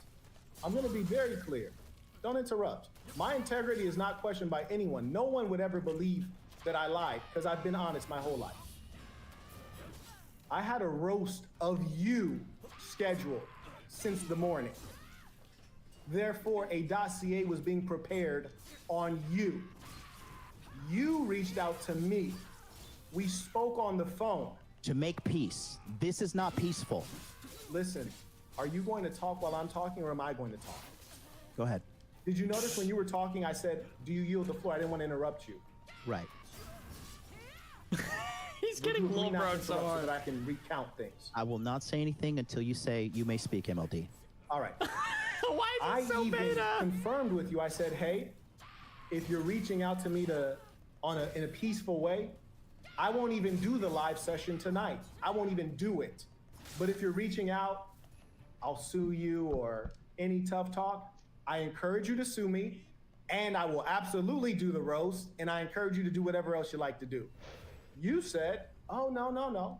It's in peace. I said, fantastic. You tried to explain a number of other things. We had the conversation was a bit like squirrely. I'd ask you some questions you didn't answer. And then I believe it was my idea to have you come on. You believe It was your idea to come on. One thing you did say, which you just spoke to, is that you want to review the valuetainment footage. And then I said, well, let's review the one I did. You want to review the original? I said, let's review the one I did. Regardless, you came on, we had a reasonable conversation. We popped up one unrelated clip, and then we went to the valuetainment bit. Things were going swimmingly, and then there was a breaking point in which you defamed me. From there, it went south. The difference of opinion is you don't believe you defamed me at that point. I'm certain you defamed me at that point. That's a point of disagreement. That's fine. That's why we're saying at this point we call it water under the bridge. Is there anything aside from the breaking point that you disagree on with what I just recounted? Oh yeah, and the last piece, when you say like I brought up a dossier, and the fact that I had to email that image to myself shows the fact that I didn't have everything queued up because I did not plan to roast you. I sent that to myself during this stream because at that point I was like, fuck it, you disrespecting me, it's nuclear warfare. But had I planned on roasting you, that shit would have been queued up, believe you me. I didn't plan on roasting you. I planned on going back through the footage and having a conversation. At the point in which you defamed me, then I was like, okay, now you're in the frying pan. We don't have to agree there. That's the facts. The facts. I yield the floor. Okay. So the reason you're making this claim of me defaming you is because you asked me a question, and I said, I heard. Ames for Girl, thanks for the 10 gifted subs, man. I didn't say, because you're saying defamation. I didn't say, Marquette, I would not disrespect you to the level that you've disrespected me on this stream, and I would not come on your stream and say, hey, bro, you're a crypto scammer. That's what you're trying to say that I said. You're saying that I defamed you, and I clearly asked you a question, okay? And despite all of this this awful thing that you just tried to put me through, okay, I still want to work with you because I think us two coming together will be better and helping men than sitting here and having this catty TMZ fighting bullshit that I was not know. Because if I knew you were going to do this, and I knew this was the kind of person you were, I would not agree to this. You keep on going back with that. Like, do you want smoke or do you not want smoke? If you're here to, this not an insult. A quote from you. You said, "quote, but did you scam?" You said, and I quote, "But did you scam?" You said that, and that's when it went left. And that you said that, Marquette. That is a question, not an accusation. But that's the question that made you look like a fucking fool, and that's the one that put you in the frying pan. So Sure. now you can go back to the drawing board and figure it out. Right Sure. now, I don't want to hear any bullshit. If you want smoke, it's smoke. If you don't talk like you don't want smoke, I Listen. need you to talk like you don't want an issue. Because right now it sounds like you're being disingenuous. You're equivocating. I need you to be clear. Portia writes, "Peace of the Saints, MLD. I follow you, but you need to apologize for that crypto comment." Do you recognize that name? That's someone that says they follow you. No. That's a fan of I have yours. 220,000 followers. Yeah, but you don't have 220,000 I think both of these guys bought their channels, by the way. super chatters. I wish you did.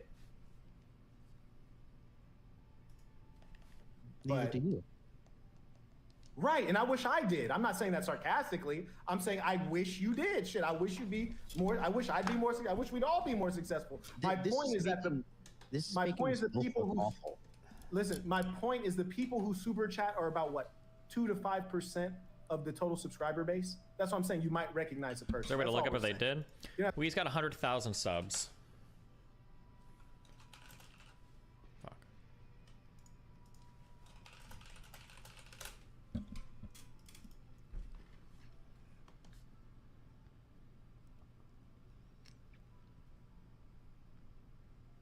He's pulling a couple, maybe 1 to 300,000 views per month, maybe. I don't know what happened this month. If he botted views or had one viral video, but... Or is this when I fought with him? September of last year? I don't even remember. You quote asked me, did I scam? A person of my stature, like you can play that with different people, but someone of my stature, I'm not going to pretend to be small when I'm not. Right. Did you scam? That's a slap in the face. You said you were in medical sales. I don't know if in the professional environment you would address men of respect and ask them I such never said I was in medical sales. I said I worked in the medical device industry. Okay, my apologies. What were you doing there? Why do you don't Take my even do money, shit? you All you're blue gonna do is pill just say I'm a loser, I'm uneducated, I'm stupid. Oh no, that means he had a bad job. I was That's all just you're trying to gonna get the say. correct information. I I mean, apologize. listen, Here's what I'm saying. because here's the thing. I apologize now. You said there's going to be peace, and you're still talking shit. No, it's because you keep on bullshitting. All we're saying is apologize for you insulting me with a bullshit ass question. I will say I will not insult you moving forward, for we have buried the hatchet. That's all there needs to be. That's it. That's it. There's nothing deep here. I don't gain anything by putting you down. Clearly, you do. That's why you set this whole thing up. Oh, he's so See, sad. there you go. You don't want peace.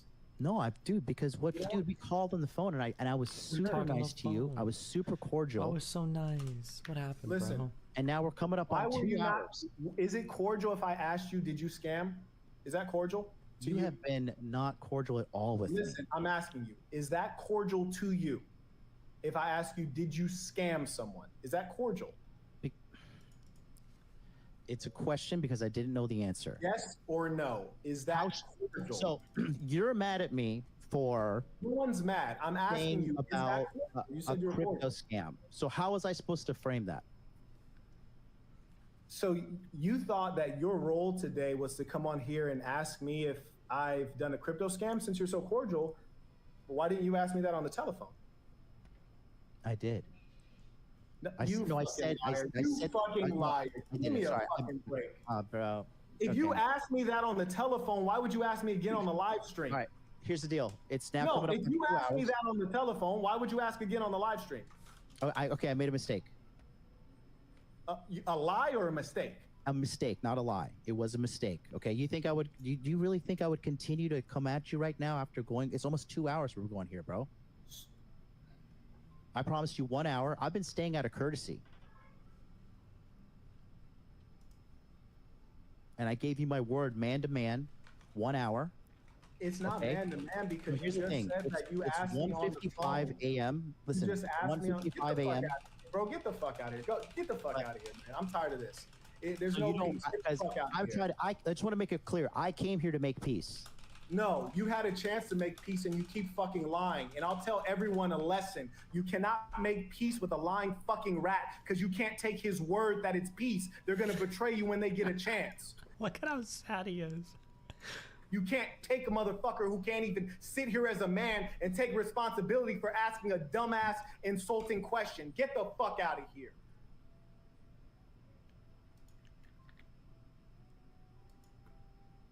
I don't want peace with you. Get the fuck out of here. It's beef. Fuck you and get the fuck out of here. Peace of the Saints.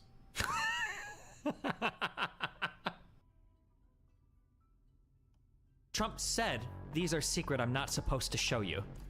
Doesn't mean they were classified.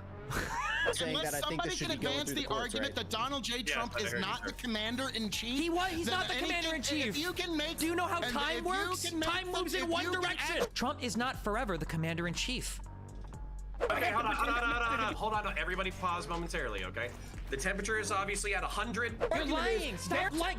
A strong Republican Party is needed for democracy to flourish. I think it is important to have people on the other side of issues in order to keep the left grounded. But the Republicans made a deal with the devil when they brought Trump in. I think that Trump ended up being worse for the country, the Republican Party, and for himself than even the most deranged lunatic lefty could have ever thought. This indictment is like a series of statements that are like comically, cartoonishly villainous. It is so stupidly clear how obvious he laid out all of his crimes, how explicitly brazen he was about violating how to handle classified information, and I don't see him being able to walk away from this, and that's just these. Regardless of all of this, and you've seen it on this panel, most Republicans will literally walk off a cliff following Donald Trump, literally to the pits of hell. Connor, did you check your DMs earlier? What? Where you called me a nerd for liking Warhammer? Yeah, that. I sent you DM. Did you get that? No. I said, still down for the autism semifinals tonight at 9 EST. You said, yeah, duh. I said, I can tomorrow, but not tonight. That was our most recent DM. And then, oh, also, firstly, Warhammer, you nerd. Yeah, I did say that. When I said Dion, I meant D's nuts. You nerd piece of shit. Also, can we get some official clarification? Everybody can hear you, so don't say any crazy the racial slurs you'd like to. Okay, I know you cops are like, is it counterpoints or is it counterpoints? What the is your actual name? To this day, I don't actually know. Well, how do you not see it? Oh, it's because you've never watched any of my content, you son of a bitch. It's counterpoints. Your name is Like, wait, is your name Connor? Yes, my first name is Connor. I feel like people have called you Connor Points before. We have a rule here that started from our first show. We have 10-minute sidebars. If we are talking about something that has nothing to do with the primary topic, we're out in La La Land, but people are engaged with it, we'll let you engage in the sidebar for 10 minutes, but then we're going to wrap it up and move it back to the topic. We want you guys to be able to explore whatever you want to explore, but we also want to make sure that we're giving people the content that they came for. We're going to get into intros. Again, we're talking about whether or not the Trump indictment is politically motivated, whether or not it's correct, whether or not there's a certain element of hypocrisy from Democrats not being charged, and then how this will affect the electoral outcomes. We'll save the electoral outcomes as the second part of the show. So to kick us off, Miss Brianna Wu. Thanks for having me here. So, you know, I want to tell you, as someone whose job it is to work in politics, Trump's indictment is not good news for me.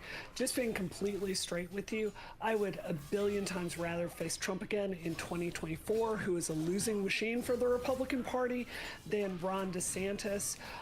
This is a situation that is bad for our country. It's bad for democracy. But unfortunately, Trump's wildly stupid actions have put us in a situation where we have to respond to this. I really hope my opponents today actually read this document, because you can just open any random page of it and get some crazy ass, wildly stupid, completely indefensible thing that Trump did. He put us in a situation where our Department of Justice had to act because he is so brazen. This guy, this is your chance, Republicans, to come back to reality and get with the winning team if you're serious about winning, or you can stay with this corrupt loser. Like, this is your chance to just cast him aside, and you're not going to do that because you're children. And I really look forward to winning in 2024. Thank you. Brutal. All right, CTV. It's obviously politically motivated. The problem is that they don't understand people, and all they're really doing by, you know, trying to drag Trump through an indictment is make sure that he's doing exactly what he did before, which is have media coverage. Hell, I got called out from like left field for an invitation here to talk about Trump tonight, and I hadn't even bothered really keeping up with politics in the last, I don't know, 9 months. Obviously this is working, right? So where do we go from here? Well, we watch it all unfold, because it really is just politically motivated. Captivating. Destiny? Yeah, I'm gonna have to go with Brianna on this one. That indictment is a pretty tough read.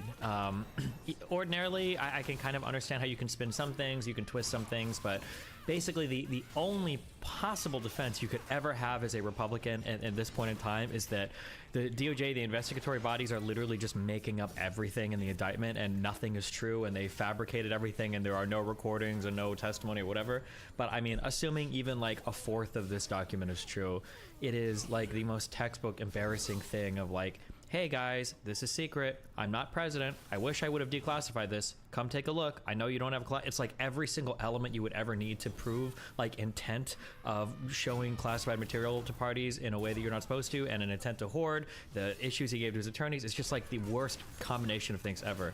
I am very excited tonight to see how Rob Noor will contort himself in order to try to defend these actions. And I'm very curious tonight if we're going to spend more time talking about Donald Trump in this indictment, or somehow trying to equalize this with Hillary Clinton's email server.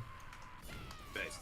So, and by based, I mean let's throw mud at Democrats. So, speaking of Rob Noor, I'm gonna ask Rob Noor to speak as well, and then I kind of have a question for the panel in general if you want to do a show of hands.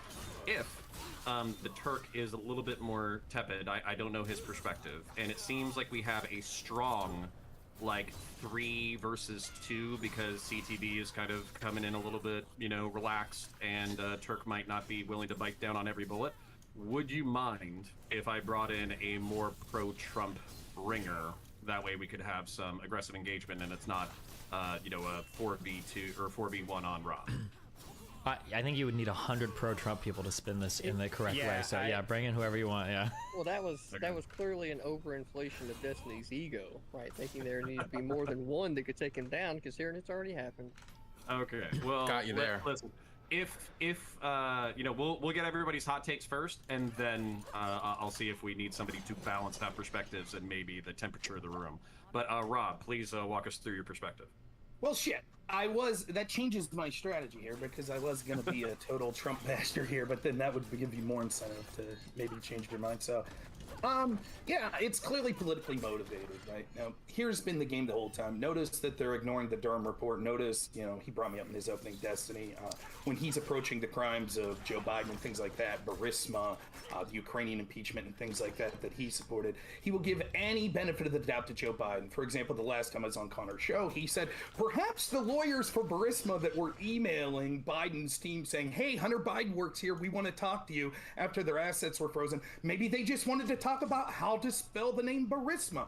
And we can't accept Joe Biden talking about a quid pro quo as truth. Maybe he was just bragging. We can't take Joe Biden's words at face value. So it'll be easy to see how disingenuous people like him and the rest of the lefties will be when it comes to applying the standard equally. We could talk specifically about what's going on with this indictment. I don't have a problem with that, but it's clearly a double standard, and that's the bigger issue. Low brain takes and people that want to be partisan hacks are okay with a corrupt FBI and corrupt DOJ and corrupt media and corrupt social media companies as long as it benefits their side.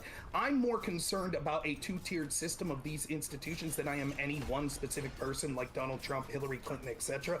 We can clearly see the double standard. There has been non-stop investigations into Trump, as the Durham report showed. Even the initial Russiagate investigation was complete garbage. The FBI's been out to get Trump.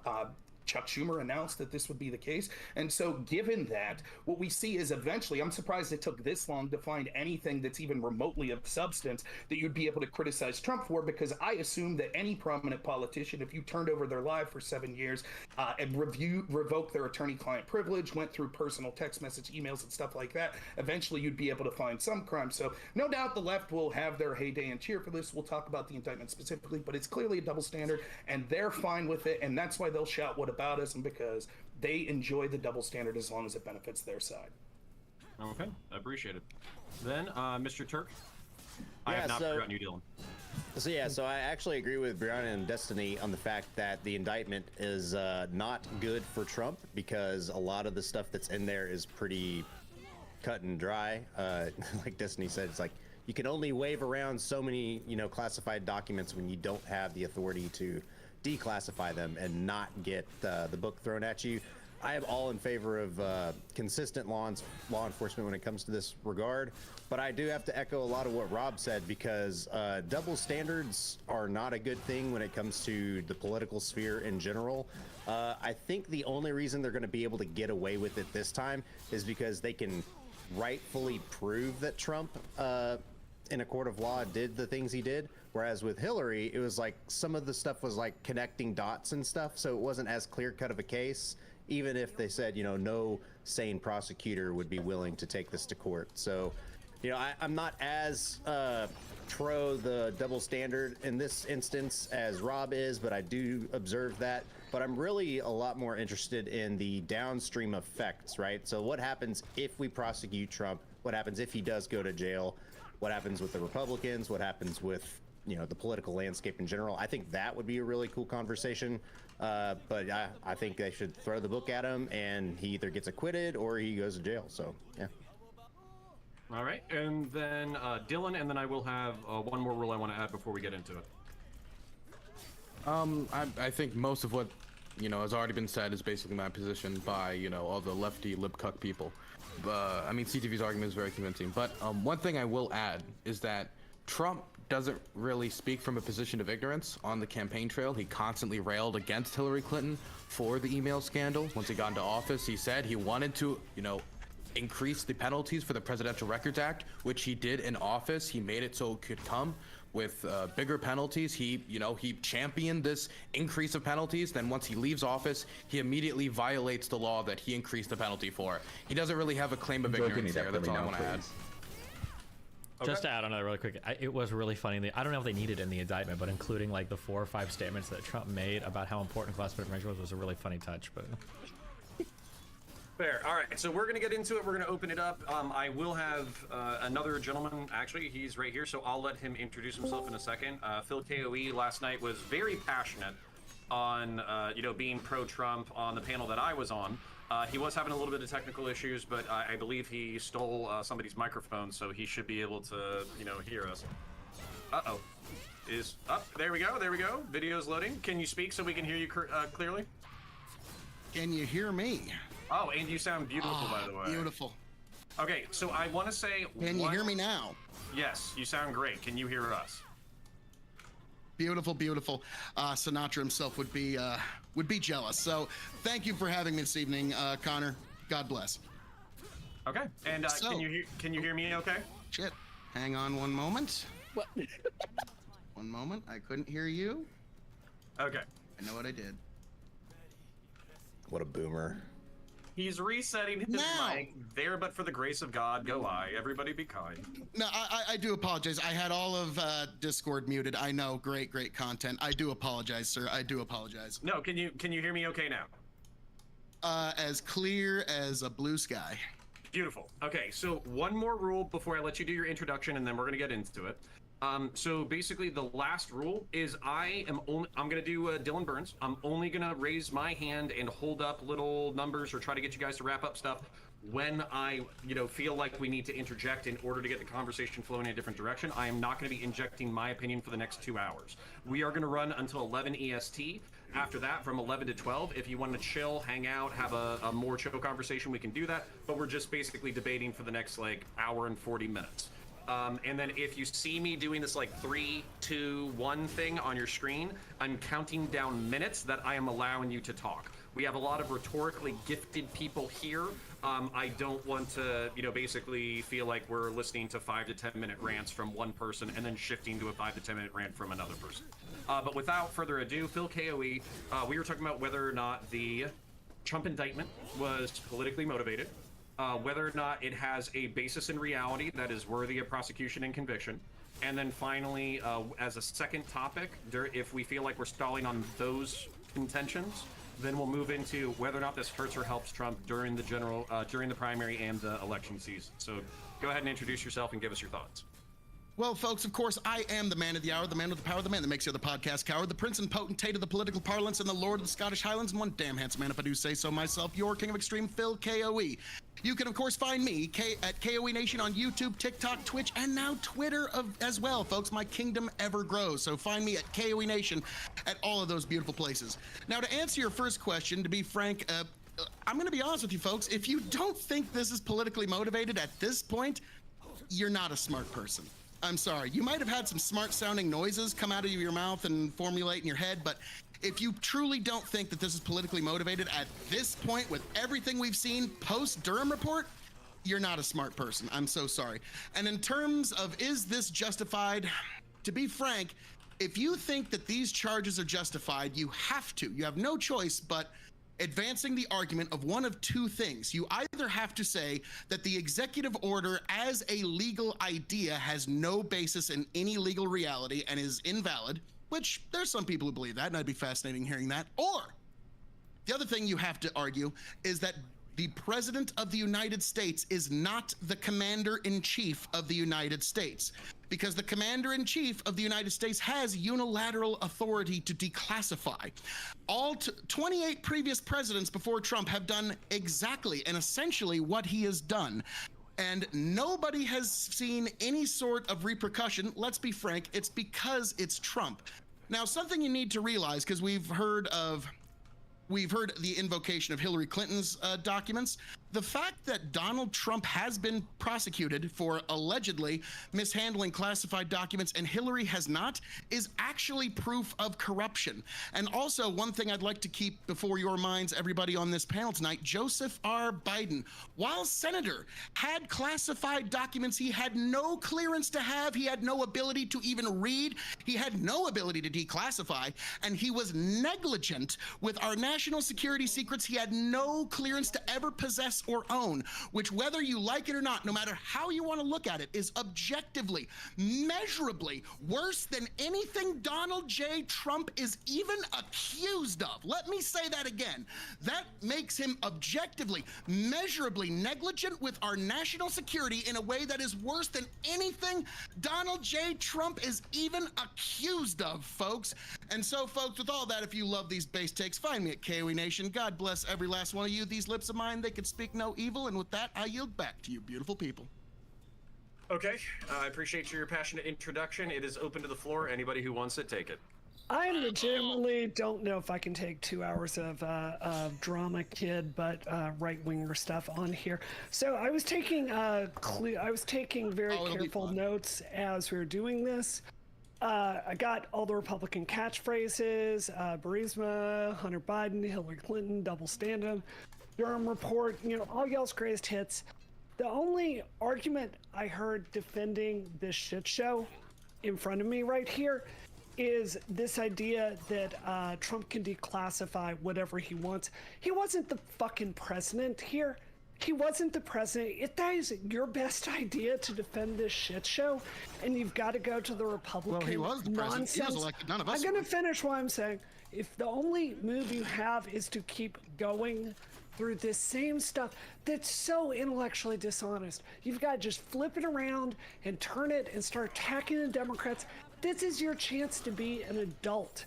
This is your chance to talk about serious stuff here. He had classified information talking about really serious stuff. Other nation states' ability to wage war and strike back, nuclear secrets, just out there, Mar-a-Lago, where anyone can come in and look at this. If you care about national security, if you are an adult, this is your chance to not just start attacking the Democrats over and over. Address with the point. Talk about the indictment here. Let's talk about some reality here today.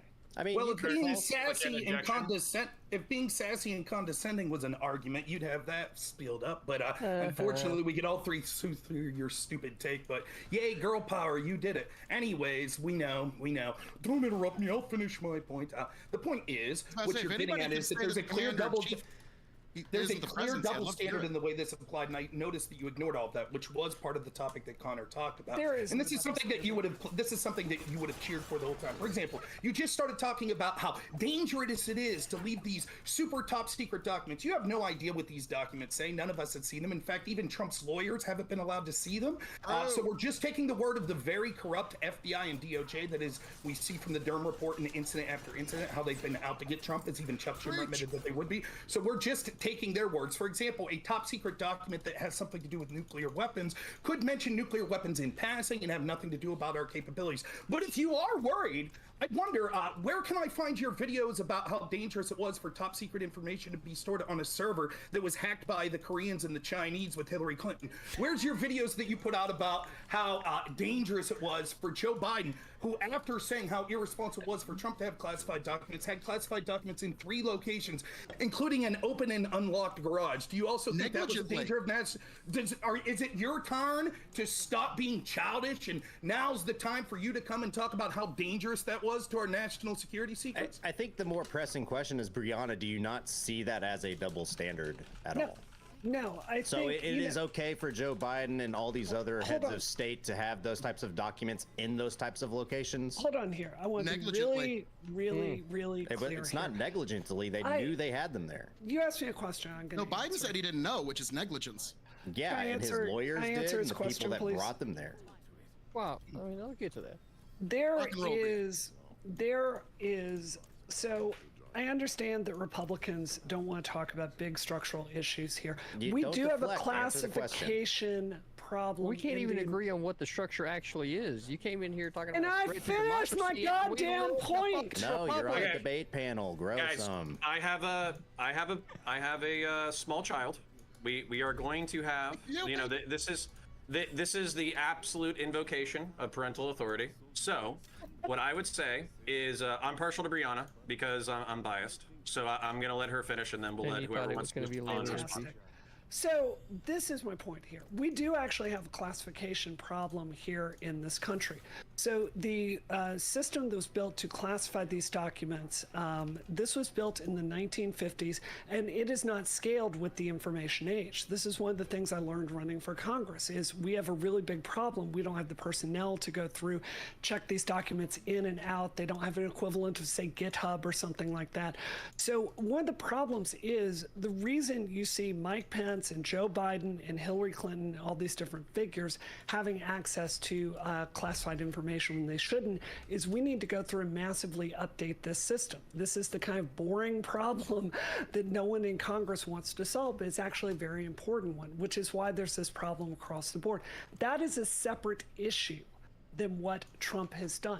No one on this panel on the left, I think, would have a problem with Trump if this was similar to a Hillary Clinton situation where he just incidentally had some classified information and it was not intentional. If you actually read this, and I don't think anyone on the right here has actually read this, you see repeated attempts to lie about what he had, to mislead, to work with his lawyers, to collude and break the law, to hide his like having classified information on his person. It's just night and day. So I don't think it's the same, and I don't think those situations are prosecutable in the same way. Real But quick, to you said go back to my question, What a coincidence. You said Hillary Clinton, it was incidental. She didn't know, correct? For which part? No, you said that Trump had classified information intentionally. It was incidental with Hillary Clinton. That's why it's different. If There it are was just multiple incidental, like things- there are that's what you said, multiple correct? incidents with Hillary Clinton, so I need to know which one you're talking Okay, about. so Well, to be clear, on the Hillary Clinton email you're the one server, who's- it was the FBI's contention that she didn't know, to be clear. Those are the Okay, official but findings. yeah. We'll get to that in a second. Yes, we know the corrupt FBI, that all of their agents were proving and saying in text message that they wanted insurance policies. That to stop horrible, Trump lifelong too. Republican Right, Comey, right. nominated by George Yeah, W. Bush, that yeah, just so happened to turn now, out to be if an you evil think- leftist. Yes, Right, that if one. you That is think correct, it's Rob. If Yes. you think it's Republican versus Democrat, and that's the difference in the corruption, then clearly you haven't been paying attention. Nah, I know it's you a skipped the Durham uniparty report and corruption. everything. Nonetheless, you're the one who brought up that it was incidental or classified. So let me give you two examples of questions as to why. Do you think that Hillary Clinton, as a career politician, understood that having a server meant that there was likely to be classified information on it? Nope.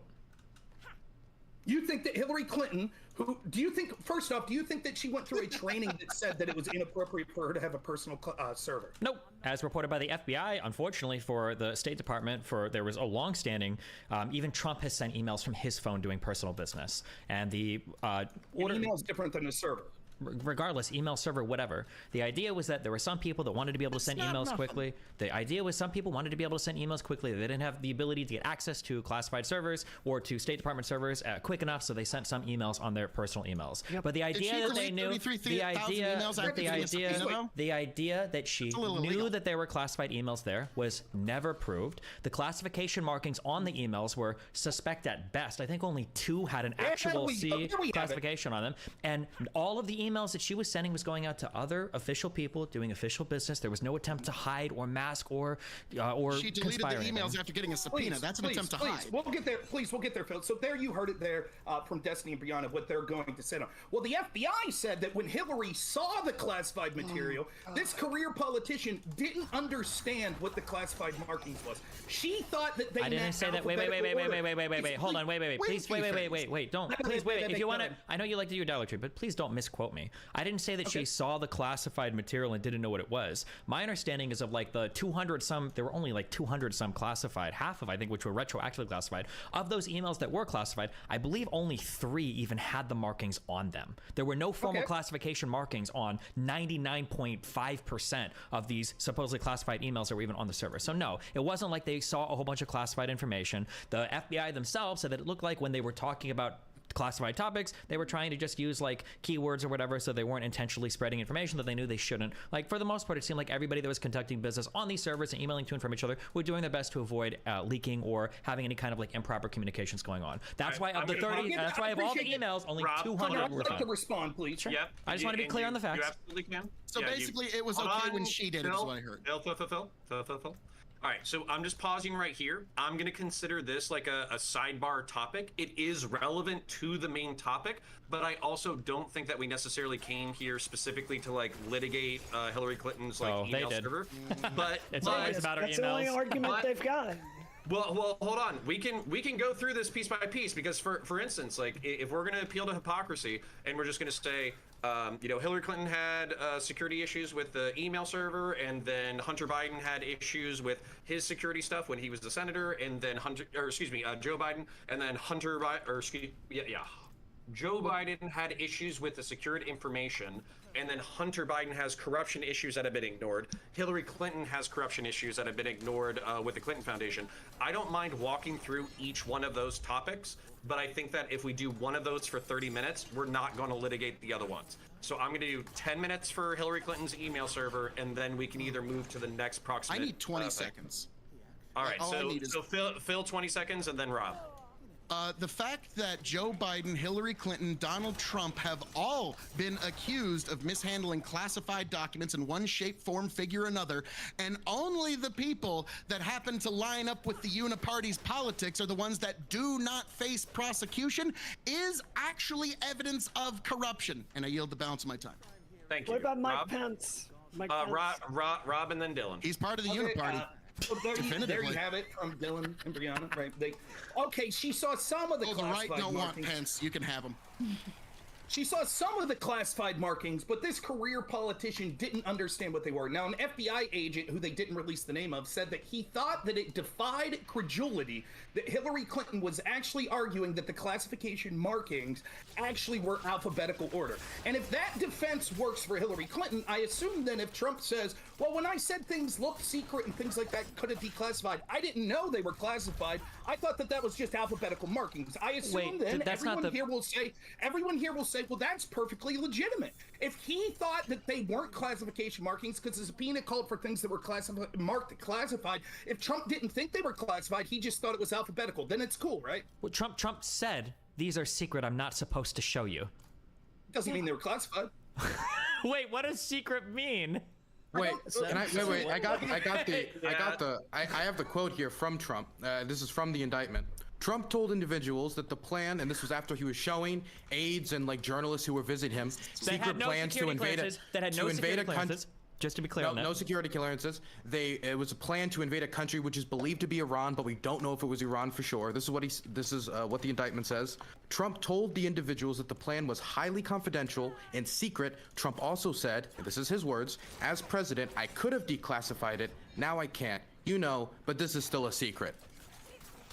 So by the way, wait, one last thing. I do also want to say, that would be a mistrial in any real way.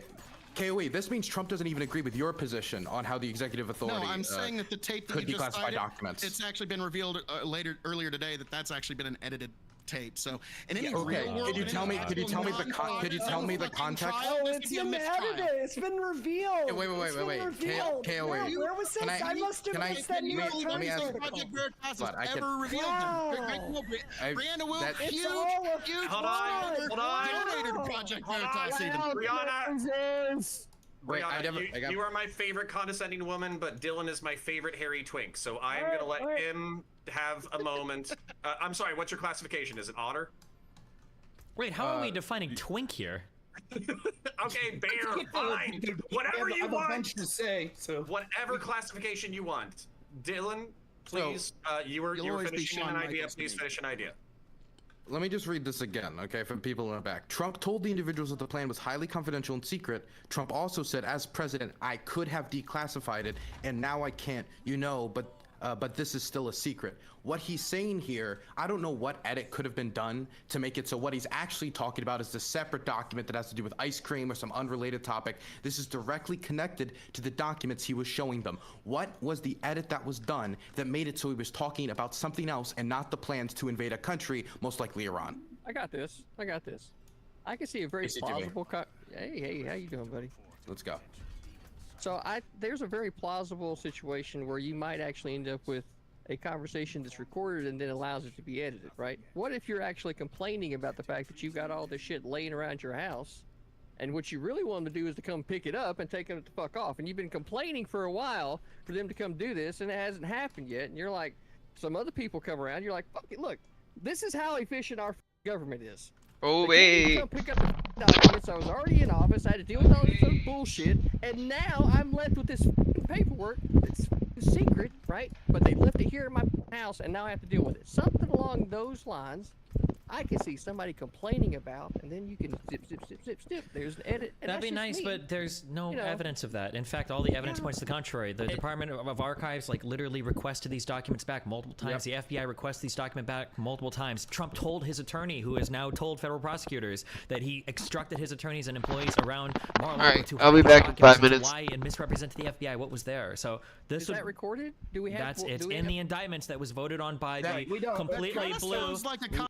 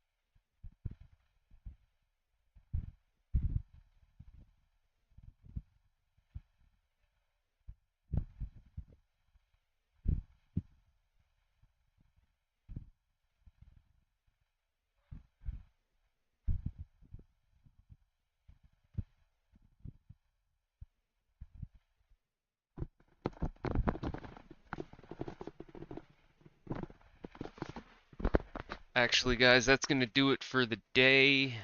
Yeah, I gotta hit the gym. Solid 8-hour stream, so. Oh man.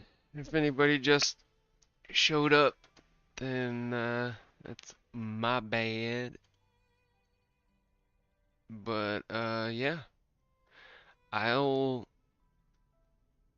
probably be trying to sleep at a decent hour tonight, so probably not gonna come back and stream later on around 11 or midnight, but there's always a possibility.